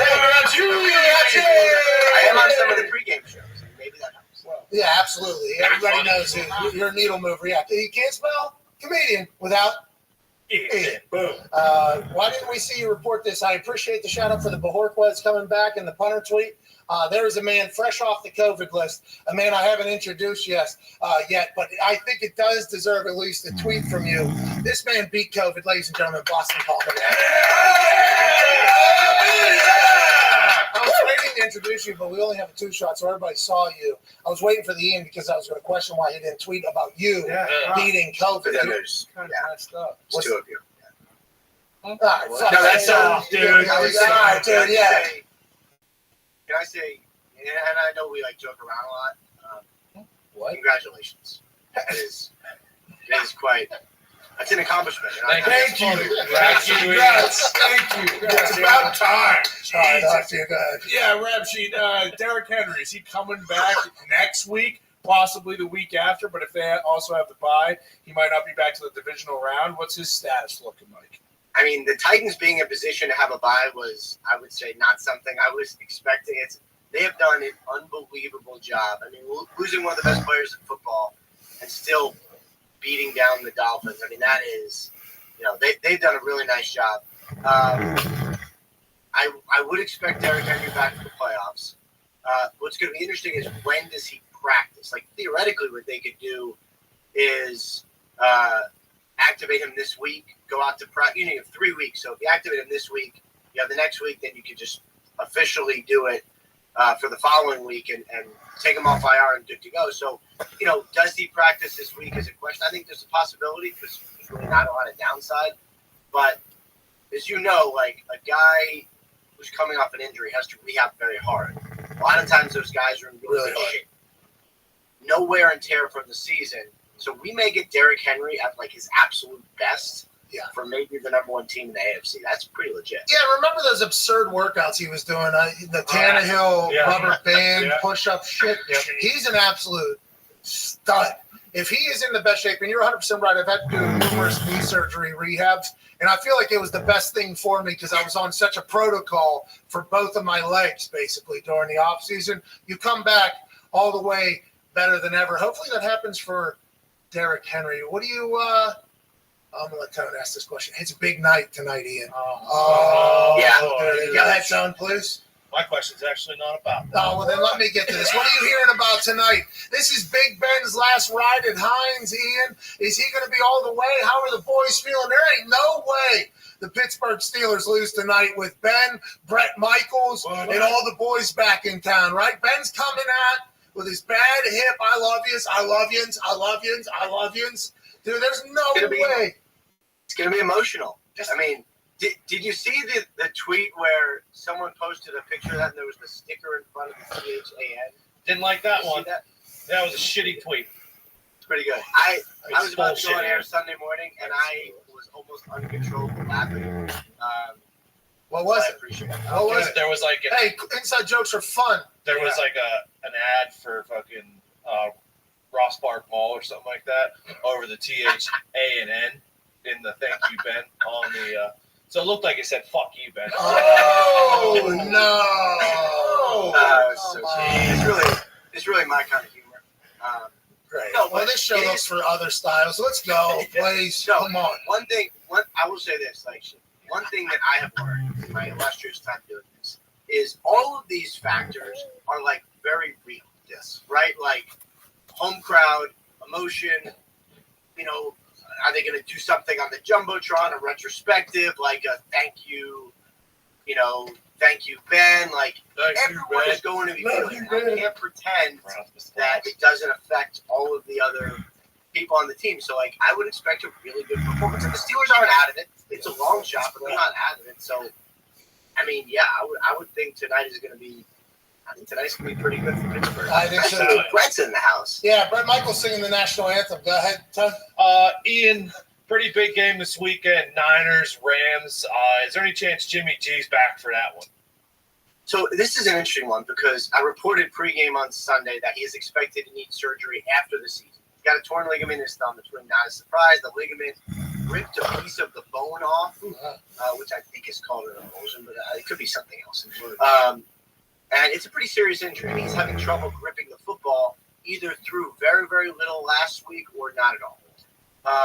So for me, judging by the injury, the same injury that Drew Brees had when he needed surgery and needed 6 weeks of recovery, at some point he needs surgery. Now, some reporters believe, based on their sources, that he has a chance to be back this week.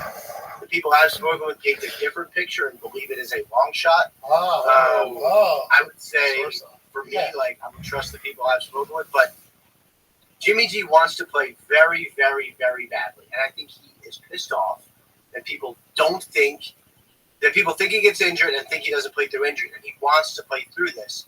So if he can somehow go, I think he'll try to go. But the other part of me is like, you have a young rookie, look pretty good. If Jimmy G is at 75%, like, is that kind of what you want anyway? I don't know. So it's a source off in that entire thing. I can't wait to get you right. Last question here, because we know you're going to go get on TV and probably break some news literally immediately following here. Should I ask about Russell Wilson and the Seahawks? Do you know anything there? Sure.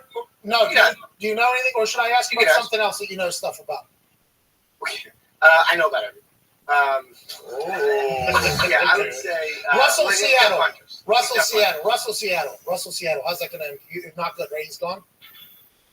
I don't know if he's gone, but it feels like, judging the landscape of things, talking to the people. Like last year, it was like, you remember, the Bears came to him, they made a big offer. Yeah, North Dakota.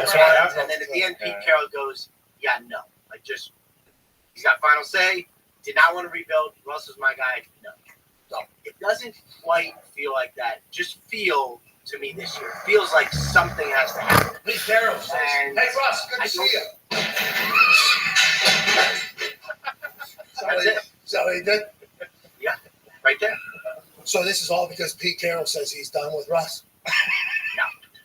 That's what it sounded like. I mean, we just did a demonstration. Yeah. What are we supposed to do? I think Pete Carroll would like to re-up again because he's 71 years old. He doesn't want to rebuild. I just wonder, like, Russell Wilson bringing up himself. Remember last week he said, well, who knows? We talked about Ben's last home game. This could be my home game. That was the first time I was kind of like, okay, like, clearly he's thinking that it actually may be. And then it's like, does Pete leave to retire? I don't think he gets fired, but you should never know. Does Russ say, all right, now it's been my time, looking to trade? Like, I feel like something has to happen there to break it. I just don't know how it's actually going to end. All right, well, we appreciate you, Ian. Sirianni and the boys in the playoffs. The Bengals obviously win the AFC North. Congrats to them. We'll get to that with you hopefully later in the week. We can't thank you enough for joining us. Good luck on NFL Network, sir.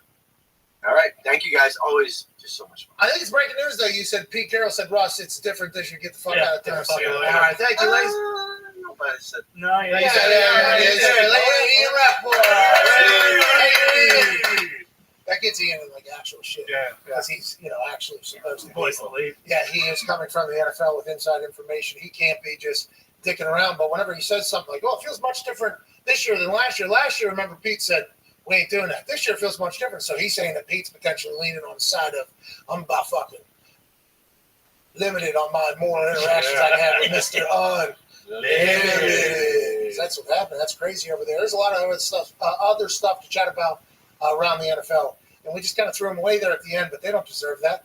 Houday deserves a proper celebration. Oh, hell yeah. I mean, what's going on with the team in this city? Well, okay. Carl Wentz. See, I wanted to talk celebration. For sure. Because we're going into the last week, and you're back. You beat COVID. Yeah. You're back. I got my COVID ring. I got one of these. Ty don't got one of these. Ty, you don't know what it takes. You don't know what it takes, Ty. Ty, you listen, you ain't never beat COVID before. You would never know what one of these is. Grit. Right here. It's great social distancing. You have displayed throughout this entire thing. But I want to have a celebration for the Bengals and Houday.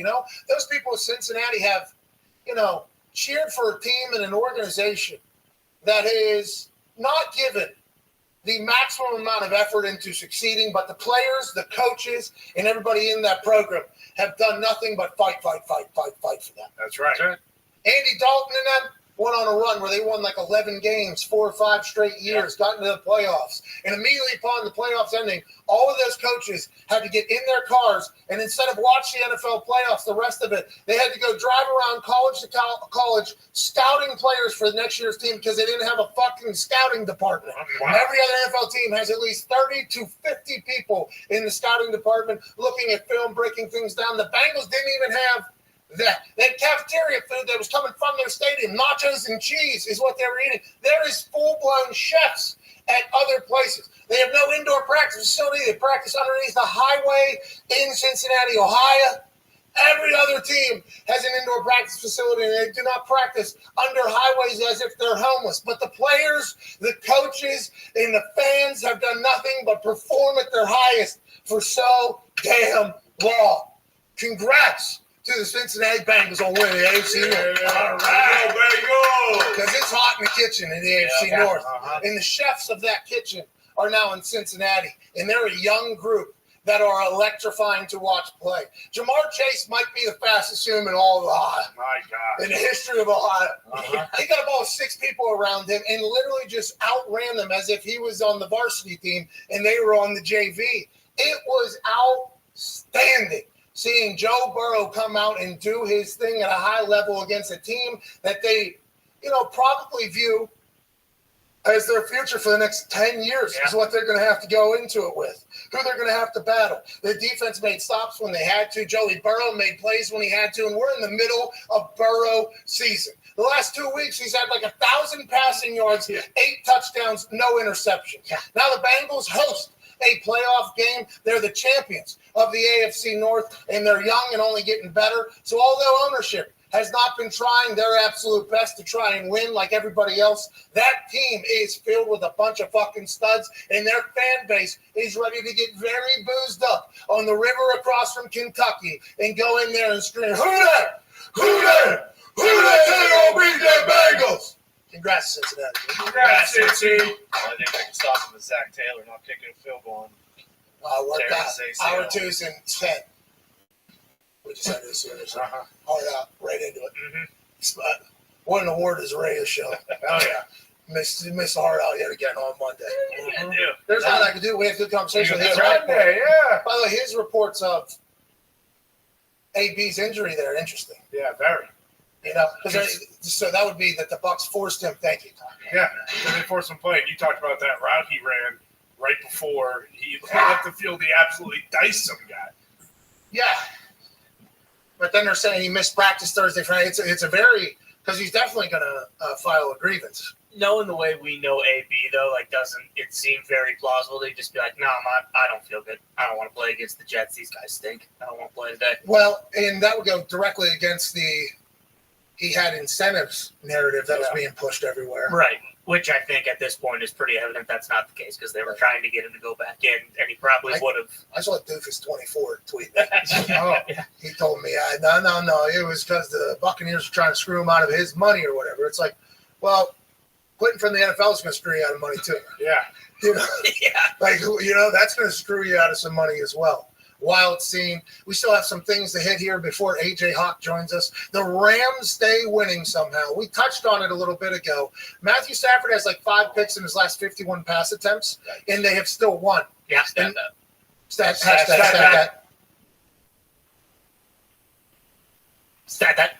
that. Holy shit. Stat that.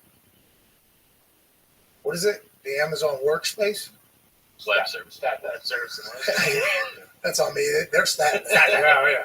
But the stats are saying that he's throwing a lot of picks, and he's not playing his best football. But I think Schrager said, and we know Schrager is an extension of the Los Angeles Rams because he's actually a co-host of a podcast called Flying Coach with the coach of the Rams, Sean McVay. Sean McVay makes a lot of decisions for the Rams, both personnel-wise, organizational-wise, and football-wise. So anytime Schrag speaks about the Rams, I'm more inclined to go, okay. Mm-hmm. He said that they were pretty pumped that they actually won that game in which Stafford threw 3 picks against the Vikings. Yes. Mm-hmm. Because that means, hey, we won a game when Matthew Stafford played his worst. This is not good. The football from Matthew Stafford. This is bad football against Matthew Stafford. We were still able to win a game in the NFL in a season in which anybody has been able to beat anybody. It's an absurd thing. It's a real thing. Everybody's getting paid out there. Everybody out there is better football players and a better football team than your favorite college football team or any other team you think is good. You can get got any single day. They were able to win without Matthew Stafford playing football. Actually, Matthew Stafford being a detriment to him field position-wise with his turnovers. Then here we go against Ravens and Tyler Huntley. Huntley, hell of a ball player. As soon as I heard he was in, actually, I said, I'm on the Ravens. Actually, that was one of my better picks of the weekend. I actually felt very good about it, especially with how the game was going. But you watch Stafford, he throws a couple picks early. I mean, it's like, how you doing? Keep it moving. But then when he had to make a play, he made some plays. They were still able to get a win, though, when they weren't supposed to. I assume that type of thing is how the Rams will be able to sleep at night, knowing their most important football is coming ahead. Yeah, I mean, you throw those picks against inferior teams. You do that in the playoffs. I mean, there's no fucking chance that he's going to have to clean it up. Tom Brady threw 3 picks in that game again against the NFC Championship. I was actually thinking about this yesterday. Does anything fucking matter? Okay? I was watching Colts. play the Raiders. Okay? It's a good ball club. Raiders are a good ball club. Coach Richie. How's your family? Huh? Bisaccia? Family's good. He might get that fucking team into the playoffs somehow, and they would have to hire the Bisaccia. They would have to at least keep him around Bisaccia. So how's the family? Good. We're in Vegas for the next 10 years, it seems like. Oh, yeah. Now, with that being said, does anything matter? I don't know anymore. I'm watching Hard Knocks. Mm-hmm. I'm watching the Colts. Great culture. Yeah, unbelievable. Special. Love. Everybody loves everybody. ELE. Here's a ring. Boom. Everybody loves everybody. They have nothing but a tight-knit group. Then you hear them talk. What's most important around here? Good culture. You need a good culture. You need a good culture. You need everybody being here. They've been building this for years and years and years. They have 7 Pro Bowlers. They have an MVP candidate. I think got the Defensive Player of the Year sitting on the defensive side in Darius Leonard, who'd probably get it any other year if there wasn't for some insane stats for what he's been able to play. DeForest Buckner, everything like that. They're playing Derek Carr and Hunter fucking Renfro, a new head coach, interim head coach, in a team that seems as if has a culture in which it was burning down. The IRS was investing there. There was things happening, exposés happening in the middle of the season, and maybe that brought them together. Maybe that bunker mentality was actually something that helped their culture and changed them into the Bisaccia era of this tight group that has been able to go into the Colts' house in the middle of a playoff push for the Indianapolis Colts. Big deal. Here we go. Massive game. This team lost in the playoffs last year to the Buffalo Bills. We ain't doing that again. We're paying a quarterback like $30 million this year. We're paying that same quarterback $28 million next year. Okay, he's going to have to be. Nobody's overpaid or underpaid. You paid exactly what people want to pay you. That's right. Never ever forget it. Sure. But you would think all of that would lead to winning. Yeah, good team. In a playoff game, basically. In a playoff atmosphere here in Indianapolis. Place was bananas down there, Lucas Oil. This fan base has really bought in to this new Jonathan Taylor era. And now I wouldn't say the Carson Wentz era because he doesn't even get introduced last when the offense gets introduced. Jonathan Taylor gets introduced last. And T.Y. Hilton, I think, is second to last or whatever because he's the longest tenured or whatever. So this is the Jonathan Taylor era. And this fan base has bought in completely. And now it's time to go on a run. And we're losing to the fucking Raiders, dude. Can't have it. What are we doing? Can't have it. Raiders don't even have Waller. Yeah, best player. Who's even playing? They don't pay taxes. They don't got Waller. Nope. Colts. I mean, Carson did have that incredible throw into triple coverage. Yeah, T.Y. caught. So I think he was actually throwing to T.Y. Oh, that's even really? worse. I think it was, yeah. If you look at his eye, and now granted, that was like a 55, 56-yard ball on the run. Because T.Y., he is an improv artist. Sure. That's why he and Andrew Luck were so good. Andrew extended play. T.Y. go make a play for him. Here you go. I think he was trying to go in there. And Carson knew 4 hands, 1 ball. Who's going to catch it? Somebody. That's why he throws it in double coverage all the time. Yeah. No, nobody. No, nobody is what I'm saying. That's why when those two guys go to get it and they're fighting for each other for the pick, okay, week 17, who knows what incentives are. I need the ball. Whenever they're fighting for it, there's no chance they're going to catch it. 4 hands, 1 ball, dude. If there was 4 balls, maybe they'll be able to all catch one. True. They can't. Carson knows that, calculates that. Jonathan Taylor got over 100, first time ever in the history of this particular Colts team where Jonathan Taylor rushed for 100, and we don't win. Okay, so they did feed Jonathan Taylor, but there was moments of penalties where we had to rely upon Carson Wentz and some other decisions. And there was one particular play that a lot of people are pointing at where, if he completes past T.Y. Hilton 10 yards, T.Y. is probably down the sideline, and it's a whole 11-point game, fourth quarter. How you doing, keep moving? We probably win that game. Yeah, game's over. Hard to deal with Mariota and that fiery attitude he has. Yeah, juiced up. He basically won the game. Mariota was available this past offseason. I don't know how Mariota ended up in Las Vegas for a price gouge. Yeah. He stuck around there. I thought he would have got signed somewhere else. He comes in and makes some big-time plays for them. And Hunter Renfro is unfucking tackle. Very good. Hey, nobody tackles him if you accidentally touch him whenever he's already fucking done. Dude's unbelievable. Derek Carr slinging the rock all over the place. Yeah.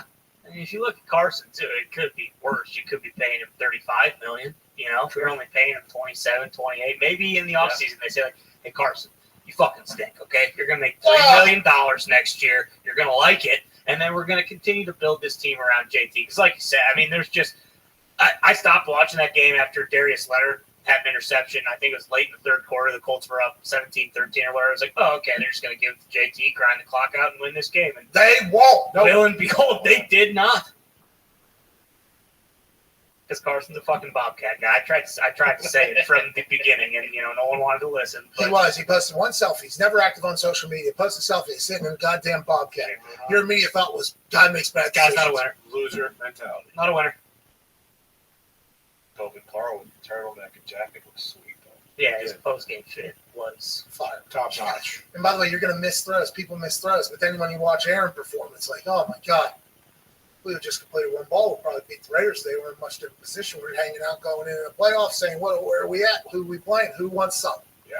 Now we're probably going to Cincinnati's where everybody's saying, well, hey, by the way, Colts still a team that can get hot. Sure. Maybe this team was a game that would wake them up. Maybe they needed this going into the playoffs. Don't you worry about the Colts. Don't you worry. Their culture is built for things like this. Even though I was on the game, I was like, what the fuck is the culture for to play against a team? You still got to go down and beat a feisty Jacksonville team next Oh, week. yeah. They got a lot of fight. They think. One thing that Let's a go, lot of mocking, a lot of jokey behavior toward a certain culture that maybe that all just energy encapsulated in one man and Coach Richie, and he came back and gave it right back to you. He went to against one of his own. He's seen my 23 and me. Our two is on the other side, dude. That's your family. The Pat McAfee Show. There'll be no rules for our guests, for us, for the things we can talk about. Speaking his mind. I've never had a problem expressing my opinions or my thoughts or anything like that. While being relatable. I haven't had that manufactured fake-ass celebrity that a lot of people have whenever they go on those big networks. I've had a chance to really build my crew, build my following, build my audience. And ridiculous. What am I supposed to do? So I'm supposed to look at something that I can definitely afford and say, nah. Is that what I'm supposed to do?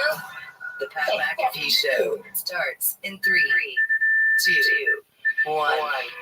Hello, beautiful people. It is Overreaction Monday, January 3rd, 2022. Happy New Year. Hour 2 begins right now. Thank you for joining us. Toxic Table at Todd Schmidt, the number 1 seed, the home field advantage through all the playoffs of the NFC, Green Bay Packer shareholder at Boston Connor, diehard masshole, COVID survivor, and Patriot fan. Congrats. Thanks, guys. Thanks. Add to the resume. Hopefully the Colts will take the blueprint of what Bill did to the Jacksonville Jaguars and just do the absolute same thing. Impossible, because Bill will never pay a quarterback $27 million when he's throwing picks and losing games.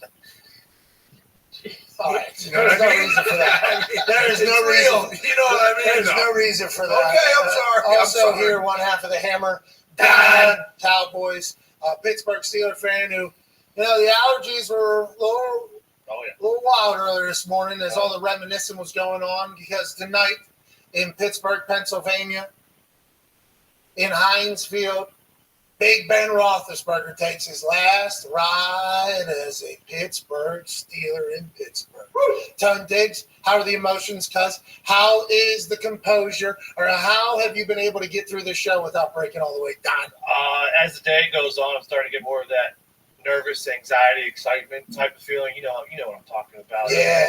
I mean, Heinz is going to be fucking electric. Ben, the Steelers actually have won 19 straight Monday Night Football games. Ben is 25-2-1 in the regular season against the Browns. Whoa. 13-0, I believe, at home against the Browns. So, let's cap off this fucking beautiful career at home in Heinz against the Browns, who did not make the playoffs, even though they were supposed to win the Super Bowl.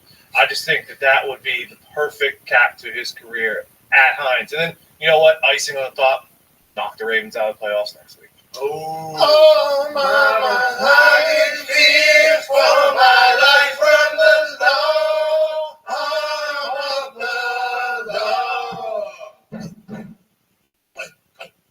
What is Brett Michaels going to do tonight? He's not going to be there. Brett Michaels is making an appearance tonight. Yeah, Are you kidding me? He's definitely in there. Here we go, Big Ben. Here we go. Here we go, Big Ben. Here we go. Brett Michaels ain't going to let Ben take his final ride alone. Joining us now is a man who joins us every Monday through Friday from Manatee, Ohio, a college football national champion, Super Bowl champion, all-time leading tackler for the Green Bay Packers, Ryder Cup champion, and COVID survivor. Ladies and gentlemen, AJ Hall. What do you think Brett Michaels is doing tonight, AJ? Well, I connected about 5 minutes ago, so I actually was hoping I could just kind of hang out and watch the show as a fan. see how deep you can go into the Brett Michaels conspiracies for tonight. I'm sorry, I didn't know you had been on this entire time, although Zito probably told me. We were so balls deep in the conversation about Big Ben's last ride in Heinz Field. I think this is a real thing. Don't you think, AJ? I think this is a real thing. I think this is going to be a great Steelers performance tonight. Maybe Ben's a little, gun shy early. Maybe it's a little tight. But then once he gets going, there's going to be all the vintage Roethlisberger tonight. We're going to see him, scrambling. We're going to see him moving. Yeah. We're going to see him doing everything tonight. I'm excited for it. This is going to be like a recap video of a man's career. I assume that is actually going to be the case. That sounds great. Like if this was a movie that we're watching that maybe Kevin James is playing the head coach of the other team, possibly this could happen, but not I'm not saying it's not going to happen, but it's not guaranteed. Like you're acting like this is a 100% guarantee. Ben's going to be making all kind of Ben plays. Yeah. Steelers are going to roll. Myles Garrett's not going to play? Is he just going to take a knee? Like, what are you going to do? Do you not know Ben at all? Yeah, he's unbelievable. He's amazing. I hope that happens. But also Ben's going back tonight. This is Ben's going to get his shots up tonight. What are you even talking about? There's going to be a lot of shots. Are the rest of the boys ready to rally around him, though? Yes! Are you kidding me, Tom Diggs? Sources are telling me the boys are fired up and ready to go. Now, on the other side, now that the Browns are out of the playoffs after yesterday, are they come out a little lackadaisical, or are they also fired up because they don't want Ben's last ride to be all over them? Hey, in your epitaph, you're born here, you die here, then there's that dash in there. For every Cleveland Browns player, I'm sure they don't want it to be in there that they fucking were the losers in Big Ben's last game. No, they don't give a fuck. That old Browns team, I think they're just trying to put out good film right now, right? I assume that's what they're all doing right now. Yeah, they want to go out there and play well and try to win a football game. I don't think they're too worried about, hey, we don't want to be on the team that Ben Roethlisberger beat in not his last regular season game, but his last home game he played with the Pittsburgh Steelers. I agree. And it's also Cleveland-Pittsburgh. It's always going to get chippy. Let's just assume that. Let alone when Brett Michaels is out there riding around with a bunch of Huskies. You know what I mean? Of course. And he's in the back of one of those snow sleds. Yeah. I mean, look out for Ben Michaels. Ben Roethlisberger handing the ball off to Brett Michaels in the fourth quarter. Get Brett in. Have you ever seen – I mean – I had no idea that Brett was. Brett's in his 50s, I think. So, hey, Ben's last game. It's probably the last opportunity Brett Michaels is going to touch a ball in an NFL game. Yeah, I think there's a chance Brett mentions that. You say Brett was going to run out with him with a tunnel. You think Brett taps him right before they run? He's like, "Hey, Ben, try to get me in the fourth. I still got a few good carries left in." I got Chris Angel's football pads on underneath. All right, let's talk about yesterday. Aaron Rodgers, that Green Bay Packers squad, put on a clinic. Now the entire NFC has to run and go through Lambeau. This feels, and Ty led off with this, and he's 100% right. This team feels different than last year, certainly different than 2 years ago when they still made the NFC Championship, and they were nowhere near as together of a group on the same page. This team legitimately feels like last night watching. It was like, oh, this is a team that's going to go. This feels like a team that's going to go. They're different. Something's different. Like they feel different. Like what being led by Aaron and everyone, seems to be on the same page, but that's what also worries me a little bit. Yeah, it's set up so perfectly for us. Oh, Aaron can rest his toe. We can do all this. Like, they're in a pretty damn good rhythm right now, man. Sometimes I don't like sitting.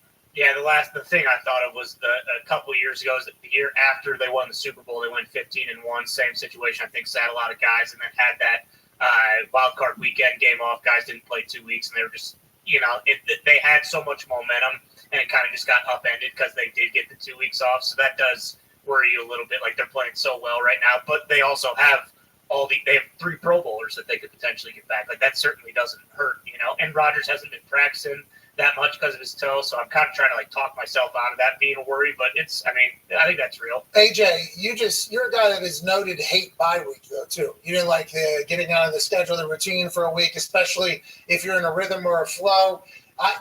Do you think the bye week coming for the wild card weekend, do you think that is a detriment to teams in your eyes? This has been a conversation piece for a long time, especially because a lot of teams get hot and they go, and you can potentially get buzzsawed if you're waiting on the other side. The team that I was on that went all the way to the Super Bowl, we were off that first week. We came back, we won, we moved, it worked out accordingly, and we rested the last 2 games of the season. Then we were off. Then we, and I'm not saying we because I was there, I guess, but I'm talking about how everybody else performed. not myself. But it did feel like it wasn't a big deal. But that is at least a conversation that is had every single year, it feels like. I mean, it has to be. If you have been rolling for this long and then all of a sudden you have like this extended period without a game. But the good thing with Green Bay, though, like it's actually going to help. It's going to help Aaron's toe. It's going to help all the rest of the guys that are banged up. Maybe some of the guys that have been out, they can get back in the lineup. So when you have Aaron, no, it's not as a big a worry. But I'm saying if there was something to worry about, that's all I'm thinking. Like, these guys look really, really good right now, especially offense, defense. Like how Aaron's rolling just looks so natural and fun and easy. I hope they come out and they hit the ground running whenever they do get back. Now the Vikings stink. Right. Yeah, and you knew that they weren't going to be able to really score last night, probably. Yeah, so sorry, Sean Mannion. He does not deserve the amount of burials he's got, but it looked like a performance last night by Aaron. Mm-hmm.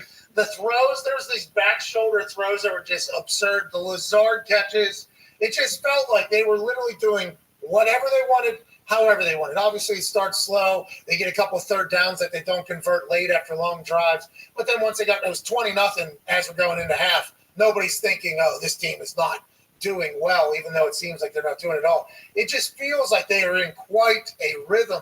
You would just hope somehow that wouldn't happen, but they're a bunch of veteran-led guys. I guess that isn't something you should even think about. And I saw a couple people say, like, one of the biggest differences is, like, A.J. Dillon was on the team last year, but he didn't really play in the playoffs. Like, you can see late in games when it's cold like that, like, he's getting 7 yards of carry. Like, he's never going down on first contact. Like, he's the kind of guy, like, you can put teams away with him.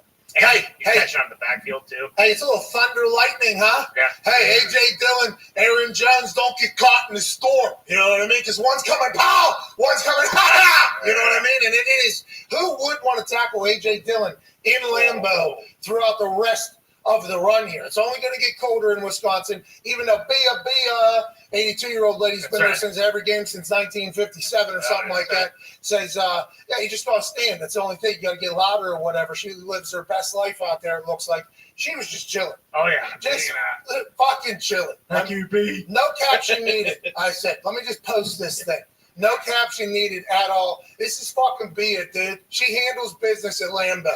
You come watch a game at Lambeau Field. You come thank Bia. She built the fucking place. Thank you, Bia. Thank you, Bia. Bia. She's awesome.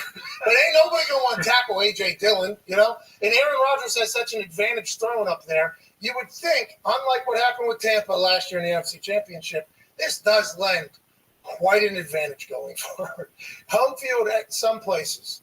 Yes, I guess it could be. But Lambeau being its own thing with how cold and the reaction and it's out in the middle of nowhere, I mean, it's real home field advantage. Although NFL records this year and last year, interesting stats. Last year was the first year since the Super Bowl era or something like that where the home record was under 500. Yeah, since 1968 that home teams had a losing record.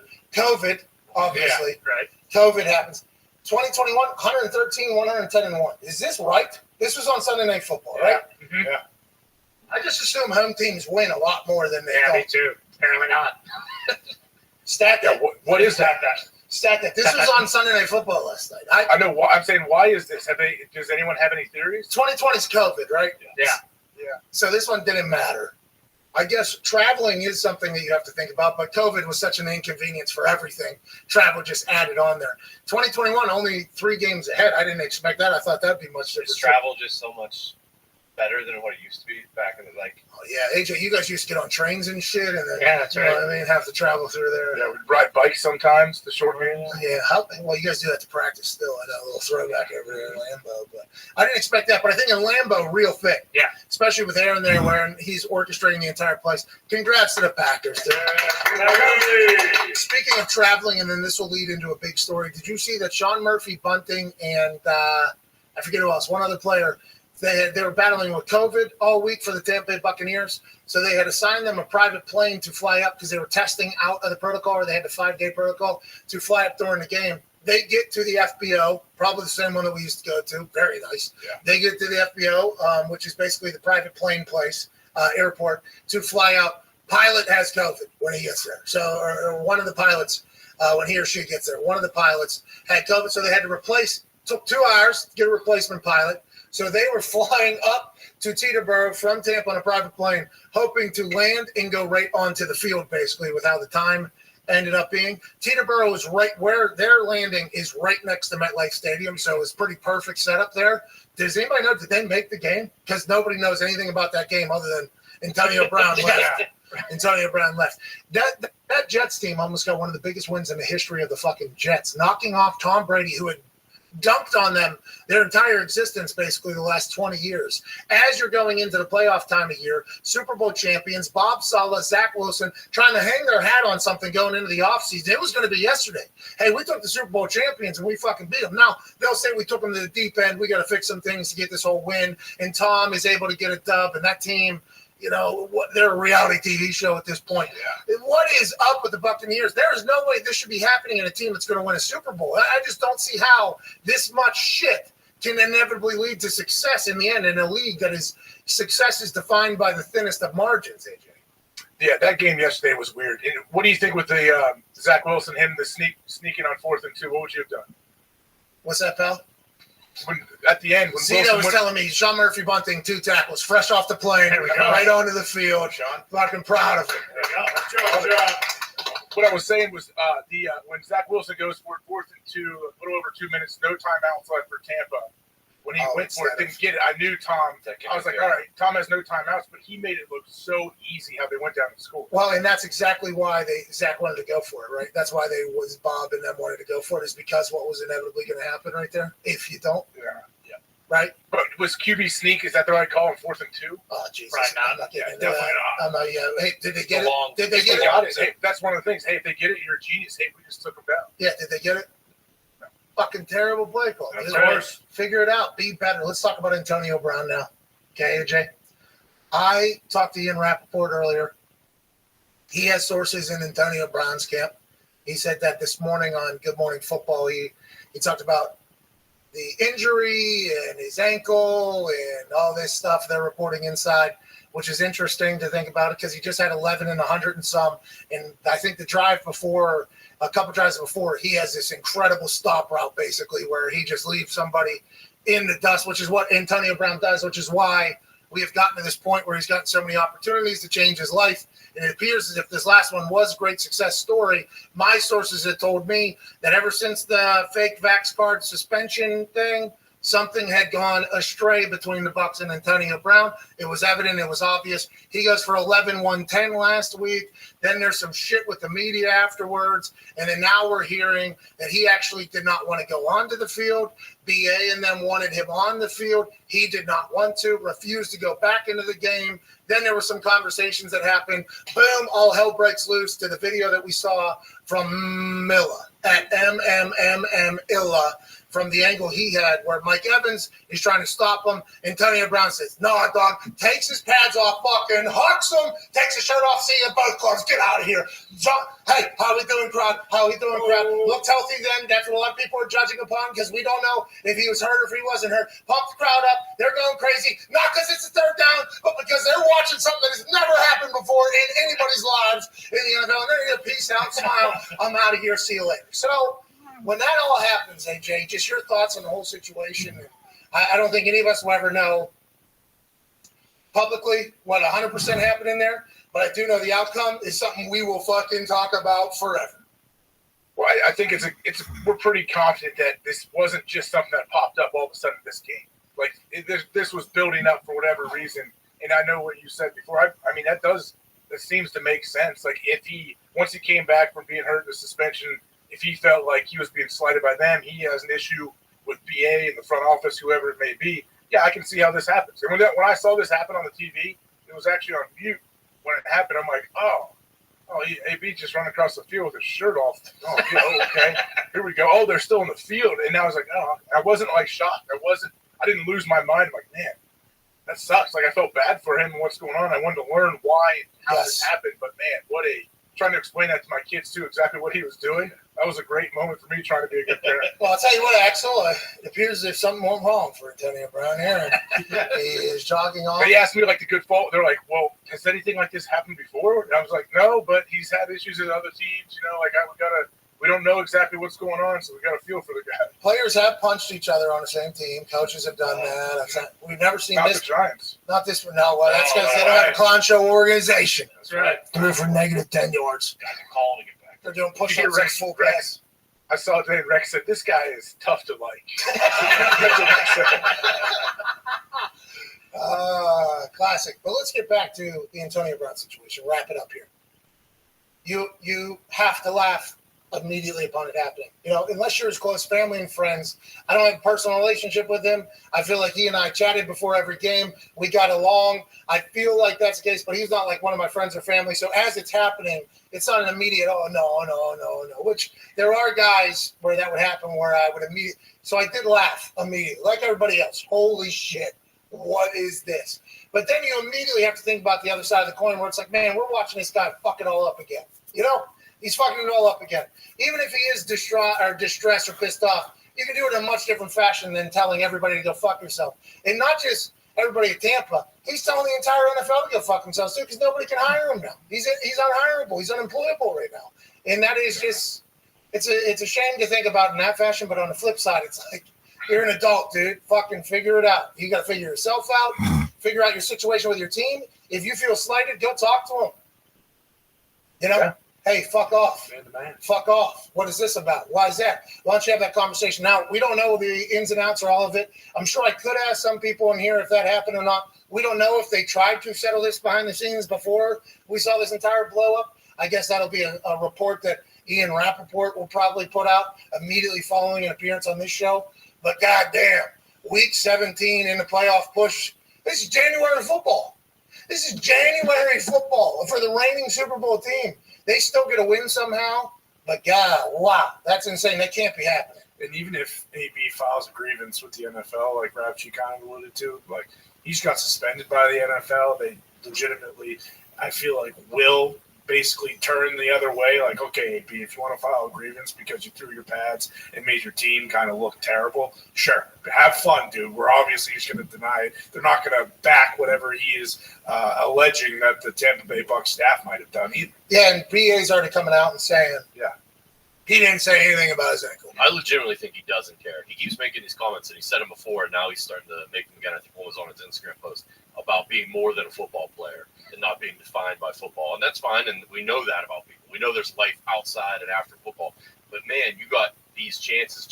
Platform. A hell of a platform to utilize for whatever the Super Gremlin wants to do. Was built from football. Dropped the heater yesterday. Yeah, from the pit to the palace, dude. Yeah, him and Danny Boy hustle hard. How did Tomlin do it?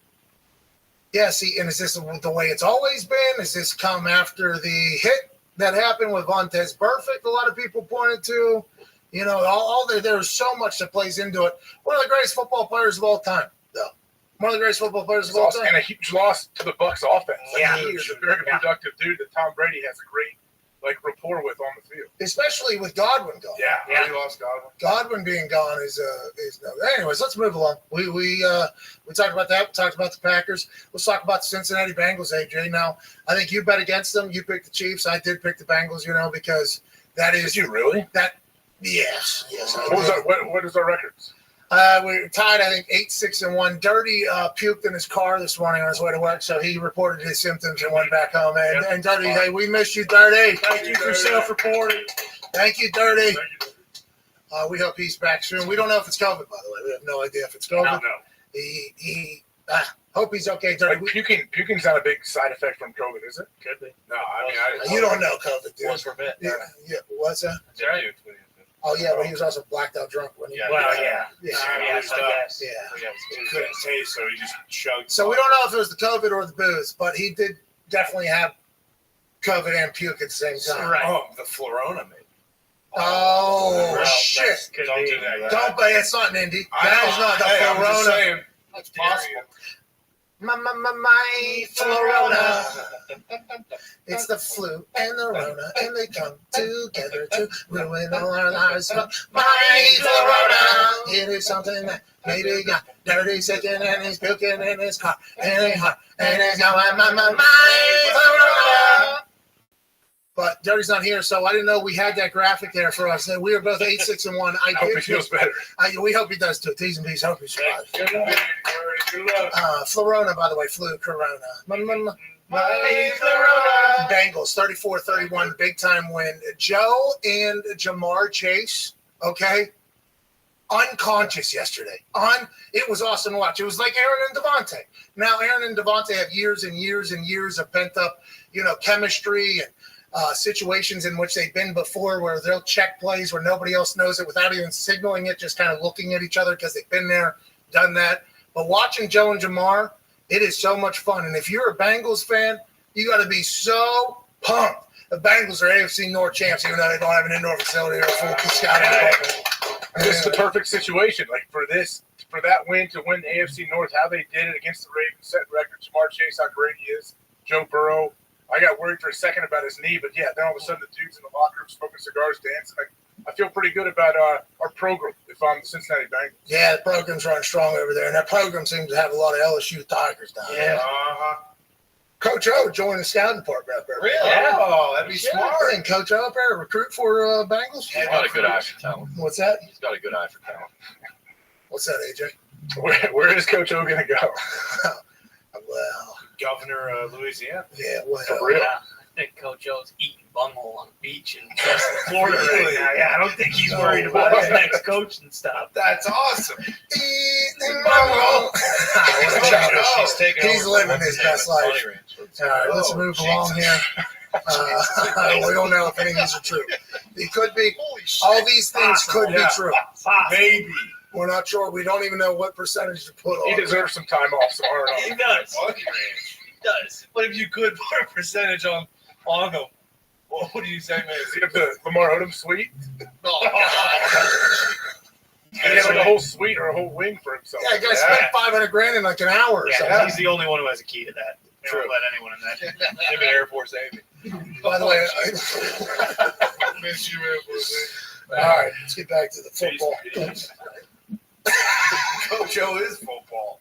That place existed, was promoted, was very famous. Had a show. All right. Wait, it still exists, right? Oh yeah, I think so. The place? The ranches, right? Yeah. The show, the whole thing's the show went down, right? The leader died. It's Yeah, still show there. died, but the ranch. Dennis Hoff Yeah, died, Dennis Hoff, very good. Rest in Ranch is peace. still going. but I think the ranch is still kicking. Oh yeah. That is Still true. Buffalo. All right, let's move along. Doing very well. How did we? I'll check the rates. I wonder who's running. How? Coach O. Told you, Coach O. Came back around. So there was a sport. We don't know if Coach O's running the Pony Ranch. No, we don't. Probably a couple of the Raiders lays out there. Might be that. All right, fuck. We won't talk about the Raiders yet either. Let's talk about the Kyler Murray-led Cardinals. They go into Dallas. Kyler Murray now 8-0 in Jerry World. Okay, as a Texas kid, high school state champion through college playing there and in the NFL. 8-0 as a player. Whenever he goes back to his home state in the largest stadium in there, he puts on an absolute show. I love whenever Kyler gets rolling, not only running, but throwing, just the entire offense. It looks as if he's a confident person. I don't know if it's because of Texas, if because what the Cowboys are doing, because of his relationship with Ertz now seems to be growing in beautiful fashion. You know, a tight end's great for any mobile quarterback because a lot of tight ends get a lot more freedom within offenses to kind of just look out for the quarterback and be like kind of an exit for him. I have no idea why, but I'm happy the Cardinals seem to found it. I honestly am very happy for them because losing D-Hop seemed to be a massive shot, a lot bigger than any of us could have expected. They look like a different team against that Cowboys squad, AJ, than they had the past couple weeks. Yeah, they did. And what the week before this, where people were crowning the Cowboys champs, saying like they're unstoppable, basically. So I think the Cardinals, Cowboys, both they can be very dangerous. I just don't know. Like, are we just going to have to wait and see which team shows up when you get to the playoffs? I think so. This is a live bet situation. You got one of these? Yep.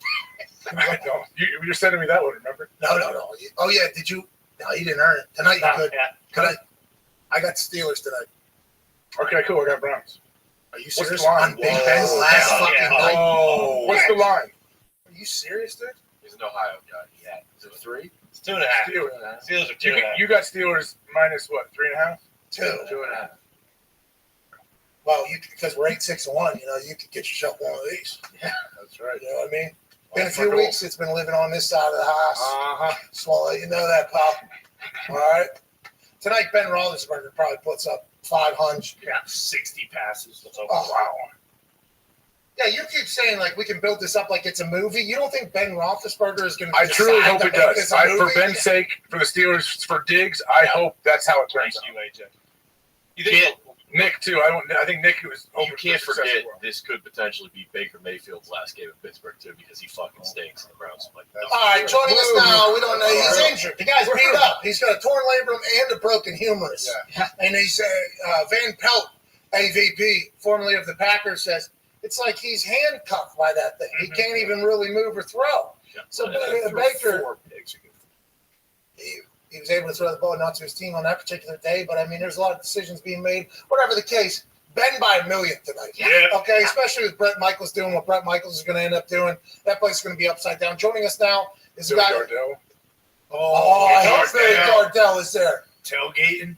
Oh, grilling dogs. Running through the cones. Yeah. All the boys are I gonna love be there. that guy. Holy shit. Man, you think what's that guy's name? Pompliano? Yeah. No.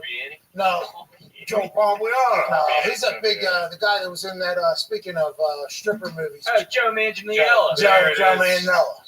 Big sleeves. He'll be there for sure. Yeah, Michael Keaton's gonna be there. Oh, really? Maybe. Yeah. Wiz will be there. Wiz Khalifa. Oh.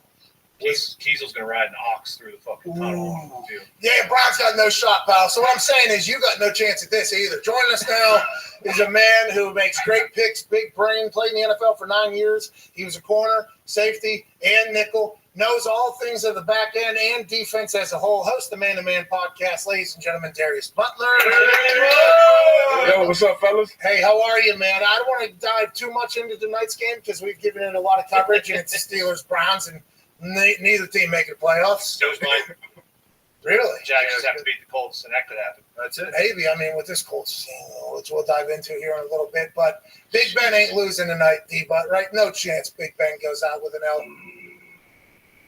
I don't know. I like the Browns. No! Oh, dude. They almost beat the Packers. Baker stink. But Baker was all right. I think they handed the ball off to Shelby Johnson 40 times tonight to get the win. Well, they ain't going to be able to hand the ball off 40 times. They ain't going to have the ball enough because Ben Roethlisberger is going to throw no less than 70 checkdowns. Yeah.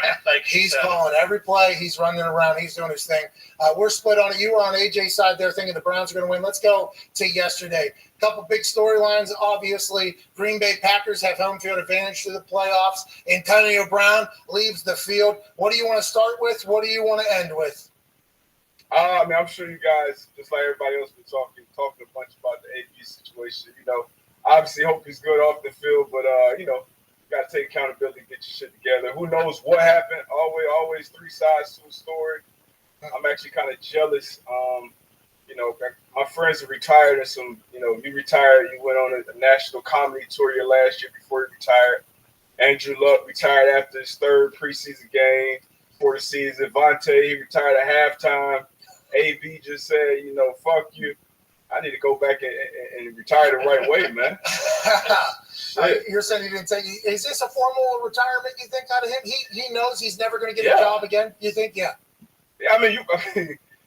We were all probably watching a bunch of the games at the same time. I saw it pan back to the Bucks Jets game. Obviously, you were paying attention to what the Jets were about to upset them, and then you just see AB, walking off with his shirt off. I thought it was a pregame shot, maybe, and then you see what actually happened. I couldn't, like AJ said, I wasn't completely shocked, but just like, wow, this is a real picture. Like, this dude is doing jumping jacks in the back of the end zone with like the offense and the defense on the field. So yeah, I think that's a form of retirement. But what about when it's overshadowed really with Gain and what happened? I know Tampa Bay came back, they won. That was an amazing last drive from Tom. Are you worried about the Bucs, especially now they lose AB's presence on the field, but also just what the team is right now? Shit, yeah. You got to be worried about him. You got Brady. Obviously, he's the GOAT, but you still got Mike Evans there. But Godwin's out. Now AB's out. You thought he was going to be kind of their saving grace when it comes to pass catchers, but I don't think Fournette's still banged up. I'm worried about him, especially knowing that they'll have to go to Lambeau and get a win up there. They did it last year, but how the Packers are playing this year, man. I don't see anybody going up to Lambeau beating them. So I think we'll see the Packers out there in LA there can't be this much shit happening going into the final week of the season. Too much. For whatever, they might win a game. Who knows? Maybe they'll win a game, but I don't think that is a team that's built to win a Super Bowl. You got to be a unit going into the Super Bowl. I think. What teams have a chance to go on a run? You like the Eagles? You like this Eagles squad because they're coming together at the right time? How about the Niners? Niners might go ahead and sneak in the back door. Patriots, they're going to be in the playoffs. Who knows how this thing ends with a couple of division games to figure out who wins the AFC East. Who's a team you think that is like prime to go on a run? I mean, you still got obviously Packers, Chiefs would still be. Yeah, but I'm saying like a team that isn't obviously at the top there. I mean, I want to say Bengals, maybe. You know, the Bengals with Burrow, what they're doing, even the defense, they don't get a bunch of hype. The defense is making plays. That Burrow-Chase connection is ridiculous. You still got two other dynamic pass catchers outside of them. The Chargers, that's not a team you want to face. But on the AFC side, I'll probably say the Bengals. The Bills still got Josh Allen. That AFC still kind of wide open outside of the Chiefs. And then on the NFC side, love the Packers. But Cowboys, man, you love that defense, but it's like the offense. Can they be consistent? Can they run the ball consistently? Can they be on the same page in the pass game consistently? They have shown that Cardinals, they found a way to get a win yesterday. It was ugly, but they won. I don't know. I don't have a bunch of faith in a lot of guys. Titans, I left the damn one seed out in the AFC. You get Derrick Henry back. Obviously, they can go on a run and stay hot and win it. So this will be a fun playoffs, fun playoffs.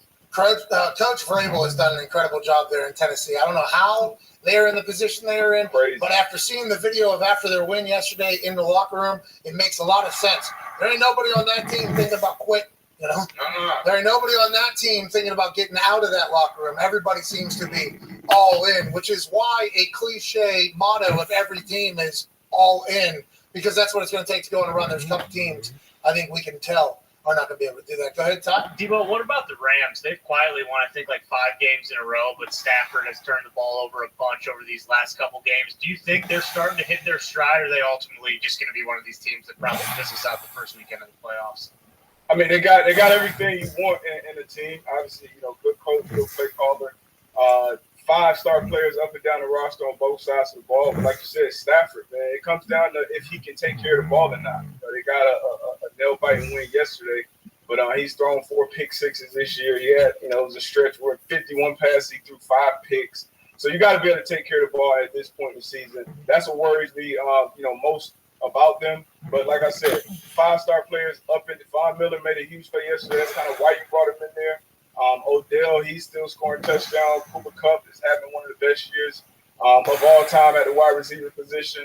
Jalen Ramsey. So you got players up and down that roster and a good coaching staff. So I think they can for sure make a run. But, I mean, a huge question mark with Stafford at this point in the year. Can he continue to take care of the ball? And it has been looking that way for a few weeks now. Yeah, I remember BA said, hey, this is a 5-star game. All right, our 5 stars have to beat their 5 stars. The rest of you just don't fuck it up. then he would come in one week and he was like, hey, our 5 stars kind of counteract their 5-star. This is going to be a rest of you guys fucking game. This is what we're going to need here.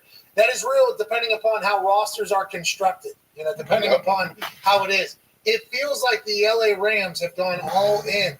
But if you can't get the pieces together, which is closely tied to the quarterback, I mean, it don't mean jack shit. I hope Stafford figures it out. I don't know why this is happening. I thought Stafford was going to have immense amount of success out there in that offense. I thought he was going to ball out. He did. He has. Will he when it really matters? Let's go to the AFC side, a team similar to the Rams. Kansas City Chiefs. I didn't hear you mention them in the AFC. I think you literally listed off everybody else in the AFC except for the Kansas City Chiefs. Why is that? You're out on the Chiefs? You think they stink? You think Jackson Mahomes? You think Jackson Mahomes has done too much because they lose to Cincy and you're out on them completely?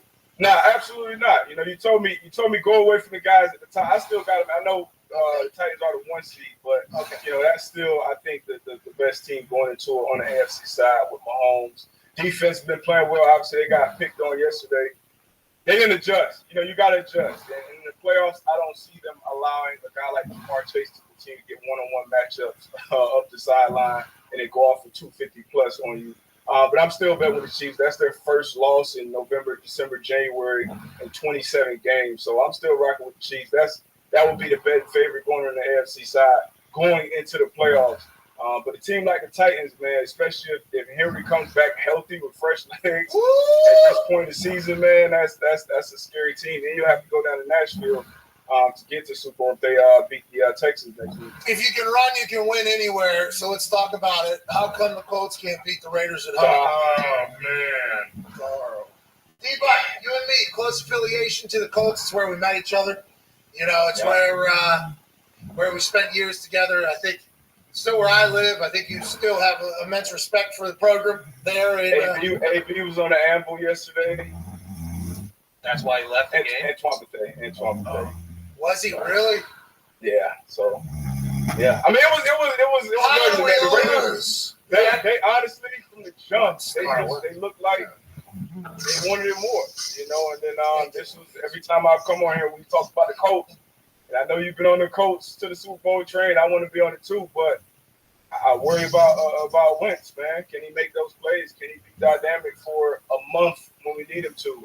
Obviously, JT, he ran for over 100 yesterday again. First time we lost when he's done that. But we got to have a plan. Once again, just like Jamar Chase killed the Chiefs all day, Hunter Renfrow killed us. We got to have a plan for a guy like that coming into a Week 17 ball game. It just didn't look good all around. Offense behind the sticks all game.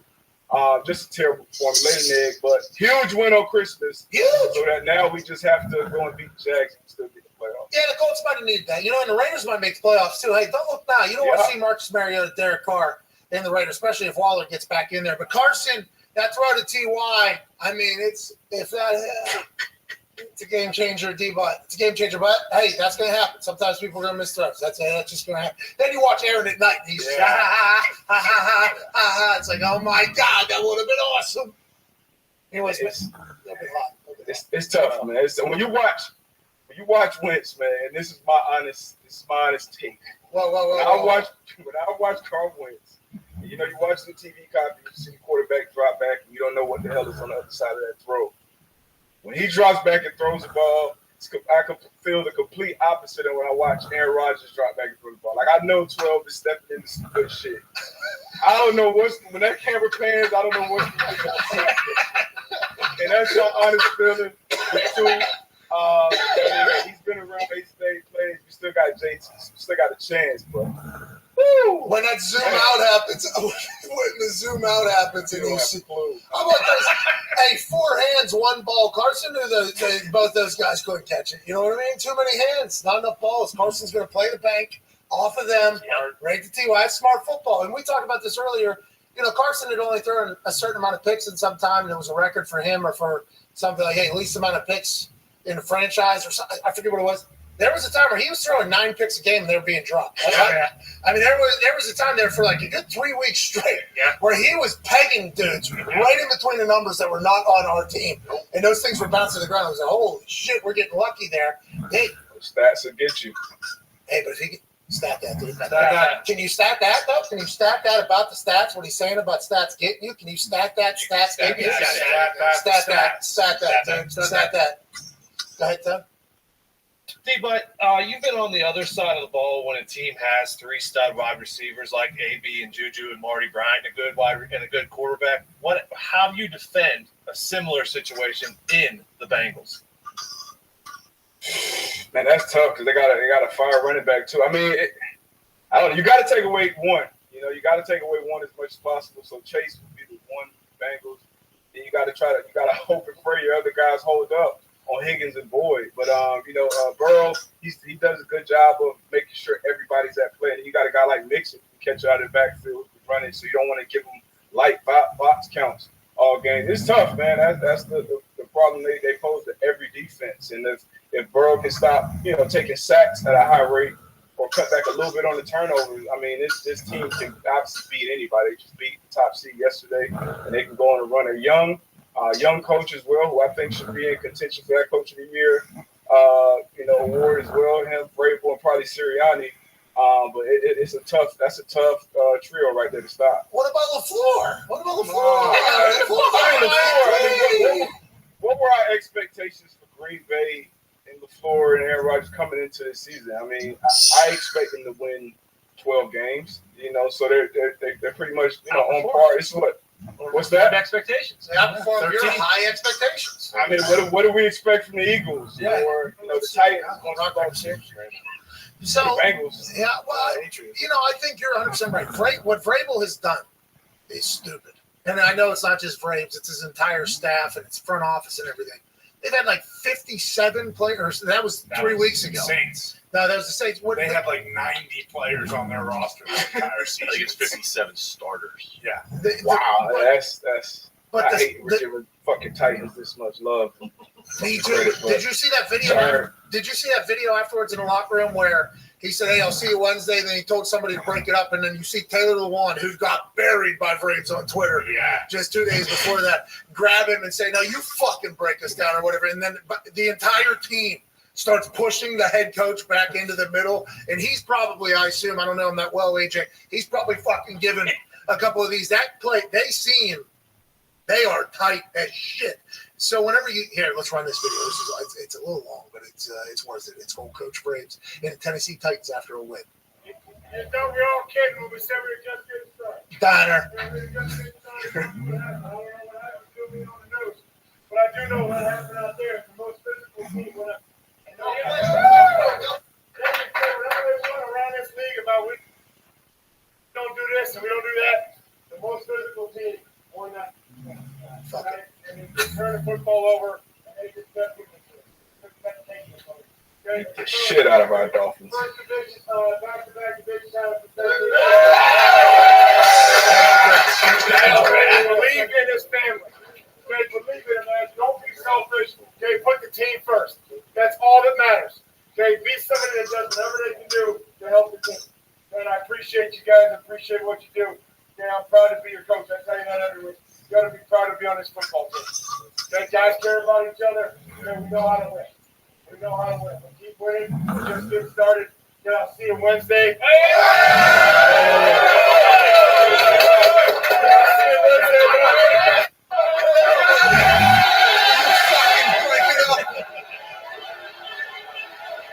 Look at that locker room. Hey. Look at that locker room, D-Butt. I mean, AJ, you know Vrabel a lot better than me or D-Butt do, but that that is what you're looking for, That is like a Super Bowl thing. I mean, that's an electric locker room. We obviously been in a bunch of locker rooms after big wins. That looks like a locker room after, a big playoff win or something, man. He's a dude that played, all sides of the ball, knows how to get through the guys. I'm sure guys are knocking at his door every day saying they want to be there next year, like Joe Judge. Shout out to Vrabel, man. I mean, he's done a tremendous job all year. Obviously, complete buy-in. You watch him play, doesn't matter who's on the field. Everybody's running like your hair is on fire, man. You love to see it, honestly. As a real, football guy, football fan, you love to see it. It's awesome to see him get physical. When guys get, especially meatheads, get excited, they get pumped. What do you do? They start jacking each other. And I promise you, Braves in the middle of that mosh pit just throwing elbows, like just trying to knock people out, probably like in excitement. So I think that was a beautiful representation of what he's built there. But I want to go back quick to the Eagles, Sirianni, what they've done. I think it is kind of flying under the radar what they have done, how they've kind of turned their year around. Are they that good? Are the Eagles a legit contender? Can they win a playoff game or two? I think they could definitely win a playoff game. I mean, they're physical. It's like Pat said earlier, if you can run the ball, you can win. They've been running the ball down people's throats. It's been a question mark around Hurts, at least if you listen to the media, all year. But I think Hurts continues to get better. I think the team believes in him. Sirianni, he's been catching a lot of shit since his opening press conference. Obviously, you got him in the studio. But they're 7-2 since that old plant growing through the ground pressure. But, I mean, they're believing in each other, man. And they're playing defense, too. Got some playmakers on the defense side of the ball as well. So, I mean, this Eagles team, nobody I didn't expect them to be worth the shit this season at least. And Sirianni got those boys rolling, man. So, I think they could definitely – they're a tough out for anybody. They could definitely win a playoff game for sure. Coach Sirianni, why is nobody giving you any respect?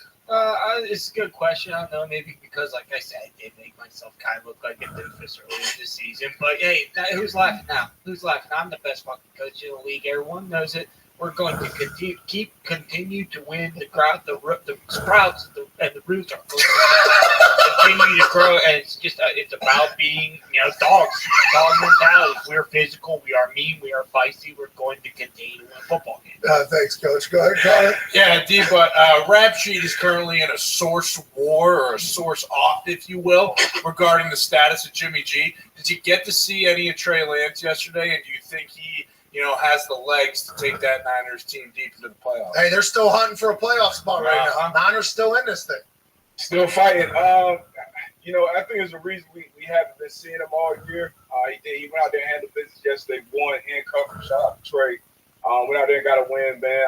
I don't think he's ready to be that guy at this point in the season. It's just, you come in and you start playing, you get meaningful reps, and you're playing against guys, especially going into the playoffs, who've been doing it at a high level all year. It's just tough to come out and beat those guys. But he has athletic ability. Obviously, that's why he went 3. And Jimmy G being down gave him his opportunity. I don't think with Trey Lance at the helm, this 49ers team can make a run. I think they get Jimmy G back in there. They definitely can. Ian Rappaport in the source off said he doesn't think Jimmy can play. Somebody else says they think Jimmy can play. Jimmy wants to play, so I assume the other people are getting their information from Jimmy's people. Ian's getting his information. That's a thumb. That's tough. From the 9, Jimmy's getting upset. Jimmy probably said, hey, rip the bone I can off. still go in the playoffs here and make another run at this thing. You guys traded the entire future of our franchise to get another quarterback, and I'm still fucking the Bison here. Thank you so much, T-Bot, for joining us. I love our conversations every Monday. For sure, me too, man. Appreciate y'all. Ladies and gentlemen, download the Man to Man podcast. One of the hosts alongside Antoine Bethea is Darius Butler. All right, hour 2 is wrapping up here, AJ, on Sirius XM here in about 10 seconds. Hour 3 is going to be crazy. Yeah. It always is. And Brock Lesnar, WWE champion. Football, NFL, That's how it ended. That's how it went to commercials. That's just puking into the microphone. We have not taken a break, I don't think, in an hour and 52 minutes. So I'm going to go to the bathroom. I believe the rest of the boys probably are as well. This is an awesome Overreaction Monday. A lot of motherfuckers watching because there's a lot to talk about. There's also a lot of overreactions to get to from around the Twitter, which we appreciate everybody entering, and phone calls on the 5 Hour Energy phone line at 1-833-4 McAfee. The Super Boost did not hit yesterday because the Raiders came in and stole a victory from the Indianapolis Colts. Damn you, Raiders. But I do like that the Raiders win those type of games all the time. Yeah. That is a game that the Raiders will win, too. And immediately after it happened, after Carlson kicked the 30-some yarder in, and it was, over, and I realized, the Super Boost isn't going to hit. And, what the fuck are the Colts? Those were happening at the same exact time. Yeah. Then I thought, this is what the Raiders do. The Raiders have the ability to beat anybody. Right. And with Bisaccia at the helm, maybe this is just not as bad of a loss as I'm making it out to be right now currently, where I'm thinking, we're all dead. And then automatically Googling, how much money are we paying Carson Wentz next year? $28 million. Oh, my God, this is at least – and then I slowed myself down. I was like, the Raiders deserve more respect. Yeah. The Raiders deserve more respect than what I'm giving them. You know what I mean, AJ? Yep. That's why I got the double gabagool hands right now for Derek Carr. Is that who it's for? Whoa. Gabagool hands. The way you're saying things, very slanderous. Sorry, what is it? How's your family hand? Yeah. Out of respect, since I am not Italian, I'm sure I'm more Italian than you are. Whoa! I'm trying to stay away from it. You're sure of it, huh? You ever spit into a tube and tell you how you Yeah, I have actually. I just got to look it up again. I got to go check it out. Oh, see, that's how I know you're not Italian. Usually, when you're 0.001 of something, I'm like, oh, this is a big deal. I usually don't think that. 0.1. Well, let's not get into 0.000. Yeah, Come on. Now's not the fucking time, but I do know that I was 0.01. Yeah. Oh, okay. See that pinky ring? 0.02. See his 2 chains? 0.03. What? See this watch? 0.10. What? What a run. What is jump? That's a whole percentage. That's right. How's your family? Well, how's your food? It's going to be better when Big Ben rides off into the sunset tonight after a big Hell yeah. Thank you, Seven. On Monday Night Football. We're back in about 5 minutes probably to chit-chat about everything happening in the world, your phone calls, overreactions, and more breakdown of what's going on around the best league on earth, the NFL. How about How about the Patriots really doing what the Patriots did to Jacksonville? Is that a get-back game for Mac Jones, his confidence, Bill Belichick, and the entire Patriots organization? Big time get-right game. Not even Mac. The defense, everybody's playing well. Had like 3 picks or something like that. And that's why Bill and Mac on the sideline. Jack's such a joke, man. They suck, dude. Remember, they were calling you Jack Moans last week. Now he's laughing, huh? You're Mac Jones, dude. In the playoffs. Okay, Gumpy pointed out this morning, the Jags have gotten quite worse after Urban has left. Gump, enough. Well, let's not forget the Jags did beat the Bills. That's jumping fact. there. Urban was holding that team together. He was They beat glue the that made it Bills. That's certainly an angle, not. No. That is an angle. I don't know if I've seen that one out there all over the place, but you know what, Gump? That's an The, interesting angle. the opinions of those who speak on this show do not necessarily reflect that of their peers or their employer. Yeah. With that being said, maybe the Jags were a little bit better when that guy owns a couple chop houses in the dance house. And now the Raiders have been winning since Urban has moved out with Coach O to co-own the Bonnie Ridge. Yeah. And Urban won on 2 separate continents. Pretty cool. Pretty cool. Pretty cool. He lost in one chop house, but he won. That's right. 2 continents. All right, we're back in about 6 minutes. We'll see you then. You're the best. Cheers.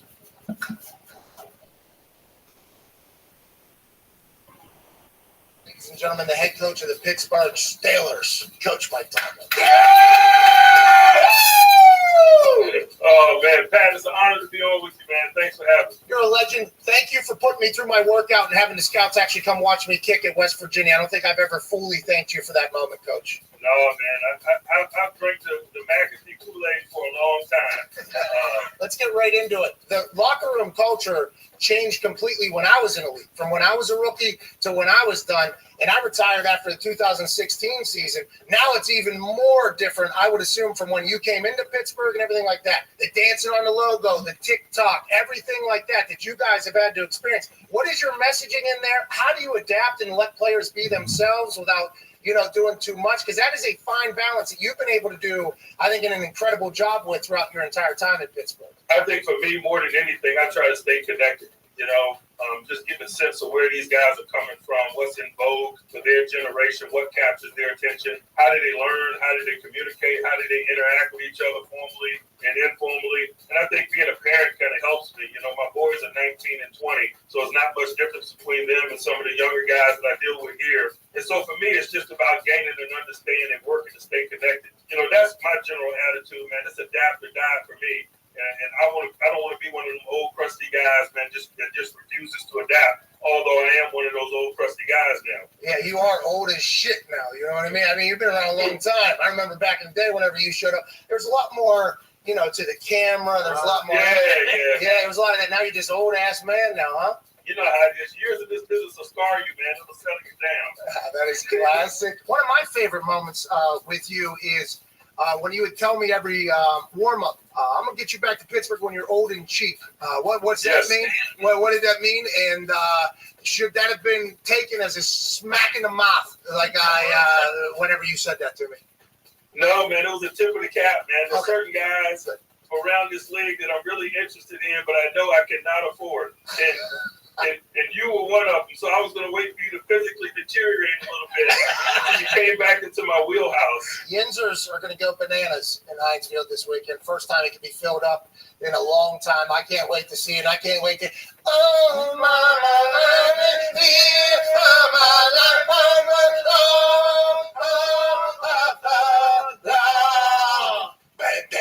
Is that your alarm clock? Yeah, just say yes, by the way. Yeah. It's my ringtone. It's my alarm clock. We appreciate you, Coach T. Last question before we let you go. Why'd you let Troy Polamalu do what he fucking did to me? I know you've heard of this. Why? Well, that's a short side of the field. That's bad football. You guys coaching unsound football over there in Pittsburgh? How did that happen? We know you and love you as a man, but on Sundays in the fall, man, you're the nameless great faces that we All right, ladies and gentlemen, head coach of the Pittsburgh Steelers, never had a losing season, absolute legend, 2-time Super Bowl champion, Mike Tomlin. What's the most beer you did in one night you think of one of those shows? Well, I never forget when we went to Japan one time. Dudley, Stacy Keebler. There were so many people out there I think we went through 103 or 108. Now, between just for myself, I'd always make sure to have about 12 or 18 pack there. And, here's the thing when some people say, "Oh shit, man, you got too much of that beer on. You don't even know how to drink beer." It's like, dude, fuck you. You don't know what I'm trying to do. I'm trying to entertain 20,000 people in an arena. If I just go out there and sip it real properly, how fucking exciting is that? When you're out there on an empty belly and you're shotgunning beers and all that shit's going in, the half that was going in was for me, the half that was going on was for them. But I'm telling you, Pat, when you shotgun a bunch of beers like that, and you're drinking about half of each beer, you got a pretty damn good buzz. And that's a sacrifice I was willing to make. I would assume you're pretty fucked up, yeah. When did you start self-cheersing? Was that something you did in college? You're like, hey, Steve, good for me, man. When did that start? No, you know what? I got to give credit to Sandman for starting that, but he was bashing him off his head, and I don't remember, and it wasn't because Sandman was doing it, so I always had copied him, but he was the first. So, and then my style was, and people always get us confused. I say, yeah, man, you used to bang them on your head. No, motherfucker, I was the guy that clacked them together. It was just something we came up with. I don't know how the beers got introduced to the ring, but it became a thing, and we ran with it. Joseph Montana, Italian-American out of Western Pennsylvania. It was a kidnapping attempt of his infant grandchild. Yeah, in the house. They came into the house, right? Yeah. And then he was sitting on top of the stairs. He's like, put the baby down. And they said, no. And he said, ah. And they said, no, I'm taking your granddaughter. He said, ah. And they said, I'm taking it. He goes, you asked for it. Skechers up, Skechers down. Yeah, dark. Then he ran down the stairs, and the baby caught the baby, caught the granddaughter after the beak of the lady that was trying to snatch the baby. Passed out. It was like one of those, boom, and then dropped it. Joe Montana. He actually slid down the stairs. Like that, how people surf almost down the stairs. He did that and caught his granddaughter like this. The Pat McAfee Show. There'll be no rules for our guests, for us, for the things we can talk about. Speaking his mind. I've never had a problem expressing my opinions or my thoughts or anything like that. While being relatable. I haven't had that manufactured fake-ass celebrity that a lot of people have whenever they go on those big networks. I've had a chance to really build my crew, build my following, build my audience. And ridiculous. What am I supposed to do? So I'm supposed to look at something that I can definitely afford and say, nah. Is that what I'm supposed to do? The Pat McAfee Show starts in 3, 2, 1. Welcome back to that show. Hour 3 on this Overreaction Monday, January 3rd, 2022. Happy New Year. Let's go now. Shout to the Toxic Table all the way back in its entirety. At Ty Schmidt, at Boston Connor, who beat COVID.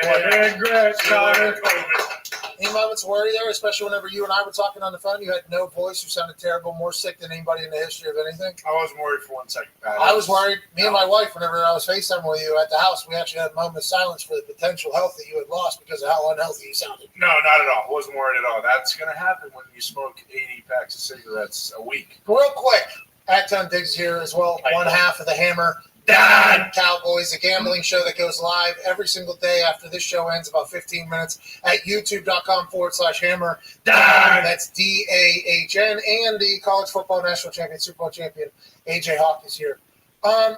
So we're very lucky that to this point we're at right now, no NFL player has died from COVID, right? No. Correct. Yeah, that's awesome. We should celebrate that, right?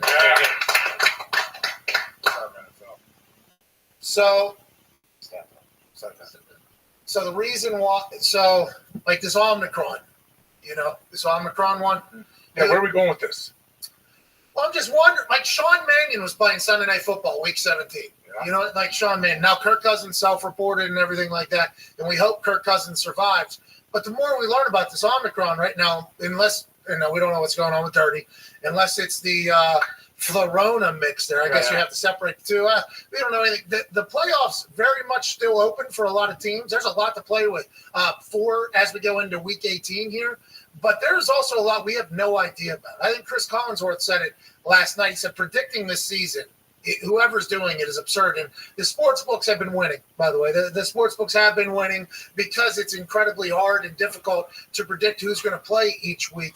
But if that Kirk Cousins situation is going to continue to happen throughout the playoffs, we really have no idea who could go on a run right now. And I think that is why it is so absolutely glorious. Is it crazy to think? I mean, maybe like you obviously wouldn't be 100%, but like guys have been self-reporting. If a quarterback gets it on like a Thursday, I mean, there's no way. Now, listen. In the playoffs, hey, they better. Hey, they damn well better. They better. I'll tell you what. Hey, when the playoffs come out, though, don't you think right now they're already doing this where you're looking to see who has already been infected, who's gone on the list now to see who could come back again? So I did the math there for a lot of players. There's a lot of players that are now enjoying the ride throughout, not even getting tested. They just got to hopefully not get symptoms and tell people they got symptoms. And to Ty's point, I mean, you're telling me championship weekend, somebody wakes up. Brady. I don't know. People, the flu game. People talk about the flu game for Michael Jordan. It's like stored and celebrated. He could have infected all of his teammates. True. Hey, they're all look at his finger passing the ball. There's no conversation about everybody on that court could have got sick. It was like, nah, this is what this fucking guy did. This is what this dude did.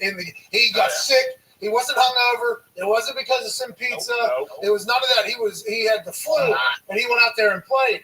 And it was you don't think a player who let's take the superstars out, but going into just the rest of the roster, championship weekend, if they have the Omicron variant that is only the sniff, you think anybody is reporting that? No way. Yeah, it's much different for them than Cousins, who saw the weather report, saw the 5 degrees, saw how he's done against Green Bay, saw how he knows how he does in prime time. He wanted to report symptoms. No, you can't say that, Kirk Herbstreit. You fucking asshole. What are you talking, Kirk Cousins? No, yeah, well, you're saying he love football. You're saying he didn't want to play football or something like that? All I'm saying is in the playoffs, it might be a little different. I think you're right. By the way, Herbstreit, hilarious situation he got into.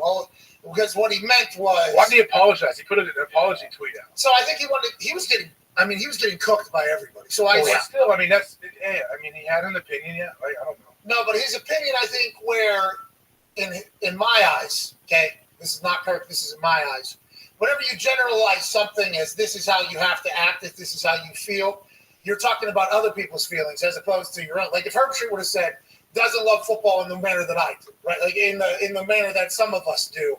It's not a conversation because he's talking about himself. Anytime you're projecting other people's feelings out there, I think that's always going to be something. So I appreciate him following up with like, hey, the full conversation is actually this. Because I think a lot of people were not getting that. And I think Herbstreit was like, well, I didn't mean that first, because they kind of clipped it. There was a follow-up conversation that happened live in it. So I think that is why Kirk potentially put it out there. It was like, hey, come on, like this isn't real. Because I think he does care. But that's a fascinating conversation, especially after the Corral incident that happens, because all anybody is going to do is point to that situation where I think what Herbstreit was trying to say, which is, by the way, how I feel as well. I don't feel like they don't love football, but that last game, I don't know, it has changed immensely, and I think you can get hurt doing whatever, however. I am a person that believes you can get hurt doing whatever. If you've already secured your draft stock, it's a bunch of money, your future. I understand how you would sit out and say, okay, I already got this. You can get hurt training and lifting and any of the all-star games. There's a higher chance you'll get hurt in a football game, obviously. Bingo, which I 100% I understand business-wise. But if it has to be tough for these guys, if they do love their teammates and love the game, to sit there and watch. I've never asked that question. Like watching Kenny Pickett watch that game, I assume Kenny Pickett was not exactly thrilled about his smart business decision while that game was happening. Loves the ball. Which is, but that's the meatheads out there can say, well, I actually chose not to play in the biggest game in program history, basically in the last 20 years, which was a mass one after the ACC championship. Loves money more than ball. Well, that's the thing. But he's saying about his future. It's such an interesting. It's a different time. It's really a different time, and it's really popped up like the last 4 or 5 years, maybe now. Where it's just normal for guys to start sitting out. Well, and that's what I think Herbstreit was trying to say. Like, hey, this is much different than whenever he was before me. You were before me, but even when I was there, I don't think there was many people like, no, I'm not going to play in this. Who gives a fuck bowl? Because this is actually one last trip with my, you know what you need to do. What you should do. The only way, it's not a foolproof plan, but what you could do, go in there. You're one of these studs. Hey, yeah, I'm going to go in and play. Not the quarterback position, somewhere else. preferably defense, offense too, baby. Go in there, make a few plays early in the first quarter. Hey, I'm feeling good. I might got scared, I got hit. Like I might get chopped in the knees. Boom, targeting penalty, ejection. You're out of the game. You still fought for your brothers. You still hopefully won the game. You're out of here. So this is what AJ Hawk's It happened to Bosa. It happened. He didn't do it on purpose to Joey Bosa back in the day when he got booted. Maybe in the first half of the bowl game, and I was like, "Oh, how happy is his agent?" I don't know if it was Tom Condon or whoever, but these guys got to be very excited. He made a few plays. He's ejected. He's healthy. I think they went on and won the game. And I think Herbstreit was alluding to that as well. When he put it the phones, who's the people that are instructing these guys not to play and showing them the stats of this is what you could happen. And granted, those people, by the way, they might not have the best interest personally in the players' heart, but you'd assume they have the best interest in their pockets' heart, right, at all times, business people. So this is why they're laying out their case. And remember, Team 3 of Russell Wilson's camp, they spoke out at different times from different portions of the team on what would they feel is in the best interest of number 3. That's happening with a lot of college guys that are going into the draft. There's a lot of people who think they have the best interests or the right ideas. So it's quite conflicting, especially when you have an injury like Corral's that only compounds that conversation even more. And it's like, well, there's probably some guys out there in the NFL who are scouting who are also like, I like that this guy loves his team. Like, I like that this guy wanted to play for his team. Now, I am not in the everybody's not a first round pick that's opting out. Also, that's exactly, and we just come from hey, we're old, dude. We're old, dude. That's what. Yeah, I remember there's a kid I played with where I think he was like a fourth or fifth round pick and he left early. He told me, I was like, oh wow, you left early. Did you think you're gonna get drafted higher? He's like, no, that's about where I thought I was gonna go. And I was like, wow, you must really not have liked your college. We saw a guy. Yeah, you must have hated your time there. Yeah, you must have hated your team.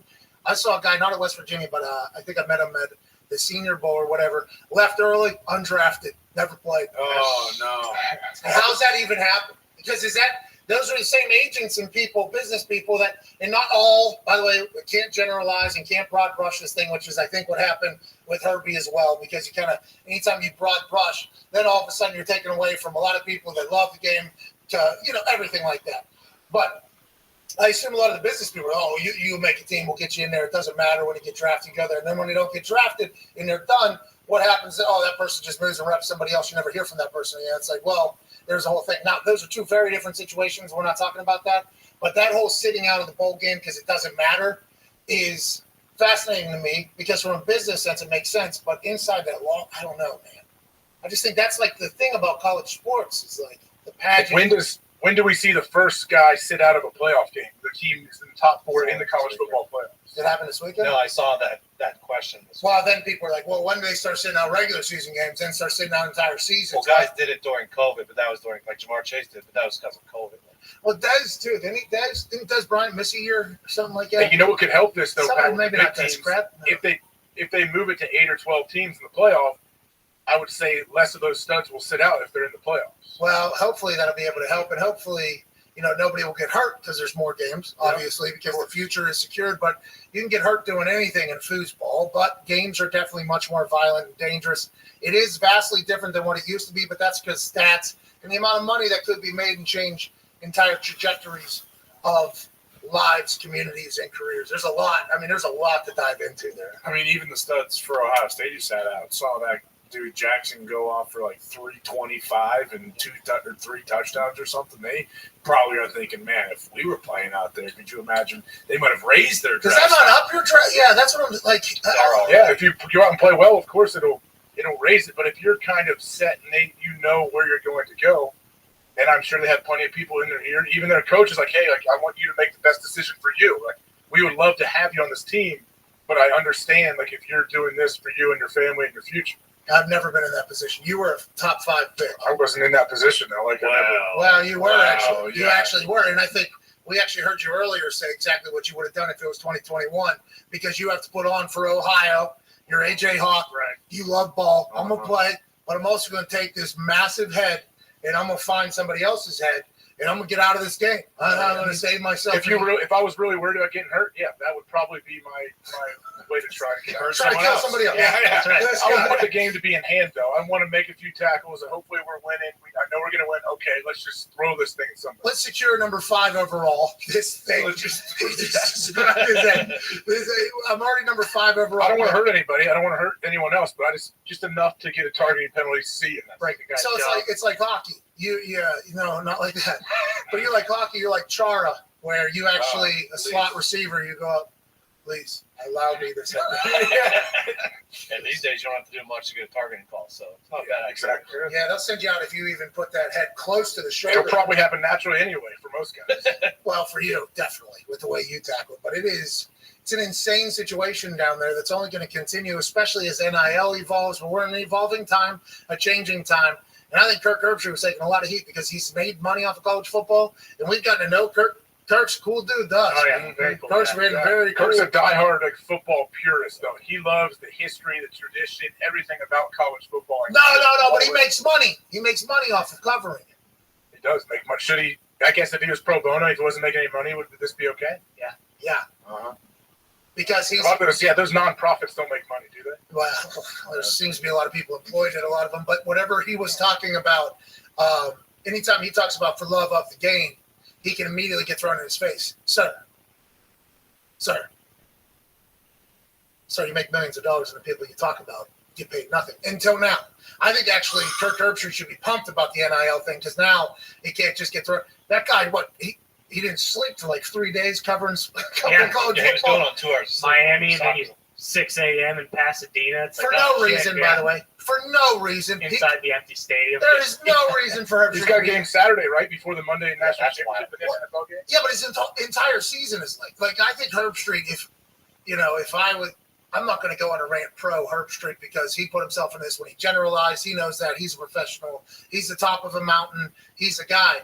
But that guy is committed to college football. Like, that guy loves fucking ball, you know? Yeah. So just because he gets paid to cover it, I guess you can throw that in his face, but he also gets paid to cover it because of how much he loves it and how good he is at it. It's just, whenever you say stuff like that, especially in the world we're in, I guess you're setting yourself up for it, but I honestly believe that he just meant that, this is not anything I would ever do, which the conversation kind of He's paid to give his opinion, man. Like, he's not a hot take guy, but he's paid to give his opinion and how he views games going on, and when he's on game day, like what he thinks should and would happen, and that's what he's doing. So hey, it generated some talk, didn't it? Well, they were talking about Herbstreit on the internet. It was not good. And I let him know. ESPN's not mad about that. I let him know that I've experienced those waters before. And it's not great. When you're taking real chalk. Just every time you update the thing, there's more about how stupid you are. And then this guy's the worst human alive. And then boom, boom, boom. It does become tough. But Kirk Herbstreit's a big boy. He understands he can handle it. It is a different time, though. Much different time of the game. It's because there's a lot of money on the line, and we know a lot more than we've ever known before. Let's bounce around the NFL a little bit. Shall we, AJ Hawk? Yeah, let's see it. There were some fun games to watch yesterday, man. Go on. All over the place.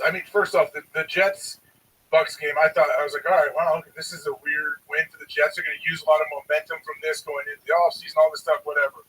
But for a second, we're okay, good. So you picked the Lions there, didn't you? Yeah, I did pick the Lions. Did you think they were really going to win that game? Well, I thought they were going to cover. What was it? It was like 7-5. Huh? 10-5 against the spread, right? I thought they were going to cover because Russell Wilson said, I fucking hate this city. I hate this team. Right. He came out and said, get me the fuck out of here. It's my last game here. Thank God. Everybody says it's loud. Yeah. My ears ring every single time we get done playing in here. Teams have to experience it once a year. They go, it's going to be bad to go up there to the Pacific Northwest and hear how loud that crowd is. Your ears were hurt for 2-3 days afterwards. Russell Wilson's like, thank God I don't have to do this every single home game. That's basically what he said. Then we talked to Rappaport earlier, and we said, hey, what's the deal with Russell in Seattle? And he said it feels different than it did last year. Last year, Chicago made an actual run at Russell. Pete Carroll, who has final say, said, not going to happen. It feels different this year. So Pete's on board. Russell's saying, get me out of here. I thought there was no chance that the boys would rally, and they did. They beat the fuck out of the Lions. Killed them. They did. They handled it, which leads me even more. Who cares? Does culture even matter? Right. What matters? I don't know. I have no idea. Like, all that matters is what team shows up that day to play. It doesn't matter what your week of practice looked like. Doesn't matter if your coach thinks it was good or bad. It's just what happens on game days. And that's how it's always been. But now I just think there's so much inconsistency with it. Maybe just every team they're so evenly matched that I don't know. Well, it's just going to continue to happen. It's not just who shows up; it's like who finishes the game for you, because some star players are just quitting on teams in the middle of games, and they're still winning. Yeah, that's Those teams are still winning somehow. Nothing makes any sense. That's right. The quarterback. If you got a quarterback, that's what matters. You say Tim Boyle's not as good as Russell? Tim Boyle was throwing a medicine ball yesterday. I mean, he made some plays. They came out of halftime, and his first play, pick. Game over. I mean, they did not stand a chance. I like Tim Boyle, but shit, he is in the Sheen, Mannion, whatever the hell that guy's name is category as far as ball throwers. What? Sheen Mannion. Yeah. Talk about last night's quarterback. Yeah, that guy. You think Tim Boyle's throwing 90 though off the mound? Tim Boyle's a big body, and plus he is. He was 2-20 in college. Anyways, I'm done with all these quarterbacks we've never heard of playing quarterback in January football. That hopefully, now Ian Rappaport alluded to maybe this thing being around for next season. What was that all about? Yeah. What's the rap sheet's just spinning? What do you mean? What do you mean? What do you mean? COVID? Yeah. Another variant. Nothing would shock me or surprise me now. There's no way. Okay, yeah, you've said no way for 2 straight years. After you proclaimed that we beat COVID as a universe. You've said that, 15 times maybe over the last 9 months? There's been a couple times where it did appear as if we beat that son of a bitch COVID finally. Stores were opening, states were opening, travel was happening, people were starting to live, and then boom, another wave. I typically don't bring him up, but Fatch is coming around. Us beating it? Yeah. Well, and also Dr. Drew came in last week. The New York mayor's awesome too. If you saw his little comment. I didn't. I have not seen that, but I do know that Dr. Drew, actual doctor, 8 different degrees, last week said at some point we're going to have a little bit of courage here. And I thought, okay, as a doctor saying that, that's not just Dr. Drew's idea, right? Doctors are all about seeing and studying and doing their thing, and maybe Dr. Drew's a little bit different because he does get shit on a lot. He's still getting shit on in my mentions from his conversation with me 5 days ago. I mean, it can't be easy to be Dr. Drew, but that's why he's got 9 degrees. He takes care of everybody's shit. Yep. But whenever he says at some point we got to stand up to this thing, in my head, I immediately think, wait a minute. Maybe we did have some celebrations a little bit early. Maybe we saw some other things start to happen and think to ourselves, oh, we're back, baby. Maybe we took some chances in screaming at the top of our lungs that we defeated this son of a bitch COVID. But whenever Dr. Drew said, hey, this is the weakest fucking variant, at some point it's going to take some people to stand up. Fauci is saying, hey, it ain't about, people having it. It's about what's happening to the people that have it. It's like, whoa, Fauci. We hadn't heard that. We hadn't heard that in a long time, and I haven't kept up enough with the Fauci. When did he say that? Just recently. Yeah, just last week, I believe he said something about if people are in the hospital because of COVID, with COVID, or because of COVID. Yeah. It was the first time he's ever said something along those lines. It was like, whoa, okay, hold on. So you hear Dr. Drew say something, then you hear Fauci come with it. Now, he's a terrible pitcher. Guy can't throw a baseball for fuck, but that's because he's just been doing, so much doctoring his entire life. Him coming and saying that thing, it's like, whoa. Did we beat COVID? Are we on the other side of this thing, AJ? That's my thoughts. And then Ian Rappaport comes in and goes, hopefully we don't have to deal with COVID next season. I'm like, next season? This guy. What are we even talking about? That's 9-10 months away. I thought we already beat this thing. Yeah. It's the cycle. I think we'll deal with it for the rest of when it's cold here, and then everyone's going to kind of forget about it come, May or whatever. It starts getting warm out. People aren't really getting the sniffles anymore. And if they are, my allergies are killing me. And then, it starts to get cold again, and we're back in it. So hopefully we are, right at the end of this thing. Look for potential COVID cases to be high in Pittsburgh. Yep. Because what he said about allergies is happening, I assume, all across Pittsburgh. They're watching all these recap videos of Roethlisberger's career. Yeah. Everybody's sniffling and crying, oh, shit, give me a COVID case. I think Dawn's got it. They're taking the test, they're positive, locking down in quarantine. Anytime there's a chance of a lot of tears and sniffles, you got to wonder if they're going to go take a test and find out that they got the Omicron. I assume Pittsburgh is going to have record numbers over the next 5-6 hours. Yeah, I'd be surprised. if the whole city didn't have it, if things don't go our way tonight, you know? Oh, man. We're just going to go in our houses for 5 days, try to forget about what happened, and then maybe never come out again. Oh, mama, I'm in fear from my life because of Omicron. Got the sniffles and a fever in my head, and Ben Roethlisberger's damn near dead. Hilarious part of last week with Dr. Drew, by the way, was when he was like, "Thank you for showing my degrees." People never actually talk about me being a doctor. Yeah, I get shit on a lot, is how he started the conversation. I'm like, all right, Doc, well, let's go ahead and get through it. Their game tonight is obviously something to chat about as we wrap up week 17 of the NFL season in the last week. But today's a great day because it's overreaction day. Today is a day where we send out a bird call on Twitter. We say, hey, listen, I want to hear it from everybody. There is an excuse for you to lose your mind and be irrational about your NFL team.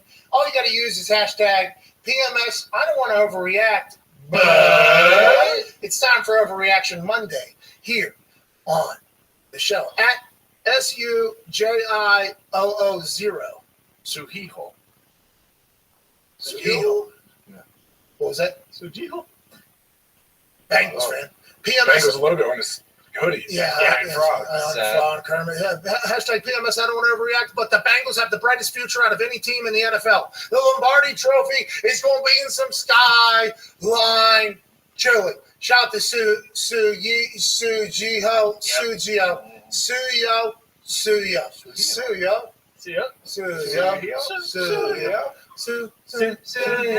Anyway, shout out to Bengals fans thinking that is the case, and there's no reason not to believe that. Very young team that is unbelievable, AJ. Big time win over the Chiefs, which they're going to have to stare down alongside the Bills and the Jonathan Taylor-led Colts for like the next 10 years. If these exact same players were somewhere else on a different team, would people take it more serious and think that, hey, this team is set up to be like the next Chiefs? I think so, because teams would go watch them practice because they wouldn't have to withstand 10-degree weather to do so.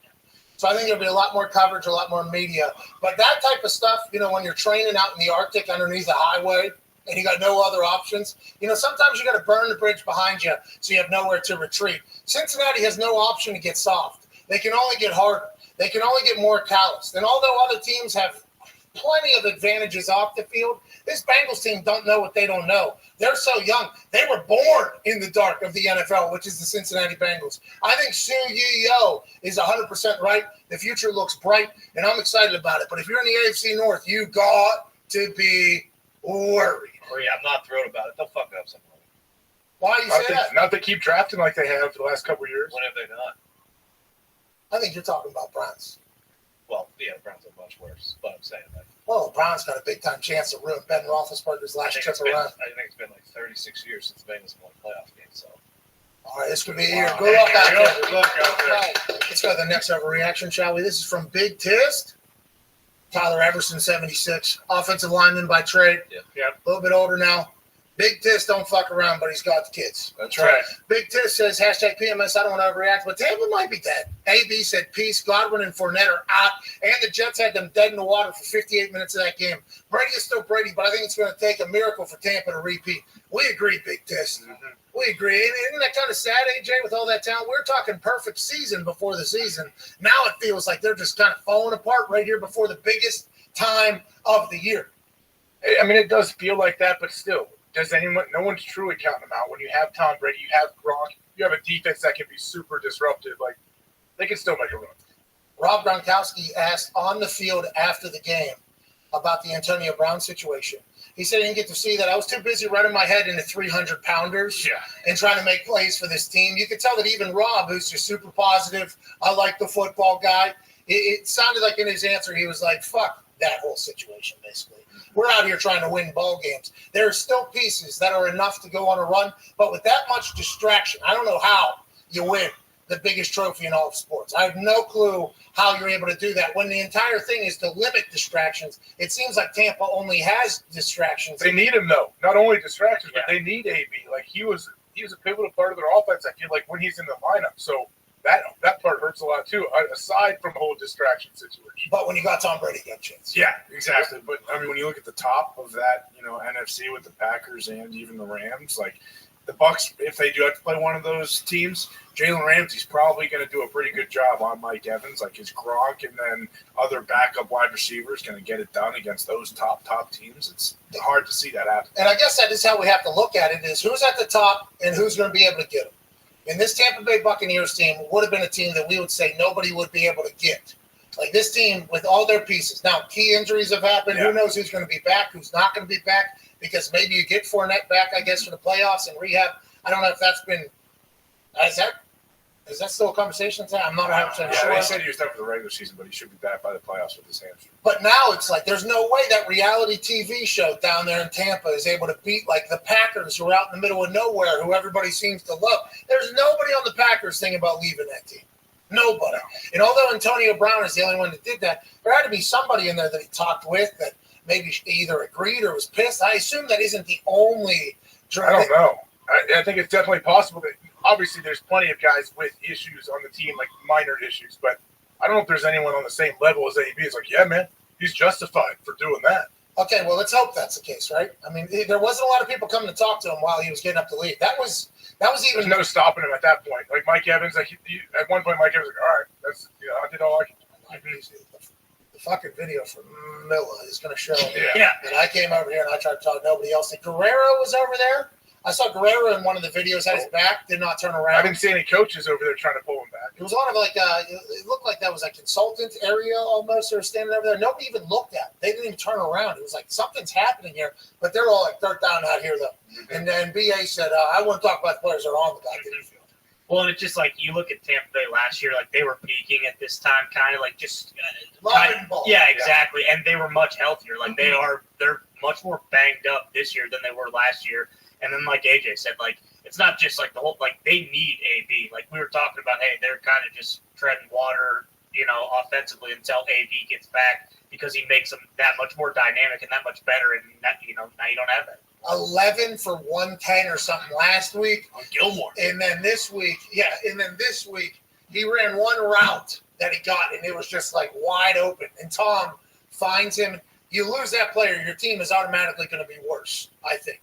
But they're probably thinking, at least we got a chance to get that out of here. We have if it built up. We don't know the story, but there's a chance that they're all very thankful, to your point, to maybe get that type of thing out of the locker room. And there's a chance if the Niners lose to the Rams and the Saints beat the Falcons that the Bucs have to play the Saints in the first round, which is not someone they want to play because we saw how the defense does against Tom. Oh, mama. That's unbelievable. I thought that was going to he just extended for another year too, Tom? Tom's not going to take this lightly, I assume, in the offseason, right? This isn't so. Tom's not continuing to play, for this type of shit to happen, right? There's no way. And if you watch Man in the Arena, like the team is like his thing. The relationships. Yeah, you'd have to wonder, like, what happens if the Bucs, if they're one and done in the playoffs, which they have so much talent. Okay, I think Gronkowski can beat anybody. Them going one and done would be quite a surprise. But there's a lot of shit happening down there right now. If they don't win it all, what's the conversation like for Tom? Oh, I got to come back and get another one. Like you have to think about that for a quarterback that's not coming back no matter what. I think obviously he's 95 years old, but you have to think about all that type of shit, especially with Man in the Arena and the conversation about his family and stuff. It's crazy. Well, and because they've been kicking the can down the road with the salary cap, even if it goes up, like, do they have that much, money to spend in free agency this year? Or no, I'm not sure, but I assume they don't have too much. They'll figure it out. It's Tom Brady, right? It's Tom Brady. They'll figure it out. I don't know. Yeah, that's all New England. He always makes everyone better too, though. I mean, who was the guy who caught the game-winning touchdown yesterday? Cyril Griffin. Yes. Right? Cyril. I don't think anyone expected Cyril Griffin to come out and make a play like that. But then, look for years, he did it with Chris Hogan in New England when he first burst on. Hey, he's still free agent. He was not drafted in lacrosse. That's right, yeah. And we were like, who's this guy? He ain't beating us. He ain't beating the Steelers. And then he shreds them. And then when Edelman came on the scene, who's this guy? He's too little. He ain't beating us. And then he shredded everybody. Yeah, he's still available. A couple free agents you mentioned there, so we lose out on Antonio Brown. He's Julian Edelman, who said, I never played football because my knees are so bad. Staring at a future. Me, Gronk, Tom, the boys, maybe not a Super Bowl run. I only got to go for about 5-6 weeks here. He's in phenomenal shape. He looks good in every picture I see him post. Maybe. I mean, the Foxborough for everything would definitely be ruined if he did that. But even if it is Edelman, like, are any of these guys were mentioned on AB's level? Like, AB is no. What are you talking about? And Godwin's in his. There's no free agents currently. Exactly. Yeah. And Godwin's they franchise tagged him. So are they going to bring him back? What about Larry Fitzgerald? Larry Fitz, maybe. They do a podcast together, allegedly. Yeah, they should. Kind of brace the waters as they're getting really bad right now. Bring in Larry. Fitz will do that. Yeah. Can AB be signed by somebody for a playoff run? He's no longer a Buccaneer. I think Green your Bay, word is your Packers ball. went after him. Could you imagine if the Green Bay Packers were like, all right, Aaron, come on into our very good culture. All right, we think you can run a couple great routes for us in between us throwing to Devontae and Lazard, and Aaron Jones makes fantastic. Hey, A.J. Dillon. We think you can make 3 to 4 catches for us a game. Just please try not to burn down the entire place. Is that what they would have to do? No, they don't need him right now. He is so good at football. He is. I know. That people that talk about him never. I don't think they lead off with that enough, because that sets the stage for everything else. Hey, all this other shit, you be who you can afford to be, is a life thing, but it's also a football thing. And you should take that to life, by the way. Be who you can afford to be. It's not fair. Hate it. Hate that that's a reality, but that is real life. In the NFL, it is. When Antonio Brown went back to Tampa, all the Antonio Brown haters said, fuck this guy. He's going to ruin it. They win a Super Bowl. He seems to be a model citizen. And then here those people who predicted that years ago and have hated him are telling, I told you. We all told you. We're the smartest people of all time. I just hope that he changed. And it seems as if that did not happen. Nope. Golly, he got some. Or maybe he did change. And it was He's just going to tell a story somewhere. Like, it'll probably be on his own IG stories or something. Maybe it'll be in his next album. Yeah. Hopefully, yeah. I mean, did he know the driver, the guy with him in the video? You're talking about Danny Boy Hustle Hard? Yeah, come on. That's his boy, right? Yeah. Oh, Danny's connected. Yeah. Danny, Brooklyn That's guy. the first thing I thought. Does he go in and shower there in the locker room and just get his gear on and go? And then who cleans his locker out back in Tampa? His car's probably in the airport, all this stuff. Yeah, who's getting all his stuff? Is he just leaving it all? He's in our house down there in Tampa. Right. We're like, is he moving out? Is he just staying in New York forever? Yeah, just maybe never going back. He just lives in New York now. He lives in the studio. Yeah. Get him in the booth. Whatever the case. This ain't going to end here. I assume there's going to be more that unfolds from the event. Let's go to another overreaction, shall we? Matt Pritzel, Bucks in 6. This guy loves Milwaukee. Congratulations, Pritzel. Hey, Giannis out there bowling, Greek freak, putting people in pretzels. Matt Pritzel. Hashtag PMS, I don't want to overreact, but Aaron and Devontae is the most unfair duo we've seen since Peyton and Marvin. This is a good question for you, AJ Hawk. Is there anything a defense can do whenever Aaron and Devontae can do whatever they want at any point? That back shoulder is 7-11, dude. It's always open. Whenever he wants to throw it, it's available. And they were talking early, and I think they did a couple examples that weren't necessarily the best examples of Devontae being late with his hands, which is what a lot of veteran wide receivers do, because corners read your eyes. They try to read your hand. That's how they're trying to figure it out. So as you get older, you learn these tricks, and Devontae is not only faster and quicker and knows where the ball's going. He also has all these OG tricks with Aaron Rodgers. That thing's on any time. Is there anything anybody can do against that to stop that and just hope, I guess? No, when they're playing, when they're on and they have that connection, no, there's not a whole lot you can do. They started to talk about it last night in the game when Devontae's at number 2 out there, and they throw this little out to him that's an RPO type deal where, hey, your linebacker walks out there and covers him up. I'm going to hand the ball off because you have a light box.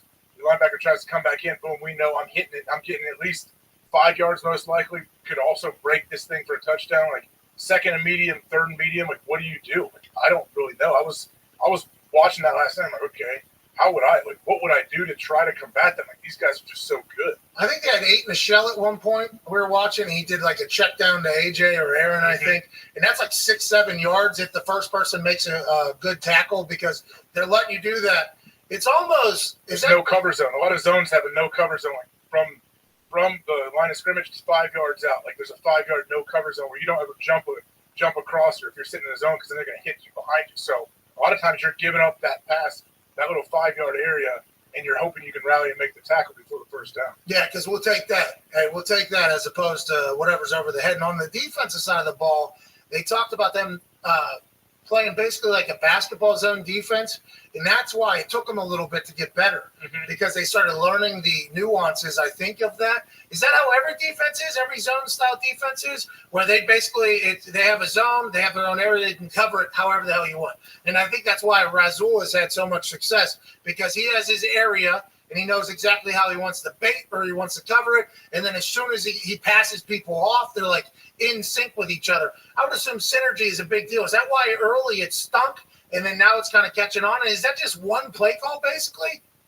That's not one play call, but it's like zone match, they'll call it. Like, yeah, I have a zone, the hook curl, whatever, curl flat, whatever. But then once the receiver comes into your zone, you match him like it's man.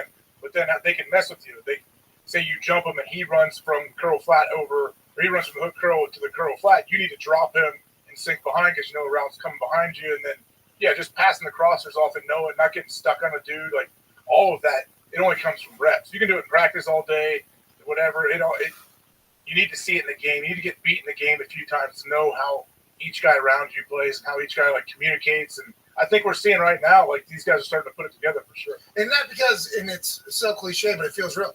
They're all like on a string. It feels. And your pre-snap talking, like when your defense is good like that and you're playing a zone, like your pre-snap talk with everybody. It's a thing of beauty to think about when it happens because you see the formation, you see the final formation they're getting to, and you all start instantly calling out the route combinations and what's coming, and then hey, good things happen. And then the quarterback on the other side, Mannion, hears you doing that. It's like absolutely, it's got to be tough too when a defense is humming like that and they got a beat on you. Yeah, it can't be easy. Hey, he's coming right in. He's coming right here. Hey, he's got the two coming out there. Hey, we lock, we check. If I think Mannion's just sitting there like, God, shit, damn. And then you go the kill, and then all of a sudden you start watching. All right, he's got it out there. He's going, oh fuck! It was beautiful to watch that Packers defense. Now, granted, no offense to Mannion once again, but that defense the last few weeks has been dominant. They've been like dominant, and you just got to hope. Obviously, no key pieces. You have to bring in anybody else that maybe isn't on the exact same page. But that's the thing about whenever you find it and you think to yourself, what defense could win a championship? It's a defense that's all on the same exact page. You just got to hope that's special teams. Man. So you just got to hope that's special teams. I know. Well, but it was, Crosby made all his field goals last night. I mean, even the operation early, they got new snapper, brother. Yeah, what the fuck are we? I mean, like, why did you get a new snapper? Who knows? COVID? Was it COVID? I don't think so. They cut a guy just mid-season. Then Stephen Wardle, welcome to the big club. No, this is. I know it's a new one again. So it's the third snapper of the year? Maybe he did have COVID. I don't know. But by the way, if he didn't have COVID, I'm surprised he got past those first couple of weeks. For them to cut him now would be very interesting. So I assume he had to get COVID or get hurt or something like that. First snap, though, Bojo punches that thing down, traps it, brings it up. Mason Crosby and Collinsworth kind of talked about it a little bit. He talked about how Mason is able to slow down or whatever. Very true, valid. My biggest thing is that Mason, throughout the entire season of very poor operations and even into a couple years ago, Mason had absolute faith that Bojo was going to get that ball down. He didn't stop. He didn't do anything. He continued all the way through. He was only seeing that ball up and down because if you think about how quick he is, for a half a second, and he makes the kick. That's incredible faith in each other. That is Mason Crosby saying, I trust you with getting this thing done, as opposed to pulling up, fire, which could happen. That is a big deal. If I was a Packers fan, I'd be like, okay, at least they're at the point where they are very much trusting each other. But with that snapper thing, you got to figure that the fuck out. I mean, what are we doing? Throw the fucking seed, dude. Is it really third snapper? If they're in their third snapper, I think that tells you a lot about the operation. Yeah, it's tough. Whenever they said that new snapper, I was like, oh, shit, here we go. Here we go. This is going to happen again because it seems like it has been happening to Mason Crosby. He doesn't deserve it at all. And it seems like they have in terms of just like field position the last couple weeks kind of got that corrected. It doesn't feel like, the offense is starting on the 6-yard line every single time. That can lose you a game. For sure. And really that's all they need from the special teams is like you need a guy back there who can call for a fair catch and field the punt. And it seems like they got a guy who's done that for a couple years in the league now. Like, really, at this point, as long as they don't turn the ball over on special teams or have some egregious mistakes, like the offense and the defense with the way they're playing should be able to pick them up. Bojo had a miss. Yeah. It was very loud in the entire COVID. COVID might have been something. We'll keep an eye on that. I guess there's COVID fingies now, too. Really? Whoa. COVID fingies. Oh, no, AJ. Well, they don't look like that. They turn blue. They become big, I guess. Oh, no. Yeah. That sounds terrible. Yeah, I've never heard of that. Finger 19, dude. Damn. It was on local news. I seen it. Jeez and I mean, local news didn't try to scare the fuck out of you at all. What did it look like? Did somebody show you? Yeah, it looked like diabetes fingers. Just like big purple sausages. Yep. Did they cut it off? It said, you heard of COVID, but have you heard of COVID fingies? And the picture was just these, what appeared to be Halloween fingers, basically. I'll send you the article. Thank you. Appreciate it. I'll send you the article. I don't know how we got to that. Oh, Dojo.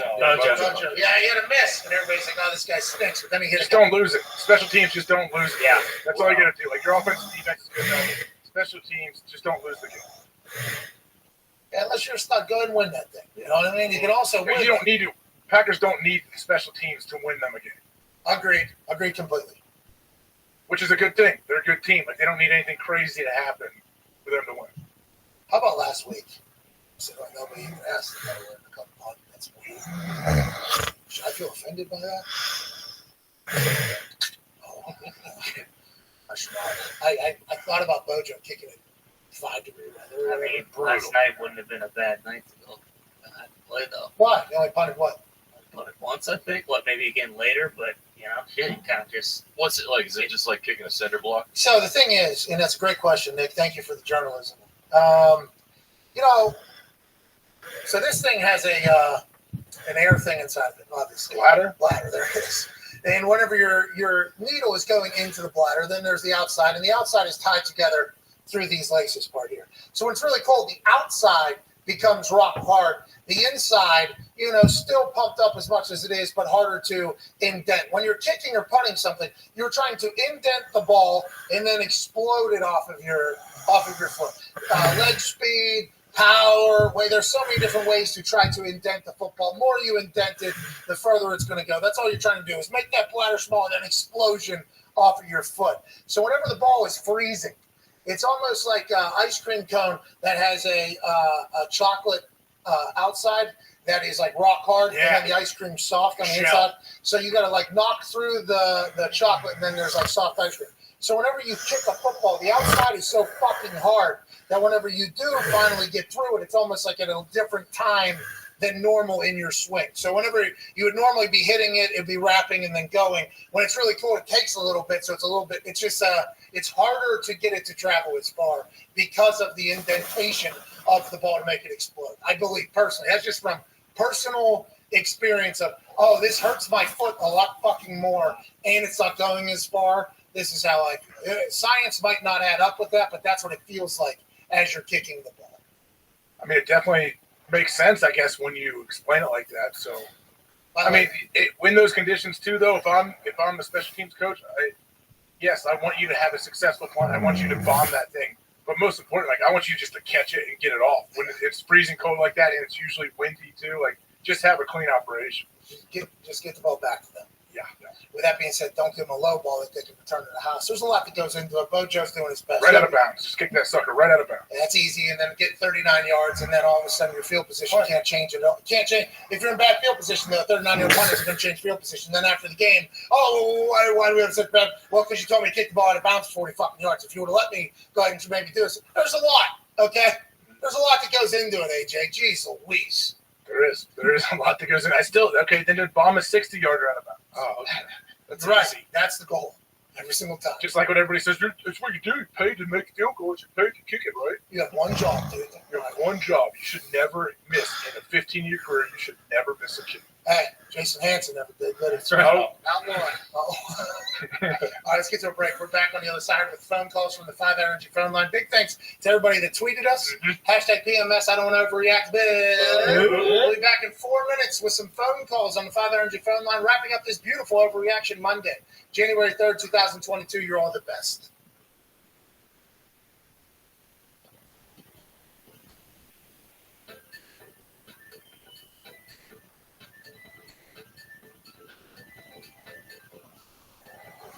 I hate a lot of people for the way that they acted after that Friday thing. There's no way you're isolated enough that you don't hear any. You had to have heard. There's some massive names. politicians. I mean, your name has been spoken by a lot of people.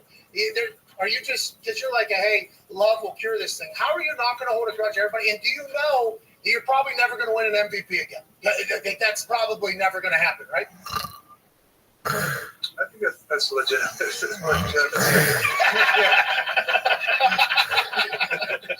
Legit though. There's a lot of people that vote for that I think are not like. How do you isolate that? How do you stay away from that? Because you're talking about everybody on earth talking about you. That's not getting you down at all. I don't know. That's incredible mental toughness in that case. Well, you know what? I think first, if you find your identity in yourself and you don't find your identity in the opinions of others, you don't need that validation and that love from other people. You can get it from yourself. And that's not being selfish. That's just learning how to, in a healthy way, love yourself and respect yourself and believe in yourself. And it definitely was tested, by some of the comments that I heard. And so I'm human. I mean, stuff can definitely hurt your feelings. But look, I shared an opinion that is polarizing. I get it. And I misled some people about my status, which I take full responsibility of those comments. But in the end, I have to stay true to who I am and what I'm about. And I stand behind the things that I said. And I, have a ton of empathy for people who have been going through the worst part of this pandemic, which has affected all of us in different ways. With so many people, like I said, with lives that were lost, lives that were forever changed. And I have a ton of compassion and empathy for those people. And I have tried to help out, as much as I can. Yeah. The other stuff is so out of my control, and there's going to be people that don't like you, that and hate you for things you said, or might not even understand what you said or know what you said. It might just, the headline. That's fine. I believe that people are entitled to their opinion, and even if it's an opinion that's unfavorable of me. But I'm going to continue to try and be the best version of me moving forward, and I'm excited about getting back on the field as soon as possible. Hey, do you know if offense or defense is getting introduced this week in your game, and have you thought about it all, like what the reaction may be if offense is introduced? You're the last guy out. Have you thought about that? I think it is offense, and I'm excited. There's nothing like running out that's on last, especially. Think it'll be different one way anyway than your normal, how they normally respond? I hope not. Hope they'll show that on the network. Oh, that clip will make its way. Oh, yeah. That clip will make its way around. First hour. We talk sports and rock. Yeah. With AJ Hawk. Yeah. This is not a mock. Yeah. Of a song that's rock. Yeah.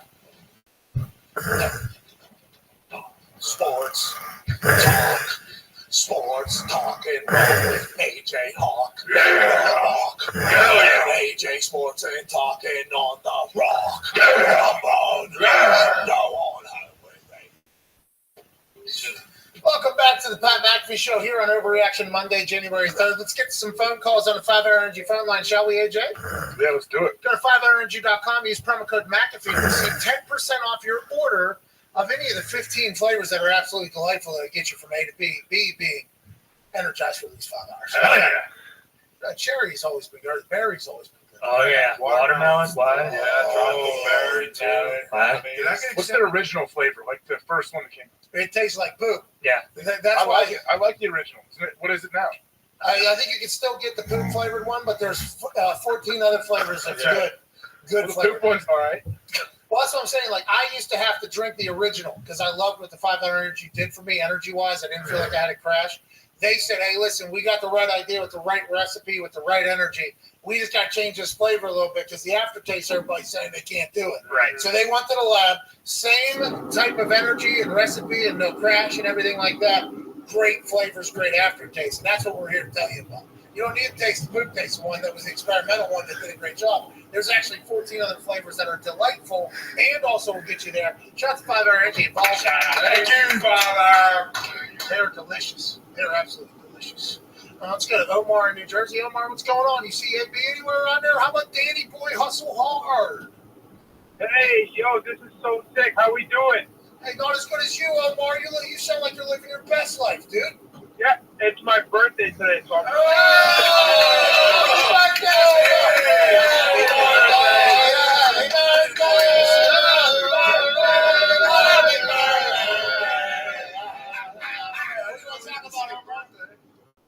Thank you, guys. Thank you, Elmore. No, thank you. I just wanted to talk about the Zach Wilson. He's improving every week, it seems like. I just wanted to get your guys' take on it. Omar, happy birthday. We can't fucking talk about that. They lost again, all right? Happy birthday. Zach does look good. Him and Bob have a hug, you know, they have a leader of the champs. There's a lot to be proud of over there. Not as much as the Giants organization. They got a lot more to be proud of. That's right. That ain't no clown show organization, all right? There's guys calling, they want to come back. Now, they did do push-ups and pads, and they've lost every game and everything like that. But Joe Judge says the process is vital, and we're in the middle of that whole thing right now, AJ. So if you're a Jets fan, you should be a little bit worried that there ain't no clown show sharing the stadium. But you aren't a clown show either, AJ. You're not. Was Joe Judge taking a shot at Ron Rivera when he said we don't have guys fighting the soft line? I believe, yeah, and everything else that he did. We ain't got guys fucking quitting in the middle of games. All right, we ain't got guys throwing punches at each other. Where's he from? Who, Joe? Philadelphia.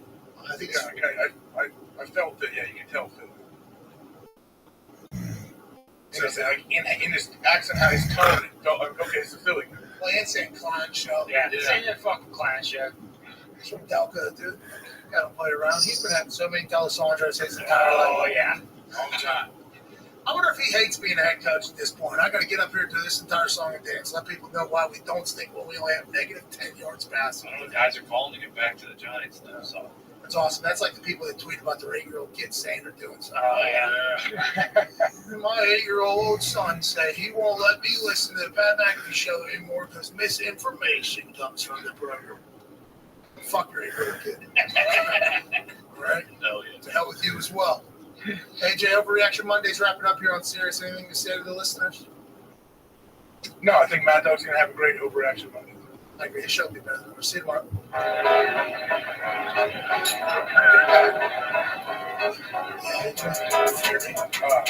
Is this just between us? Do people ever come up to you and point to their 8-year-old shoe? Like, look at that, size 14, kid's only 8 years old. That's the I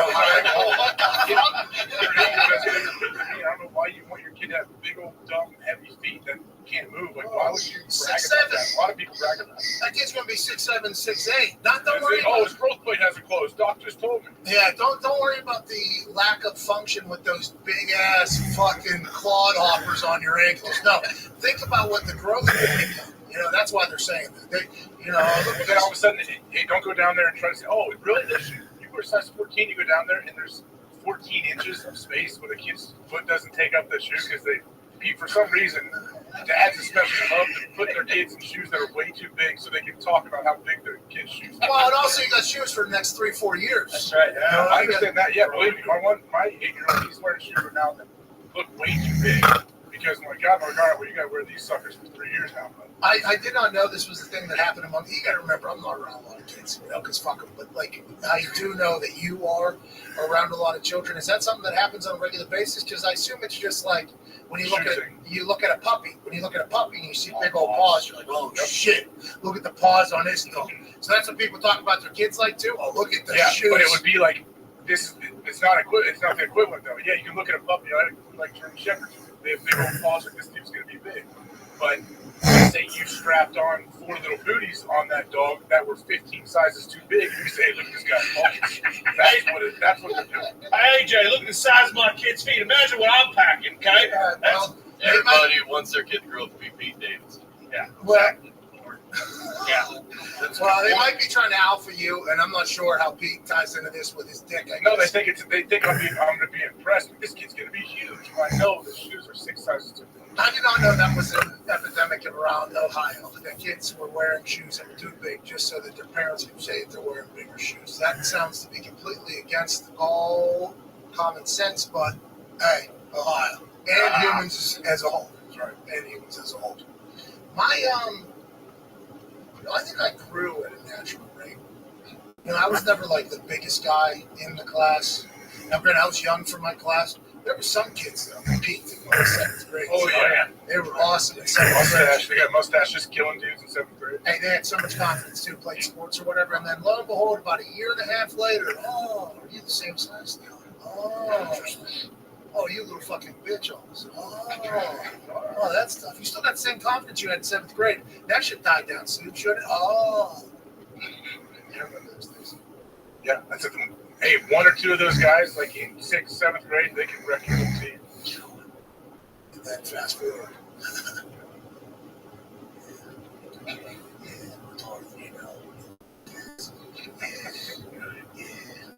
I usually felt bad for them once they got in high school.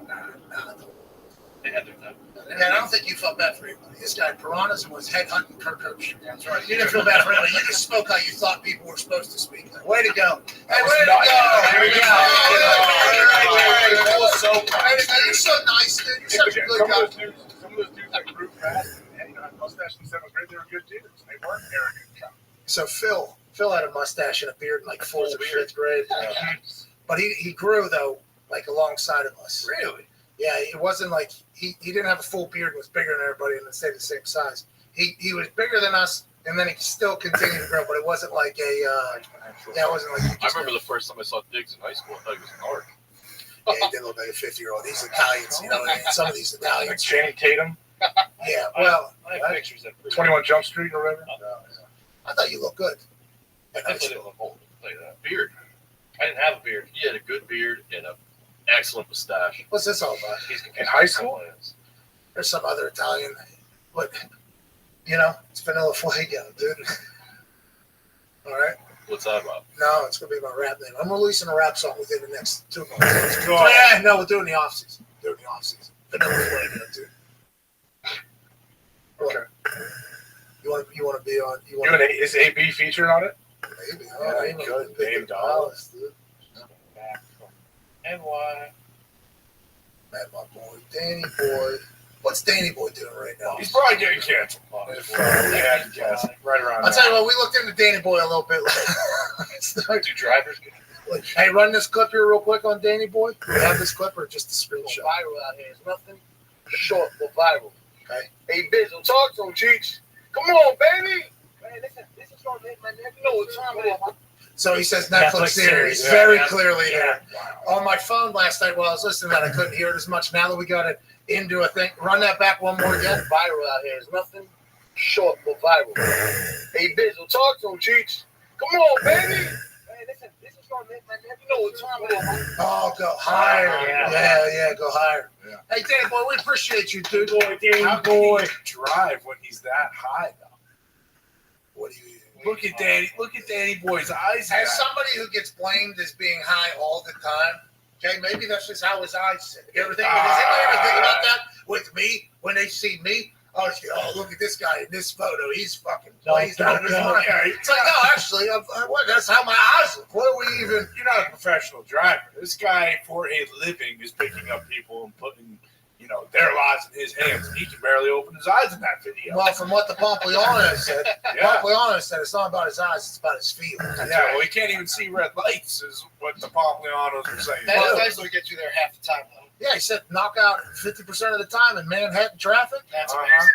We've been in so much New York traffic. Could you imagine we had Danny Boy? We would have vomited all over the city. I don't know, though, because it sounds like he's not stopping and starting. Yeah. Once he gets going, it's up to you to get out of Danny Boy Hustle Hard's way.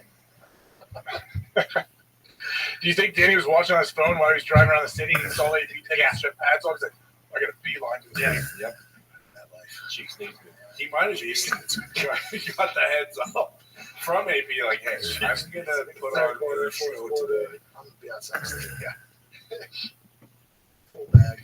Is he still in New York? Like, honestly, or did he go? He's in the studio. Directly to the studio. I'm telling you, when Lev was with the Jets, this was Lev's driver. Lev set this entire thing. Lev said he commented on AB's thing and said he loves him. Yeah, still a goat. Yeah. Lev says he. Sorry, I told you to do this. Well, listen, if you need a ride around New York, I think you are going to opt for the guy that takes 50% of the time as everybody else. I get sick every car ride in New York. Every single one. Never, because I don't do a lot of Ubering. I do a lot of my own driving. I even get like rental cars everywhere I go, basically. I like to, because I think I do get so car sick in other people. New York, by the time we get to wherever I'm supposed to go speak into a microphone for 2 hours or whatever, I am feeling worse than I've ever felt in my entire life, about to puke. Have to chug 3-4 waters, which makes me then have to, piss. Then I'm coming back down to earth. It's always an entire scene over there. Danny Boy's the answer, I think. I think Danny Boy is the answer, and that's what AB found out yesterday. Well, you look at his clientele. I mean, he is everybody.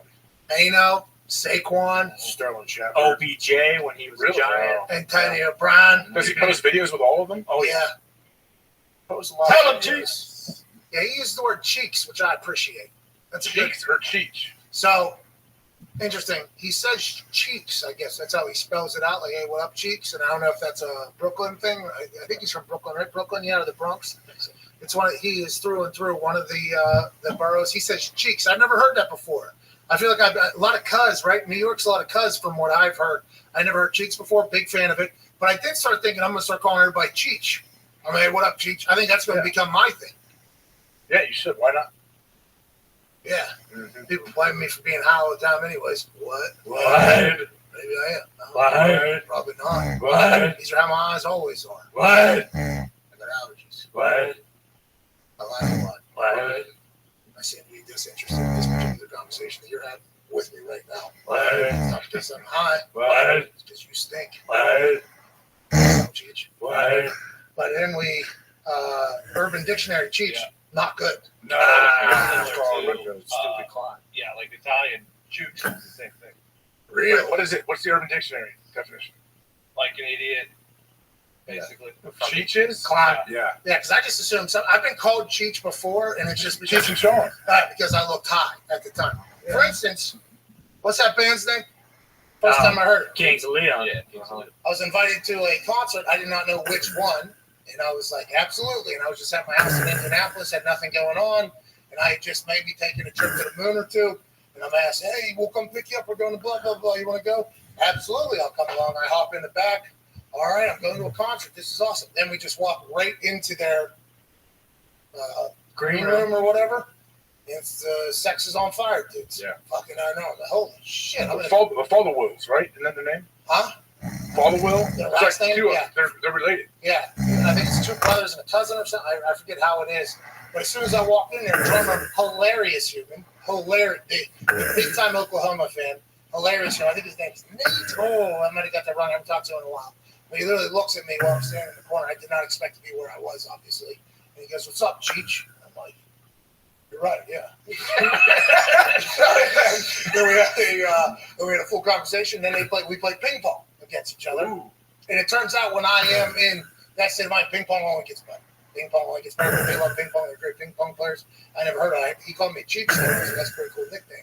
And then I forgot about it. And then out here on the back here, Danny Boy called people Cheeks. And I'm like, I should call people Cheech. Yeah, it's a good name. What's up, Cheech? Hey, but quickly going back to that story, I thought you were going to get to the.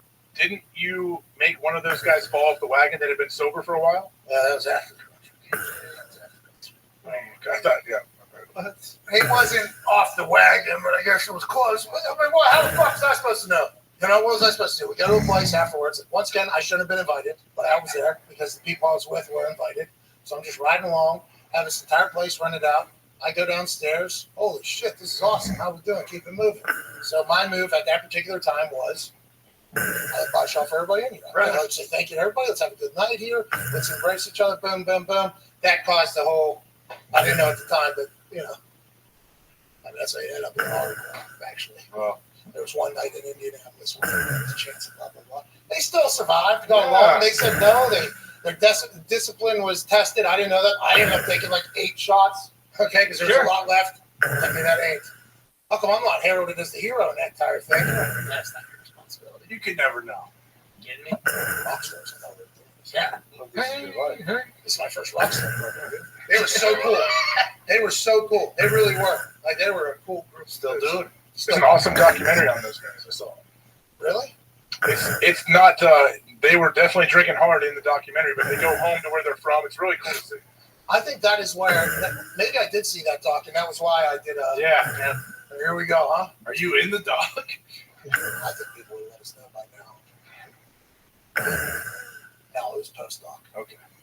I just assume we're all getting fucked up. We're at a bar and it's a bunch of rock stars. Yeah, What am I supposed to getting do? Indiana. But they were very nice. Incredible group, still incredibly talented. I don't know what they got going on now, but sex is still on fire. Yeah, they're making. See, there's some breaking news. It sounds like my ear's popping in my right side. No, it's just a video I was trying it came in our group chat. It's AP talking to about Big Ben. Stuff like that. I don't know if you want to watch. Live, like current? It was a cameo, I believe. Nick watched it. It's a cameo. It's from relatively recent, as of today. All right, let's get into this because this will get into our last conversation. I know you sad about Ben Roethlisberger retiring, but it's not over for Ben yet. I know everyone's wondering if this is his last game in Pittsburgh tonight, and would it end like this? But it may not end like this. I know Ben, he's a competitor, loved to play football, one of the greatest quarterback all time, and I just don't see him hanging it up. So, Patrick, you and all other Steelers fans who are looking to think Big Ben is playing his last game at Huntsville, I wouldn't tip my hat on that yet. I wouldn't bet on that yet because Big Ben has a lot of football yet left. And he didn't say that his career was over. He didn't say that it was his last game at Huntsville. So we can't speculate and recollect upon him not playing anymore. So let's be positive. Let's cheer him on. Let's wish for one of his best games tonight. And let's keep business moving. Patrick, I know you're a huge Steelers fan. You love Pittsburgh and you love football. So let's keep Ben in our warm prayers and hopes. Wish him luck tonight. Thank you, AB. Was that for me? Yeah, I didn't know you ordered a cameo. I didn't. See, Hey, for real. See, try to order one. I'll pay for it. Yeah, me too. Did you just order? Was that for us? Did you order that, or was that another Patrick? That was another Patrick. Okay, well, shout out to that Patrick. Shout How much did he get for it? What is Cameo's going rate for AB? What is AB's going Cameo rate? We'll have to figure that out, find that out. But it's nice to hear, huh? He still loves Big Ben because there was a little conversation at the end of that whole thing. He was, is he in Danny Boy Hustlehart's car there? It looked like it. We would like to ask about That doesn't look like Tampa. That's New York. No, yeah, I know. $400. How much? $300. We'll take $10. I think the Steelers will potentially. Yeah. Can AB play tonight for the Steelers one last time? See, this is what AB's got to do. He's back babyface again in Pittsburgh. That's easy as that. Suit him up. Don't tip your hat yet to it. Well, it's on record. What do you call him? Rothberger? That's what we call it. Okay. I wasn't sure if you were talking about Big Ben or there was some other Rothberger on the team that didn't say that it was his last third string tight end. I like that he's putting in work, though. I mean, he's doing cameos right now. Yeah, for $300. Do you do? What's you say? Like, do you really? You like it? You think it's a good idea? I respect that he's doing it. Listen, he had the biggest platform on earth yesterday, went viral 10 times over. Now he's releasing an album or a song and doing cameos. I mean, this is right out of a playbook of like a TMZ famous person type playbook here. You know what I mean? Yeah, I mean, this is the time to strike. Scandal. You know? He's out there. He's very relevant right now. He has time to really capitalize now. Get on that now. Give it a week. Give it a week or two. We'll see, part 2 of Tiana Trump smooching his Tootsie Roll. That'll make its way onto, the circuit, and people will be doing the same thing. Is this guy crazy? Is he calling now? And he knows what he's doing. I think AB knows everything. I think he's got this all figured out. Can you see Brooks? Brooks kept his tweet. He said, I expect AB to fight one of the Paul brothers next year. Yeah. Yeah, that makes sense. AB probably wins that fight too, by the way. We saw his precision. Looks good. Oh, yeah. Saw that precision at training camp. Now, this would be a great fight, I think. I would want to watch Jake Paul and Tony Bryant. It'd have to be MMA, though, too, because he's going to MMA. No, we don't know if that's true because Dana came back and said, that's not what I said, idiot. Sorry. Basically what Dana said. Yeah. I like that Jake Paul and Dana, real beef, actual beef happening in the world that we live in. I enjoy. Why don't they just box each other? Dana says he's too old. Isn't Dana a boxer, though? Oh, yeah. I mean, he's always on the machine. Is that what Jake wants? Jake wants to box Dana? Is that Jake would like to fight Dana, you think? And everybody? I think Dana was number 5 on Jake's list that he put out. Yeah, when he had that list on that whiteboard next to him. Dana was on there. If you think you can do it, do it. If you want to pay, you have all the answers. He said, do it. What an answer. What a response from Dana. It's easy. And Jake Paul, by the way, changing the game completely. Every game, by the way, he plays and changes. It seems like everybody hates him. Like this. He comes on this show. Hey, AJ, he comes on this show. Things people say. Pretty positive response from the fans. You know, he does numbers. Everything he does numbers, and it's everybody just hate watching him. Is that what it is? Yeah, guts. Yeah, as you said it. Everyone just I think it was Sugar Sean. Everyone wants to just see him get knocked out. This is Floyd Mayweather, right? Floyd Mayweather, same thing. Yeah. For a long time, Floyd Mayweather, everybody just want to see him get knocked out. But Jake, you know, he innovates so much, and I think he is a good businessman. I think he's a really, really strategic businessman. I'll be excited to see what he does next. He'll turn babyface at some point, but every time he comes on here, boy, the things that are said to me, you know, the whole, as opposed to letting Aaron, you know, without being challenged, come on. Those people come after me as well. The Jake Paul haters, they come in abundance as well. You know, why do you even let this guy fucking talk on your show? Like, he's fighting somebody. That's what he wants, man. He wants you to feel one way or the other about him. Yeah. Doesn't matter what you know. It's how you make somebody feel. You let out the Bugle Boys talk on the show. Why wouldn't you? Are you guys the Bugle Boys? Yeah, Tommy's not. Yeah. Who said that? Tommy's not. You just said, yeah, you're not a Bugle Boy. The way you used it. Let's get into tonight's game. Jake Paul said he wants to play safety in the NFL as well after this boxing thing. Oh, nice. Good luck. Okay. He said you got to fly around and hit somebody. He said he's willing to do that. Check. Those are 2 boxes. There's a couple others, I think. But that is 2 boxes. Imagine he went to the XFL, though, and just fucking flew around. He said he'd bring hella ratings. I agree. The XFL, if he was to kill somebody. The NFL, I don't know. It's going to be a tall task. I hope he does. There's basketball players that made a transition. I don't know why Jake Paul, you know, couldn't potentially go in there. Safety. Did Jake play in high school? Yeah. Said he played football so long. He's from Ohio. His brother was a pretty good wrestler in high school. Jake was. I thought Jake was as well, wasn't he? Logan was a good wrestler. Oh, Jake wasn't? I don't know if Jake wrestled or not. I saw Logan. Well, Jake was he's probably making money. Yeah. It's hard part. It was a show he was on. What's it called? Bizarre Part. Really? I didn't know that was the show. I thought he was on like. I didn't end up leaving it after, you know. Remember, he had a weird exit from the show. Remember happened? I did not know any of it. No, I knew he came from the Disney World. I didn't watch, obviously. I mean, you don't watch anything good. We know that. Well, other than the Alpinist, that was very good. Thank you for telling me. Okay, so it seems like every time I give a recommendation upon the show here, and I get rave reviews. Am I the new Siskel or Ebert? I don't know. You tell me. Who has time to watch all these shows? Not I. I did not grow up watching any Disney movies or the Disney Channel. That's why I did not know. All I know of is Jake shutting down Vine, taking over everything, making money, changing the game. Now he has a mega mansion in Miami and in Puerto Rico and doing his own thing. He'll be just fine. I think so. Be okay. I think he's going to do good. Hang out with Drake. And Mike Tyson. Yeah. He's living. By the way, Champagne Poppy, when's he come on the show? I don't know. Yeah. You think he won't collab with Vanilla Fuego? Maybe. You know, Vanilla Fuego? You could definitely get him on the show. With the Poppy? Yeah, I think you can.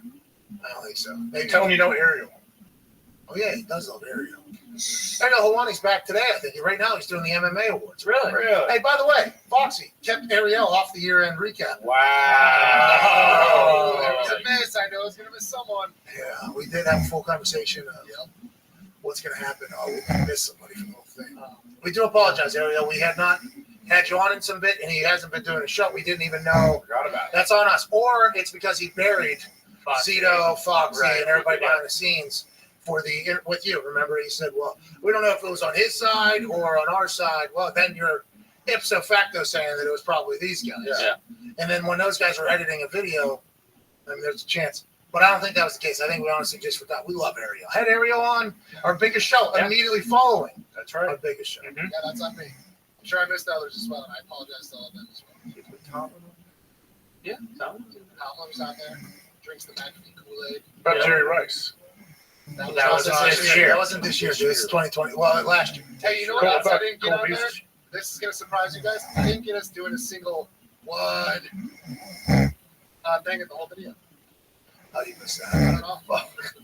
Fuck. I thought about it. What? So Ariel's all upset that we missed Ariel, but literally one of the backbones of our show isn't in there. We have no idea, Ariel. We apologize. Why? What? Means you're even doing it anymore? Take the video down, Foxy. I mean, do you want to work? Jesus Christ. Take it down. Do you want to be here, Foxy? Foxy, you care? Good Well, Lord. if we do it right now, it'll be the next year's one. So Probably doubt it. There's no way it makes it to December. No, this guy There's no way it makes it to December of this. It's dead forever. Yep. Son of a bitch, Fox. Stone Cold Steve Austin didn't start that thing up for us to do, for you not to remember. God damn it. I don't think it's going to. What? Going on any of your videos? All right, let's get out of here. One more phone call. Let's go to Naomi in San Diego. Naomi, what's going on? Hey, Pat, you boys. Welcome back, Bob and Connor. Hi, AJ. I just wanted to say, what about those Chargers yesterday? They looked fantastic. Justin Herbert looked amazing. Do you guys think the Chargers are not looking like the way that they did when they kind of towards the middle of the year when they played What happened there? Played Cincinnati. Is it Naomi? It's Naomi. Naomi, quick question. How come they play good and then they don't play good? Then they play good, then they don't play good. What the hell's going on? I saw Staley kick a field goal yesterday, 19 yards, which is not in his MO at all. Did somebody tell him, hey, 3 points is more than 0 points, just like 6 points is more than 3 points? What is your takeaway there, Naomi? I mean, I think that's just, sometimes I think that's the nature of football right now. I think, we're getting our team back. We had that big COVID nightmare and a couple of injuries, and we're starting to get everybody back, and people are getting in the rhythm. Austin Eckler's in his rhythm. Keenan Allen's in his rhythm. Joey Bosa's in his rhythm. So, I mean, Justin Herbert's in his rhythm. All right, yeah. So the Chargers play the Raiders for the last spot in the playoffs. It's classic win and you're in, lose and go fish. You know what I mean? Who wants to take another step as a program in the AFC West? Will it be the Chargers or the Raiders? Could be the Chargers. It would make sense if the Chargers did. But also, this Raiders team just came into Indianapolis and knocked off an MVP candidate and a squad there. So who knows? What a great matchup to have here in Week 18. Fun fact, if the Colts lose to the Jaguars, the Chargers and Raiders, if they tie, they're both in. So they could just kneel it out the entire game. Oh, especially because they're in the same division. They play each other a lot. They know each other. Hey, let's both get it. It's good for the AFC best. Yeah. You know what I mean? Let's go ahead and do this thing. Or the Colts aren't going to lose to the Jags, and let's not even think about that. Okay? Enough with the scenarios. That can't happen, right? Like, there's no chance the Jags beat the Colts. Enough with the scenarios, please. We don't even need to put that in there. No. No chance that happens. Jonathan Taylor's going to run for 250. There's no way. Yeah, they won't have. Yeah. No chance. If they do, the Steelers will be in. Where's the game? It's in Jags. 2014. It's hot down there. What? Oh, no. Whoa. 2014 what? Last time Colts won in Jacksonville. It's their Super Bowl. Oh. No. Their Super Bowl was at the Chop House after the Cincy game. That was Herbert's Super Bowl. We ain't going to lose to the Jags. So all these little dream scenarios are out the fucking window. I heard Bob Stoops was coming in to coach the last game. I didn't get at Oklahoma. How about when he took his visor off and put it on Venable's head? Yeah. Passing of the visor. That was sweet. That was awesome. Give your hand. That was really cool. Venables is awesome. I don't know if you know much about him. He's awesome. He'll be a good character. Defense, right? Defensive coach. Yeah. DC coordinator for a while. He was really good. Getting paid a ton of money to be the DC because he had a lot of head coaching opportunities. Oh, so they paid him to keep him around. Now Dabo's like, fuck it, our team stinks. I ain't even got to do the drip anymore. I'm going to travel around the NFL coach. It is crazy how fast. They went 10-3, I believe, Clemson, but it was like just the fact that they're not in the playoffs is weird to see. They completely fell off. Well, therein lies the problem. Does it matter if you're not in the playoffs? And then should all those players not play if they have a future because they're not in the playoff? And then the carousel and merry-go-round just, you know what I mean? It's the same thing with Ohio State. Like they won the Rose Bowl, but no one really cares because they didn't go to college football playoff. Well, the Rose Bowl. Better than lose the Rose Bowl. Yeah, that's great. A wise man once said, the sinner stays still while the merry-go-round. The merry-go-round. The merry-go-round. And that's life, isn't it? What? You heard it. That is life. Think about it. Well, like the Rose Bowl doesn't matter. Like the Rose Bowl, did it matter? It's the Rose Bowl, so it matters. But it's not a college football playoff, so it doesn't matter. You know, and then that's the whole conversation piece now. And it's just a circle of a conversation. Who gives a fuck? That guy goes for 300 and some. Yeah. I mean, I watched that game on an iPhone, you know, via Hulu. Like, yes, probably the best bowl game that's happened in years. Yeah. I mean, absolutely amazing with a program, you know, that I have grown fond of, a cult that I have participated in, a team in a state that is represented by 4 letters, OH. I texted you back. Saturday night. Nice. Here we go. I got you. It's a good win. There was a lot of great plays in that game. It was good for the program. It was good for the program. It was great. I told you, it's a momentum for the program. That's how it works. I'm in the offseason. I'm watching on a screen this big. Here. Oh my God, they're going to all the kicker just made a kick and then basically gave a suck it sign real bad. I love that program. I thought they were going to give him a taunting call. Doesn't matter, right? Did the time not well, no, that's okay. Let me ask you this: is something wrong? They called timeout with 12 seconds to go, I believe, to kick their field goal. And I was like, "Wait, what are you doing? Don't why? What down was it? What down was it? Second down or something? Okay, so you do it. You used to do the old school thing on second down. You do it. They didn't have another timeout though. If he bobbled it and went down, they didn't have another timeout. Yeah, but what you're supposed to do is, hey, if it's not a clean operation, you stand up, you throw it at the feet of the tight end. So then you can get another, because the tight end's right in front of you. So if it's not a clean operation, just throw that thing right into the ground. We have another play. We have a little bit more time. That is the old school theory on it. Old school. Now it seems as if that has been kind of pushed along. Like, hey, let's go down to 3 seconds, go down to 4 seconds. Let's run this clock quickly out. though, what's the rule in college? If my knee is down and I bobble the snap and I just throw it at the dude, am I down because my knee is down, or is it a different rule for the Yeah, I think college it's the same as the NFL when it comes to that particular standpoint, because I've seen plays run the option. Kickers, holders and kickers run the option, you know. Yeah, I thought it was crazy to give the other team a chance. They kicked a nice full kickoff to them. Yeah, but they'd already returned one. Yeah. Returnable? Yeah. Oh yeah. Yeah. I saw the kick, the wave, and then I had to go call Madcap Drew McIntyre. Right. You know what I mean? Oh, nice. I called 24 minutes of that pay-per-view, and then that was it. That was it? Yeah, because Roman tested positive for COVID day of.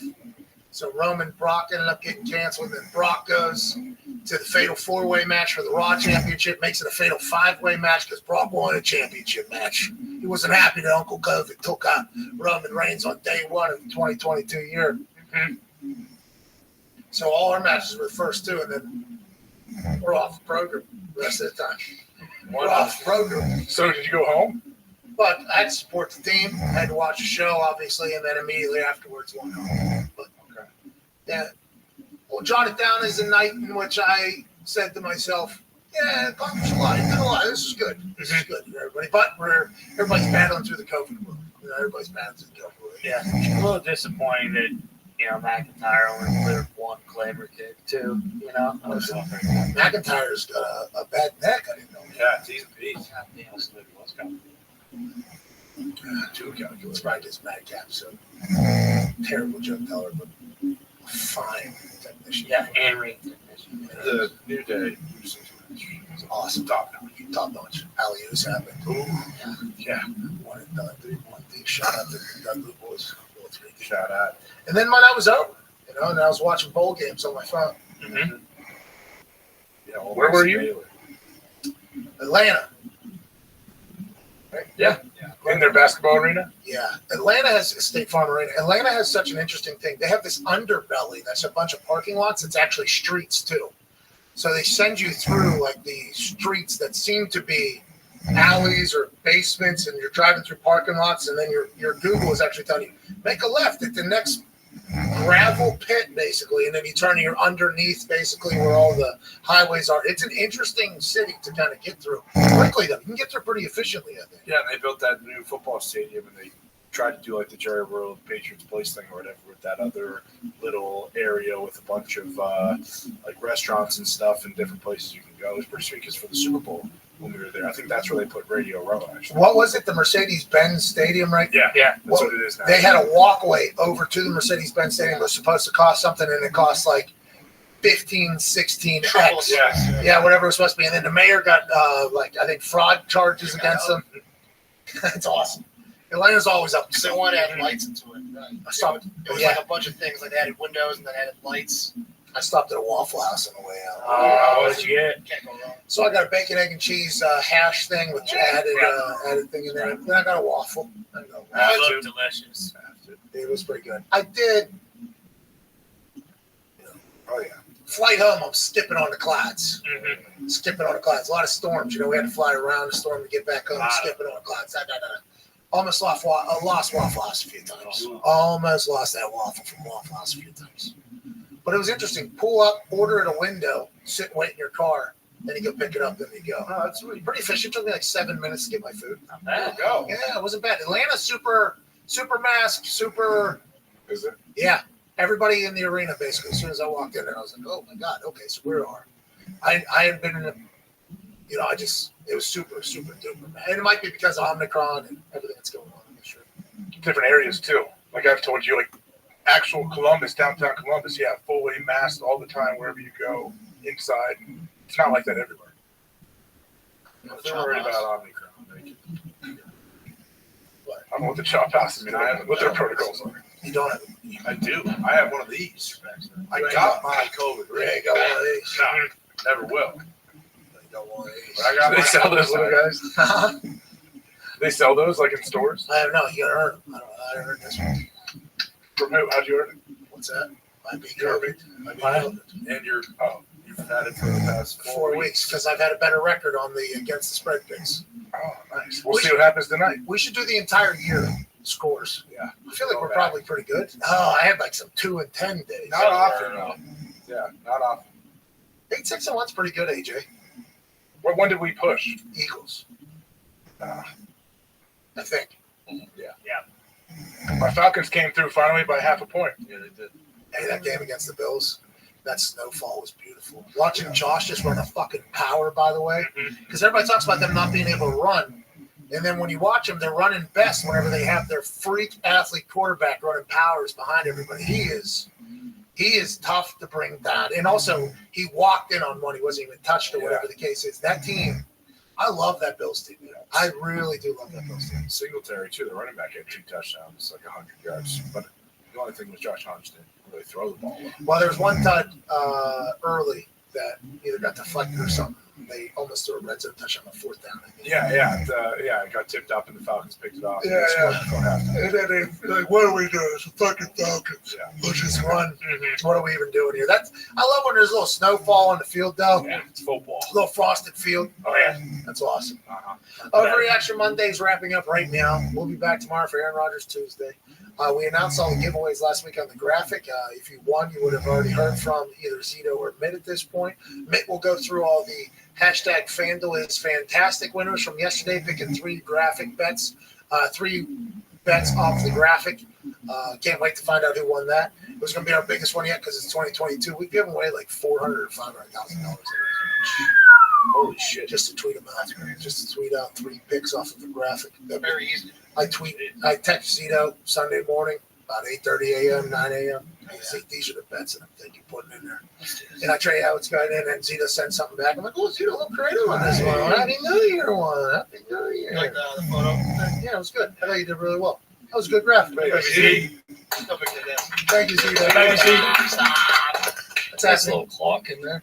Yeah, it was a little clock. And then I take that one, I go into the IG story, write the hashtag that I'm choosing on top of it, screenshot that thing, and then send it on out and say, hey, do it. Good luck out there. Be a friend, tell a friend. That's where Barry says. What do you mean? Not the first time. Well, I think Twitter heard about the deal that was just signed between us and FanDuel, and they tried to bury us. There's a fucking chance they get over there. Now, I have a lot of respect for Ask FFFD. Well, I don't know if a lot of people are saying that either. And there's plenty of people being silenced on Twitter right now. What's your list? I'm not even getting into it. Very relevant to who we have on tomorrow and his doctor friends and all kinds. Yeah, there's a lot of stuff. I did see him promote something in his IG story, and then I heard immediately afterwards that has been deplatformed. They do not see that anymore. No, you can see it on Spotify still, absolutely.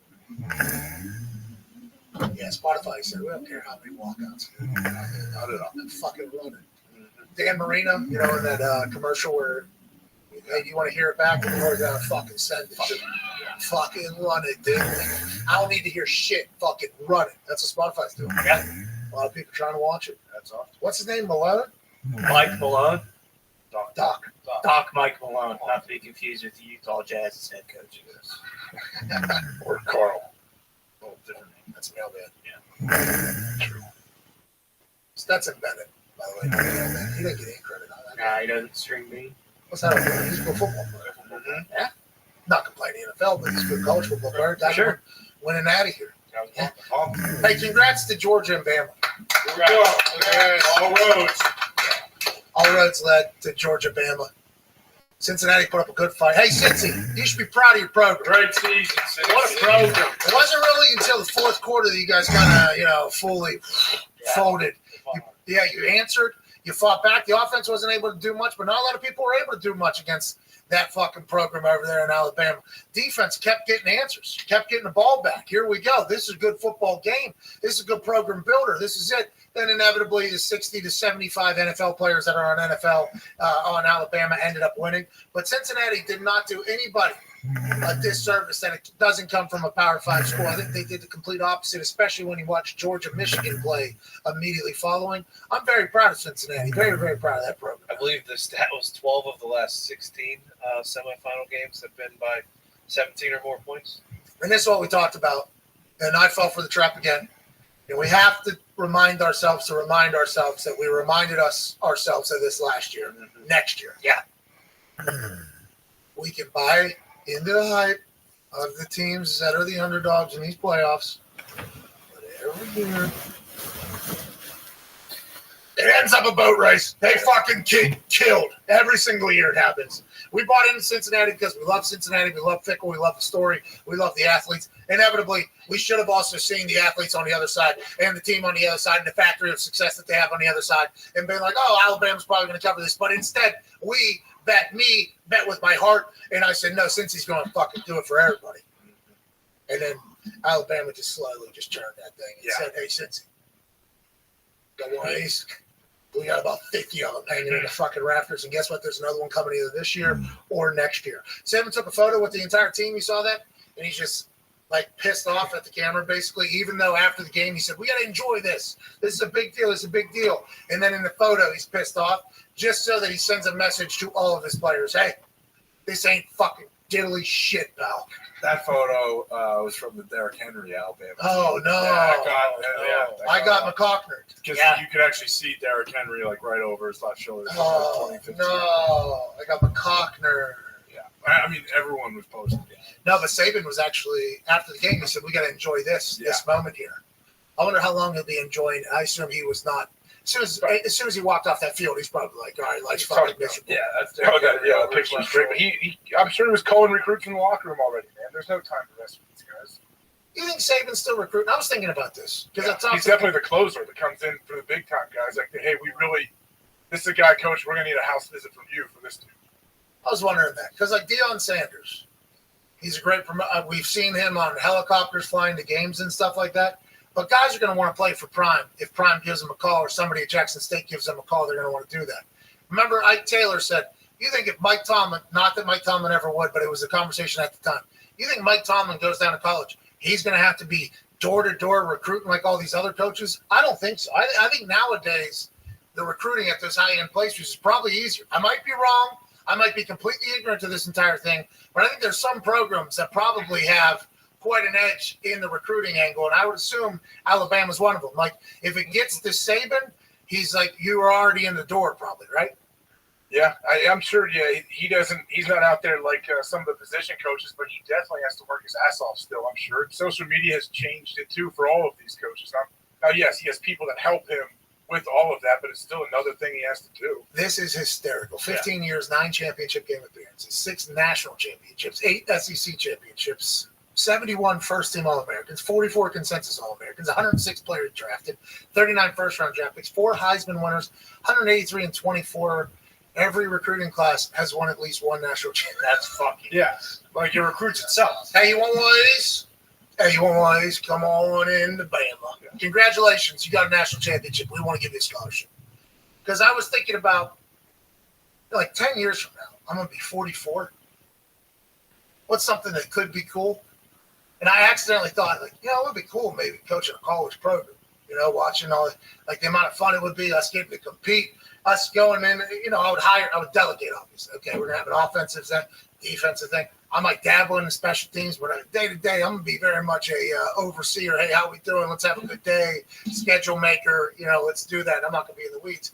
And then my wife goes, but you always talk about like the year-round recruiting, and you never do that. I'm like, well, hopefully at that point, we just be able to just say, like, congrats, you get to play for our team. Yeah. That would be the dream and the goal, I guess. But I ended up opting out of that. Idea shortly afterwards. But I didn't know if recruiting still sucked completely. Yes. I guarantee you, Saban, all the Dabo, all the guys like running those programs, they don't think the school recruits itself. Like they understand, yes, it gets us in, and people want to come here, but I'm sure they're like, hey, we're still fighting with these other 2 or 3 schools for all these same guys. More power to them for caring what a 17-year-old thinks. Whatever that 17-year-old does has a big impact on that coach's life and their family and everybody else's. Shane Beamer told us that third-string quarterbacks are still getting NIL deals. Yeah. He's kind of got other gaps, I guess. I don't know if I have enough juice, energy, or care to be a college coach. But I want to let you know, I did dabble in the thought there for a second. I was like, hey, James Laurinaitis is joining Marcus Freeman's staff at Notre Dame. They're tight, those two friends? They're like best friends, yeah. Have you been asked? No, I have not. I've not reached out. James has been kicking that idea around for a couple of years. What's that all about? For you or for Laurinaitis? No, James trying to get back into coaching. We're trying to get into coaching. So do you feel smack in the mouth whenever Aaron Rodgers says, Devontae Adams, best football player I've ever suited up with, and Marcus Freeman's like, hey, AJ, I'm going to remove you from the group text here. Hey, man, you want to come coach with me there? Is that something you think about or no? What, that Marcus didn't offer me a job at Notre Dame when I've never coached and don't want to coach? Yeah. Well, you do coach. You coach the Clemson Tigers to the championship. Yeah. And you smack the ground whenever your team gets into a zone D. Now, I didn't take any offense to it, but you know what? Maybe I'll rethink that. Maybe Text him, Dick. Hey, I want to coach fucking defensive line. I should have. I thought I saw on the internet that Bobby Carpenter's pretty broken about getting. Is General Bob going up to Notre Dame?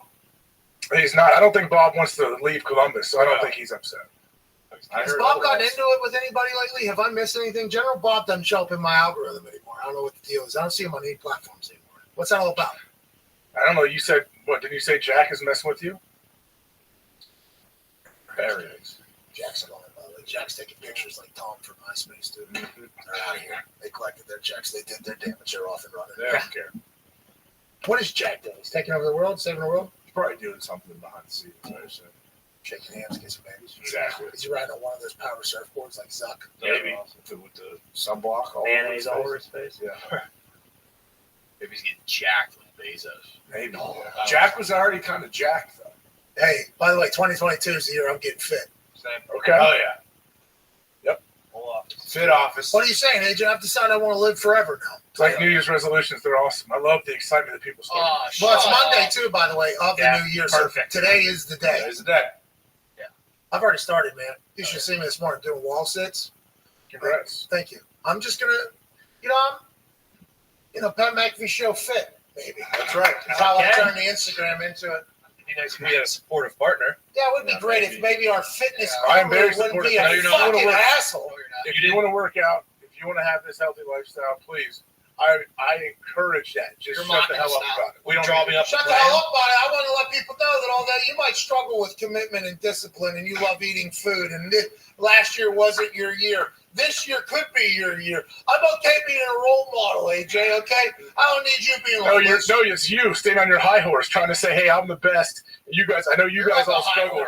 This is what I'm going to do. I'm going to help you. I'm going to give you my wisdom. This is you, AJ. Can you go one leg down there? I'm sorry. Maybe later in the year, depending upon how fit I am. But yeah, dude. I mean, I'm the.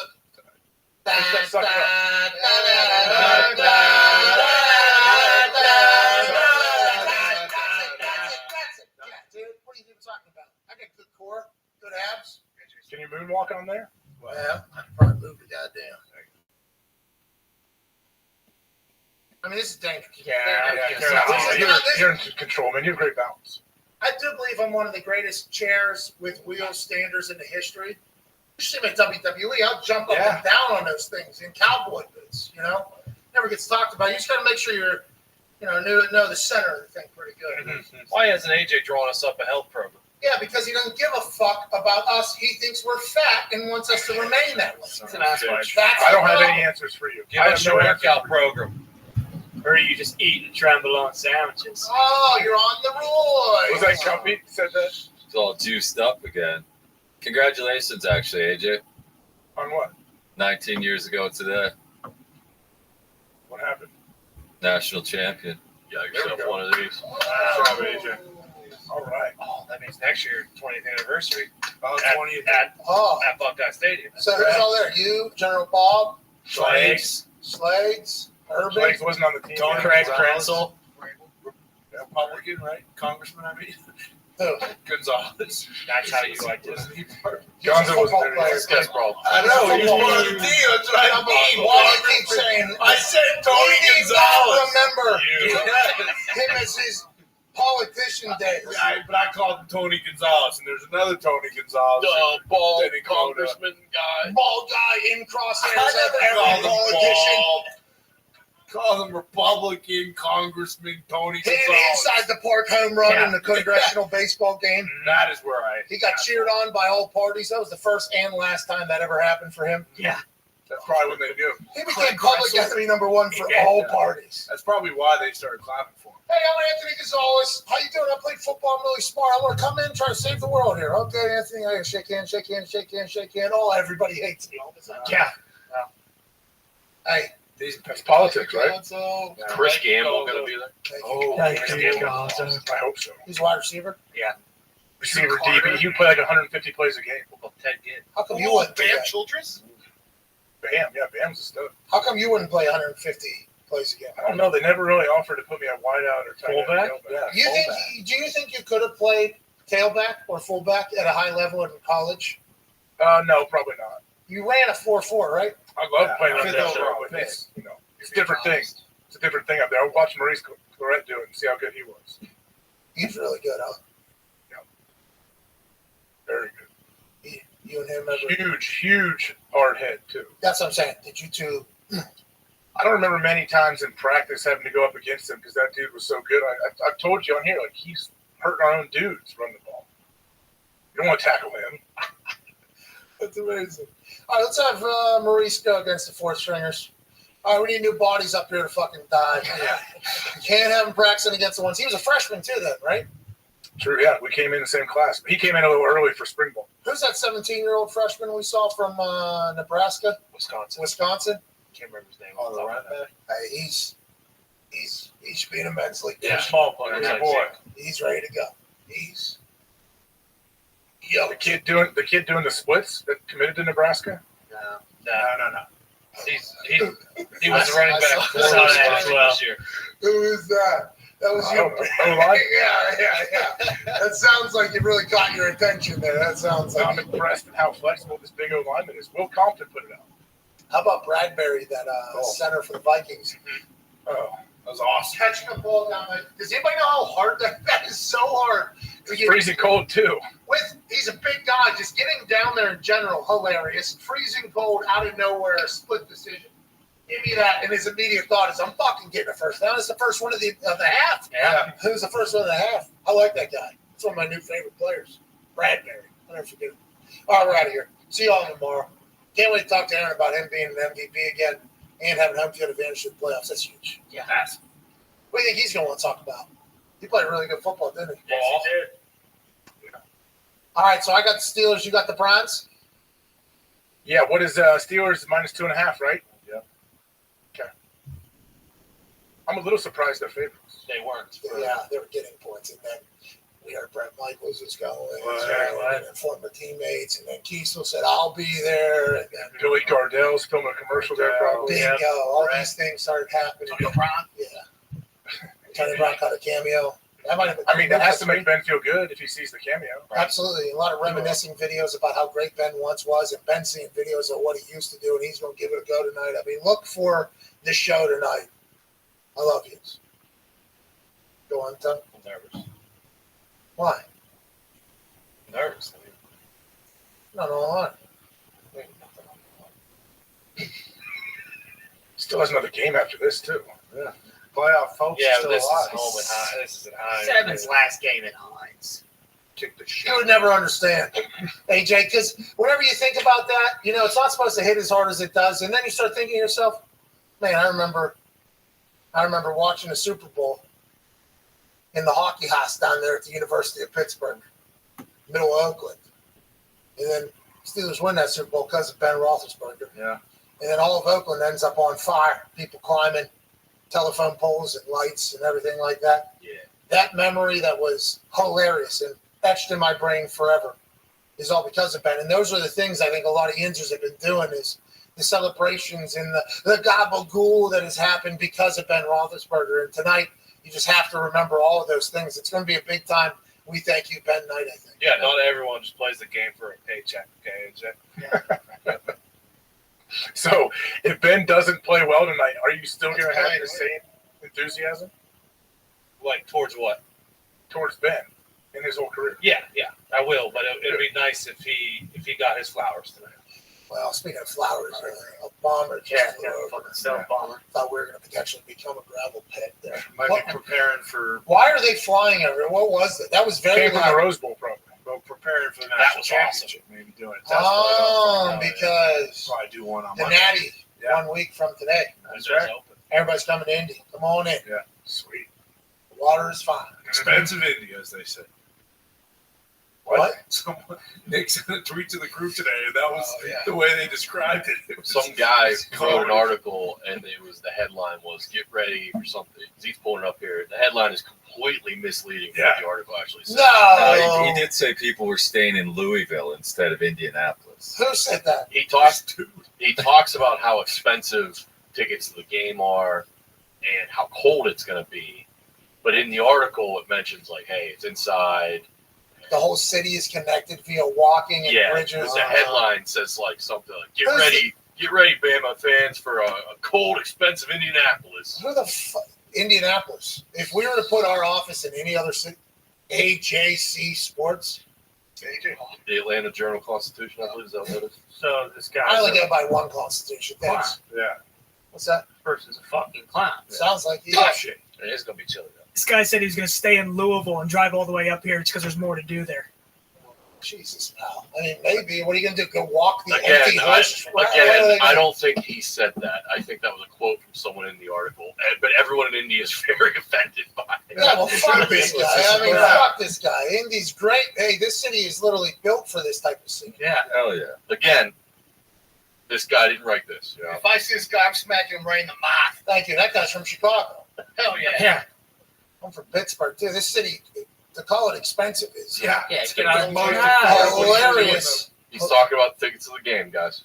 No, he's not. Yes. Look, put that back up. The editors write the headlines. The authors all write them. Well, I ain't on us. They're going to smack him out, too. Yeah, we hit the fucking AJC Sports out there talking shit. This is a great city. Very cheap. What's he? Does he know? U.S. Yeah. I mean, Connor's about to build himself a fucking mega mansion. Yeah. What are we even thinking about? Jesus. Well, congrats to whoever wins the super expensive Indy Bowl. Yeah.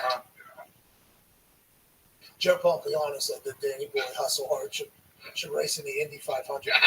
Yeah. Because of how good he drives made me think you have no idea about what these rocket ships do out here.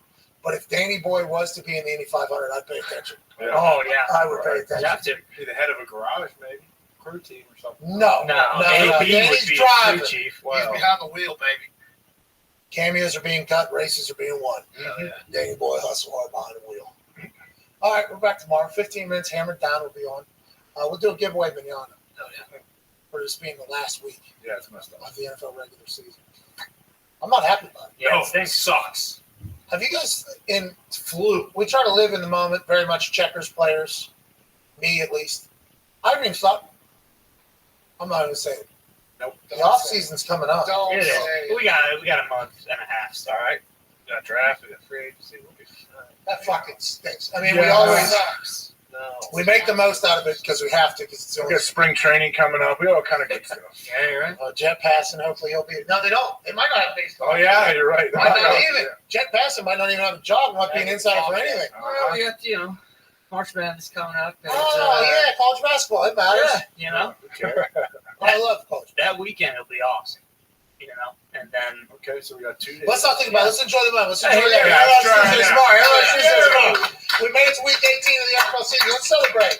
Tonight, Big Ben's last ride. We'll talk about that and more. Mignano, we can't thank you enough. Cheers. Hammer Down is in 15 minutes at youtube.com/Hammer Down. Cheers. Bye.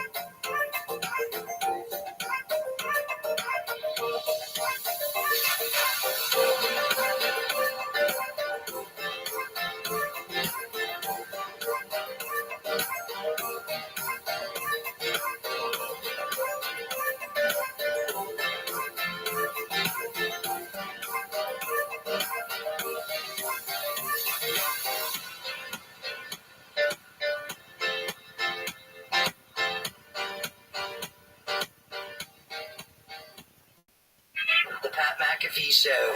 There'll be no rules for our guests, for us, for the things we can talk about. Speaking his mind. I've never had a problem expressing my opinions or my thoughts or anything like that. While being relatable. I haven't had that manufactured fake-ass celebrity that a lot of people have whenever they go on those big networks. I've had a chance to really build my crew, build my following, build my audience. And ridiculous. What am I supposed to do? So I'm supposed to look at something that I can definitely afford and say, nah. Is that what I'm supposed to do? The Pat McAfee Show starts in 3, 2, 1. Good afternoon, beautiful people. It is Monday, April 19th, 2021 years after the year zero. This sports show begins right now. Shout out to Brian for that beat drop. Whether you're listening on Sirius XM Channel 82, Mad Dog Sports Radio, or at youtube.com/The Pat McAfee Show, we can't thank you enough. After I said Mad Dog Sports Radio there, you heard no barking. That's because the Toxic Table is not in studio today. The Toxic Table was potentially at a COVID super spreader festival this weekend celebrating Connor's birthday. Happy birthday, Connor. I was not invited to the party. Diggs was out of town, so we are the only two that were potentially not at an event that had pictures all over the place with no masks, no distancing, no nothing. And I'm currently in a COVID protocol. Now, I am in a protocol, so we got to make sure that they're all right for at least a day or two. Then we'll be able to hopefully have them back. We'll see what happens going forward. And also, you know, just like we have for the last 14 months of this entire thing, I think we've managed the old Uncle COVID situation pretty well. Although I was out of a COVID protocol in between my run of NXT things and then now back into SmackDown.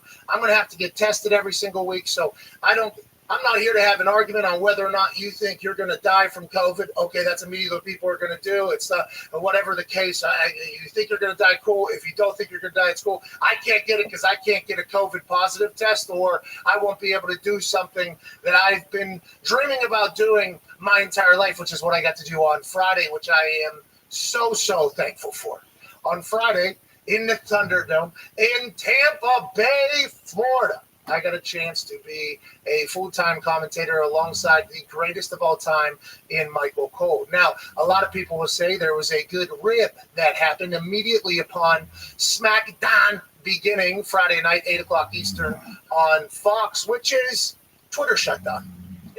Twitter just absolutely shut down, stopped working. Twitter, 5 minutes into the show, just stopped working. Now, I guess my account was able to tweet videos out, which shout out to Nikki Tweets, who was doing that while I'm live. A lot of people were tweeting me, oh, you're tweeting out videos of yourself live while you're on the air. I was not. Okay, I'm not that talented. It was actually old Nikki Tweets up there. He was tweeting them out, and then he texted me and was like, hey, we could tweet out things, but we can't see anything that's going on. I'm like, what do you mean? And it was in the middle of the show, so I had no idea what was going on. So then it wasn't until after the show, whenever I was, flying back to Indianapolis, Indiana, kind of taking it all in. Normally that's a time for me to scour the internet, kind of see what everybody's thinking. Twitter was down, just completely broken for me all weekend. So I didn't have a chance to really see how people thought I did, which I take into very serious consideration on how I act, but I will be able to give you some of my thoughts on how I thought it.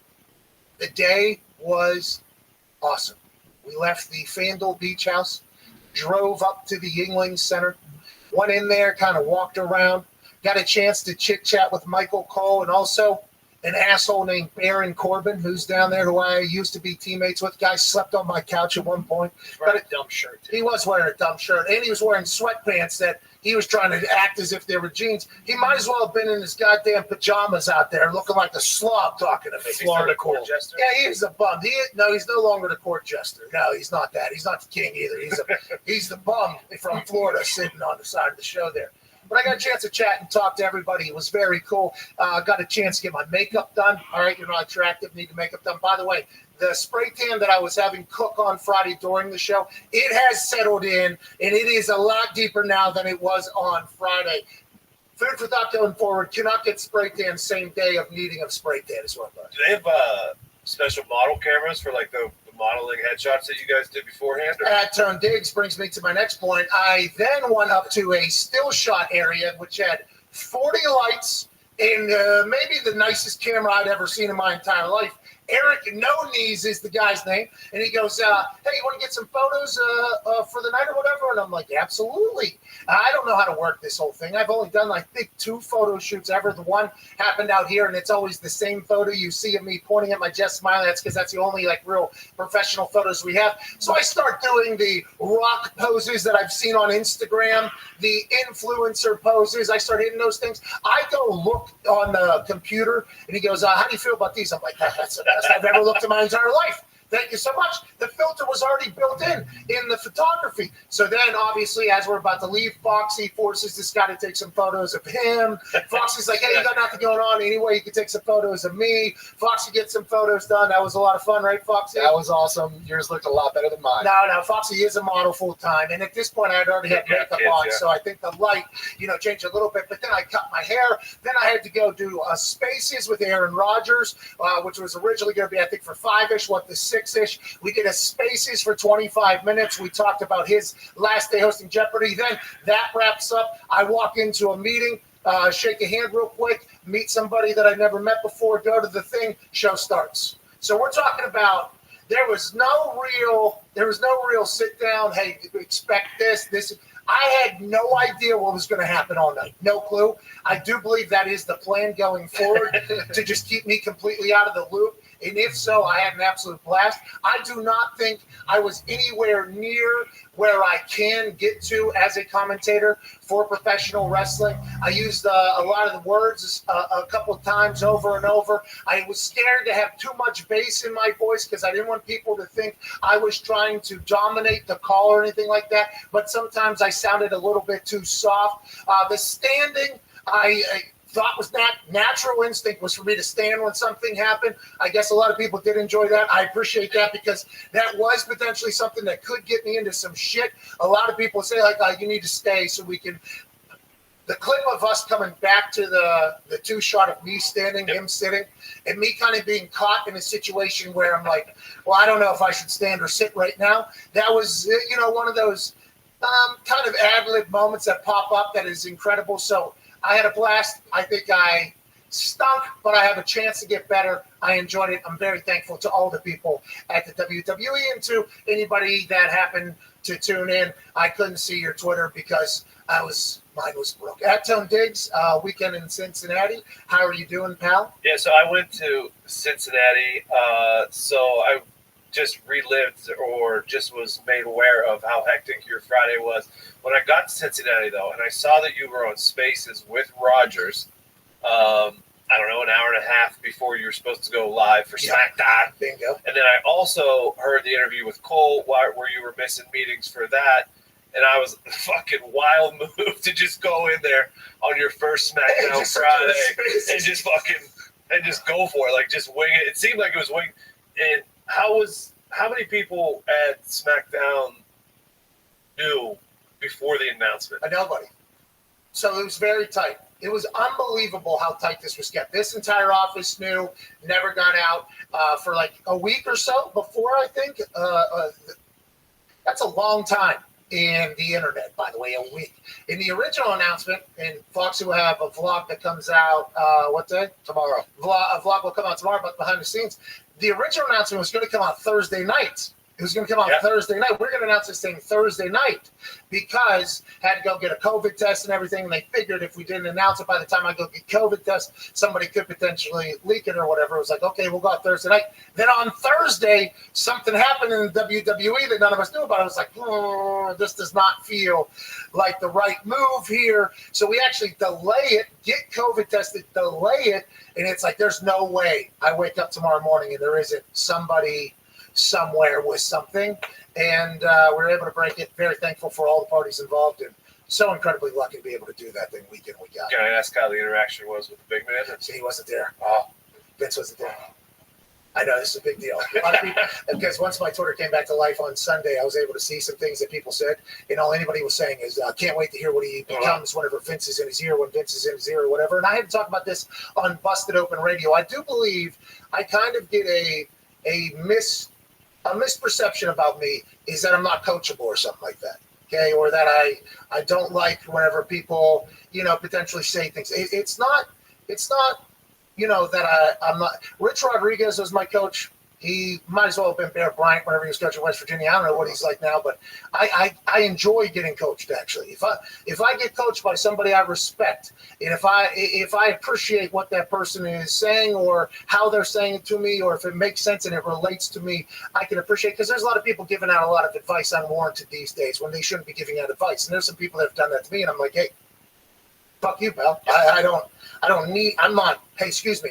I'm not asking you for advice or whatever. So that has happened at a couple of different situations. And a lot of people assume because Michael Cole got mad at me for wearing shorts, my shorts tuxedo, that I don't like coaching because you want to do it. It was like, no, what I got mad about is I was sitting there for 6 hours dressed like that. He was punking me out in front of Dave Bautista and Vince McMahon. And I'm like, yo, there is ways to go about this. The way you're doing this is how I like it. So I actually enjoy being coached up. It's why Mitt is actually here, because the way Tom McMahon, who was a guy who was like pretty much a coach, I enjoy getting coached. I do. I am a little bit like, I need to know why, and it has to come from somebody that I would be seeking advice from. That is a pretty big thing. Vince McMahon is somebody who, if he was to say something to me, no matter how he says it, this is a self-made billionaire that turned something into from a local situation to a worldwide phenomenon. So a lot of people on the internet are like, oh, he's not going to be able to handle Vince McMahon the way Vince McMahon talks to him. It's like, if you talk to me the way Vince McMahon talked to me, I'd smack you in the mouth at Boner Garage 124. Okay, but it's fucking Vince McMahon. You know what I mean? And also, there's a lot of people at that WWE, especially people that I met on Friday that maybe I hadn't met before, or whatever. There's a lot of people over there that if they have advice or something to tell me or something to, hey, think about this, they created that business. So I'm going to listen to these people. Now, there was a bunch of blogs about how they're going to try not to overproduce me and all that shit. It's like, I am 33 years old. I want to let everybody know. I have not changed. I will not change. To my own detriment, by the way. I will not change. But I am very, very open to when people give me critiques on what they think will be better. And I'm like, you know what? Right. 100% right. Let's go ahead and do it. I do that every single day. I'll do that on Twitter, by the way. People will say something. I'm like, yeah, valid. That's actually a valid point right there. I'll do that. So I think that narrative is something that I don't appreciate about me, because I feel like it's the opposite. It just depends on who's doing the coaching. In this particular world, I don't get a chance to experience old VKM. You're hired until Friday or whatever. I'm very excited about that. That was awesome. And to your point there, as far as the coaching, that's how 99.9% of every single human being on this planet is. Like, if you respect someone and you know that they know more about you than the thing, like, you're going to let them help you be a better person or be better at what you're doing versus some fucking douchebag off the street. Yeah. Well, it's not just some douchebag. Maybe it's somebody who's in a pretty good position, in a pretty powerful position at a company that I just think is a bad company. You know what I mean? Like I think I hear what you're saying, but I also know your resume of who you've hired, who you've put where, how they've done, how they are doing. I know exactly what you've done. So don't come talk to me as if I'm some idiot because I know some stuff about you as well. It's just, you know what I mean? It's one of those situations. And I think that has been something where there's only been a few times where this situation has popped up. But I think those people have told people like, he doesn't like being told whatever. It's like, well, he doesn't like being told from fucking idiots. What's the Instagram influencer, or all these influencers started posting there for a little bit, the life coaches, the life gurus. Don't seek, he was probably one of them, which, by the way, he is the don't seek advice from, don't listen to advice. Don't be an ass. Don't be deterred by criticism from of someone you want to seek advice from. Yes, there it is. Hey, you've seen it too. Yeah. You saw the meme too. Yeah, live with Gary. Yeah, it's literally, I don't know if it's just Gary that sent that, by the way. That's like all of them. That's kind of been a narrative about me, I think. And I want to let everybody know that Vincent Kennedy McMahon, if I could talk to him for 10 hours and get information on him, I would. Now, that's not how it's going to go. He's probably going to be yelling at me and saying that I'm potentially doing something that's affecting his show, and I'm going to digest that. Hopefully, one of my most natural reactions in those situations is to go, oh, geez, okay.